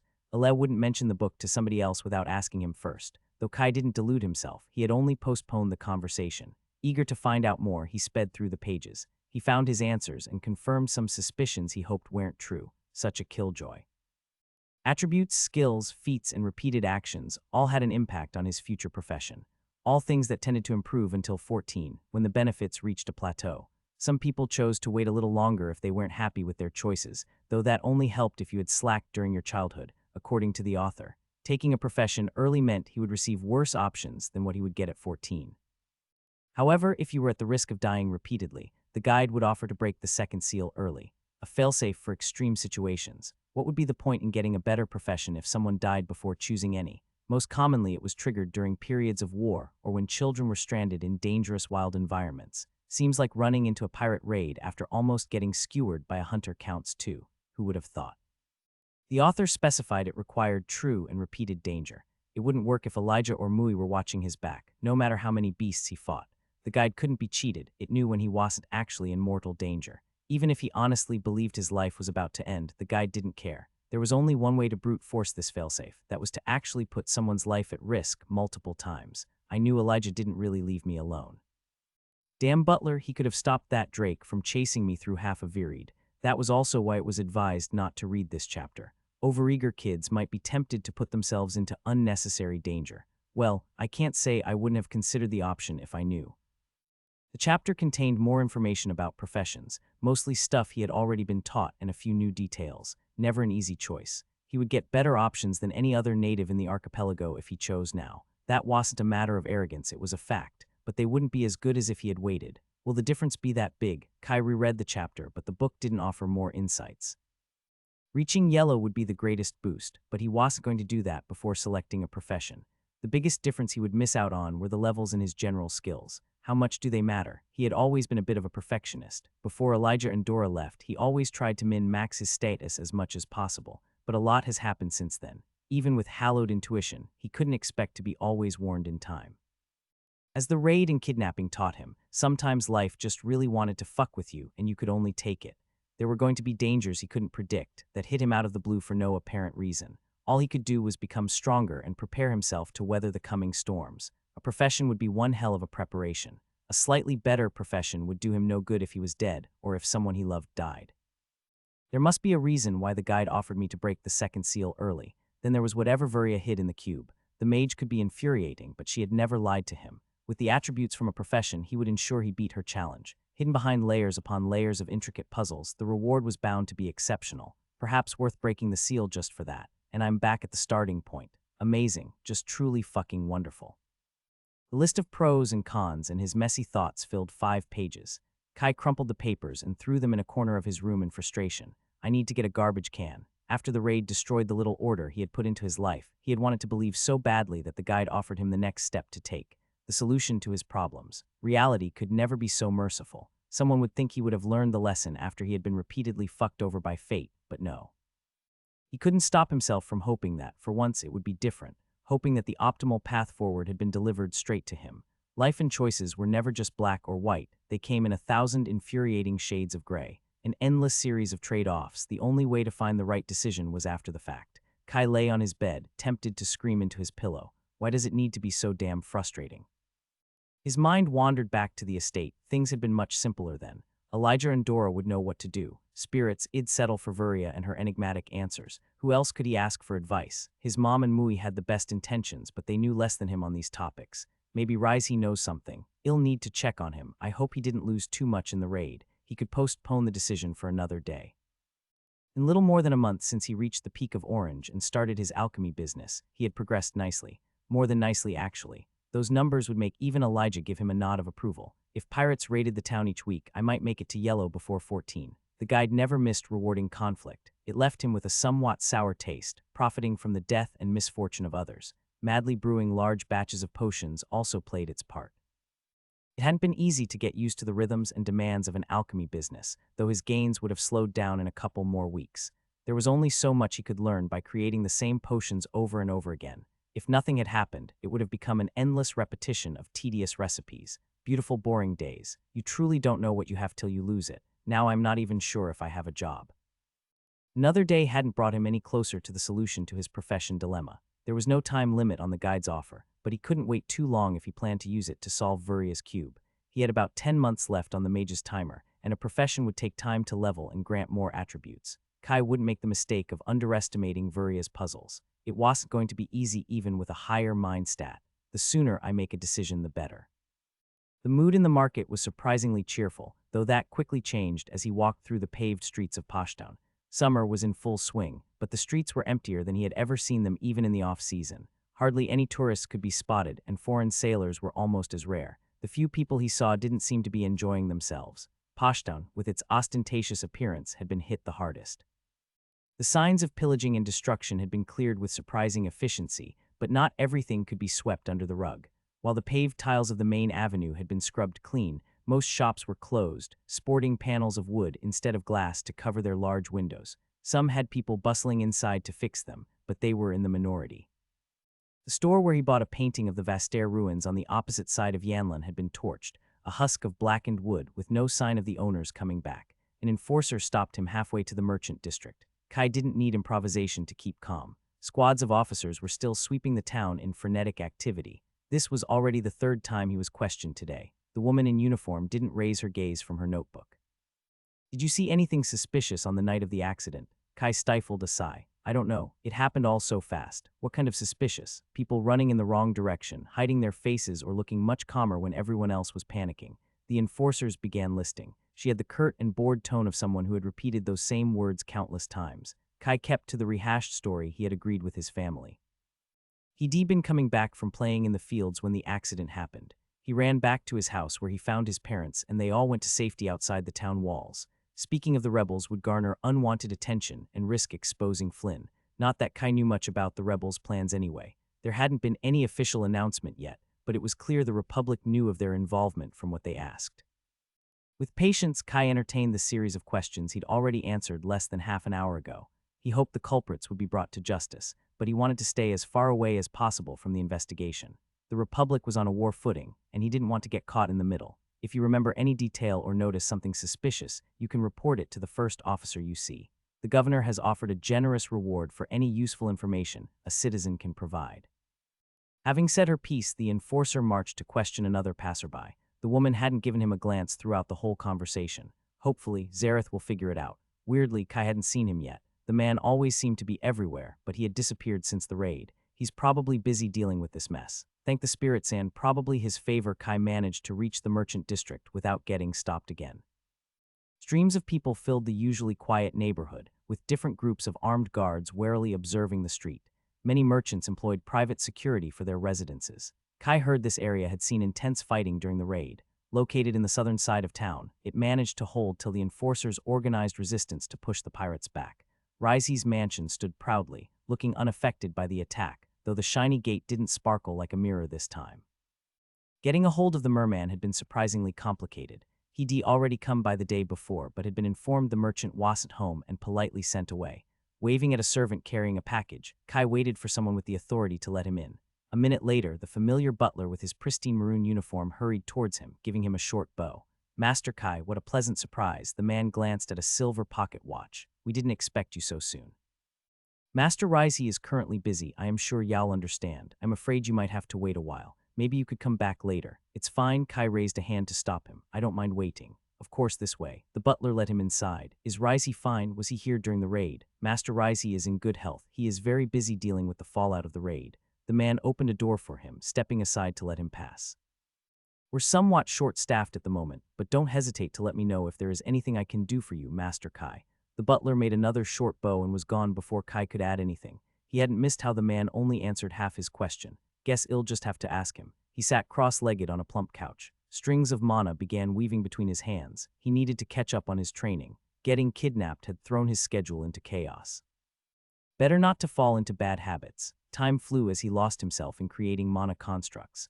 Contrary to his previous visits, no servant came to check on him. He didn't know if he should consider that rude, but he preferred not being interrupted. It was about 3 hours later when the door finally opened, and Ryze walked inside carrying a pile of ledgers and papers in his arms. Kai absorbed the mana of the 3-layer structure he was working on, glad to see him safe and sound. The merman didn't realize he had company. He sat at his desk and began flipping through his documents, murmuring to himself in an unknown language. "Hello, I've yet to learn how to turn myself invisible." "Ryze." The merman jumped in his chair, letting out a small shriek. Fumbling with his pockets, he pointed a matte black stick towards him. Whatever it was, Kai noticed it was pulsing with many layers of enchantments. "Just me." Kai raised his hands in a peaceful sign. "And I didn't even intentionally scare him. What a scaredy cat." "Kai." Ryze relaxed slightly, putting his black stick back into his pocket. "What are you doing here?" "I came to see you." Kai watched him worriedly. "I stopped by yesterday, but they told me you didn't have any time. Today I was told to wait here by your butler." "Are you all right?" He was an expert in merfolk biology, but the orange crest on his head was flopping to the side and his blue scales looked a shade paler than usual. "Yeah, someone probably told me. I must have forgotten." He straightened the pile of papers before him and continued sifting through them. "Things have been pretty hectic after what happened, and the Republic had kept me busy till yesterday. So what did you want to talk about?" "I've got a lot of work to do." Kai took the seat across from him, leaning forward. "Are you okay?" "Okay. I thought he'd present me with a 12-step plan for the future of our business or ditch me. I am fine." Ryze waved him away. "Maybe you should take a small break." "I can't. One of my vessels has been stolen by those damn pirates. 2 warehouses were burned down and I lost 5 employees. I need to finish sending compensation to their families yesterday. Then I need to check our stock and revise my plans. My employees need instructions and—" Okay, he's definitely not fine. Maybe this is the first setback he suffered. "You're going to take a break right now." Kai pulled a fold of papers away from him. "I'm sure your employees can survive an hour without you." "Give it back," Ryze demanded, palmed hands vainly reaching over the desk. "Nope." The merman glared at him. "You know I can have you thrown out of my house with one word. Then do it, because I want leave until you take a break." Kai met his fuming gaze with firm determination. "I'm almost sure he won't do it. That would be embarrassing." As his eyes were starting to water, Ryze finally blinked and fell back in his chair. Fine. He marched to the red velvet couch and sat down, pouting like a moody teenager. Sometimes I forget he's still 18. Kai called a servant to bring tea and took a seat across from him. His troubles about breaking the second seal could wait. I am always here if you need help or someone to talk to. Do you know how to lead a business? Rizey grumbled.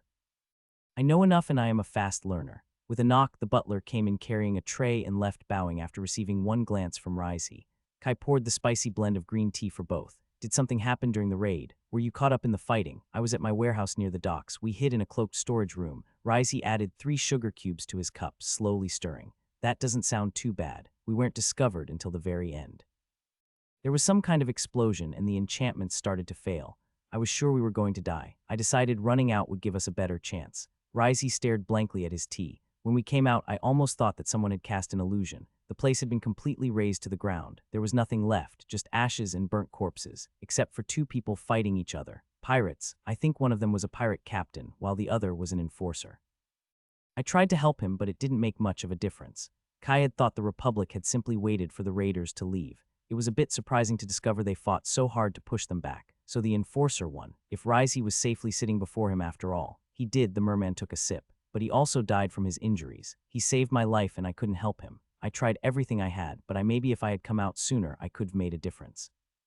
Kai found his mouth completely dry. He had to force the words out of his throat. Who was the enforcer? The captain of the garrison, I think his name was Zareth. Why him? Why couldn't it be another nameless officer? Rizey looked at him. Did you know him? I met him a few times. Kai entrusted himself to improvisation. He didn't want to make the merman feel worse. Zareth was one of the first people he met in Silspring, always popping up with his ridiculous excuses each time he visited.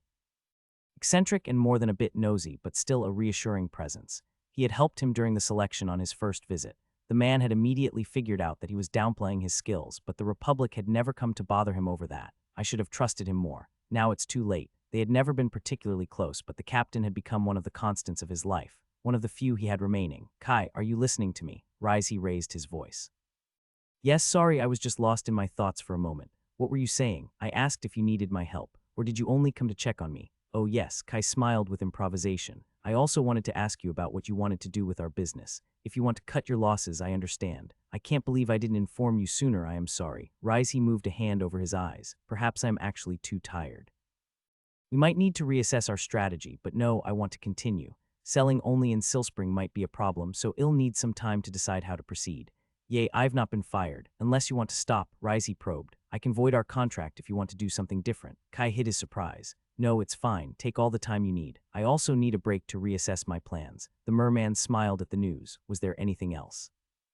Taking a break with you is nice, but I have a lot of work to do. There is one thing, it's a bit personal. Kai glanced at the door. No one can hear anything when the door is closed. I am happy to help if I can. Gathering his thoughts, Kai described his dilemma. He explained most of his reasoning, except Vuria's cube. The merman never tried to pry when he skipped over details. How much worse would my profession be if I took one right now? Rizey had almost managed to hide his surprise completely, though his blue eyes peered at him with noticeable intensity after his revelations. Well, I can't say for sure. It would depend on what you do in these last 2.5 years, but it will probably be significant. I shouldn't do it then. His head hung low. At least I have my answer, even if it's not the one I hoped for. As long as you stop trying to get yourself killed, that would be the better choice, Rizey scolded him. You shouldn't be so reckless with your life. Not you too. I don't intentionally look for trouble. Well, if it finds you so often, there must be a reason, the merman pointed out, biting his lip. There's also another possibility to solve your problem. Really, what? Kai perked up. Rizey hesitated. Like with skills, profession can also be discarded. That seemed like something that should be common information, he frowned. Why did nobody tell me that before? Because nobody does it. Abandoning your profession is often fatal and always dangerous. Who wants to erase all their efforts anyway? The warnings fell on deaf ears. The only thing Kai could see was a third path opening before him. He'd need to consider it carefully, but this would take care of his biggest concern. If the guide allows it, it's possible to survive without permanent damage, right? Rizey sighed like he already regretted his words. The smell of blood wafted over her. Vela stood on the elevated platform, unblinking. Down below, the judge read the list of crimes of the next convict in a loud, cold voice. Pirating, pillaging, murder, and 24 minor offenses. The sentence was always the same, death. For once Val had no objection to the justice of the Republic. Public executions weren't common, no more than once or twice a year, but she had seen her fair share. Her presence was meant to be a bridge between the Republic and the Islanders, and her father brought her to witness since she was 6. Some begged and cried, others waited their turn in silence, having accepted their fate. The executioner carried out the sentence with the same efficiency for all of them, waving the two-handed greatsword like a feather. The gleaming milky metal cut through each neck in a single, elegant slash. Drops of blood slid off the blade like water on a wax canvas. Val thought the executioner was a man due to his height, though he might as well have been a tall and muscled woman. He donned a plain white robe that covered him from head to toe, a pristine mask with no holes hid even his eyes. The Justice of the Seven Moons didn't have a face, it just executed the will of the gods with swift efficiency. Each strike hit the exact same spot in an indifferent arc. Cheers rose from the crowd as heads rolled to the ground. She stood in an honored position on the dais with her father, on the right of the governor's family. An unusually high number of counselors had come to witness, some forced to take a seat below the platform. The left side was almost as crowded with senior officials, though most were watching with stony and bored expressions. Val dared a glance over her shoulder. Lady Cressida sat beside her husband with an icy smile, wearing a dark blue dress like a moonless night to represent her mourning for the victims. She was certainly sorry and angry, probably not over the dead. Vela had often suspected the woman planted her people to influence the mood of the crowd. This time the cheers were probably genuine. Everyone had heard of the heinous crimes that had happened in Silspring and of the prompt, firm response of the Republic. What most didn't know was the extent of those crimes. 373 dead, almost 1,000 injured and tens of gold messars in damage, maybe more. The inspectors were still assessing the destruction to property and infrastructure. Part of the loot had been recovered with the captured ships, but nothing could bring the dead back. Adrian flashed a smile at her, his hazel eyes brightening up from the highest step of the dais. He was about to whisper a word when his mother glanced at him. His expression became impassive in less than a blink. Val turned before Lady Cressida could meet her eyes. Since the boy got his profession, he had begun to casually appear wherever she was, eager to show off his new capabilities. Her father told her to lead him on enough to keep him interested. No more than that. She could find a better marriage prospect on the mainland. He was more bearable than his older brother, no doubt. Emmanuel thought anyone not from the mainland was beneath him, even though he probably barely remembered it himself. Just one more year. As soon as she got a profession, she would be off. With a letter of recommendation from her teacher, Lady Gelia, she had a good chance of landing in one of the academies in Myria. A small commotion woke her from her considerations. A convict tried to break loose. With enchanted chains on both hands and feet, he didn't get a step before two enforcers grabbed him and forced his neck on the block for the executioner. His screams were cut short with another elegant slash. It surprised her how Lady Cressida had allowed them such an easy end. One word to the judge could have easily convinced him to apply a harsher execution or never reach the trial in the first place. The woman never showed emotion in public without a purpose, but Val remembered her storming through the town hall the night the news reached them, simmering with rage like the sea before the storm. How she'd deal with the culprits through gritted teeth. Cressida had given orders to every officer in sight, and they had scrambled to obey, no matter if they outranked her.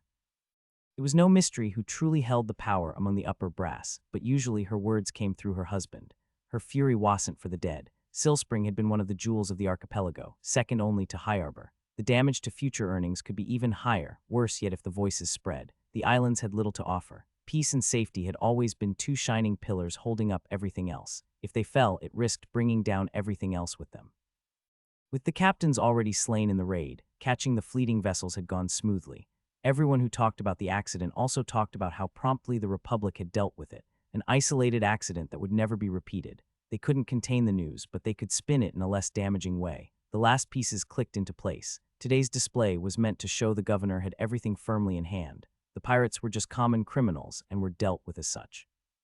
Treating them any differently would give them importance, show that this wasn't just a routine execution to make an example. After the last head rolled, the governor stood up to give a brief speech about justice. So did her father and a slew of other counselors who didn't have the gift of brevity. Pirates in the archipelago.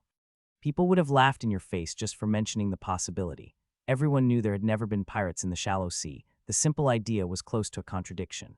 Could it only be a single unfortunate coincidence, as the Republic was so eager to proclaim? Don't be a fool. On that her father was right. An uncomfortable truth never vanished just because you didn't like it.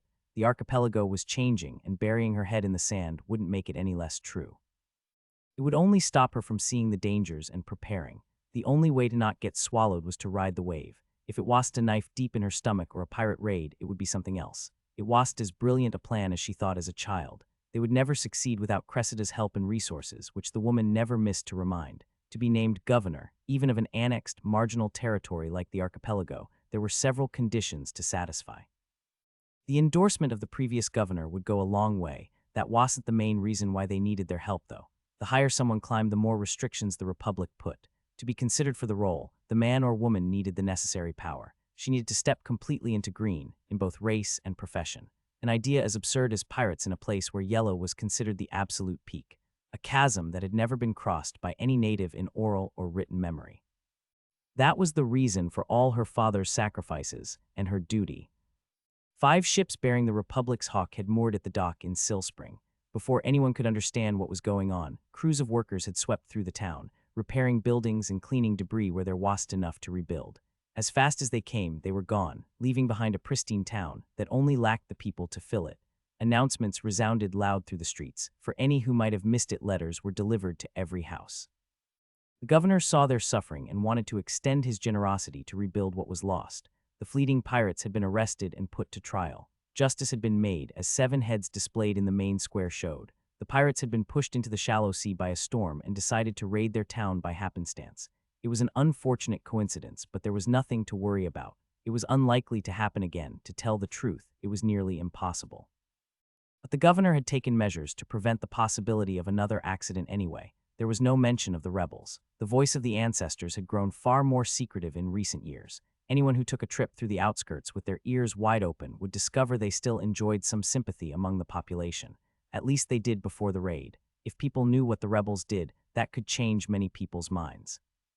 Kai had imagined the Republic would jump on the chance to blame them. Do they care so much about the perceived safety? Maybe they simply don't want to announce it without culprit or proof.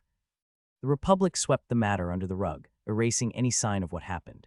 A day later, the enforcers and other public officials, who had been rabidly investigating, began acting as if hundreds of people hadn't died a week ago. Even people on the streets quickly joined in. Talk of what happened became taboo in town, with only whispered mention of the accident. Is everyone going mad? He was heading for the southern gate when a sudden thunder announced a tropical rainstorm. After 2 weeks of drought, the rain swallowed Silspring, as if the skies also wanted to wash the town clean of any remaining sign of the raid. Apparently, the weather could be bribed too. In the streets, some people hurried to take cover, others continued their day unbothered. Kai welcomed the embrace of the waters. The slight cold was pleasant after the heat of the previous days. Outside the walls, he headed for the cemetery, ignoring the mud that sucked on his shoes. It was the first time he ever came here after the funeral the Republic had organized for everyone who died during the raid. Surrounded by the crowd of people, he hadn't stayed long. Rows and rows of identical granite tombstones dotted the landscape. Crowns of flowers had been swept around by the storm, floating in large ponds. There wasn't anyone else, just him alone in the field. With a quick cast, the rain flowed around him as if it hit an invisible dome. There are so many. His eyes stopped counting after 100. Islanders or mainlanders, they were all the same in death. And for what? Kai wandered among the graves, reading the names of those who hadn't been as lucky as him. Some officers and tourists had their remains sent back to the mainland, but not many. His feet stopped in front of a tombstone. There had been a few words for him at the funeral, but Kai hadn't expected to find him here. Same granite as everyone else, with just some simple floral decorations to distinguish it.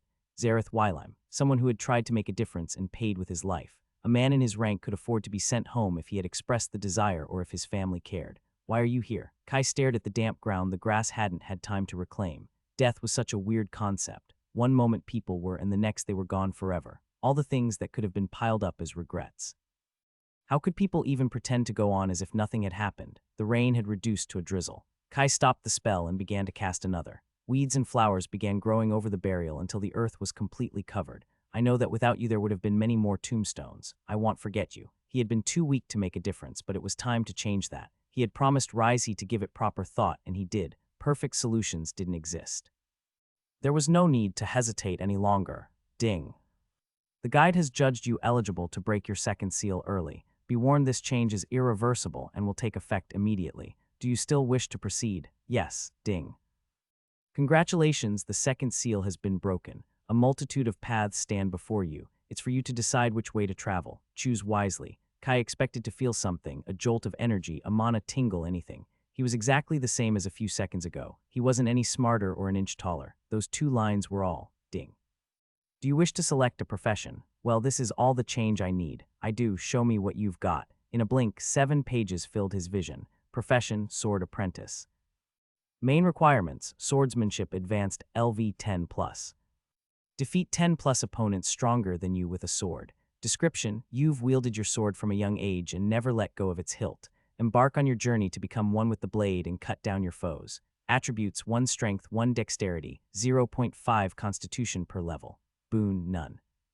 Skill slots: 1. Profession: Splinter in the dark. Main requirements: assassinate a stronger target without getting caught ambush, and kill 10 plus enemies stronger than you. Improvisation level 1 plus. Description: you've masked your true strength under a veil of deception and lies to let your enemies underestimate you.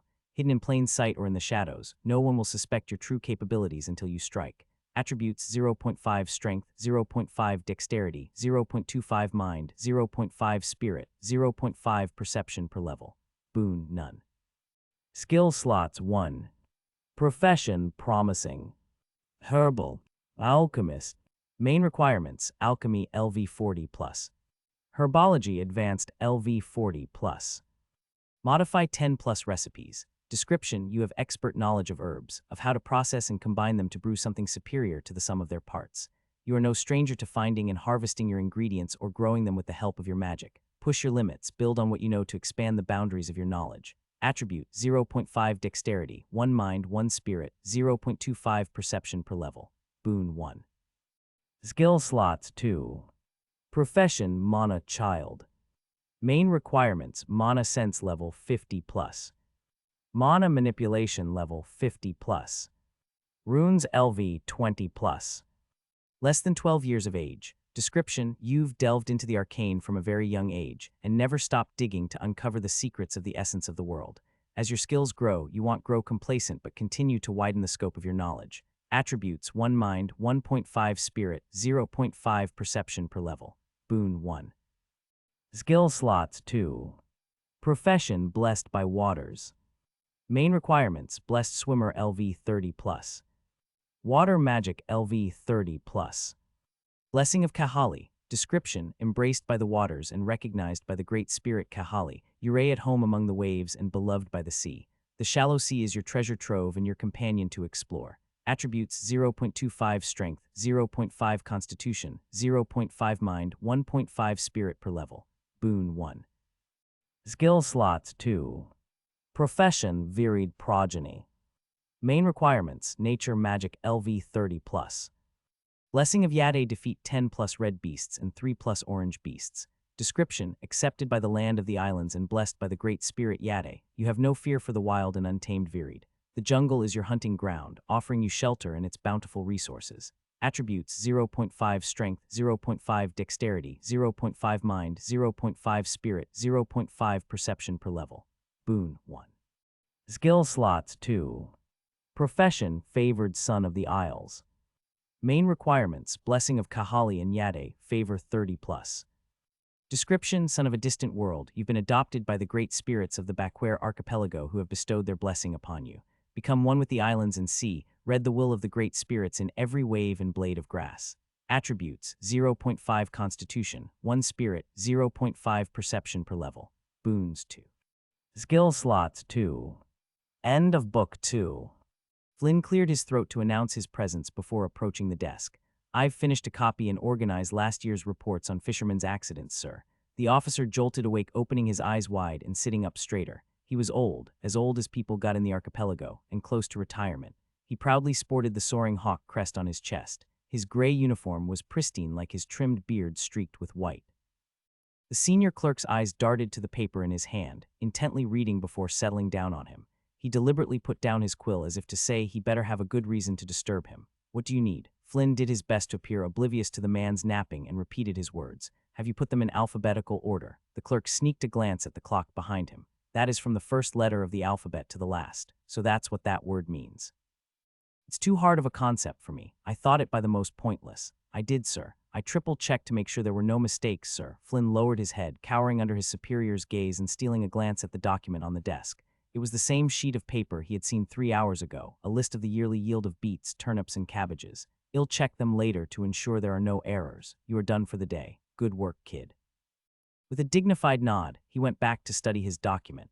He massaged his temples as if the future of the Myrian Republic depended on his decisions. What am I doing? According to the official customs that had been drilled into him during his education, bowing wasn't required except in official ceremonies and few other circumstances. Still, senior officers always liked it when he made them feel important. The The more incompetent they were, the more they liked a bit of flattery. And if they were over 40 and had been stationed in the archipelago outside of Harbor, chances were they weren't misunderstood geniuses. Not that he complained. That had made getting his hands on documents he shouldn't have known existed all the easier. Though lately he had to stop snooping around. Many new faces and personnel had popped up after the raid. Contrary to the old geezers, these newcomers wouldn't be outsmarted by a clam. Nothing to worry about just yet. The pirates had burned down one archive and made a mess of the others. Flynn had been careful. There were no clues to find, none that would lead up to him anyway. Now, even when his superior mistakenly passed him reports he shouldn't see, he promptly sent them back. What am I doing? His body went through the motions carried by skills and habits. He smiled, bowed his head, and scraped like a good boy eager to please his boss.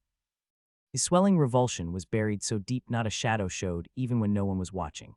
Outside the office department, the breeze carried the smell of salt and fish. Large puddles on the streets rapidly shrunk under the summer sun. The weather didn't improve his mood by much. Where to go? He had been given a small room in the government building in Poshtown for half his salary. The idea of those claustrophobic four walls with no windows led him in the opposite direction, toward the sea. Hey. Two kids in blue uniforms waved at him from across the street. Selui and Tolo had also graduated from the Republic Scholarship Program. Flynn waved back with a smile and deftly freed himself from the small talk. What am I doing? He might get a transfer to a different position if he tried. After graduation, he had been offered a job more in line with his skills. He had chosen to work as an assistant in Sill Spring to stay close to his little sister. Their mother had officially died of a bad fever 3 years prior. Without any other adult in the family, he was a blank slate ready for the Republic to fill. Now that his sister had officially gone to live with distant relatives in a small village on Catal, asking for a transfer wouldn't raise suspicion. That had been the original plan in case he wasn't discovered and executed for treason first. Flynn remembered a time when the idea of infiltrating into the Republic ranks had been exciting. He hadn't had any doubts he would find its weaknesses and help bring justice for his dad's murder. He'd make his mother smile again, a true smile like when his dad was still with them. Guided by a purpose, everything had been simple and clear. He knew who he was and what he needed to do. Now everything was a mess. There is no going back, not anymore. All his certainties had crumbled. His head only knew chaos. He desperately clung to the mask he built, knowing that if he stopped going through the motions he would shatter. Only the spirits could say how long it would take to get up again, if ever. They're all the same. It was ironic, really. It had been those dumb lessons about loyalty to the Myrian Republic that caused the first cracks. Countless lessons about their generosity and all the good and wonderful things they brought to the archipelago. What a gift it was to be part of such a great country. They should be proud to have been personally selected for that program. Flynn had a hard time keeping in the laughter during the first class. How could anyone believe something so stupid? Most of his classmates agreed and joked about it. However, little by little, his peers stopped making fun of what they were taught. After a month, they began to actually believe and repeat that nonsense with fervent eyes. Flynn couldn't understand, but it was fine. He had his mission, and his mother had warned him how weak people fell for the lies of the Republic and betrayed the archipelago. When he got back home that year, he was praised for his courage and reminded of the importance of their mission. They had been chosen to free their homeland. The words were different, but he recognized the same fervent light in his sister's eyes. Without a second thought, he squashed any doubt. Obviously, the two things couldn't be more different. The voice of the ancestors was fighting for justice. Their actions were blessed by the will of the spirits. Still, the seed of doubt had been planted. It poked at him at inconvenient moments, made him realize details and similarities he would have otherwise missed. Each time he went back home, his mind couldn't help but compare what he saw and heard. No, they weren't the same, but could he say they were entirely different? They had both lied to him, and neither cared what it took as long as they got what they wanted. What does it matter now? I'm screwed with both. He needed time to think, but he couldn't afford to run away. The investigation of the raid had officially been closed, the guilty pirates captured and executed. Though Flynn hadn't missed how the new faces in Sill Spring asked questions and observed everything with keen eyes. Even without proof, each islander will be a suspect. The cheery bustle of town pressed down on him. He never minded it before, now he found it suffocating.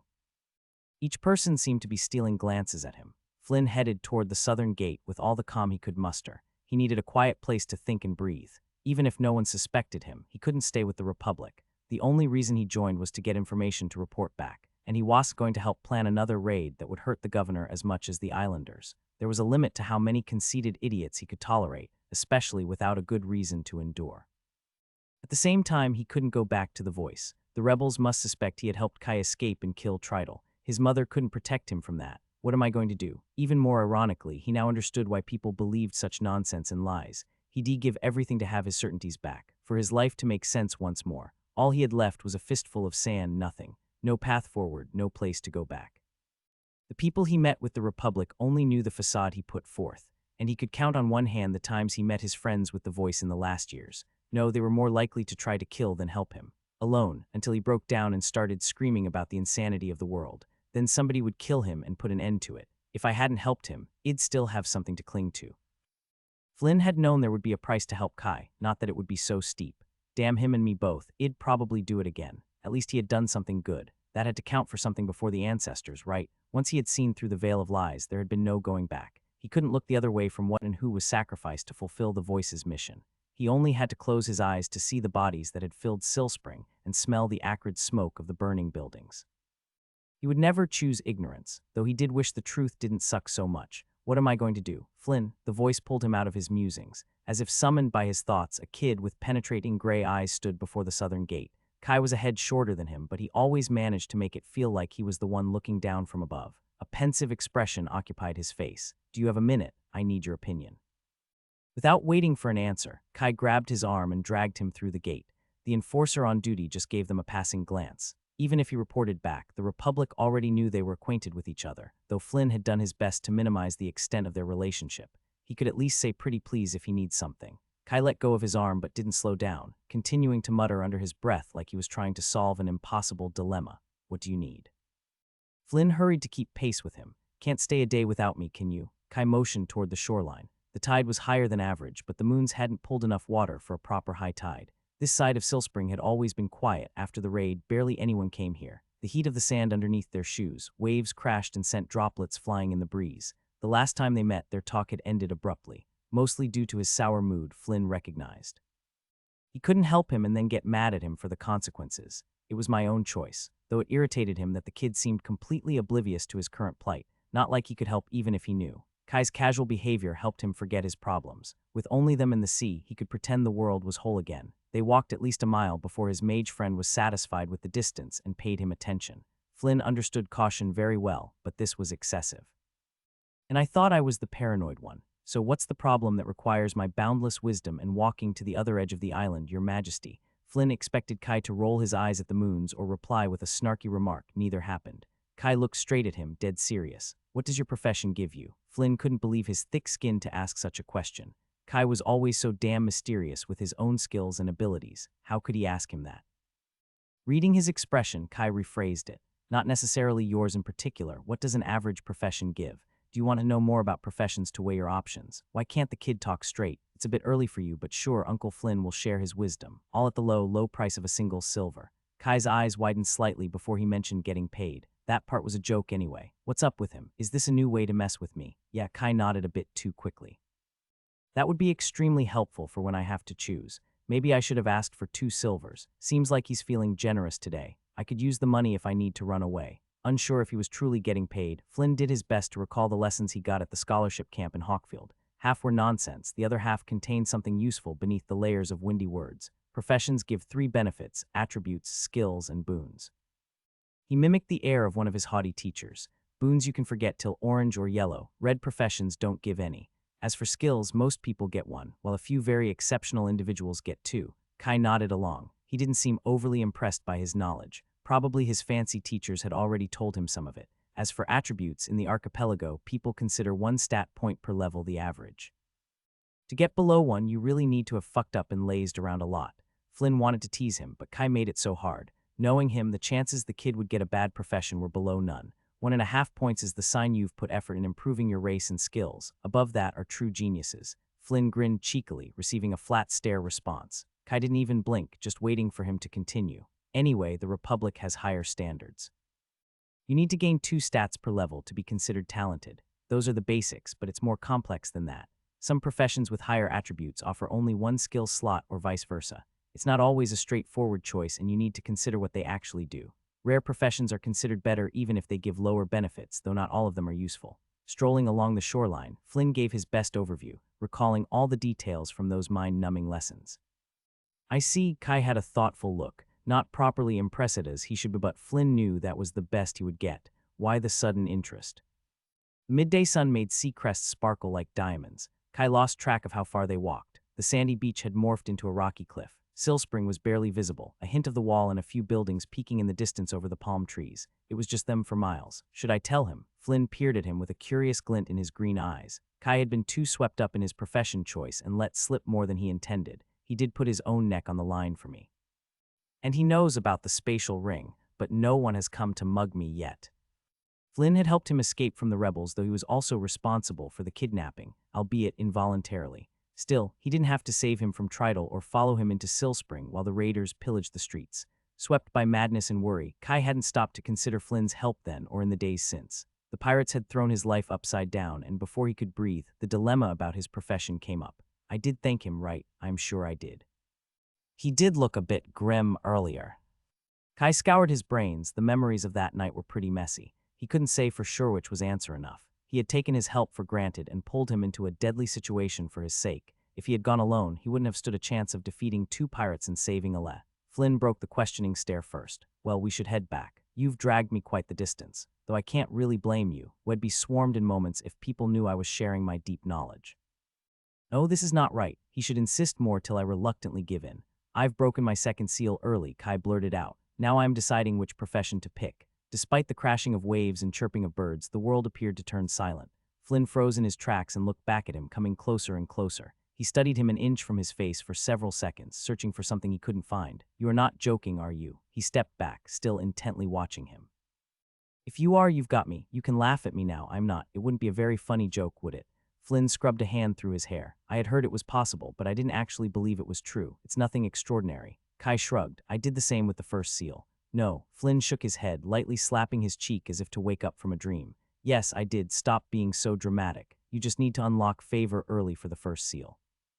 I'm not boasting, I am being honest. The fact he looks so impressed has nothing to do with it. Flynn's eyes widened, brows furrowed, and his jaw mouthed a jumble of questions at the same time. Finally, he took a deep breath, pulling himself together. Are you sure it's a good idea to pick a profession early? Probably. Hopefully. It's too late for regrets anyway. I plan to discard it and pick another at 14, so it's not a problem.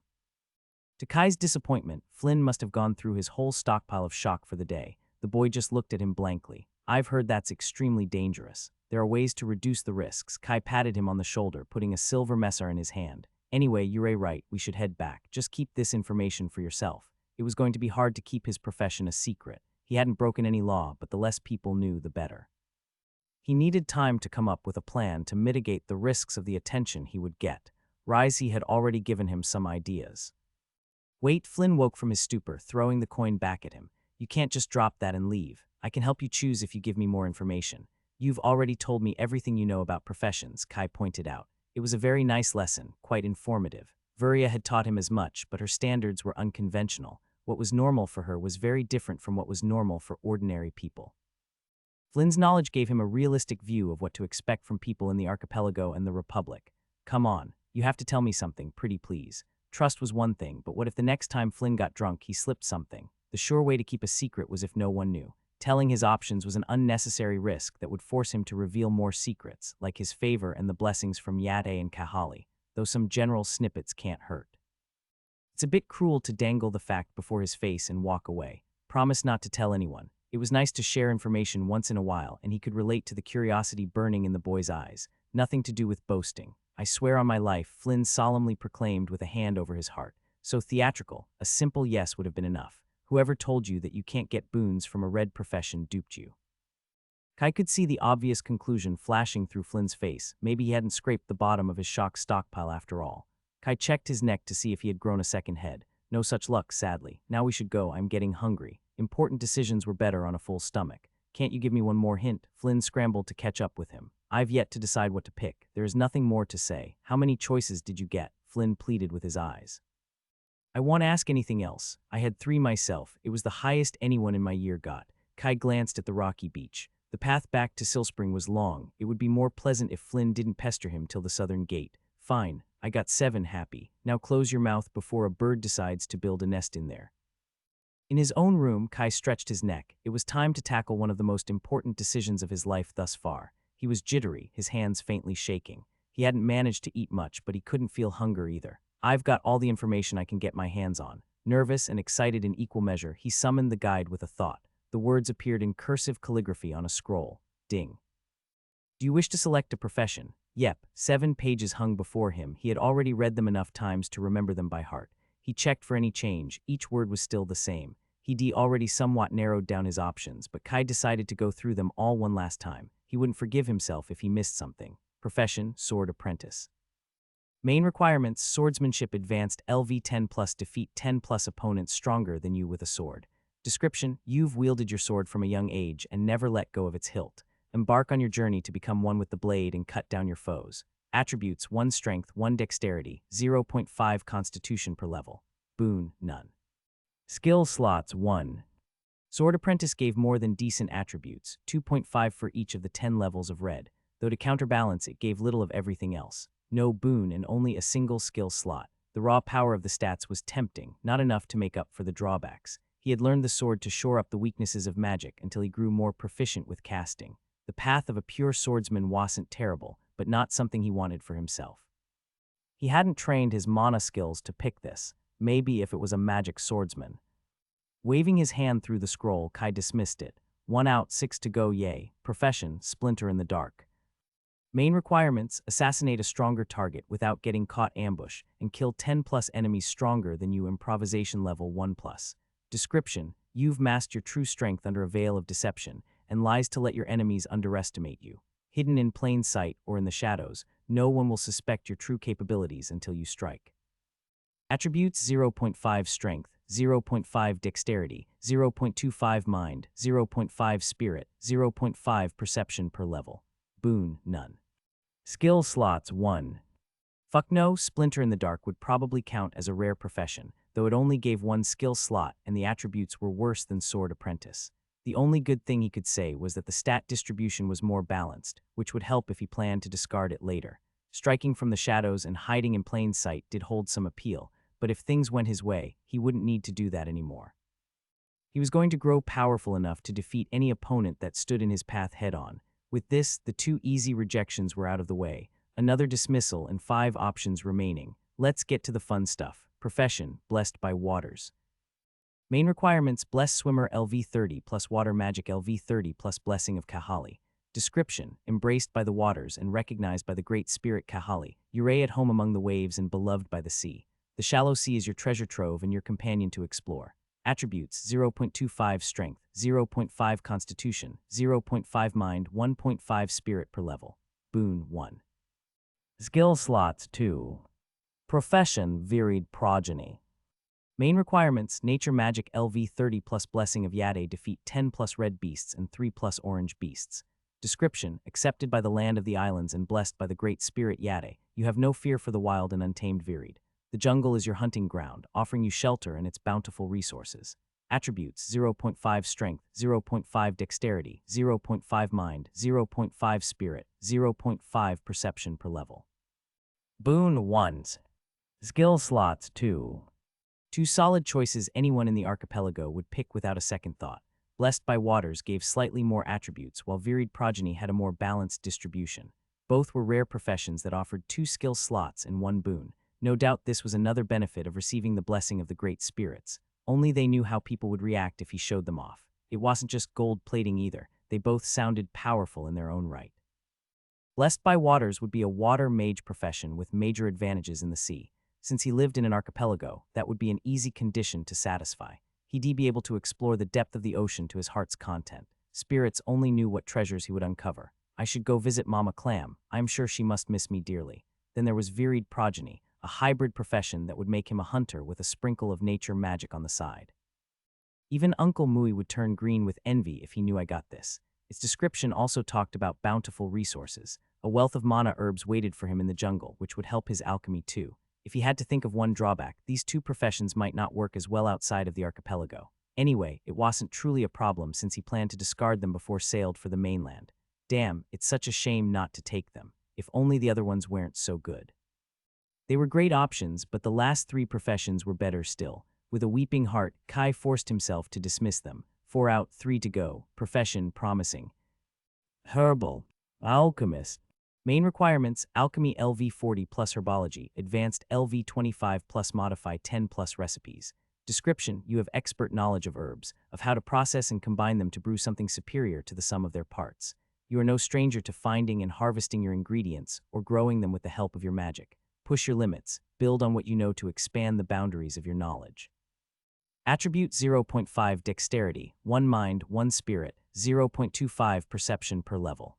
Boon 1. Skill slots 2. I wonder which one Risey would like me to pick. Kai chuckled to himself. The merman would never shut up about why that was the best choice. He'd probably wake up chained in a basement with a cauldron and an infinite supply of herbs. Promising herbal alchemist gave great attributes, skill slots, and a boon he had earned himself. It was every bit as good as the previous two, with one crucial advantage, a clear path to practice. After the breaking of the second seal, there was no more general life experience to reward his actions. He would need to practice the domain of his profession to gain XP. Blessed by waters and varied progeny would require him to go out in the sea and jungle to progress them, probably risking his life against unknown dangers. With an alchemy profession, all he needed were ingredients and a cauldron. I might take up Risey on his offer and lock the chain on myself. I do get into a lot of trouble. Adventure and battles could always wait till he had grown up. He could hide himself in a cozy basement and brew potions for the next 2.5 years. No worries and no risks. The merman would supply the recipes and ingredients he needed, and he could grind away in peace. Exploring the archipelago had its appeal, so did spending some carefree time. The death of the night of the raid was still fresh in his mind. He'd much rather wake up in a comfy little house, away from other people and problems. Kai couldn't banish the idea of waking up drinking a nice tea and reading a book. The sun was shining from the window, thick walls reinforced with steel and enchantments kept him safe and hidden. No, that's not weird at all. It's not a kidnapping if I go of my own free will. With a deep sigh, Kai pushed away the daydreaming. This time he didn't dismiss the scroll page. Maybe that's the right choice. Profession, Mana Child. Main requirements, Mana Sense level 50 plus, Mana Manipulation level 50 plus, Runes LV 20 plus, less than 12 years of age. Description, you've delved into the arcane from a very young age, and never stopped digging to uncover the secrets of the essence of the world. As your skills grow, you won't grow complacent but continue to widen the scope of your knowledge. Attributes, 1 Mind, 1.5 Spirit, 0.5 Perception per level. Boon 1. Skill slots 2. Yeah, it can never be easy. Mana Child had the highest attributes among the 7 options. They were divided among only 3 stats, true, but that wasn't necessarily a downside. While strength and dexterity were cool, mental stats were better for magic. Mana Child was a general mage profession that didn't limit him to any single field of the arcane. It might not have a path of progression as clear as promising herbal alchemist, but it was a close second. He could pursue anything as long as he made use of mana. He could fight to the death using empower and water magic or peacefully carve runes at home. Alchemy would count too, though it would probably give less XP than if he took a specific profession. Hard to find any weakness with this one except spreading myself thin, but I might be wrong depending on the skills and boon. Most of his general skills were mana-related and would benefit greatly from this choice. It was also interesting to see that Mana Child had an age restriction. Maybe choosing a profession early wasn't only a disadvantage, and this makes 2 serious contenders. Profession, favored son of the Isles. Main requirements, blessing of Kahali and Yade, favor 30 plus. Description, son of a distant world, you've been adopted by the great spirits of the Baquer archipelago who have bestowed their blessing upon you. Become one with the islands and sea, read the will of the great spirits in every wave and blade of grass.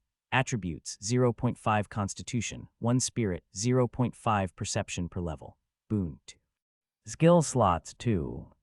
The last one, though certainly not by importance, favored son of the Isles, was the most intriguing profession. If he were to pick based on his curiosity alone, it wouldn't even be a contest. Vuria had told him boons were rare, and he would only get one at red, and the mage was never wrong. On top of that, the requirements mentioned favor. Everybody knew that a profession couldn't grant even a scarp of the 7th stat, but what about helping him gain more or make use of what he had? What would those 2 boons and skills do? The description mentioned he might become some sort of mediator for the great spirits, but it was otherwise vague. If favored son of the Isles showed him how to gain more feats, it wouldn't matter if he later discarded it, those would stay with him. The attributes weren't too great compared to his other options. Still, 2 stats per level was extremely good according to Flynn, and an extra boon more than made up for the difference. If only it wasn't for that one damn flaw. Stealing his will, Kai waved the page away. I hope the spirits won't take it personally. Even if it wasn't clear what he would need to do to gain XP, he could figure that out with time. The true problem was that it offered no mind, not even a quarter of a point, nothing. One of the main reasons he broke the second seal early was to solve the riddles of Vuria's cube and obtain the prize hidden inside before the timer ran out. Spirit would help, mind was fundamental. It sucks, but it might also give boons and skills that are useless to me. That would leave me with nothing. Certainties before vague hopes. That was what Dora and Elijah taught him. 2 pages floated before him. He narrowed down his options from 7, now he had to pick one. They gave the same amount of mind, so that wasn't going to help. Mana Child granted slightly more stats while promising Herbal Alchemist would make him rich. Kai couldn't find any real flaws with either of them. From Flynn's reaction to the snippets, he told him more than a handful of people would kill to pick either one. Even if he discarded it later on, the choice held a heavy weight. His 14th birthday was years down the line. As the raid taught him, he could never know what life would throw at him in the meantime. This choice would determine his future, perhaps save his life or doom it. Eyes frantically darted between the 2 pages looking for something to cling to. Panic was slowly rising in his gut like an inevitable tide. Flynn's words of wisdom flashed in his mind. The raw number of benefits was important, so was what the profession actually did. What do I want to do? Who do I want to be? After the raid on Silspring, 2 quiet years were tempting. No sudden dangers or surprises, just a clear and safe path before him till he sailed to the Talthan continent. Ding. Are you sure you want to select Mana Child for your profession slot? I am about 73 sure. Proceed. The guide didn't give him any time to prepare. As Kai made his decision, the glowing mana veins throughout his body began to flow faster. The sparse ambient essence inside the bedroom streamed into his body on its own. What? Kai observed the whole phenomenon in wonder. No book had described the process in detail. Somehow he had thought the guide would just poof his profession and make it appear like it did with skills. A foreign presence was guiding his own mana, a myriad of colorful motes whirled inside of him. It should have filled him with some amount of worry, and yet Kai was as relaxed as a sunbathing lizard. I feel like I should panic a little, right? This is so damn weird. The concentration of mana grew far beyond what his body could contain, but there was no discomfort. Peaking at an invisible threshold, the streams of glowing motes stopped, and the action began. Thousands of threads twisted and expanded, weaving a second mana network around his own, integrating seamlessly with his veins. A warm tingling pervaded his body, not exactly pleasant, but not painful either. Compared to when he advanced his race grade, this was akin to receiving a professional massage. Through the veneer of tranquility, his curiosity peeked out, daring him to reassert control over his essence. He had never witnessed mana behaving like this. Was this the guide taking over? How would it react if he tried to? Curiosity killed the cat. Don't be an idiot. Poking the guide while it rebuilt his mana network was very dumb. Kai blamed the strange calmness that had taken over, the awareness that nothing could go wrong. It was probably a measure to help the process go smoothly. Before he could mull over his state of being any longer, the filaments of mana completed the process. A twin intricate network of swirling channels overlapped his familiar mana veins, linked but distinct. As waves of excitement crashed upon his calm, the process was done. The familiar glowing pathways formed a new maze. He'd need weeks, maybe months, to learn all the new bends and twirls. The concentration of mana inside his body was still noticeably higher, clouding the finer details. Kai didn't get a second to take a closer look when notifications filled his vision. Anything else could wait for later. Ding. You've gained the profession, Mana Child. Ding. Profession skill learned. Gifted novice level 1. When passion meets diligence, true talent is born. A Mana Child is naturally gifted at developing his knowledge and skills of the arcane. Ding. Profession skill learned. Mana Echo level 1. Create an echo of a mana construct or casting you've observed to reproduce it at will. The quality and quantity of the copies is determined by the level of the skill. Ding. Boon granted. Mana Spring grants improved body capacity to hold and shape the essence of the world. Ding. New feat. Precocious Child. For breaking the second seal more than 2 years ahead of time and selecting a profession, you are awarded +2 favor. Kai's jaw hung half opened. One thing was hearing about how the profession worked, another was reaping the benefits himself. The feat was just the cherry on top. It can't be a bad choice if the guide rewarded him, can it? Any remaining qualms about his decision were wiped from his mind like mist by a rising sun. Soon it would be 12 years since he opened his eyes on Elides. From the day he had learned meditation, he had never stopped wondering when he would get a profession. The day is finally here. Kai summoned his status to ensure he wasn't dreaming. It was all there. The empty profession slot with none had been a permanent fixture of his status for, well, always. Not anymore. Kai blinked and reread the line a dozen times. Mana Child didn't fade or disappear. It was real. Unfortunately, he didn't get any free attributes yet. He needed 5,000 XP for level 1 and 1,000 more for each level after that. Not a small amount, but it was a grain of sand compared to the XP needed for advancing his race. With his race at the peak of orange grade, his profession would be easily pulled along through the first levels. The boon also explained why his body housed more mana than usual. Kai was trying to estimate the extent of the boost when a knock woke him from his reverie. The door was open. Ale poked her head inside. I was trying that mana exercise you told me when I felt something weird. Did something good happen? Yurei smiling enough to blind the sun. Kai touched his face. He hadn't realized it was split by a toothy grin. He couldn't have known taking a profession would cause a disturbance in the ambient mana, and obviously, his sister noticed it as she diligently trained mana sense. Ale's brows furrowed in concentration before her eyes widened in shock. Did you really take a profession? It sounded closer to a statement than a question. I might have taught her how to use mana skills too well. Too late for regrets, Kai pulled her inside and made sure to properly close the door behind her. The dampening enchantments would block any sound from reaching their mom's ears. I did. There was no point denying what she could plainly see, though this wasn't how he had planned the conversation to go. Improvisation to the rescue once again. After the raid, I was offered the choice to break the second seal early, and I took it. Why ho did Violet tried to speak 3 sentences at once? She closed her eyes. When she reopened them, her gaze nailed him to the floor. Oh boy, here we go. Why did you do something so reckless without telling anybody? There is a reason why people wait till 14. Her tone was mild, slightly curt. Anyone who didn't know her wouldn't think much of it. Kai knew his sister was borderline furious. Improvisation and his innocent smile did him little good. He had told 2 people in fact and asked for advice from Rizey. Kai had enough awareness to shut his mouth. He didn't think telling her he did go to someone else would help. Without interrupting her stare, Ale sat on his bed, patting the spot beside her. Sit down. Kai complied with a resigned air and readied himself for a long lecture. No doubt Alana would do the same, and Mui too if he got the chance. Ale uttered a single word. Why? What do you mean? Why did you do it? Ale sighed. You must have had a very good reason, right? It was his time to stumble over his words. Where should I start from? Kai looked at his sister, determined. I considered all the possibilities and thought it would be the best decision. I am so tired of feeling powerless. There were 24 more reasons why that was the best option for him, but the moment he spoke, Kai knew that was what mattered above everything else. He felt like a boat lost in the storm, on the brink of sinking if the wind blew in the wrong direction. How could he say no when a profession was offered to him? Especially when there were reasons that made it a viable option. He was tired of waiting. Her scolding look softened as Ale hugged him. Taken aback, Kai sat rigidly. I am safe then. Ale pulled back, keeping her hands on his shoulders. Why did you tell me or Mom before doing it? The anger was gone, though a scolding tone remained. You and Mom would have told me not to do it no matter what I said. His whole family would have given him that same answer.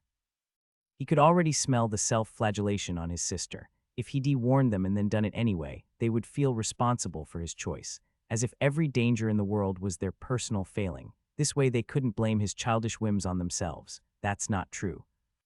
Kai raised an eyebrow. Really, I understand that you might not feel safe after what happened. Her mana pulsed uneasily before she regained control, but we're going to keep you safe. The Republic will ensure there are no more accidents. You have nothing to worry about. And who's going to protect us from the Republic, or the rebels when they decide to come back? Kai could fill a book with all the things beyond their control. Most were highly unlikely, but not all. He had earned the right to be paranoid after getting kidnapped. Now it's done. It was my choice to take a profession. Kai attempted to dispel the dark cloud over his sister. Don't worry, I've got something pretty decent. Even if I waited, it couldn't get better than that. Ale looked skeptical at his boastful statement. I'm quite sure that's not how it works. Really? Then I guess everybody gets 2 skills and 1 boon. As if a jolt passed through his sister, she sat straight up, any trace of gloom banished from her face. What did you get exactly? You know, the usual stuff. I don't want to bore you with the details. Kai hid his smile behind an impassive look. Come on, I can see you want to tell me. Do I? You didn't sound very interested before. He continued to tease her with dismissing statements until Ale resorted to her secret weapon, tickling. One way or another, she would force the truth out of him. The room was filled with laughter as Kai tried to return the favor. Without empower, his shorter arms weren't a match for her. He ended up falling out of the bed to escape her grasp. I'll tell you. I'll tell you. He raised his hands in surrender and dried the tears at the corners of his eyes. Kai didn't hold back much apart from the skills since he didn't understand them entirely yet. I knew you were blessed by the spirits, but this Ale looked at him up and down, like she expected to see a halo or a tail. If you only knew the other options. Kai made her promise not to tell their mother or Mui yet. They also agreed that Kia absolutely couldn't find out. The main requirement to unlock the second seal early was danger, lots and lots of it. Neither of them dared imagine what Kia might do if she found out. She was only 1 year from gaining her profession, but that might not matter if she discovered he had gained one before her. Kai politely pushed Ale out of the door. He thought she would never stop asking questions. Finally, he was blessedly alone once more. He had considered telling her about his plan to discard his profession. Maybe getting it all out in one go was better, though he'd never get to testing Mana Child if they started that argument. There wasn't anything to be done now that he had broken the second seal, but they were still in time to change his mind on that. It would be an uphill battle to convince them there was a mostly safe way to do it, as long as he didn't level Mana Child too high and made the proper preparations. Unsurprisingly, there was a solution to everything if you paid and knew the right people. Still 2.5 years, no need to hurry. Future Kai will be happy to deal with it. Future him was always more patient and resourceful than. Present him worst-case scenario. He could delegate the task to future him, a completely foolproof plan in his humble opinion. Time to unwrap my presents. Sitting cross-legged on his bed, Kai examined his mana network and reserves. The glowing pathways had doubled. He was sure most red professions weren't so complicated. Well, not everyone is me. Maybe Ale is right, I'm getting a big head. Stopping his mind from wandering on tangents, Kai focused on his body. He had gained an intuitive understanding of his reserves through countless uses and training. Now Mana Spring and his profession channels had thrown that sense out the window. Boons were passive boosts. While they didn't level like skills, they could grant priceless advantages like an intuitive understanding of a weapon, an improved affinity for an element, or in his case, of his mana pool. The concentration of essence in his body had not diminished. If anything, it was a hair higher. He was glowing like a human-sized lamp. When Kai absorbed more motes of mana, he lost as many as he gained. This must be my new limit. The question is, how much higher is it? His first idea was to cast a water spell, though his mother made him promise not to cast magic inside the house. Opting for a more unassuming route, Kai expelled an orb of mana in his hands to create a training construct. It was one of the largest designs Dora had taught him to train mana manipulation. Wasting no time shaping the mana, Kai simply let the sphere orbit around him. He had practiced with it enough times to instinctively know how much mana it required. He could make about 12 attempts before he reached his limits. It wasn't the most scientific method, but it would give him a rough estimate of the boost from Mana Spring. One by one, spheres of mana were expelled from his body, joining an increasingly busy orbital space. After 15, Kai was forced to fuse them together to maintain them. After 24, Kai just let the new ones dissipate. It would be a pain to refill his reserves, but he couldn't bring himself to care right now. I've doubled my mana. He knew the increase was significant, but he hadn't dared believe it. Now the proof was before his eyes. His body could now contain 2 times the essence it stored before, and that wasn't even the best part. Humans needed roughly half their mana before they began to suffer side effects, but the boost from Mana Spring was added on top of that. He didn't need to spare a part to survive. Kai had expelled a total of 36 orbs. His body only needed a quarter of his reserves, and the mana he could use had effectively tripled. It felt like the last 12 Christmases had come all at once, and I've got 2 more skills to go. High on the benefits of his new profession, Kai was in high spirits, almost floating. Mana Child was everything he had hoped and more. From its description, he had worried the profession would be centered around developing his magic like a student or scholar, with little to no combat potential. The skills and boon did go in that direction, yet a higher mana pool granted him incredible flexibility. It would help him train longer and to fling more spells when he hunted an awakened beast. Till now he burned through his reserves with a few powerful casts and was forced to rely on his swordsmanship to do the heavy lifting. It'd be nice to stay back and blast a drake like a proper mage. His tiny mana pool had been the bane of his existence. It had slowly improved as he had grown up and upgraded his race, but it was still limited. He had often wondered how mages didn't run out of mana. Do all magic professions get a similar boon? Probably not every profession, and certainly not at Red, maybe at Orange. It was frustrating that any information about the guide was so scarce on Elides, especially in the archipelago. The islanders considered it the gift of the spirits. Studying the divine was very close to blasphemy and disrespectful to the ancestors. Kai had heard of libraries in High Arbor, but he doubted the Republic would be much freer with important knowledge. I should have asked them more before they left the estate. Vuria had taught him little about professions beyond Red and boons, not that he hadn't tried to pry more information. Dora caved in after a few weeks if she thought the knowledge did no harm, and even though Elijah never admitted to it, he often let slip valuable knowledge if Kai trained without complaint. The more time passed, the more he came to realize the unbelievable luck he had with his teachers. They're gone, no point in wallowing in what could have been. I have to work with what I got. Another matter worth looking into was whether the boosts from Mana Spring scaled with him. Once his natural mana pool increased, would the boosts also increase or remain the same? It's an amazing boon either way. Would it be too good to hope it's the first? Kai pulled out one of his new profession skills. He'd figure it out eventually. Gifted Novice Level 1. When passion meets diligence, true talent is born. A Mana Child is naturally gifted at developing knowledge and skills of the arcane. It was his first meta skill that affected other skills directly, and he could hardly think of something better. Gifted Novice would help him learn and train faster anything that had to do with magic. More than half of his skills were related to mana and arcane disciplines. Since it was a red skill, Kai didn't expect a mind-blowing improvement, at least not at level 1. No matter how big or small, even if it spared him 10 minutes a day, that would add up over months and years. Remembering the long days he had spent on his mana skills, or brewing potions throughout his childhood, Kai would wholeheartedly thank his profession even for one bonus. Would it also work for skills that consumed mana like Empower and Blessed Swimmer? Will it help me study herbs or a recipe faster for alchemy? With its passive nature, it would be a challenge to test and measure how gifted novice worked. There were thousands of details he'd like to verify. Why can't it just tell me exactly how it works? If people had any sense, 3 or 4 page descriptions would be the norm. He pulled back the skill in the vain hope he had somehow missed a drop-down menu. No such luck. I'll have to figure them out myself and track my daily progress. Such a damn chore, yay. Dora had long taught him that studying magic often meant tedious and methodical work.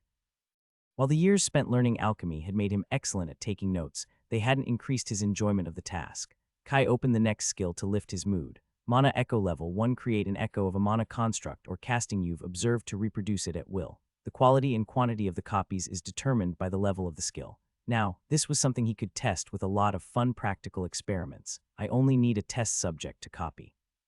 There must be a fellow mage somewhere in Silspring. About to take a walk outside looking for inspiration, his eyes fell on the soundproofing runes he had painted on the walls. 2 sets were hidden behind a bookcase and a painting of the Vastaire ruin, ivory constructions surrounded by a lush jungle. The one on the door was perfectly visible in its deep purple ink. This should count as a mana construct, right? He stepped closer to take in all the details. General skills were all straightforward in use and function. Nothing happened. How was Mana Echo supposed to work? Was I wrong? Kai activated Mana Sense to get a better look at the glowing lines, and then he knew. His gaze narrowed down and darted all over the script. His eyes and mind worked on their own, though he also knew he could stop at any time if he wanted. He mulled freely while another part of his mind was busy on the task. It was a simple formation of 22 conjoined runes to block sounds around a specified direction and distance. The most complicated section was the self-sustaining part to keep it running. This is so weird. A few seconds later it was done. Befuddled, Kai sat at his desk. He could feel something, like a thought at the edge of his mind. On a hunch, he took out a clean sheet of paper and a jar of inscribing ink. Dipping his quill, his hand sketched the rune formation as if guided by its own brain. All 22 runes and their links were done with rapid and precise movements in less than a minute. Kai examined the fresh purple ink with wonder. He could spot some minor imperfections, and the paper wasn't an ideal medium to hold the enchantment. Still, the mana flowing through the runes proved it worked. Repeating the test, Kai measured the process with an hourglass. It only took about 1/10 of the time he needed to inscribe them manually. That's something. He scoured his room and spatial ring for any enchanted scrap he could find. His mind could store up to 9 minor enhancements before he was forced to dismiss one of them, but the number dropped to 5 when he copied the one on the bathroom shower. The more complicated the formation, the more space it required. The time to create an echo also varied with the complexity and his familiarity with the enchantment. The shower took about 10 minutes, and the copy he drew had several minor mistakes that caused it to fizzle out before his eyes. He could tell the runes that had been drawn wrong, but if he interrupted the skill halfway, he was forced to start from the beginning. The only solution Kai found was to study the enchantment for longer, which seemed to improve the copy and bring the echo closer to the original. After half an hour of intently studying the glowing lines in the bathroom, he ran back to his room, ignoring an annoyed Kia who yelled after him. When he drew the runes this time, each one worked properly. Damn, I'm almost out of ink. Mana Echo needed actual enchanting ink to activate. Luckily, it didn't care about quality, and he could get away with diluting it with water. I guess that's fair. It can't be considered a mana construct without any mana. Kai massaged his eyes. His mind was throbbing painfully. He recognized the signs of skill overuse. The more he pushed, the longer he'd take to recover. That slightly dampened his enthusiasm, slightly, meaning he barely managed to sit without jumping up and down in excitement. He had just begun to scratch the surface of Mana Echo. Using the skill to efficiently copy his own runes was a single use, likely the most boring one. A more interesting idea was to create an echo of someone else's enchantments. Even if the copy wasn't perfect, he could fix the flaws later. Does that count as stealing? I don't think enchanted items are patentable, but it wouldn't be surprising if they are, and he'll get sued by some huge corporation. Moral quandaries aside, Kai noted down other ideas for the skill. Runes were just one type of mana construct. There were others, without counting all the types of magic casting. I already got 2 levels, though that's probably normal for a red skill. Did you receive some good news? Alana asked after dinner. Uncle Mui silently observed him washing the dishes. Maybe Kai beamed innocently. Ale looked at their sister. Why don't we go for a walk? I want to see if the old fishing shop has opened again. I need to check if my bowstring isn't crooked. Kia tried to slip towards the stairs. It'll be fun, and it'd feel safer if you came with me, but I can go alone if you're too busy. I'll come, Kia grumbled, stopping in her tracks. I need to check on the bowyer. We can visit all the places you like. Ale threw him a meaningful look over Kia's shoulder, quickly bringing her out the door. Great. If his mother didn't suspect something earlier, now she definitely did. Do you need to tell me something, Kai Tylan? Alana looked at him expectantly with a sweet tone and warm smile. Fuck, she knows. His enthusiasm had been hard to hide. He could have managed with improvisation, but he hadn't. Maybe I wanted her to notice. No point dragging it out any longer. Have you gotten into trouble? Mui added a stern look for good measure. His uncle's mana sense shouldn't be good enough to distinguish his profession yet, but Kai was starting to doubt his assumptions. To find trouble, he sat at the empty table looking innocent as a baby, not like him as a baby but like some other, more naive child. Alana took a seat across from him with a heavy sigh. How much should I worry? It's nothing bad, Kai dithered to gather his courage. I just took a profession. His mother paled despite her tan skin. Thankfully, she was already sitting. Her hands stretched over the table toward him, and Kai didn't think she wanted to caress his hair. She opted to grab onto the dinner table till her knuckles whitened. The conversation went about as expected. After the initial shock wore off, they pulled the whole story out of him, interrupting every second sentence. Kai endured a storm of reprimands for being reckless and not asking them for advice. Somehow the fact the guide offered him the possibility on its own made it better for his mom. Professions were a personal matter between you and the spirits. Families could offer advice, but the choice was his. Though normally people were 14 officially adults when they picked theirs, and parents had the right to advise their children before then, it was an interesting conundrum. Ultimately, there wasn't anything to be done since he had already taken up a profession. Kai waited for the scolding to be over before revealing the details of Mana Child, causing another bout of shock. Mui sat beside his mother. You really got a boon and 2 skills. I've heard of one guy who was offered a boon, but he only had 1 skill and the attributes were terrible. Mine are pretty good, higher than 2. Kai used his best humble tone. He expected they would accuse him of lying or look skeptical. There was not a shade of doubt on their faces. A nice fuzzy feeling warmed his heart. Whether it was because they thought highly of him or believed he wouldn't lie, it didn't matter. I'm going to go to bed. Kai used this time of respite to make a strategic retreat. Good night, Mom, Uncle. It was hard to be angry at him for taking a profession early when Mana Child was better than anything they had ever heard of. With the dawn of a new day, Kai discovered his mana regeneration hadn't increased with his reserves.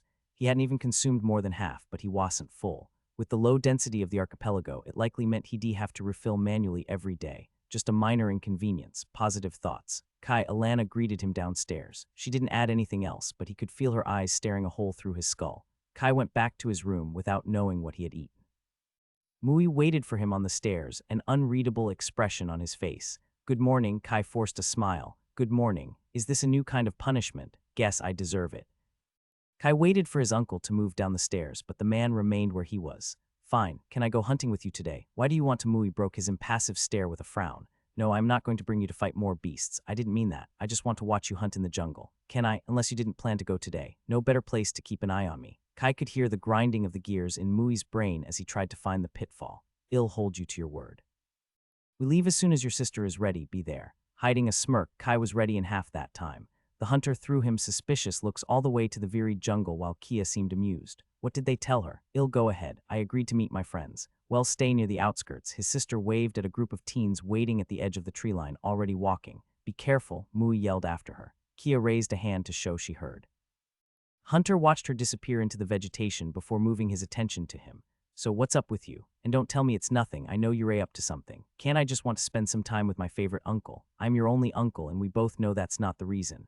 Mui crossed his arms without any intention of taking a step further till he confessed. I just want to watch you hunt. Kai, a warning note rose in his tone. This is so unfair. I've not done anything yet. And I was hoping to see you use some skills that use mana. Do you by any chance have some? Why, what are you planning? Mui peered down at him with a stubborn frown. So that's a yes, Kai grinned. I knew I could count on you, uncle. Come on, let's go. You need to show me your wonderful skills. Not waiting for a response, Kai strolled into the varied jungle humming a happy tune. With a heavy sigh, a second set of steps followed behind. His smile grew larger. Glad you can still see reason. You had me worried for a moment. Do you know a quiet place where you can show me your skills? Kai followed the path the lumbering hunter opened. I'm sure we're going to have the best time together. The outskirts of the jungle around Silspring were the home ground of gatherers, whether professionals or people wanting to make ends meet with herbs and small game. Awakened beasts preferred the higher mana regions deeper in, and large predators had long been hunted out of the outskirts. The main danger was getting lost or bitten by a venomous creature, as safe as it got inside varied. Uncle, what kind of skill do you use to keep critters away? Does it use mana? No fly buzzed around them. Kai had managed to recreate a similar effect by projecting his mana presence, though it never worked quite as well. Observing the blinding figure with mana sense, Kai tried to use mana echo, but the skill couldn't latch onto anything. Is it because I can't copy that skill, or am I doing something wrong? Mui glanced over his shoulder. It's a passive effect of a profession skill to heighten or hide my presence inside the jungle. I'm not sure if that counts as a mana construct or a casting. Maybe if I knew exactly what to look for. At yellow in both race and profession, Mui's twin network shone with blinding light. Being incredibly intricate on top also didn't help. His mana sense was high enough to observe the main pathways, but he quickly lost himself in the myriad of branching channels thinner than a hair. At least I can look without getting a headache now. He'd need a month just to figure out the flows of mana. As for understanding what any of that meant or how it worked, he'd have better luck trying to reinvent astrophysics. Are you going to tell me why you need to observe my skills? Mui asked, the scowl fading. With a mysterious smile, Kai answered just as the hunter was about to open his mouth again. I want to try to copy them with my profession skill. Teasing was an art that required balance. A broken branch crunched under his boot, breaking the silence. His eyes bulged in disbelief. You can copy my skills. Well, as long as they use mana, probably, hopefully. I'm still trying to figure out how it works. Kai beamed at him. That's why I need my favorite uncle's help. Why didn't you ask me that directly? Mui said with exasperation. I was beginning to think that it doesn't matter. Next time, just tell me if you need help. That you what, and where would be the fun in that anyway? And that's why you're my favorite uncle. I'm your only uncle. One does not exclude the other, Kai said with a cheeky smile. Mui shook his head in exasperation. Hurry up. The hunter increased his pace. Though he wasn't technically running, he might as well have been. Each stride took 3 of his own to keep up. Kai scampered after him, too proud to run. You're just taking advantage of my shorter legs. Climbing up a rocky cliff covered in moss, Kai seriously wondered if the hunter was just leading him through the thickest greenery and mud pits for fun. A mile back was already enough. The low mana density told him they were still in the outskirts, but there were no signs anyone passed by here in quite a while. No broken branches, trails, or harvest plants to show the passage of the gatherers. Kai doubted anyone had come this way more than once a year, and they were both able to perceive anyone who came near them anyway. Pushing a branch out of his face, he hid his relief as Mui finally stopped. The place before him offered enough of a distraction. There were no clearings or meadows in the very jungly part from those people created, though. This must be as close as it got. The high trees gave way to small, wet shrubberies as the ground sloped gently toward a pond with a creek feeding into it. An orange frog jumped into the water with a panicked croak, its bright form hiding beneath the lily pads. The pond was no more than 6 meters across and wouldn't reach his waist at its deepest. The lower vegetation allowed scant rays of sunlight to peek through the green canopies and reflect off the surface. You'd never told me about this place, Kai said, admiring the crystal-clear pond. He always had a soft spot for hidden sights. Only a handful of people must have ever been here, and he was one of the lucky few. A sweep of mana sense made sure there were no beasts nearby. The water from the creek had a higher mana density, likely originating from the heart of Virid. Several pseudo-mana herbs were growing in the pond. Some might even reach red. 3 years ago, he'd already been busy harvesting them. Now he cared more about having found such a pretty hidden spot.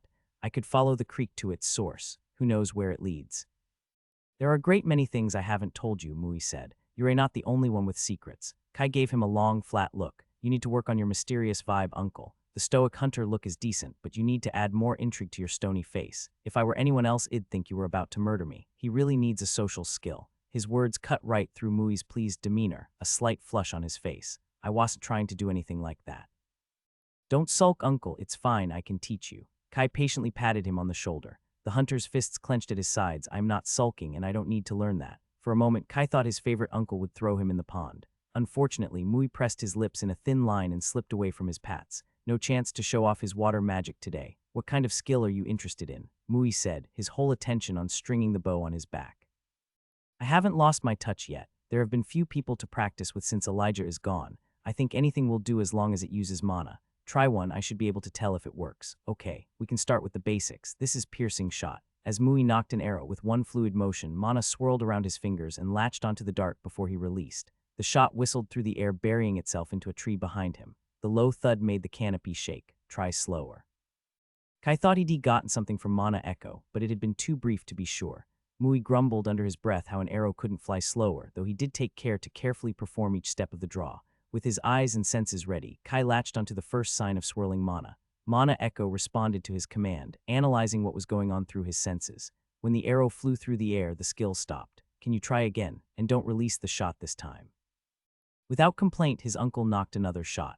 Like this? Yes, perfect. Mana Echo followed the shiny threads layering around the dart like woven silk. Kai got the impression the skill didn't start from where it left off the previous attempt, but it moved slightly faster. It's actually working. His eyes never wavered, but the excitement quickly died down as seconds turned to minutes. Kai became more and more aware of Mui's stare and his own growing embarrassment. How much longer do I have to keep it? Piercing shot is not made to be used like this. Almost there. I need just a bit longer. Kai kept a casual tone despite his face heating. Please, come on. How damn long does this skill take? After what felt like an eternity, the echo finally formed in his mind. Kai dismissed the copies of 4 enchantments from the previous day to make space. Done, the arrow hissed beside him, planting itself deeply into the tree. Did you actually copy my skill? Mui asked, stretching his arm muscles and shoulder. Yes, want to test it. The hunter offered his bow. Kai's eager smile froze on his lips, hands stretched halfway. The last time he had tried archery was years ago. Kai could still remember the shame in Elijah's taunting glances. Why does it have to be a bow skill? Couldn't he show me a knife skill or a throw? Mui frowned before his eyes flashed in apparent realization. We can go fetch a lighter bow. This wasn't made with a child in mind. I know where your sister goes to play with her friends. No, this is fine. It's just a test to see how it works. Kai hastily grabbed the wooden grip with both hands. The last thing he needed was Kia asking him to see his archery technique. The bow was almost as tall as him, made of a dark polished wood lined with tiny enchantments. Getting into position, Kai took an arrow from Mui. You don't need to make a full draw, I know. Knocking the arrow so the fletching wouldn't brush the bow when he released. Kai soon discovered that no, it wasn't fine. It was like trying to bend an iron bar, his muscles strained with effort, barely drawing back a palm. I told you, we can go ask Kia to lend hers. Empower surged through his arms, allowing him to draw halfway through. See, I can do it, Kai gritted teeth. You should lower your elbow, keep your back straight, eyes on the target, not on me. You need to draw with your shoulders, not your arms. Mui fell into teaching mode, correcting his posture. Nope, once was enough. I am happy with my sword. Letting his profession skill take the lead, Mana slowly wrapped around the arrow like layers of tape. The difference with Mui's piercing shot was glaring, though he couldn't tell how much exactly since the arrow missed the tree and buried itself deep into the ground. Lucky you, want to switch places. You need to be firm when you release the arrow. Don't let your finger brush the string. Try again. Mui gave him another arrow. It's fine, piercing shot worked. Don't you have another skill I can copy? Not many that I can use for 20 minutes straight, and testing needs to be done properly. Mui patted him on the head. Don't worry, no one is good the first time they use a bow. Great. With his calm and reasonable words, Mui gave him no excuse to refuse. Can you explain how your skill works? The hunter generously offered. Profession skills can be tricky to master. It's called Mana Echo. Kai had to admit he wasn't an expert on the topic. He could probably figure it out by himself, but it'd be much faster with his uncle's help and experience. Praying the spirits to be merciful, he resigned himself to his second lesson of archery. Maybe this time it'll go better. The first test was to measure their shots against each other. Mui could draw the bow like him and shoot from the same distance. They just needed to hit the same tree. It took Kai 3 tries before his arrow planted itself into a trun knot, the one he had been aiming at. Going second, Mui hit a palm from his. His shot barely penetrated a few fingers into the bark, while the hunter's was halfway through. Perfect, let's move on to another skill. Kai smiled brightly. He had never expected a copy to be as good as the original, especially since he didn't push Mana Echo beyond the minimum threshold to make a copy. Don't be hasty, Mui observed the 2 arrows with a thoughtful look. We need to see how hard you'd hit without my copied skill. Fine, one more, I guess that's reasonable. It'll be useful to see how much a copied skill helped. If he had to suffer this humiliation, he might as well do it properly. After some tries, his arrow finally hit a trunk, planting itself only half as deep of what he had achieved using the echo. Done, now we know. You said you could improve the quality of your copies, Mui all too reasonably said. Do you know how much? Piercing shot is an easy skill to measure the difference. There was no smirk on his tanned face, nor amusement in his dark green eyes, but Kai knew this wasn't a coincidence. I underestimated you. I am glad my lessons did not fall on deaf ears, young Padawan.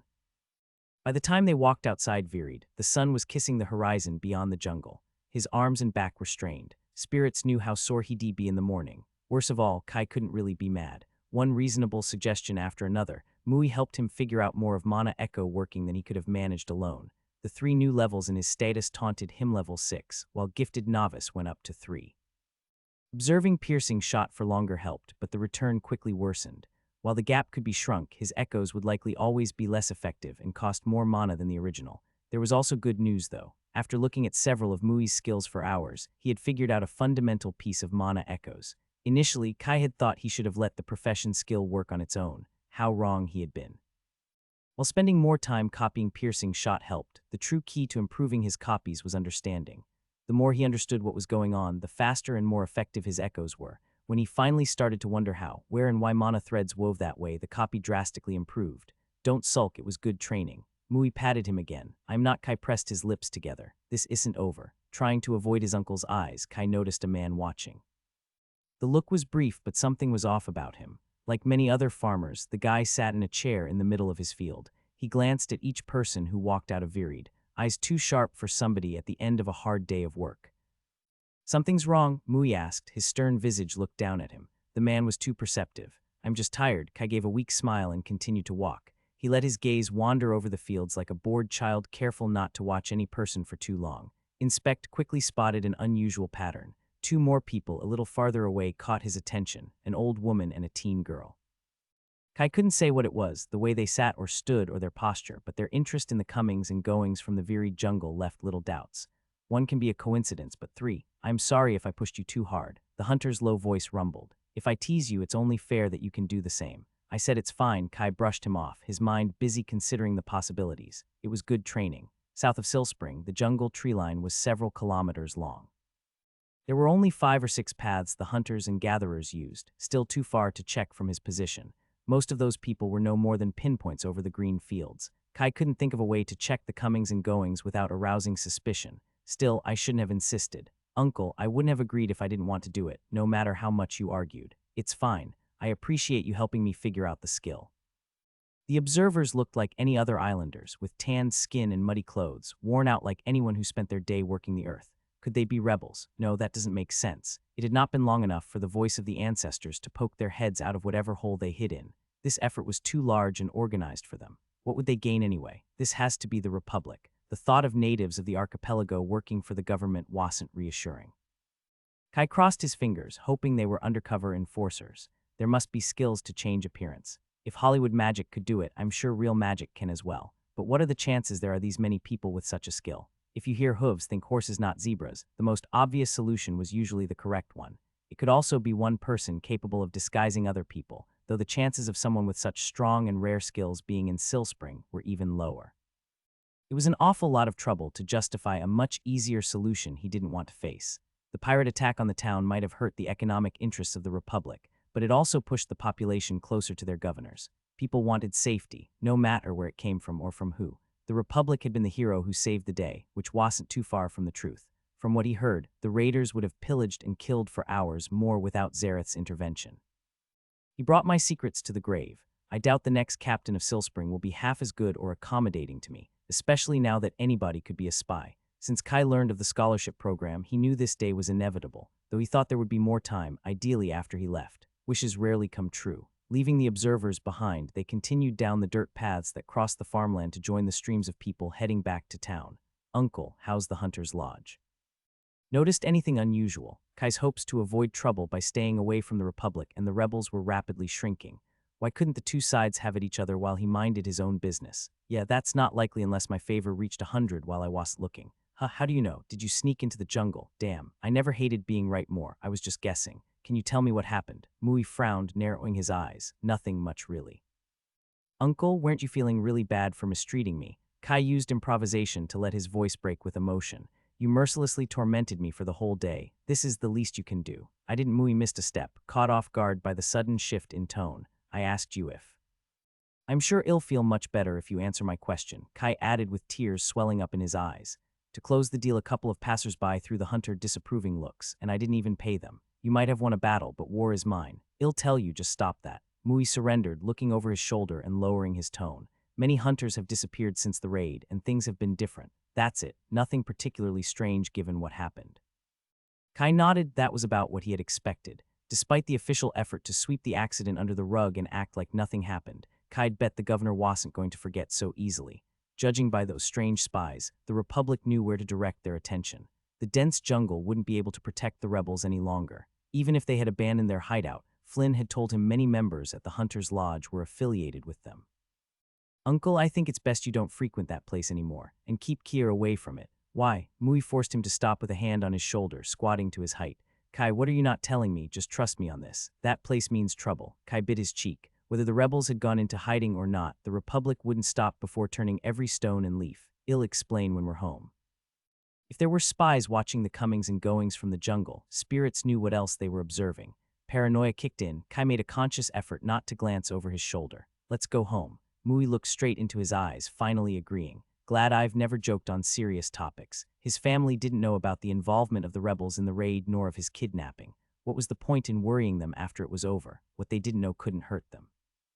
It was a new day. The cheery bustle outside his window was the same as before the accident, a tad less loud. After spotting the spies in the fields, Kai began to notice oddities everywhere he went. He had barely managed to sleep a wink last night, expecting people to break down his door and kidnap him again. After the raid, his profession had taken all his attention, but he couldn't avoid the memories forever. Each time he closed his eyes, images flashed in his mind, being tied up in a basement, a town in flames, lifeless bodies in the streets.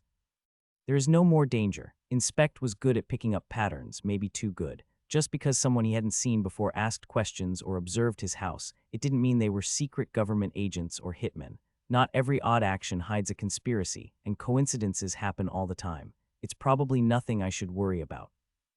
Kai was only able to remain calm since hallowed intuition was silent. Its warnings might not have been clear, but there had always been a warning when something dangerous was about to happen.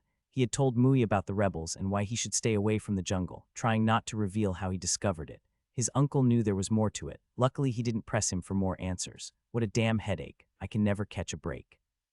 Perhaps if he kept a low profile and trained his skills out of sight, everything would turn out for the best. Yeah, how many times did that work? That was one of the reasons why he hadn't taken an alchemist profession. The quiet never lasted long, and he wasn't very good at ignoring what happened around him. This time he'd rather get a warning before all hell broke loose. Better safe than sorry. Kai had no idea how many times his luck had saved him, but he needed to increase his chances beyond what favor would provide. Maybe he would have already been killed without it, or kidnapped by more competent people. Only the spirits knew if he had survived the fighting tridal and the pirates on his own merits, or if fate might have played a part. I gained every point of it myself, except the two I was born with, so it was me either way. I literally earned my luck. What was certain was that trouble had found him many, many times regardless of how high his seventh attribute got.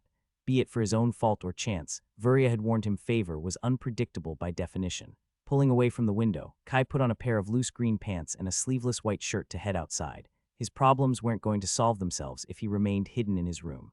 With some effort, he stopped using inspect on every passerby he met.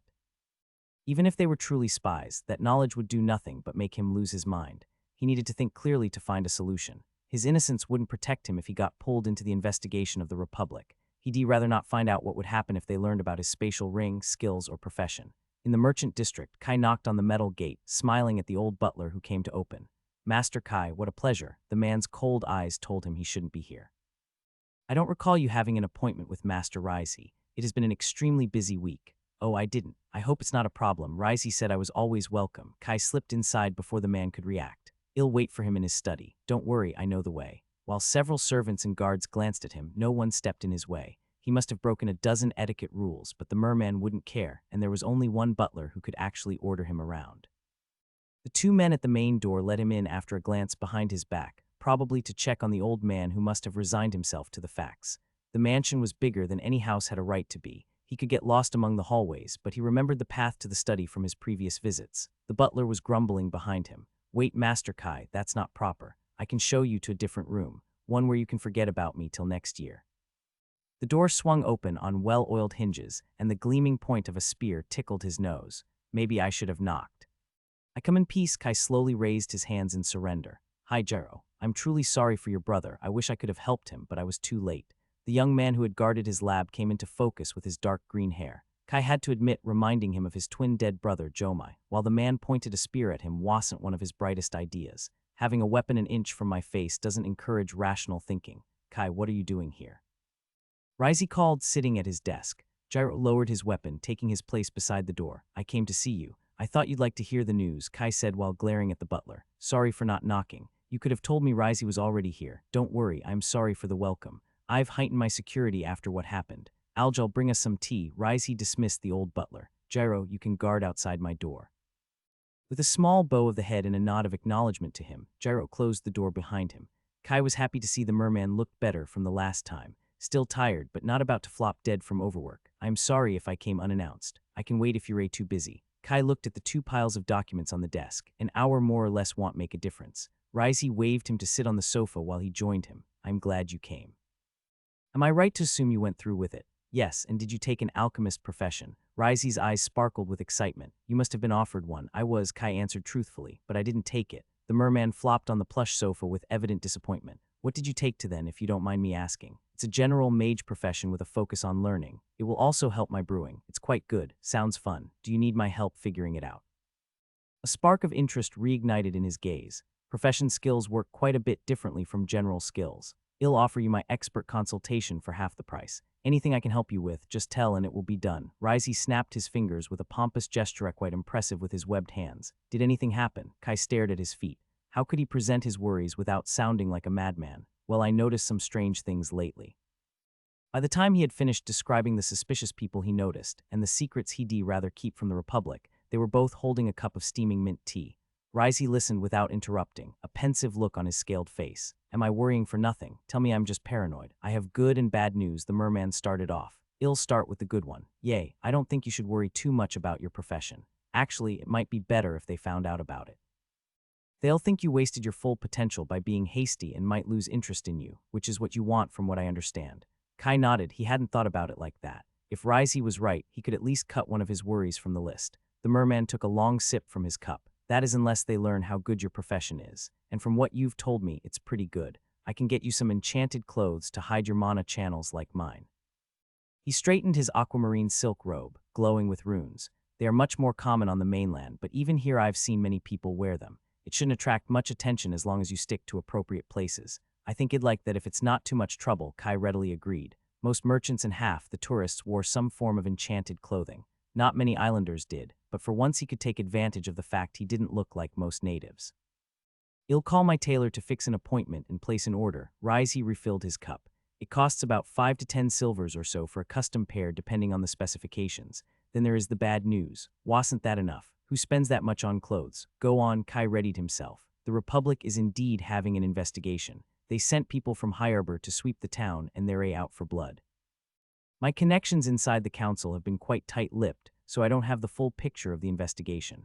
Risey was uncharacteristically serious, not the hint of a smile on his pale blue features. Despite their official response, the Republic isn't going to forget. They won't be satisfied until they find someone to punish. They know someone else was involved in the raid, and they've sent resources and personnel from Harbor to get to the bottom of it. From what I heard, the orders might come from the governor himself. Kai uneasily fiddled with the red fringes of the velvet sofa. How worried should I be? He wasn't sure whether to congratulate himself for being right in his paranoia or slap his face for jinxing it. The Republic had always been reluctant to spend resources to deal with the rebels. In Greenside, only when the voice became too annoying did the enforcers respond with a harsh and swift strike. But this time the mosquitoes had stung a sensitive spot. They won't be happy with just swatting it, they want to squash it for good. If Kai truly saw their inspectors and spies in the streets, he had underestimated the scale of the investigation.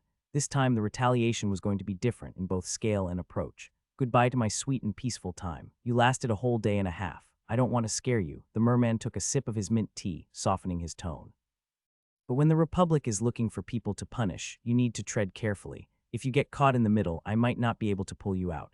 Kai crossed his hands to keep them still. I already plan to stay as far away from them as possible. Good. I hope you don't have any dubious acquaintances or time spent in shady places. I am. Risey raised a hand to stop him. It's better if you don't tell me anything in case a skilled truth-teller questions me. I'm sure you've never interacted with suspicious characters and are completely innocent. I am, of course. Risey nodded a bit too emphatically. That's a good start, but you need to be more than innocent. You need to be unremarkable and boring. If during their investigation they discover your grade or the specifics of your profession, they won't turn away because it wasn't what they were looking for. Kai's hand unconsciously touched the amulet beneath his shirt. The pendant had been enchanted by Vuria to show his race as orange. Anyone looking would only see a piece of polished iron. That was unless they took it away from him. Then he would jump to orange and the truth would be obvious. And if his grade was so high, what about his profession? Or the ring he had on his finger and all it contained. If the first piece fell, they wouldn't stop shaking him until the whole castle of cards came apart. What should I do? His apparent calm was kept together by thin threads of improvisation. Risey's gaze weighed him. I assume you have more secrets aside from the ones you've told me. You don't need to tell me that either. To not betray me to a truth-teller. While Kai had never heard the name before, though it was pretty on the nose. It must be how they called someone with a profession and skills to detect lies. He had always suspected Zareth had a similar skill, though he was never able to confirm. Obviously, the Republic needed to have an order of creepy inquisitors. They must be rare since I've never heard of one before, otherwise I am beyond screwed. Just common courtesy. And speculating in my head what other ridiculous secrets you're hiding is fun. Maybe one day you can tell me if I guess correctly. Risey refilled his cup, peering deeply at him. So one of my contacts told me a truth-teller landed in Silspring this morning, directly from High Arbor. Great. Risey waved his worry away. Oh, don't worry too much about that. By law you don't need to answer a truth-teller unless it's relevant to their investigation. Thank all the spirits. That's a surprisingly reasonable and fair law to avoid abuse of their powers, Kai said tentatively. Was there really no catch? Risey burst into laughter, almost choking on his tea. The merman coughed into a napkin, never losing the grin on his blue lips. Sometimes I forget you're still a child. There was no mocking in his tone, but Kai's confusion immediately turned into visceral irritation. What's so funny? There were few things that triggered him more than being called a child. I'm not a damn child, you dumb fish. Your innocence, it's adorable. Come on, don't glare at me. We were all there once. Risey gave him an annoying pointy smile that showed his ivory teeth. Unfortunately, fairness has little to do with it. The higher and richer you are, the more you have to hide, and it doesn't exclude the venerable members of the Azure Council. They'd never allow someone who could end their career with a question to exist. The fear of that ability to be turned against them vastly surpasses any utility. Kai crossed his arms with a glower. Indeed, assuming the laws were thought to be just even in principle had been naive of him. There was no need to laugh. Sorry I laughed. Risey finally wiped that smirk from his face. More tea. The merman poured the rest of the teapot. Even with those laws, you must not lower your guard. Most truth-tellers love to wring out information from casual remarks or take advantage of people who don't know the regulations that bind them. They'll make you think you have to answer every question if you let them. Now I kinda expected that. I'm not that naive. I've bought a law codex, but I haven't had time to read it with what happened. I'll need to start getting through it, at least the important parts. Another project to add to the pile, yay. The thick volume still rested in his spatial ring. Originally, Kai wanted to learn the basic laws for his alchemy business, though the first few pages of obtuse jargon had made him procrastinate on the task. Lawyers must get a perverse joy from making everything unnecessarily cryptic and long-winded so only they know what it means. Risey nodded sagely. That's a good idea. You should always know the laws of every place you visit. Ignorance is the root of every poor bargain and a sure way to cheat somebody. I guess you must be an expert about that. Kai immediately regretted the snarky comment. Merchants did have a certain reputation. Okay, that was an asshole move. Before Kai could beat down his pride and mutter an apology, the merman spoke again. Did I ever try to take advantage of your ignorance to swindle you? Risey's face was impassive. Actually, you tried a couple times, though I think you call that haggling. As people say, the only honest merchant is a broke merchant. Attacking how the merman did business probably wasn't the best idea. I didn't mean it like that. Oh, you didn't? Risey narrowed his eyes with an amused glint. Maybe I shouldn't have gone easy on you in our negotiations. He's lying, that wasn't easy mode. What I meant to say is that you need to know something to defend against it. That's why you must know it so well. I see. Risey's pointy smile came back. Do you want me to draw our next deals by myself since you think so highly of me? Of course, I know you're not someone who would ever take advantage of a friend who trusts you. Y'all only give me the best deals, right? Kai reciprocated the smile. Their gazes crossed for several seconds before they both burst out laughing. Spurred by each other's amusement, they took a minute to stop giggling like fools. You're welcome. And no, I'm not going to give up our friendly haggling. It better be friendly, was worth a try. Risey shrugged. Anyway, it wouldn't be bad if you spent the next months brewing in a secluded space just until things settle down. I could arrange something if you want. Why doesn't that surprise me? I appreciate the offer, but I need to level my profession. While practicing alchemy would fall into the purview of Mana Child, the XP growth wouldn't be fast or efficient, especially if he only brewed potions day and night. The merman slumped down, disappointed. I know you must be excited to use your new profession. I couldn't think of anything else after I got mine, but be mindful when you practice it. Rare or unusual skills will attract attention and make people curious. It would be better not to use it at all for the next few months. What are the odds Mana Echo falls into the category? I'll be careful, Kai promised. The timer on Vuria's riddle had less than 9 months remaining, waiting wasn't an option. He needed the extra attributes, the more levels the better. After making his stance clear, Risey didn't insist, and the conversation turned to lighter topics. They set up an appointment with the tailor to get fitted for the enchanted clothes. Half an hour later, Kai walked out of the mansion in a cheerful mood. Till next time, he waved at the old butler. The pleasure was mine, Master Kai. The gate was shut close with more force than necessary. Alfred, you're such a jokester. The talk had settled his mind. It wasn't all good news, actually very little of it was, but now he knew what to look out for. A known danger was always less scary than the dark. Just keep your head down, don't attract attention, and don't let anyone see your magnificent profession. What could go wrong? Kai forced himself to ignore the passersby who glanced at him. His house was the safest and most unassuming place, and he'd probably be spending most of his days there for the foreseeable future. Suddenly feeling a bit restless, Kai strolled down the streets, letting his feet take the lead. He could justify a longer walk since he was already out. It was almost noon, but he wasn't hungry yet. He enjoyed the sea breeze, standing in the shade of the buildings to avoid the beaming sun.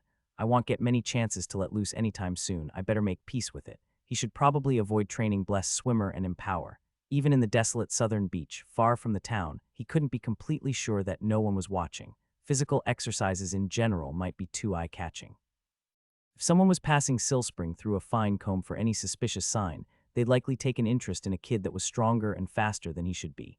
Indeed, practicing magic might become a problem too. The shores weren't safe from prying eyes, and the jungle was the worst possible place to be. A kid who goes into Virid to hide. Yeah, that's someone who would attract attention for sure. Maybe I could try practicing casting underwater. Lost in his thoughts, Kai bumped into a person coming out of an alley. They both dodged in the same direction at the last second, sealing their fate.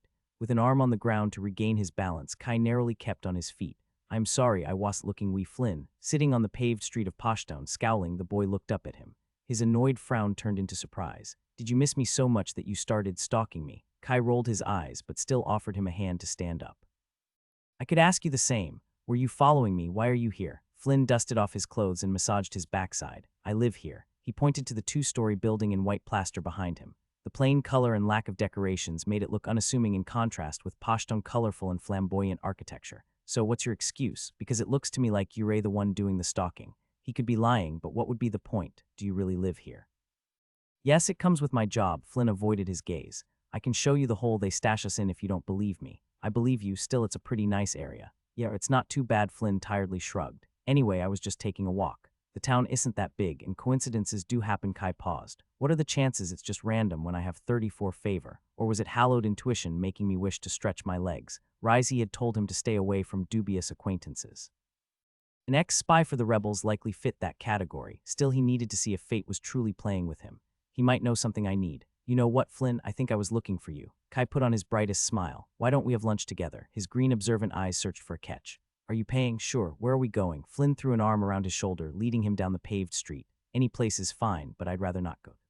Sage Tree Inn if possible. Why? I'm no longer friends with the owner. I should have guessed she was affiliated with the rebels. It's not a problem, we can go to my house. Flynn's arm stiffened. Are you sure that's a good idea? I don't want to bother your family. Don't worry, it's only us today. They are all out working, but my mom always insists on preparing for me, so there's enough for 3. Shit, is family a taboo topic for him? Maybe I shouldn't have mentioned my mother. Flynn didn't blink. It was hard to say with him. Though it burned to admit, Kai was pretty sure the boy's acting skill was higher than his. Okay, but if you didn't want to pay, you could have just said so. Flynn patted him on the back with a knowing look. I don't judge. Kai suppressed the impulse to slap his face. Yeah, you caught me. We also have walls with excellent soundproofing, the perfect place to quietly strangle someone or share compromising information, whatever happens first. Kai sneaked a glance at the boy walking beside him. Flynn was being unusually quiet. Should I have asked how he's doing? Noticing him looking, Flynn flashed a smile at him. Do I have something on my face, or are you just admiring my handsomeness? No need to be ashamed, it happens to a lot of people. I was just thinking whether it would be more satisfying to punch your left side or the right, Kai said with a wondering tone like he was choosing whether to buy a coconut or papaya for breakfast. What do you think? Flynn put a hand on his chin to check and clenched his jaw. I think the right one is my best side. I'll let you punch the left one if you let me do the same. I'll think about it, but I go first. Still an idiot. After the quipping exchange was done, Flynn went back to a brooding silence. His smirk disappeared like footprints on the water's edge when Kai turned his attention back to the bustling street. His house was just outside Poshtown, a 5-minute walk. We're here. The new coat of white paint on the door hid the arrow hole where Mui nailed a raider. Kai opened the lock with a smooth clank and let Flynn inside. Don't. Kai paused, telling Flynn not to do something would likely sound like a challenge or invite. Just put back anything you touch and make yourself at home. It's a very nice house. It looks even better than from outside. Flynn inspected the room. Does it? Kai gave him a brief tour. That's the kitchen. The bathroom is over there, and our bedrooms are upstairs. It's a bit messy right now. Kier had left a bunch of half-finished arrows and a mess of twine in the living room. A bundle of canvas with a les equipment sat in a chair. In the kitchen, the plates in a pan from this morning's breakfast waited to be washed. I said I would take care of it, didn't I? Mom would have a heart attack if she knew I brought someone without tidying up. With a sigh, Kai got to work cleaning and heating up the meal. He didn't forget to follow Flynn with Mana sense in the back of his mind. The boy was snooping around downstairs without touching anything and stopped when he found the bathroom.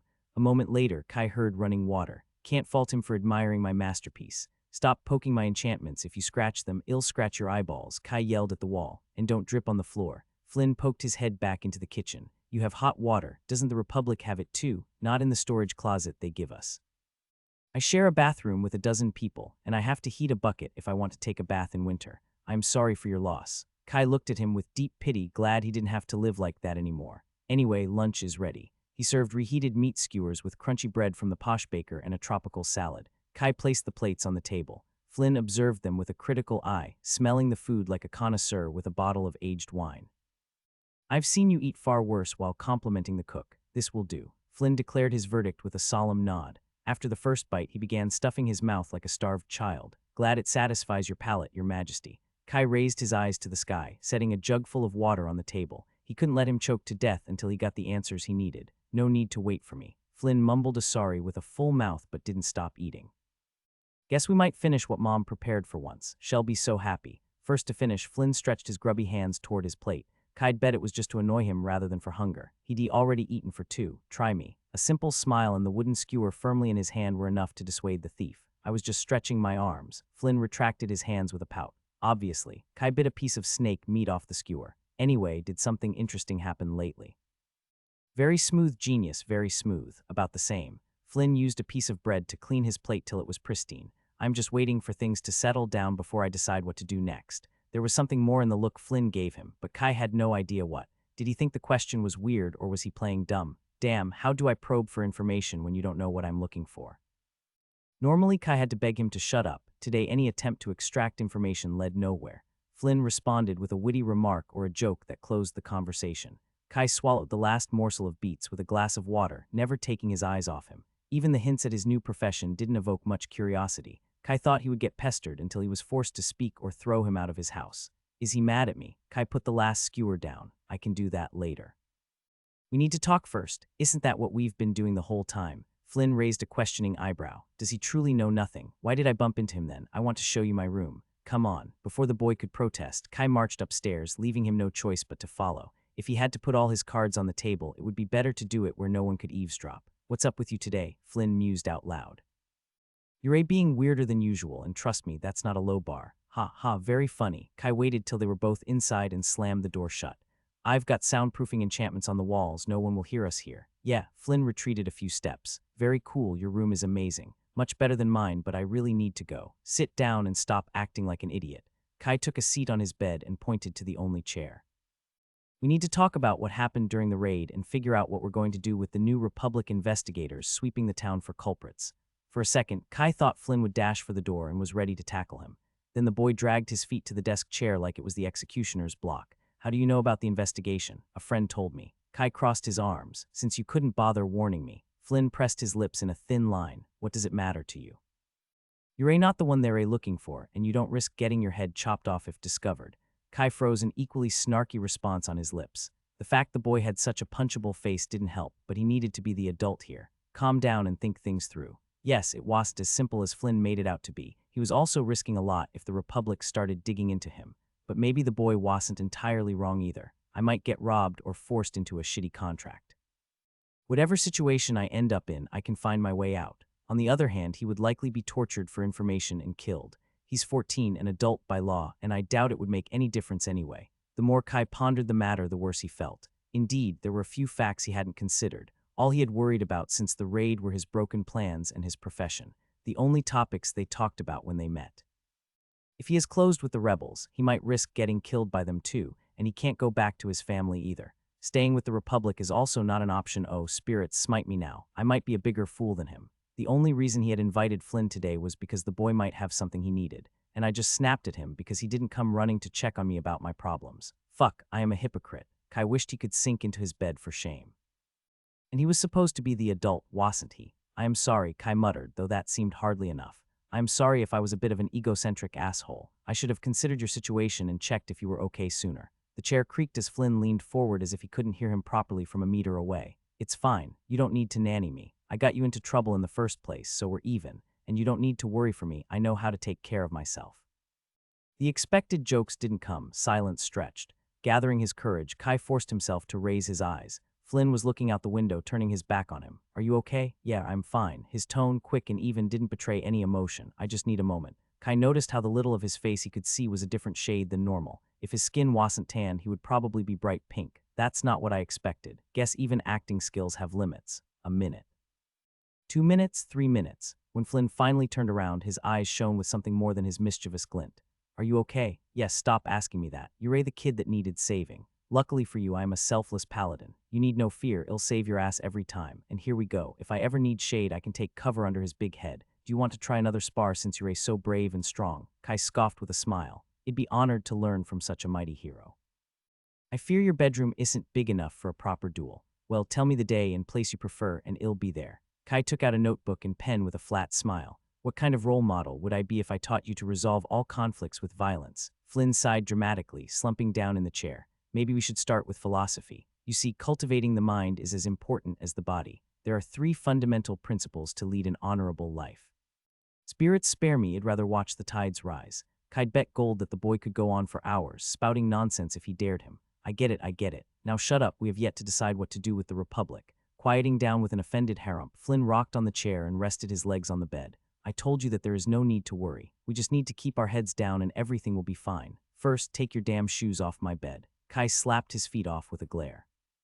And second, what if you get interrogated by someone who can detect lies? The boy continued rocking the chair without worry. Many enforcers have some kind of intuition skill, but they aren't as infallible as they let you think. There are ways around if you are prepared and have a counter, which I do. Not that anyone would have reason to suspect me to begin with. That's not how Risey made it sound. Did he just want me to be cautious? So, it's not a problem if a truth-teller questions you. With a painful crush, Flynn tipped over the chair. Shit, cursed gods, tell me he's cursing about the fall. Are you all right? Yes. No, he stood up, massaging his shoulder. You didn't say a truth-teller was in Silspring, right? It couldn't be that easy, could it? Weren't you saying that lie detection skills aren't a big deal? Kai could feel his hopes crumbling into dust. That's for general skills. Flynn scrubbed a hand through his hair, pacing back and forth in the cramped room. Questioners get their abilities from their profession and spend all their time leveling them to sniff out lies. I wasn't even sure there was one in the whole archipelago. Why should a damn questioner come to our town? The boy loomed over him and looked straight into his eyes. Are you completely sure it was a truth-teller and not just another investigator? They're the equivalent of a high official. The mayor should have gone to welcome them if one arrived in Silspring.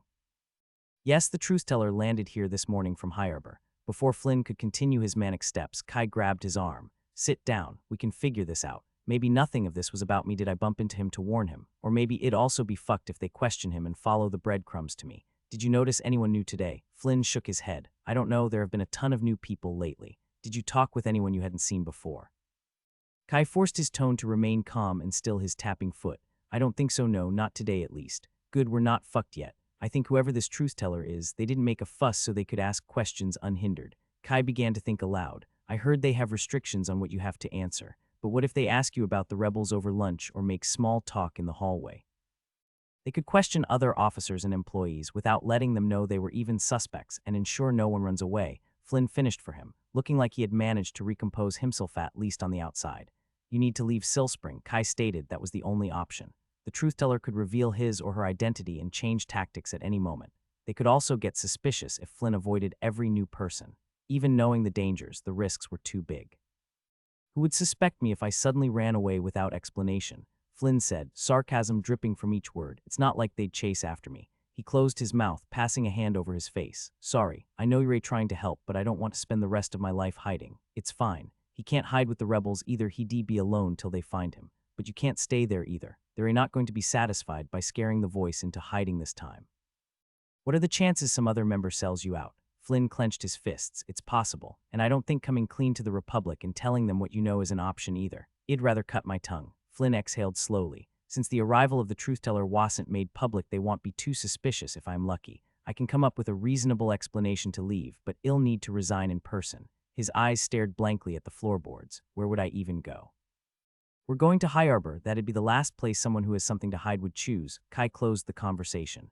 Flynn's attention jolted on him. What do you mean we? 2 people will attract less attention than one. I also wanted a change of air. Silspring is becoming too stuffy. It's decided I know a guy who can take care of the journey. Certainly, it can't be a worse place to train than here. It'll fit right in with all the spoiled scions. Why didn't I say something? Flynn raked a hand through his hair, ripping through any tangles in his brown curls. Not a wince. Without glancing at his fingers, he let the proof of his inner panic disappear on the cobblestones. He casually strolled down the street to get back to Poshtown, his face the picture of routine boredom. Inside, the cracks he fastidiously kept together for weeks were coming apart. He wanted to scream curses to the sky and slap himself. All his levels in controlled appearance seemed hardly worth anything. Now's not the time for foolish mistakes. Get a grip. An easy tell of nervousness was becoming hyper-aware of your body, like suddenly realizing you had two hands, a lesson he had received long before gaining his skill. With an effort, Flynn stilled his arms at his sides and ordered his heart to slow to a more comfortable pace. There wasn't anyone who would notice out here, but he couldn't afford a blink out of place back in the clerk's office. A fucking truth-teller in Sill Spring. Most truth skills worked on your reactions, expressions, voice, smell, heartbeat, or a combination of those. The best ones read your mana fluctuations. Those were still general skills with ways to counter them. The abilities of a truth-teller were granted by their profession. Flynn had no idea if there was a way around them, even if he knew how they worked. And he didn't. While his education at Hawkfield had not delved deeply into the topic, it taught him enough to know that hoping to deceive a questioner was pure lunacy. Truth-tellers were chosen as children before they opened their first seal, brought up to unravel any lies wherever the Republic pointed. Cursed gods and bloody idiots. The governor of a minor territory like theirs shouldn't have the pull to call one from the mainland, and certainly not send them out of High Arbor. That was what they told him, what he had believed till a few hours ago. Could it be a mistake? Kai had sounded completely sure, and Flynn trusted his words more than what the voice or his pompous teachers told him. Where did he hear it? There was a chance his friend had misunderstood, though the knowledge he had shown made the possibility unlikely. His own curriculum had failed to mention the restriction truth-tellers had to abide by. When one asked a question, it was the duty of a citizen of the Republic to tell them everything they knew. As simple as that. His education was less broad than he had been led to believe. The more he spoke with other employees and more often overheard, the more incongruities came up. A sea of small, seemingly insignificant holes and deficiencies. For all the time he had spent studying the crimes under common law, he had little understanding of how political positions were appointed above a mayor, or the limits of the governor's authority. We were never really the same, were we? Never expected to do anything beyond what we were told or wish for more than the scraps they presented as gold. Flynn had never considered himself particularly interested in the political machinations of the world. As long as he knew what was right and wrong, his friends and foes, the path before him was crystal clear. He knew what needed doing, it was only a matter of how to achieve it. Then came the first thread, the first doubt. He hadn't thought much of it. A single string hardly affected the final result, so he had pulled at it more out of pride than anything else. He wasn't afraid of the truth. Before he realized it, the whole tapestry was coming apart, his life spinning into incomprehensible chaos. The only choice he had was to keep pulling and pray the end result would make more sense than what he had now. His steps rapidly led him toward the government building, just slow enough not to seem hurried. He gave a brief nod or smile to everyone who crossed his gaze while making sure to avoid getting entangled in a conversation. Why didn't I say something? The impulse to slap himself rose again. He might have indulged it if no one else was watching. He should have done something, argued harder, said it wasn't going to happen. When Kai told him leaving was the only option and that he was coming with him, he stood there like goddamn fish on shore. As if he was drowning in a storm and someone threw him a rope, relief had flooded him. He had muttered weak rejections, aware that anything but outright refusal would lead nowhere. The argument had not lasted half an hour before he agreed to the plan. Grabbed onto Kai with both hands, knowing he might pull him down with him, but too scared to let go. Such a selfish bastard. He had tied their fates together with a double knot, conscious he was leaving Kai the short end of the stick. No number of words would convince the Republic they were vague acquaintances after this. If the truth-teller or the investigators found his links with the rebels, they'd both pay the price. The pristine 3-story building that housed the town hall stood before him. The heart of the bureaucracy that kept Sill Spring going. Imposing white columns marked the main entrance, guarded by a pair of enforcers in a black uniform. The well-lit halls had never felt menacing before. Flynn faltered, straightening his own blue uniform to take time. A small stream of people came and went without sparing a glance. I'm still in time to turn away. With a polite smile, he went inside. The enforcers gave him a nod of recognition. No one stopped him when he walked past the public area into the employees' offices. He reciprocated a friendly wave to the people he crossed, getting a few nods in exchange. There were so many new faces, stuffing the place into a constant chatter of activity. He wasn't supposed to be back for an hour yet, but the desk he shared with the other 2 assistants was free. He took a clean sheet of paper and ink, tapped the quill on his chin twice, and began writing his letter of resignation. With his minor position, an oral notice to his senior officer would be enough, but the Republic loved their paperwork. A written notice would also show this wasn't a spur-of-the-moment decision taken today. The words came easy. He had dreamed of the possibility even before the pirate raid, though he never thought he'd actually go through with it. He cut the snark and curses, leaving clear and apathetic words.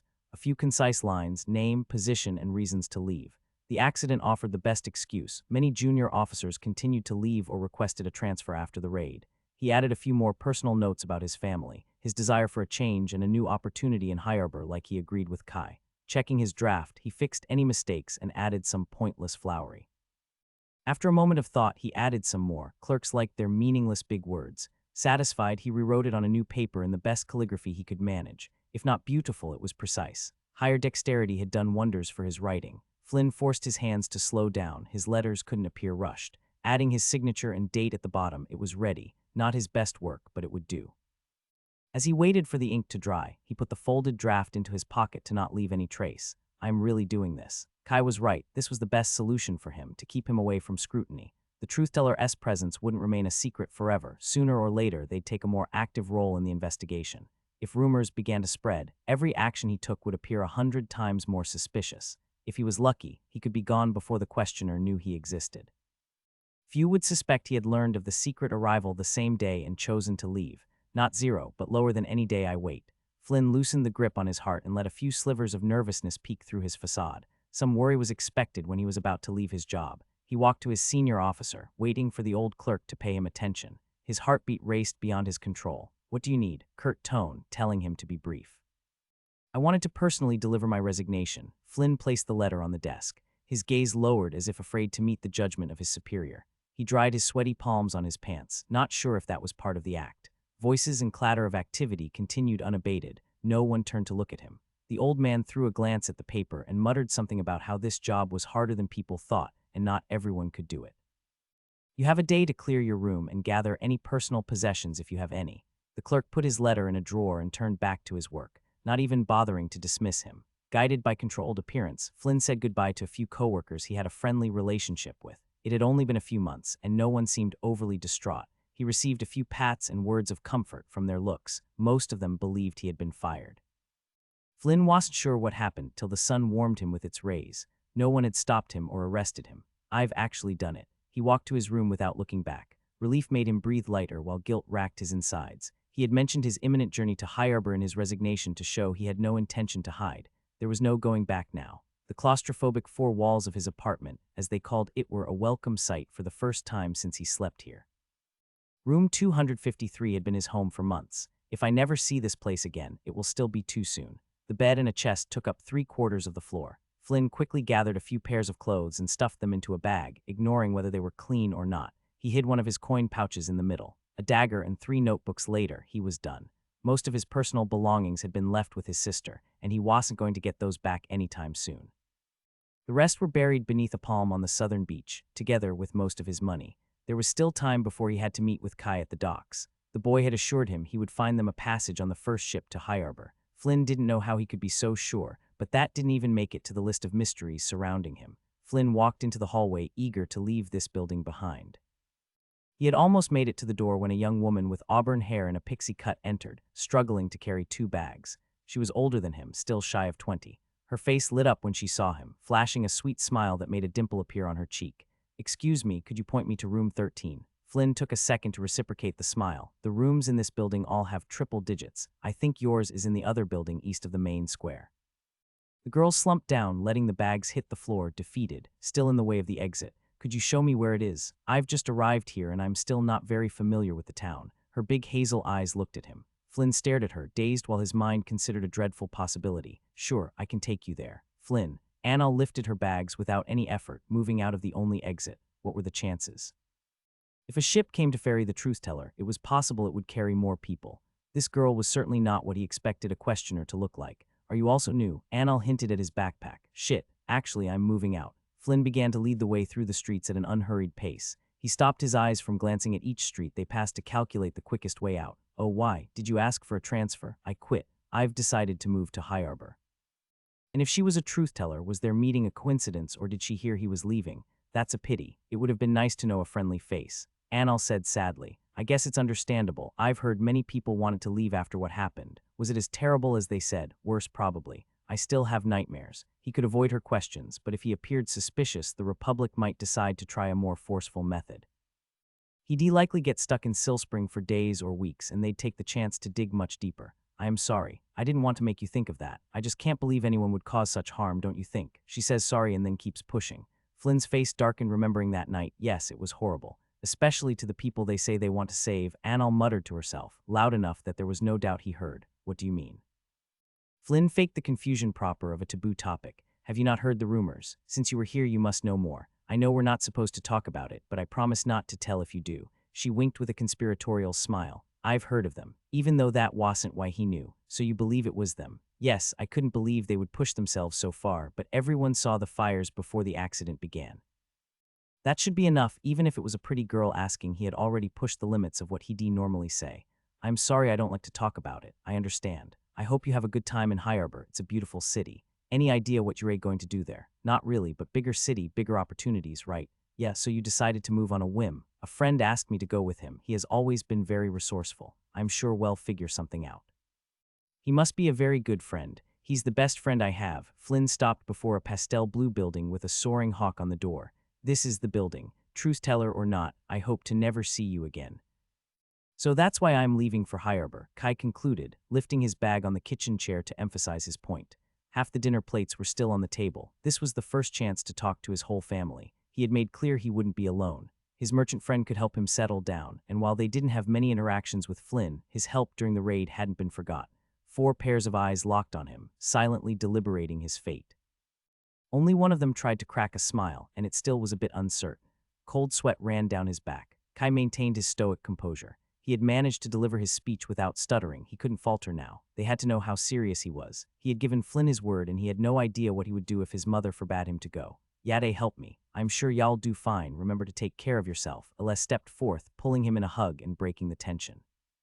I'm going to miss you so much. Have fun in the big city. Kia managed to make the encouragement sound like an insult. She was never a fan of unexpected changes, and in her defense, to say he had dropped the news overnight was an understatement. With a gloomy glower, Kia strode out of the kitchen with Alea after her, a quick encouraging smile before she also disappeared beyond the doorway. Now the true test began. His sister's acceptance would matter little if he didn't pass. There was only one authority who could declare life and death in their household, especially if it regarded her children. Alana watched him with measuring eyes, her face an impassive visage betraying no hints of her thoughts. Mui stood beside her, mirroring her demeanor. The hunter had a higher threshold of risk and was usually more open to his unpredictable.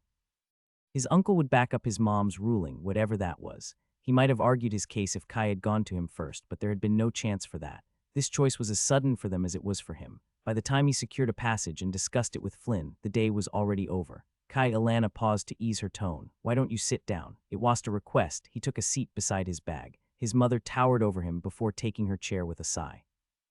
Do you remember when we spoke about making important decisions? Traveling to another city isn't a small thing. You should have warned us so we could discuss it together. I came to tell you as soon as I knew. Kai tried not to sound defensive. The chance came out of the blue, and it'd have to wait a long time for another. He had explained his urgency to the best of his abilities, briefly mentioning the Republic investigation and how that could complicate his life. Though Flynn's links with the rebels weren't his secret to tell, and it de-risked dragging them into the whole mess. Alana took his hands, gentle but firm, and forced him to cross her gaze. Do you promise on the spirits that y'all be safe? It took him a few moments to grasp what that implied, afraid saying it out loud would break the dream. Does this mean I can go? His mother gave him an exasperated smile. I knew you wouldn't stay with us forever. You never hid that.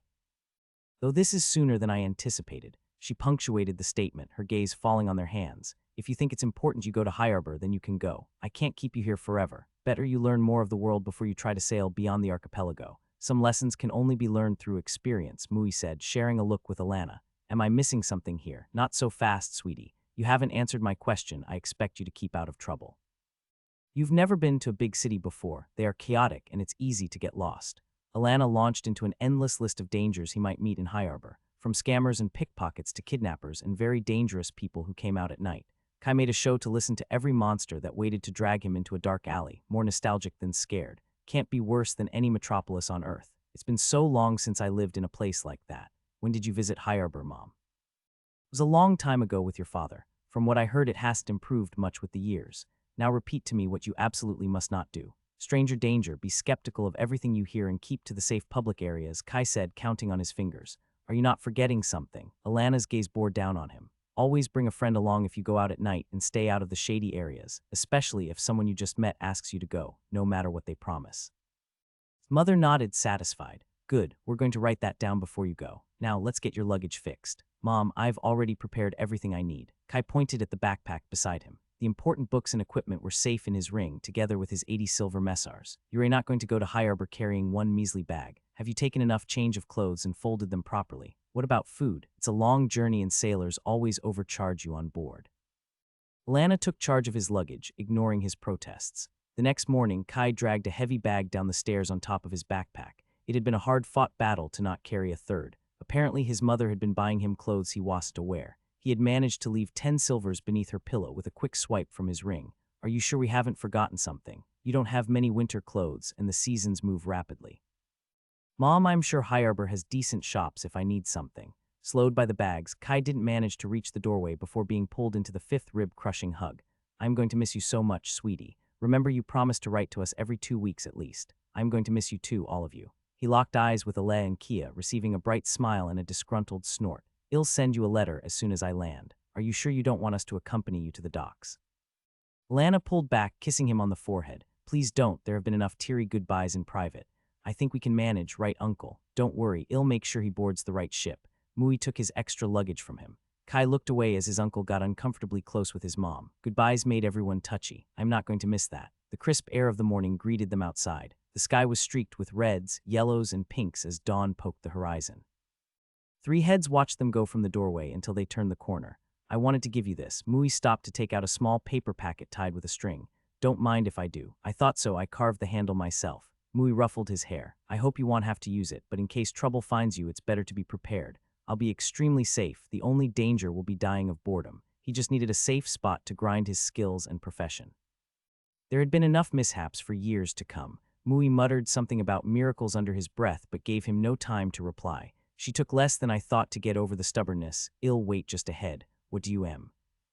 The hunter slipped away with his bag, while Kia ran to the corner and came to an abrupt stop before him. Oh, he does know her really well. His sister took a moment to catch her breath, eyes throwing fire. I want you to know I'm not going to stop training like we did together even if you leave. I never thought you'd stop. I'm sure you'll reach Orange before you choose a profession. I will, Kia stated like it was written in stone. I'll show you my progress when you come back. I'm going to miss our training, sis. Kia scrunched her brows. I'll miss you too, little brother, a little bit. Don't let the snooty brats of the city bully you. If I can't beat you, no one else can. Done with her piece, she sprinted back the way she came. I guess that went well too. Kai caught up with Mui. Rizey had managed to find them a spot on a merchant ship that would leave this morning. He couldn't be late. Streams of workers already filled the streets to get an early start, sharing nods with those they knew. Despite the few months he spent in Silspring, there weren't many people Kai would consider more than passing acquaintances. He had already dropped by Old Selly's shop to say farewell to Telu the previous day. Sylphie's herbs had been miraculously unscathed by the raid, that witch's luck might rival his own. Flynn is coming with me, and Rizey said we'd meet in High Arbor. No suspicious individuals followed them till they reached the warehouse where the merman told him to meet. Stay safe, kid. I'll make an offering to Yade for you. Mui watched him enter the building. Gyro found him before Kai could take 3 steps inside. The guard led him to a room where Rizey was waiting and closed the door behind him. Please sit. Rizey put down a fold of documents. Did you already have breakfast? I can have someone fetch some food if you want. There's still an hour or so, and your friend is already aboard. I just wanted to make sure this was what you really wanted. His deep blue eyes examined him. Yesterday you were in such a hurry we didn't have time to talk. Kai felt his ears heat up. I'm sorry I showed up with a big request without warning. It must not have been easy to organize it while you're already busy. I truly appreciate your help. I know I owe you. It's not about money or favors, though the captain of the Ventura did owe me, so I didn't have to pay anything. Rizey chuckled. But I was asking if you had considered this decision carefully. You think I shouldn't go? I think you might have not considered all the possibilities. High Arbor is both the safest and most dangerous place in the archipelago. A talented child will attract less attention there, but you need to tread carefully. It might take a few months before I can visit. Why does everyone think I can't last a day if they're not looking over my shoulder? Kai was tempted to show him the 5 pages of warnings his mother had forced him to write. Embarrassment kept his hand. "Ill, be prudent. Is there something else you wanted to tell me, or can we go?" "There is." The merman tapped on the desk. "I don't want to tell you who you should be friends with, but I know trouble when I see it. Even if he doesn't mean it, he could drag you with an unsavory crowd all the same. Does he know about the rebels?" "How?" He did need to talk to Flynn later, though he wasn't going to change his decision either way. "And what do you see when you look at me?" Kai raised an eyebrow. "Is it more or less trouble than when you look at him?" The merfolk's lips quivered, struggling to stay straight before he covered them with a webbed hand. "Let's say I see a different variety of trouble in you." After igniting his curiosity, Risey refused to elaborate on that. "I understand your concerns, but I trust Flynn.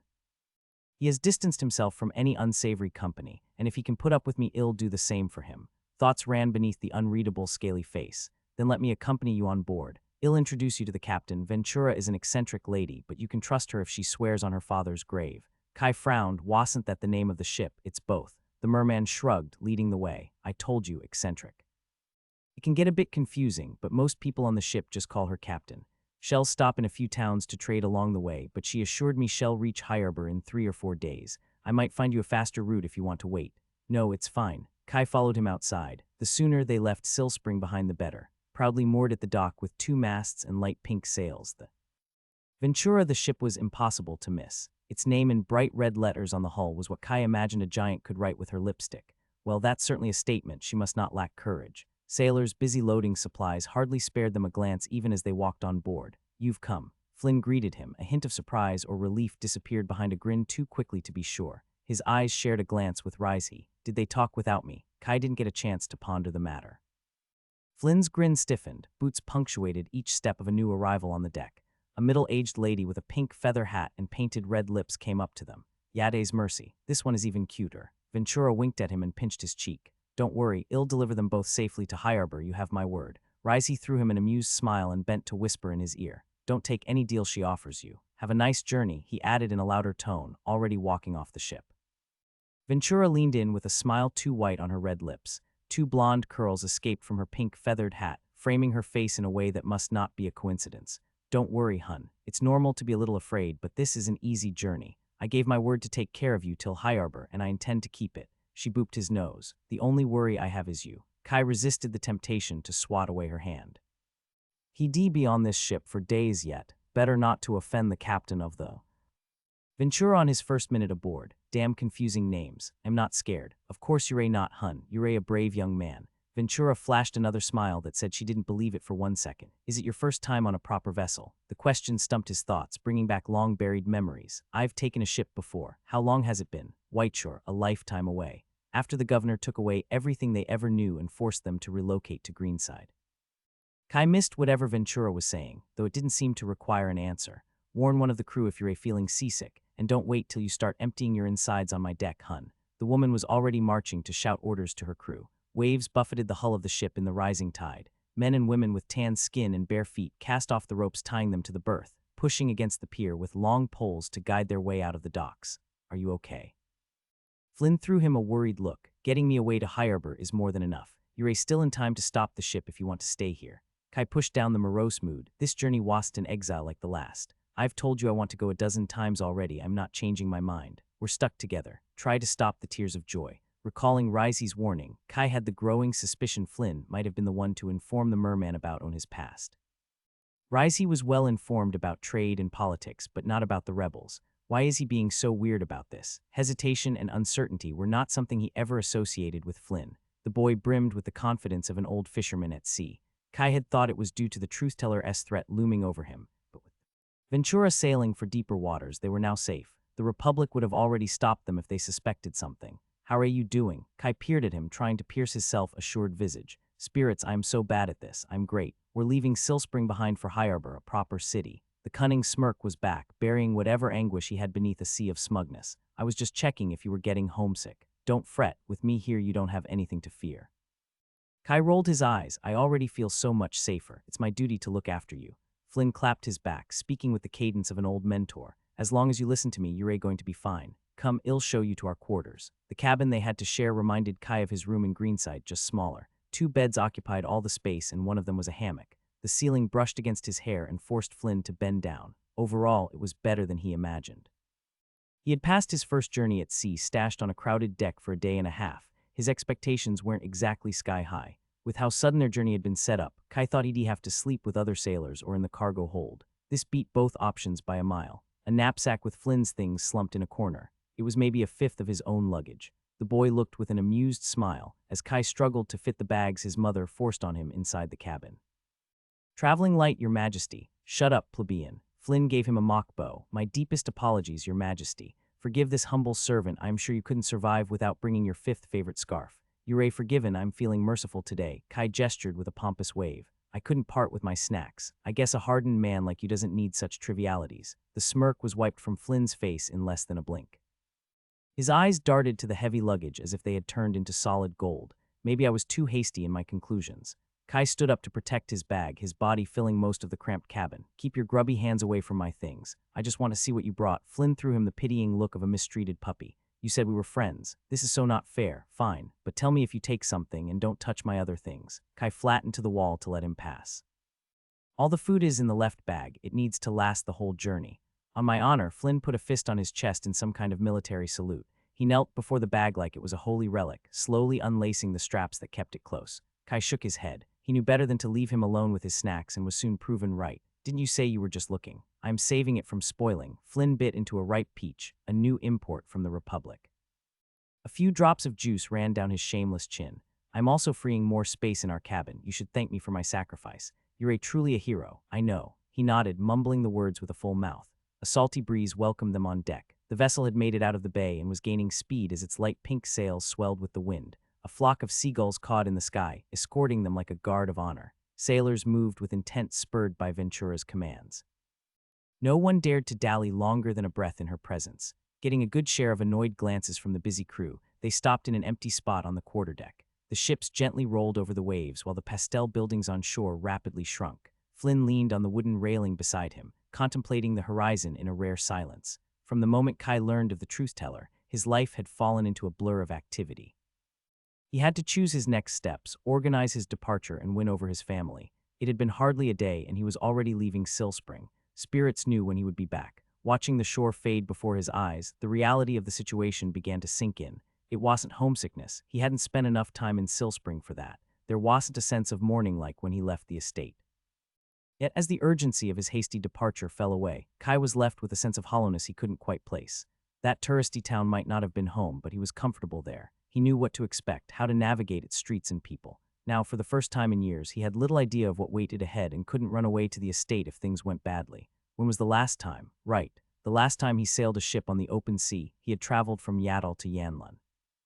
Not the faintest idea of what was going to happen to his family. Kai distinctly remembered the fury and powerlessness, raw and unbridled like only the emotions of a child could be. 4 little children sprang up in his mind, Lou, Anna, and the twins Uli and Oli. As close to friends as he got before Flynn and Rizhi. Their faces were blurry in his memory, an innocent and fleeting summer dream. He remembered promising a crying Anna they'd meet again soon. Greenside had quickly beaten out of him any idea of keeping that promise, pushed his thoughts away from the foolish delusion of a child. His childhood abruptly ended the day he boarded the Republic's ship. No point looking back at what would never be again. Yet this second journey at sea was different. He wasn't a helpless child at the mercy of fate. He chose to be here. He might not know what lay ahead, but he was more ready than ever before. Skills in his status, silver in his pockets, and a profession on top. I am different. Silspring was little more than a colorful, jagged line on the horizon. The sea turned into a darker shade of blue as they headed for deeper waters. Don't mention it. Kai kept his voice steady, glad the other boy couldn't see him blush. And I told you that Silspring was becoming too stuffy with the investigation anyway. Maybe, but you took a risk by helping me. You'll get implicated if people come looking for me. Now you're being an idiot.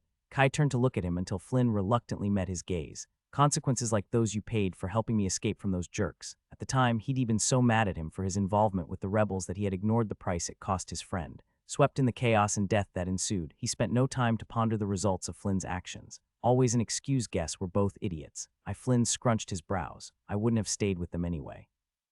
Kai gave him a flat look. Can you stop being an idiot, or do I have to throw you into the sea? Even if that were true, you did more than simply cut bridges. It's not a contest, but if it was, you'd be winning. It was his turn to look away. Kai focused on the rolling waves the ship left behind. Silence stretched once more. Great, now I am definitely blushing. I guess I am the best then, Flynn muttered. From his tone, Kai was ready to bet everything he owned his smirk was back. You're pretty decent.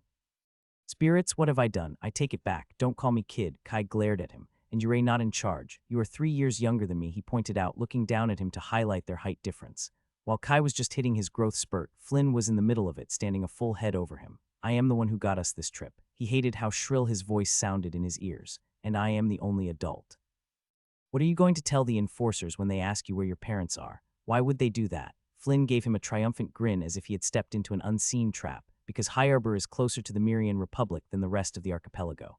Kids are not supposed to wander the streets of the upper city without a family member or a guardian. "You've already been to High Arbor," an accusation rather than a question. The boy's smile grew wider.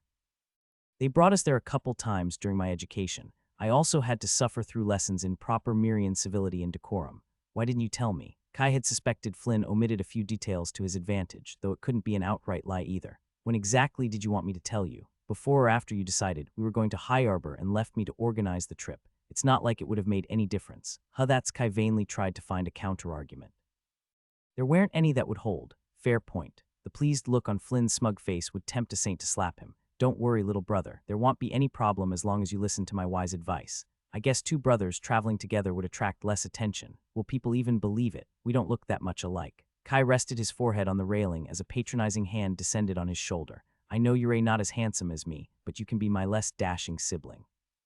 Trust me, no one will suspect a thing." The dark churning waters hid the seabed of the shallow sea. With the winds blowing in its sails, the Ventura cruised with surprising speed. Flynn would likely survive the fall, though there was a chance he might not be able to catch up to the ship. That would mean a bunch of angry sailors. Ventura might even ask him for remuneration or make the rest of the journey unpleasant. Pity, maybe tomorrow. Kai removed the offending hand from his shoulders. "I need to work on my skills, don't disturb me." Without giving him a chance to respond, he disappeared into their cabin, shutting the door. The undulating motion of the ship and the bustle of the sailors outside posed another challenge. He had long learned to push distraction out of his mind even without attuned meditation. After 2 hours of mana exercises, Kai took out Vuria's cube. He had solved 16 layers thus far. The intricate puzzle of sliding pieces and runes required to thread his mana into 3 strands to find 3 complementary solutions. His mind strained to juggle the different tasks, conscious that even the tiniest mistake would mean starting over. There was progress, albeit painfully slow. Past were the days when he could complete a whole layer in one sitting. He managed to stave the worry since Inspect allowed him to remember every inch of conquered ground and take up from where he left.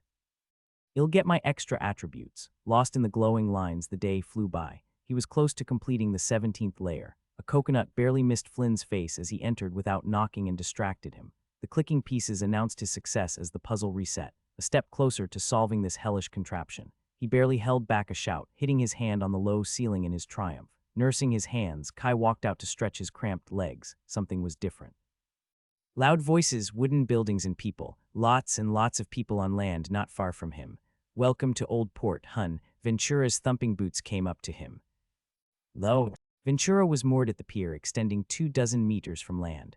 Little beyond a line of wooden buildings swarmed with people began without apparent end. Their loud bustle washed over him. 3 other vessels and a fleet of countless boats floated around them. Old Port's dock wasn't much different from the one in Sill Spring, just far more chaotic. Ventura chuckled at his dumbstruck face. "You must have taken a really good nap, Hun.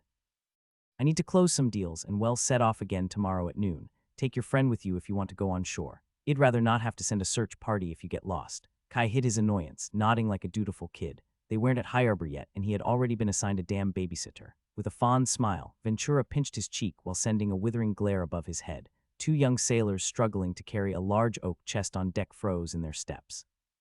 "If you bump that chest once more, I'm going to bump your heads. I'm not paying you to damage my goods, you fish-brained fools. You better pray I won't find a speck of chipped paint on my statues." Such a sweet lady. Her ability to switch between opposite voices and expressions was nothing short of extraordinary. Kai threw a pitying glance at the poor sods while Ventura was already off to yell curses at somebody else. Old Port was the first major town rising along the eastern coast of Yanlan, about a third of the way to High Arbor. That was about the extent of his knowledge. He had always been more interested in the far lands of the Talthan continent. Might as well check it out. The summer sun warmed his skin. Mages needed to stretch their legs too. After he wrung his mind for hours to solve a layer of the cube, the idea of using any more of his mana skills was enough to give him a headache.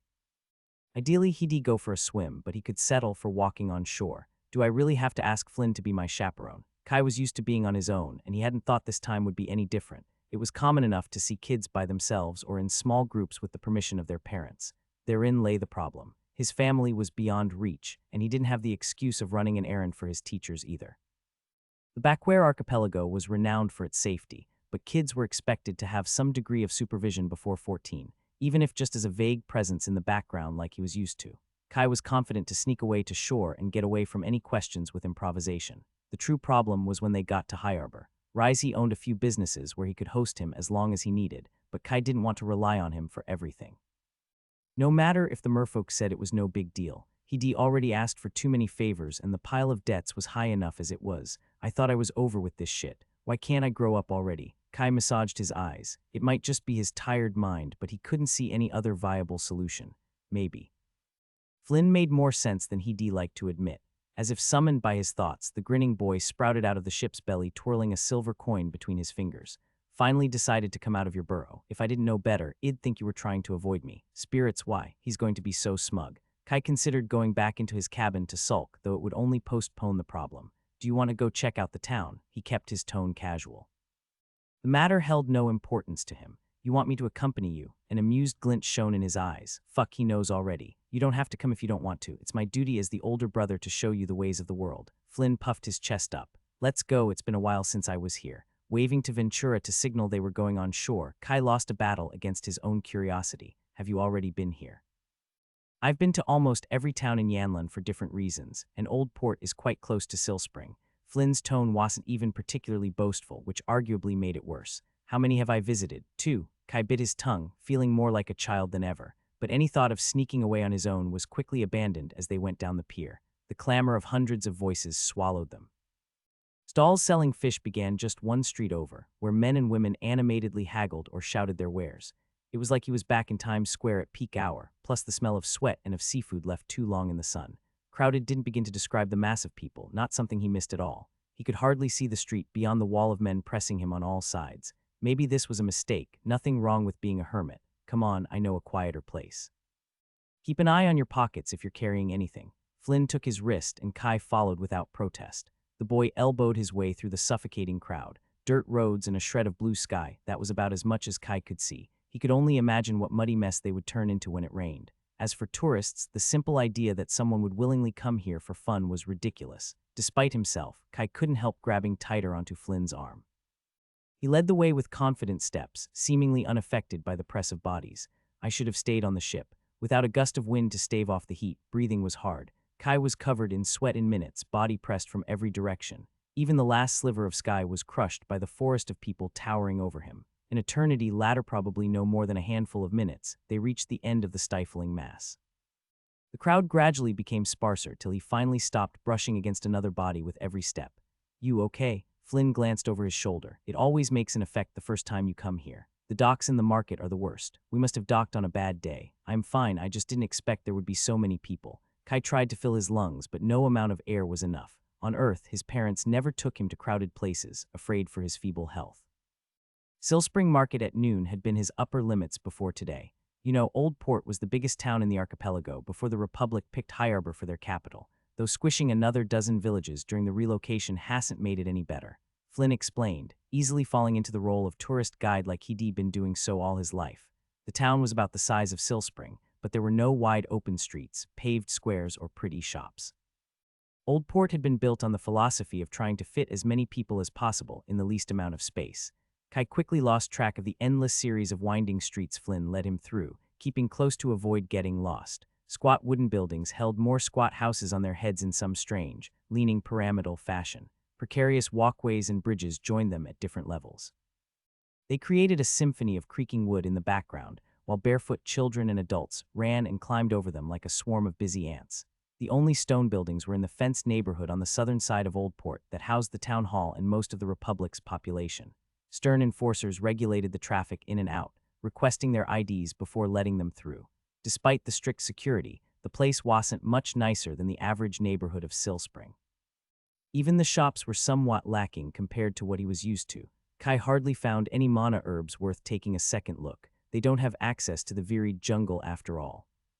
We can go browse the market tomorrow, Flynn proposed. You can find everything they have here and more for half the price, trust me. No, the idea of facing that sweltering mob sent a shiver down his back despite the heat and easily killed his curiosity. I mean, it's better if I keep my money for High Arbor anyway. If you say so, Flynn shrugged, leading the way back to the Ventura as the moons took to the sky. Safe on board, Kai accepted the suspicious stew they served and ate with the rest of the crew. The taste wasn't half bad, though he'd rather not know the ingredients. Flynn went to play cards with the sailors, loudly complaining about every loss and blessing his luck when he won. Even if Kai barely understood what the weird figures and numbers on the cards meant, he was quite sure there was more than luck involved. Brink was the most popular game. Like in poker, your hand seemed to matter little if you knew how to trick the other players.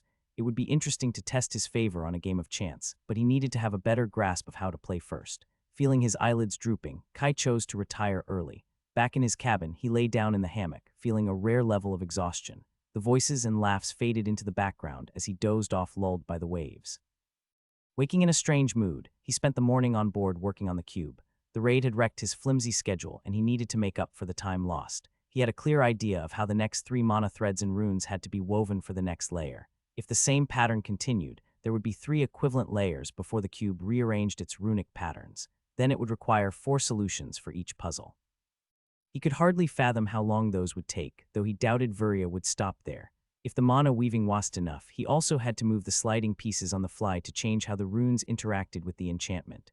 The level of multitasking required was absurd. 7 more with 5. That should be hard enough, right? It was a relief when the Ventura raised the anchor for the next stretch of their journey, away from the suffocating bustle of Old Port. "Watcha doin'?" Flynn leaned on the railing beside him, munching on a stick of caramelized walnuts. Kai narrowed his eyes. "Where did you get that? You said I could take any snacks from your bag, and I was hungry." Not a whit of shame on his face, as if it would have made any difference if I told you not to touch them. "I also told you to tell me when you took something." Kai struggled to keep the snark out of his voice.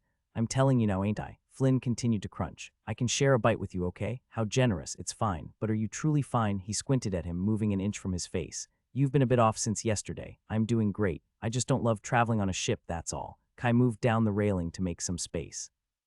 Flynn scouted after him, unconvinced, going as far as to stop his chewing. "Is this about the little brother jokes? I know you hate being called a child. We can figure out a different story if you want. Spirit's mercy, it was easier when he was less considerate. I told you I am fine." Kai went to the opposite side of the prow, and Flynn followed a second later. "So you don't mind if I call you kid? I'd rather you stop that if possible. What's the actual problem then?" "I can't promise to fix it, but I'll try if you tell me what I'm doing wrong." Kai breathed the salty air deeply to drown the irritation, mostly aimed at himself. Flynn was nothing but persistent. He had to give him that. "There's nothing wrong with you, not about this anyway. I am the problem. I hate being treated like a child, but I can't even navigate some random town. Maybe I should be treated like one. I can't believe I actually said that out loud, damn you." Old Port had been a bitter reminder of how little he knew of the world outside his bubble. He had been like a lost puppy, reliant on somebody else to carry him around, a complete and utter failure. He had wanted to believe the biggest obstacle was the way adults treated him, that if given the chance he could sail to the mainland right now. He wasn't so sure anymore, defeated by a single fishing town. If a crowd was enough to overwhelm him, maybe he needed a caretaker in High Arbor. Kai looked at the sea parting before the ship, vainly trying to avoid the pair of eyes burning a hole in his skull. Flynn threw him a disbelieving look. "Let me get this straight. You're upset because you didn't manage to do something the first time you tried, and people say I think too highly of myself." Kai knew his ears were already on fire. "It's not like that at all." "No," Flynn burst out laughing. "Navigating a town is not supposed to be hard. Everyone can do that." Flynn made a show to dry the tears in the corner of his eyes. "There are 1,000 easy things I can't do that someone else would take for granted, and not just cause I haven't tried. No one is good at everything, not even me. I know that. But he also had his past life. He was supposed to know how to do better. But do you really? I don't understand half the things you can do, and I am 3 years older than you, and I've traveled a lot. I've got a lot more time and chances to learn about the archipelago. Okay, I might have a bloated opinion of myself, just a tiny bit." "Flynn, yes, little brother, you're welcome. Whenever you need it, I'll take this burden upon myself." The waves crashed against the white limestone cliffs, a slow but inexorable battle between sea and land. Clinging on top like mushrooms on an old log, the little houses of Wildcliff huddled together to resist the harsh winds. It had been a much more pleasant stop than Old Port, smaller in size and far quieter. Close to the rim, the howling gales that hit the steep rock were often louder than the people who inhabited the town. Tidy pebble streets rolled down the hills between houses with pale walls and burgundy-shingled roofs. The sharp gusts helped relieve the heat of summer, though Ventura hadn't been as appreciative. It was understandable. Carrying her wares up the narrow path carved into the cliffs had been a hazardous experience. On the plus side, Kai had greatly expanded his repertoire of curses. The town was one of the rare settlements that relied on agriculture and cattle over fishing, not that the locals feared the sea. During his brief stay, he had seen plenty of teenagers jump from the highest cliffside at over 40 meters. It was considered a rite of passage for each 14-year-old, in honor of the great spirits of the sea, Kahali. From the sheer number of jumps and screaming laughter, Kai suspected the adrenaline rush had as much to do with it. He wouldn't have minded trying himself, but Ventura had forbidden him before they even touched shore. The wrinkly mayor of the town said the same. He wasn't old enough for it. The best they let him try was the 20-meter kids drop. Such nonsensical rules. Kai scowled at the forbidden cliff. He'd come back for it. A few dashes of red shingles peeked over the steep precipice as the Ventura sailed for deeper waters to avoid the low tide. Still sour about that dive, little brother. Flynn flanked him with a teasing smile. I'm not sour. Of course not. You're just honing your glares on the cliff. Those rocks must already regret their life choices. Kai turned his perfectly cool gaze on him, making Flynn's laughter fill the quarterdeck. A few sailors, noticing the commotion, shared amused glances. Somehow everyone else on the ship knew too, though that was probably his fault since he had publicly argued with the mayor. Yeah, I was probably trying to make up for Old Port. Come on, you've not missed out on much. It's the same as jumping from the lower cliff. You just spend a second longer being slapped by the wind. Flynn pulled him away from the railing. We can find plenty of stupid ways to break your neck in High Arbor too. Kai let himself be dragged away, giving a last loving look at his stony archenemy. It's just annoying that I am always held back by that. Everyone takes the same time to grow up. I can't assure y'all be as tall and handsome as me, but y'all get there too. You didn't have to do it twice. The first time he died at 17, just shy of reaching adulthood, not that it would have made a difference. His fragile health had made him dependent on his family either way. Then he had to do it all over again from the starting line. During his first years in Whiteshore, it had been fun to have a second childhood without a ticking clock hanging over his head. That illusion broke abruptly when they had been relocated to Greenside. He had been tired of waiting since the day his father was murdered. Spending time at the estate had made it more bearable. That was now over. While he could ignore his age limitations in Sill Spring, traveling to new locations and meeting new people made the weight of those shackles far heavier. Just 2 years and a half, taking a lungful of the salty air to calm his irritation, Kai marched to their cabin. He was close to completing the 18th layer of Vuria's cube. If he pushed through, he might work it out before they reached High Arbor. Are you going to play with your puzzle again? Flynn asked, slumping. I'm close to solving it. With all the secrets they shared, there had been no point in hiding the cube, though his snooping friend thought it a mundane puzzle. The ship didn't offer much privacy, and Kai couldn't risk a sailor overhearing. Not that I have any idea what Vuria hid inside. It's priceless, beyond your wildest imagination. Just finish it within a year or it's lost forever. Damn witch, she loves her mysterious veil too much. You say you're about to solve it every time. I could teach you to play. Brink, maybe later, Kai said. He had already figured out most of that card game by watching him play. It'll come as soon as I am done. Inside the cramped cabin, his bag was slumped in a corner. Alana's food supplies had found a worthy challenger in Flynn. With a pitying look at the dwindling provision, Kai sat on the short bed and took out the cube. His fingers slid the lacquered pieces of dark wood with practiced ease, while his mind was already at work weaving 3 threads of mana. Not knowing how many layers were left to the final prize was by far the worst part of the challenge. An uncertain task with an even more uncertain reward. The temptation to hold back and to cut his losses whispered in his ears. Too much effort and time staked on a vague promise that he had no way of confirming. It would be crushing if he gave his all and ended up with a fistful of sand. The cube was one of the main reasons why he broke the second seal and picked Mana Child. What if that still wasn't enough? I just need to succeed, problem solved. Kai crushed his doubts. This wasn't the first challenge of this nature Vuria or Elijah had put him through, though it was by far the greatest. He had long learned the lesson. If he began to contemplate failure, he had lost. I'm training both my mana skills, Inspect and Runes. It's not like it wouldn't be a complete waste anyway. The road to failure is paved with brilliant excuses, Elijah whispered in his ear.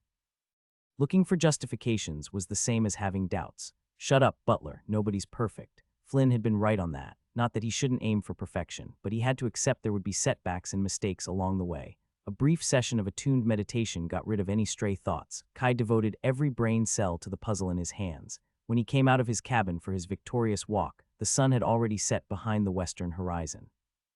How many hours did I spend in the cabin? Did you succeed? Flynn strolled over with a bowl of fish soup and a slice of hard bread for him. Really? Flynn raised an eyebrow. Can you show me? I did open 1 layer, just 1,000 more to go. I'll show you when we get to High Arbor. I don't want to look at it again tonight. A hint of suspicion flashed through his green eyes. I guess that's fair. Come on, the crew has already started playing. Wait, take this. Kai took out a silver messar from his pocket.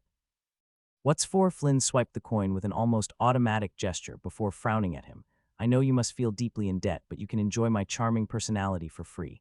Kai raised his eyes halfway to the sky, too tired for a full roll. It's for betting, so you can play for me too. If you win, we can split it 50-50. He had never expected to have to pray Flynn to take his money. What if I lose? Then it's on me. I just want to be part of the game. Kai added to prevent the argument he saw rising in Flynn's mouth. What? Are you afraid to lose? Any trace of hesitation was snuffed out by a confident smirk. I am just afraid y'all regret not investing more in me. Let's go. I can teach you how to play while I wipe their purses. Flynn headed for a group of 5 sailors playing. Brink, judging by the pile of copper messars on the board, they were the wealthiest bunch after the captain's table.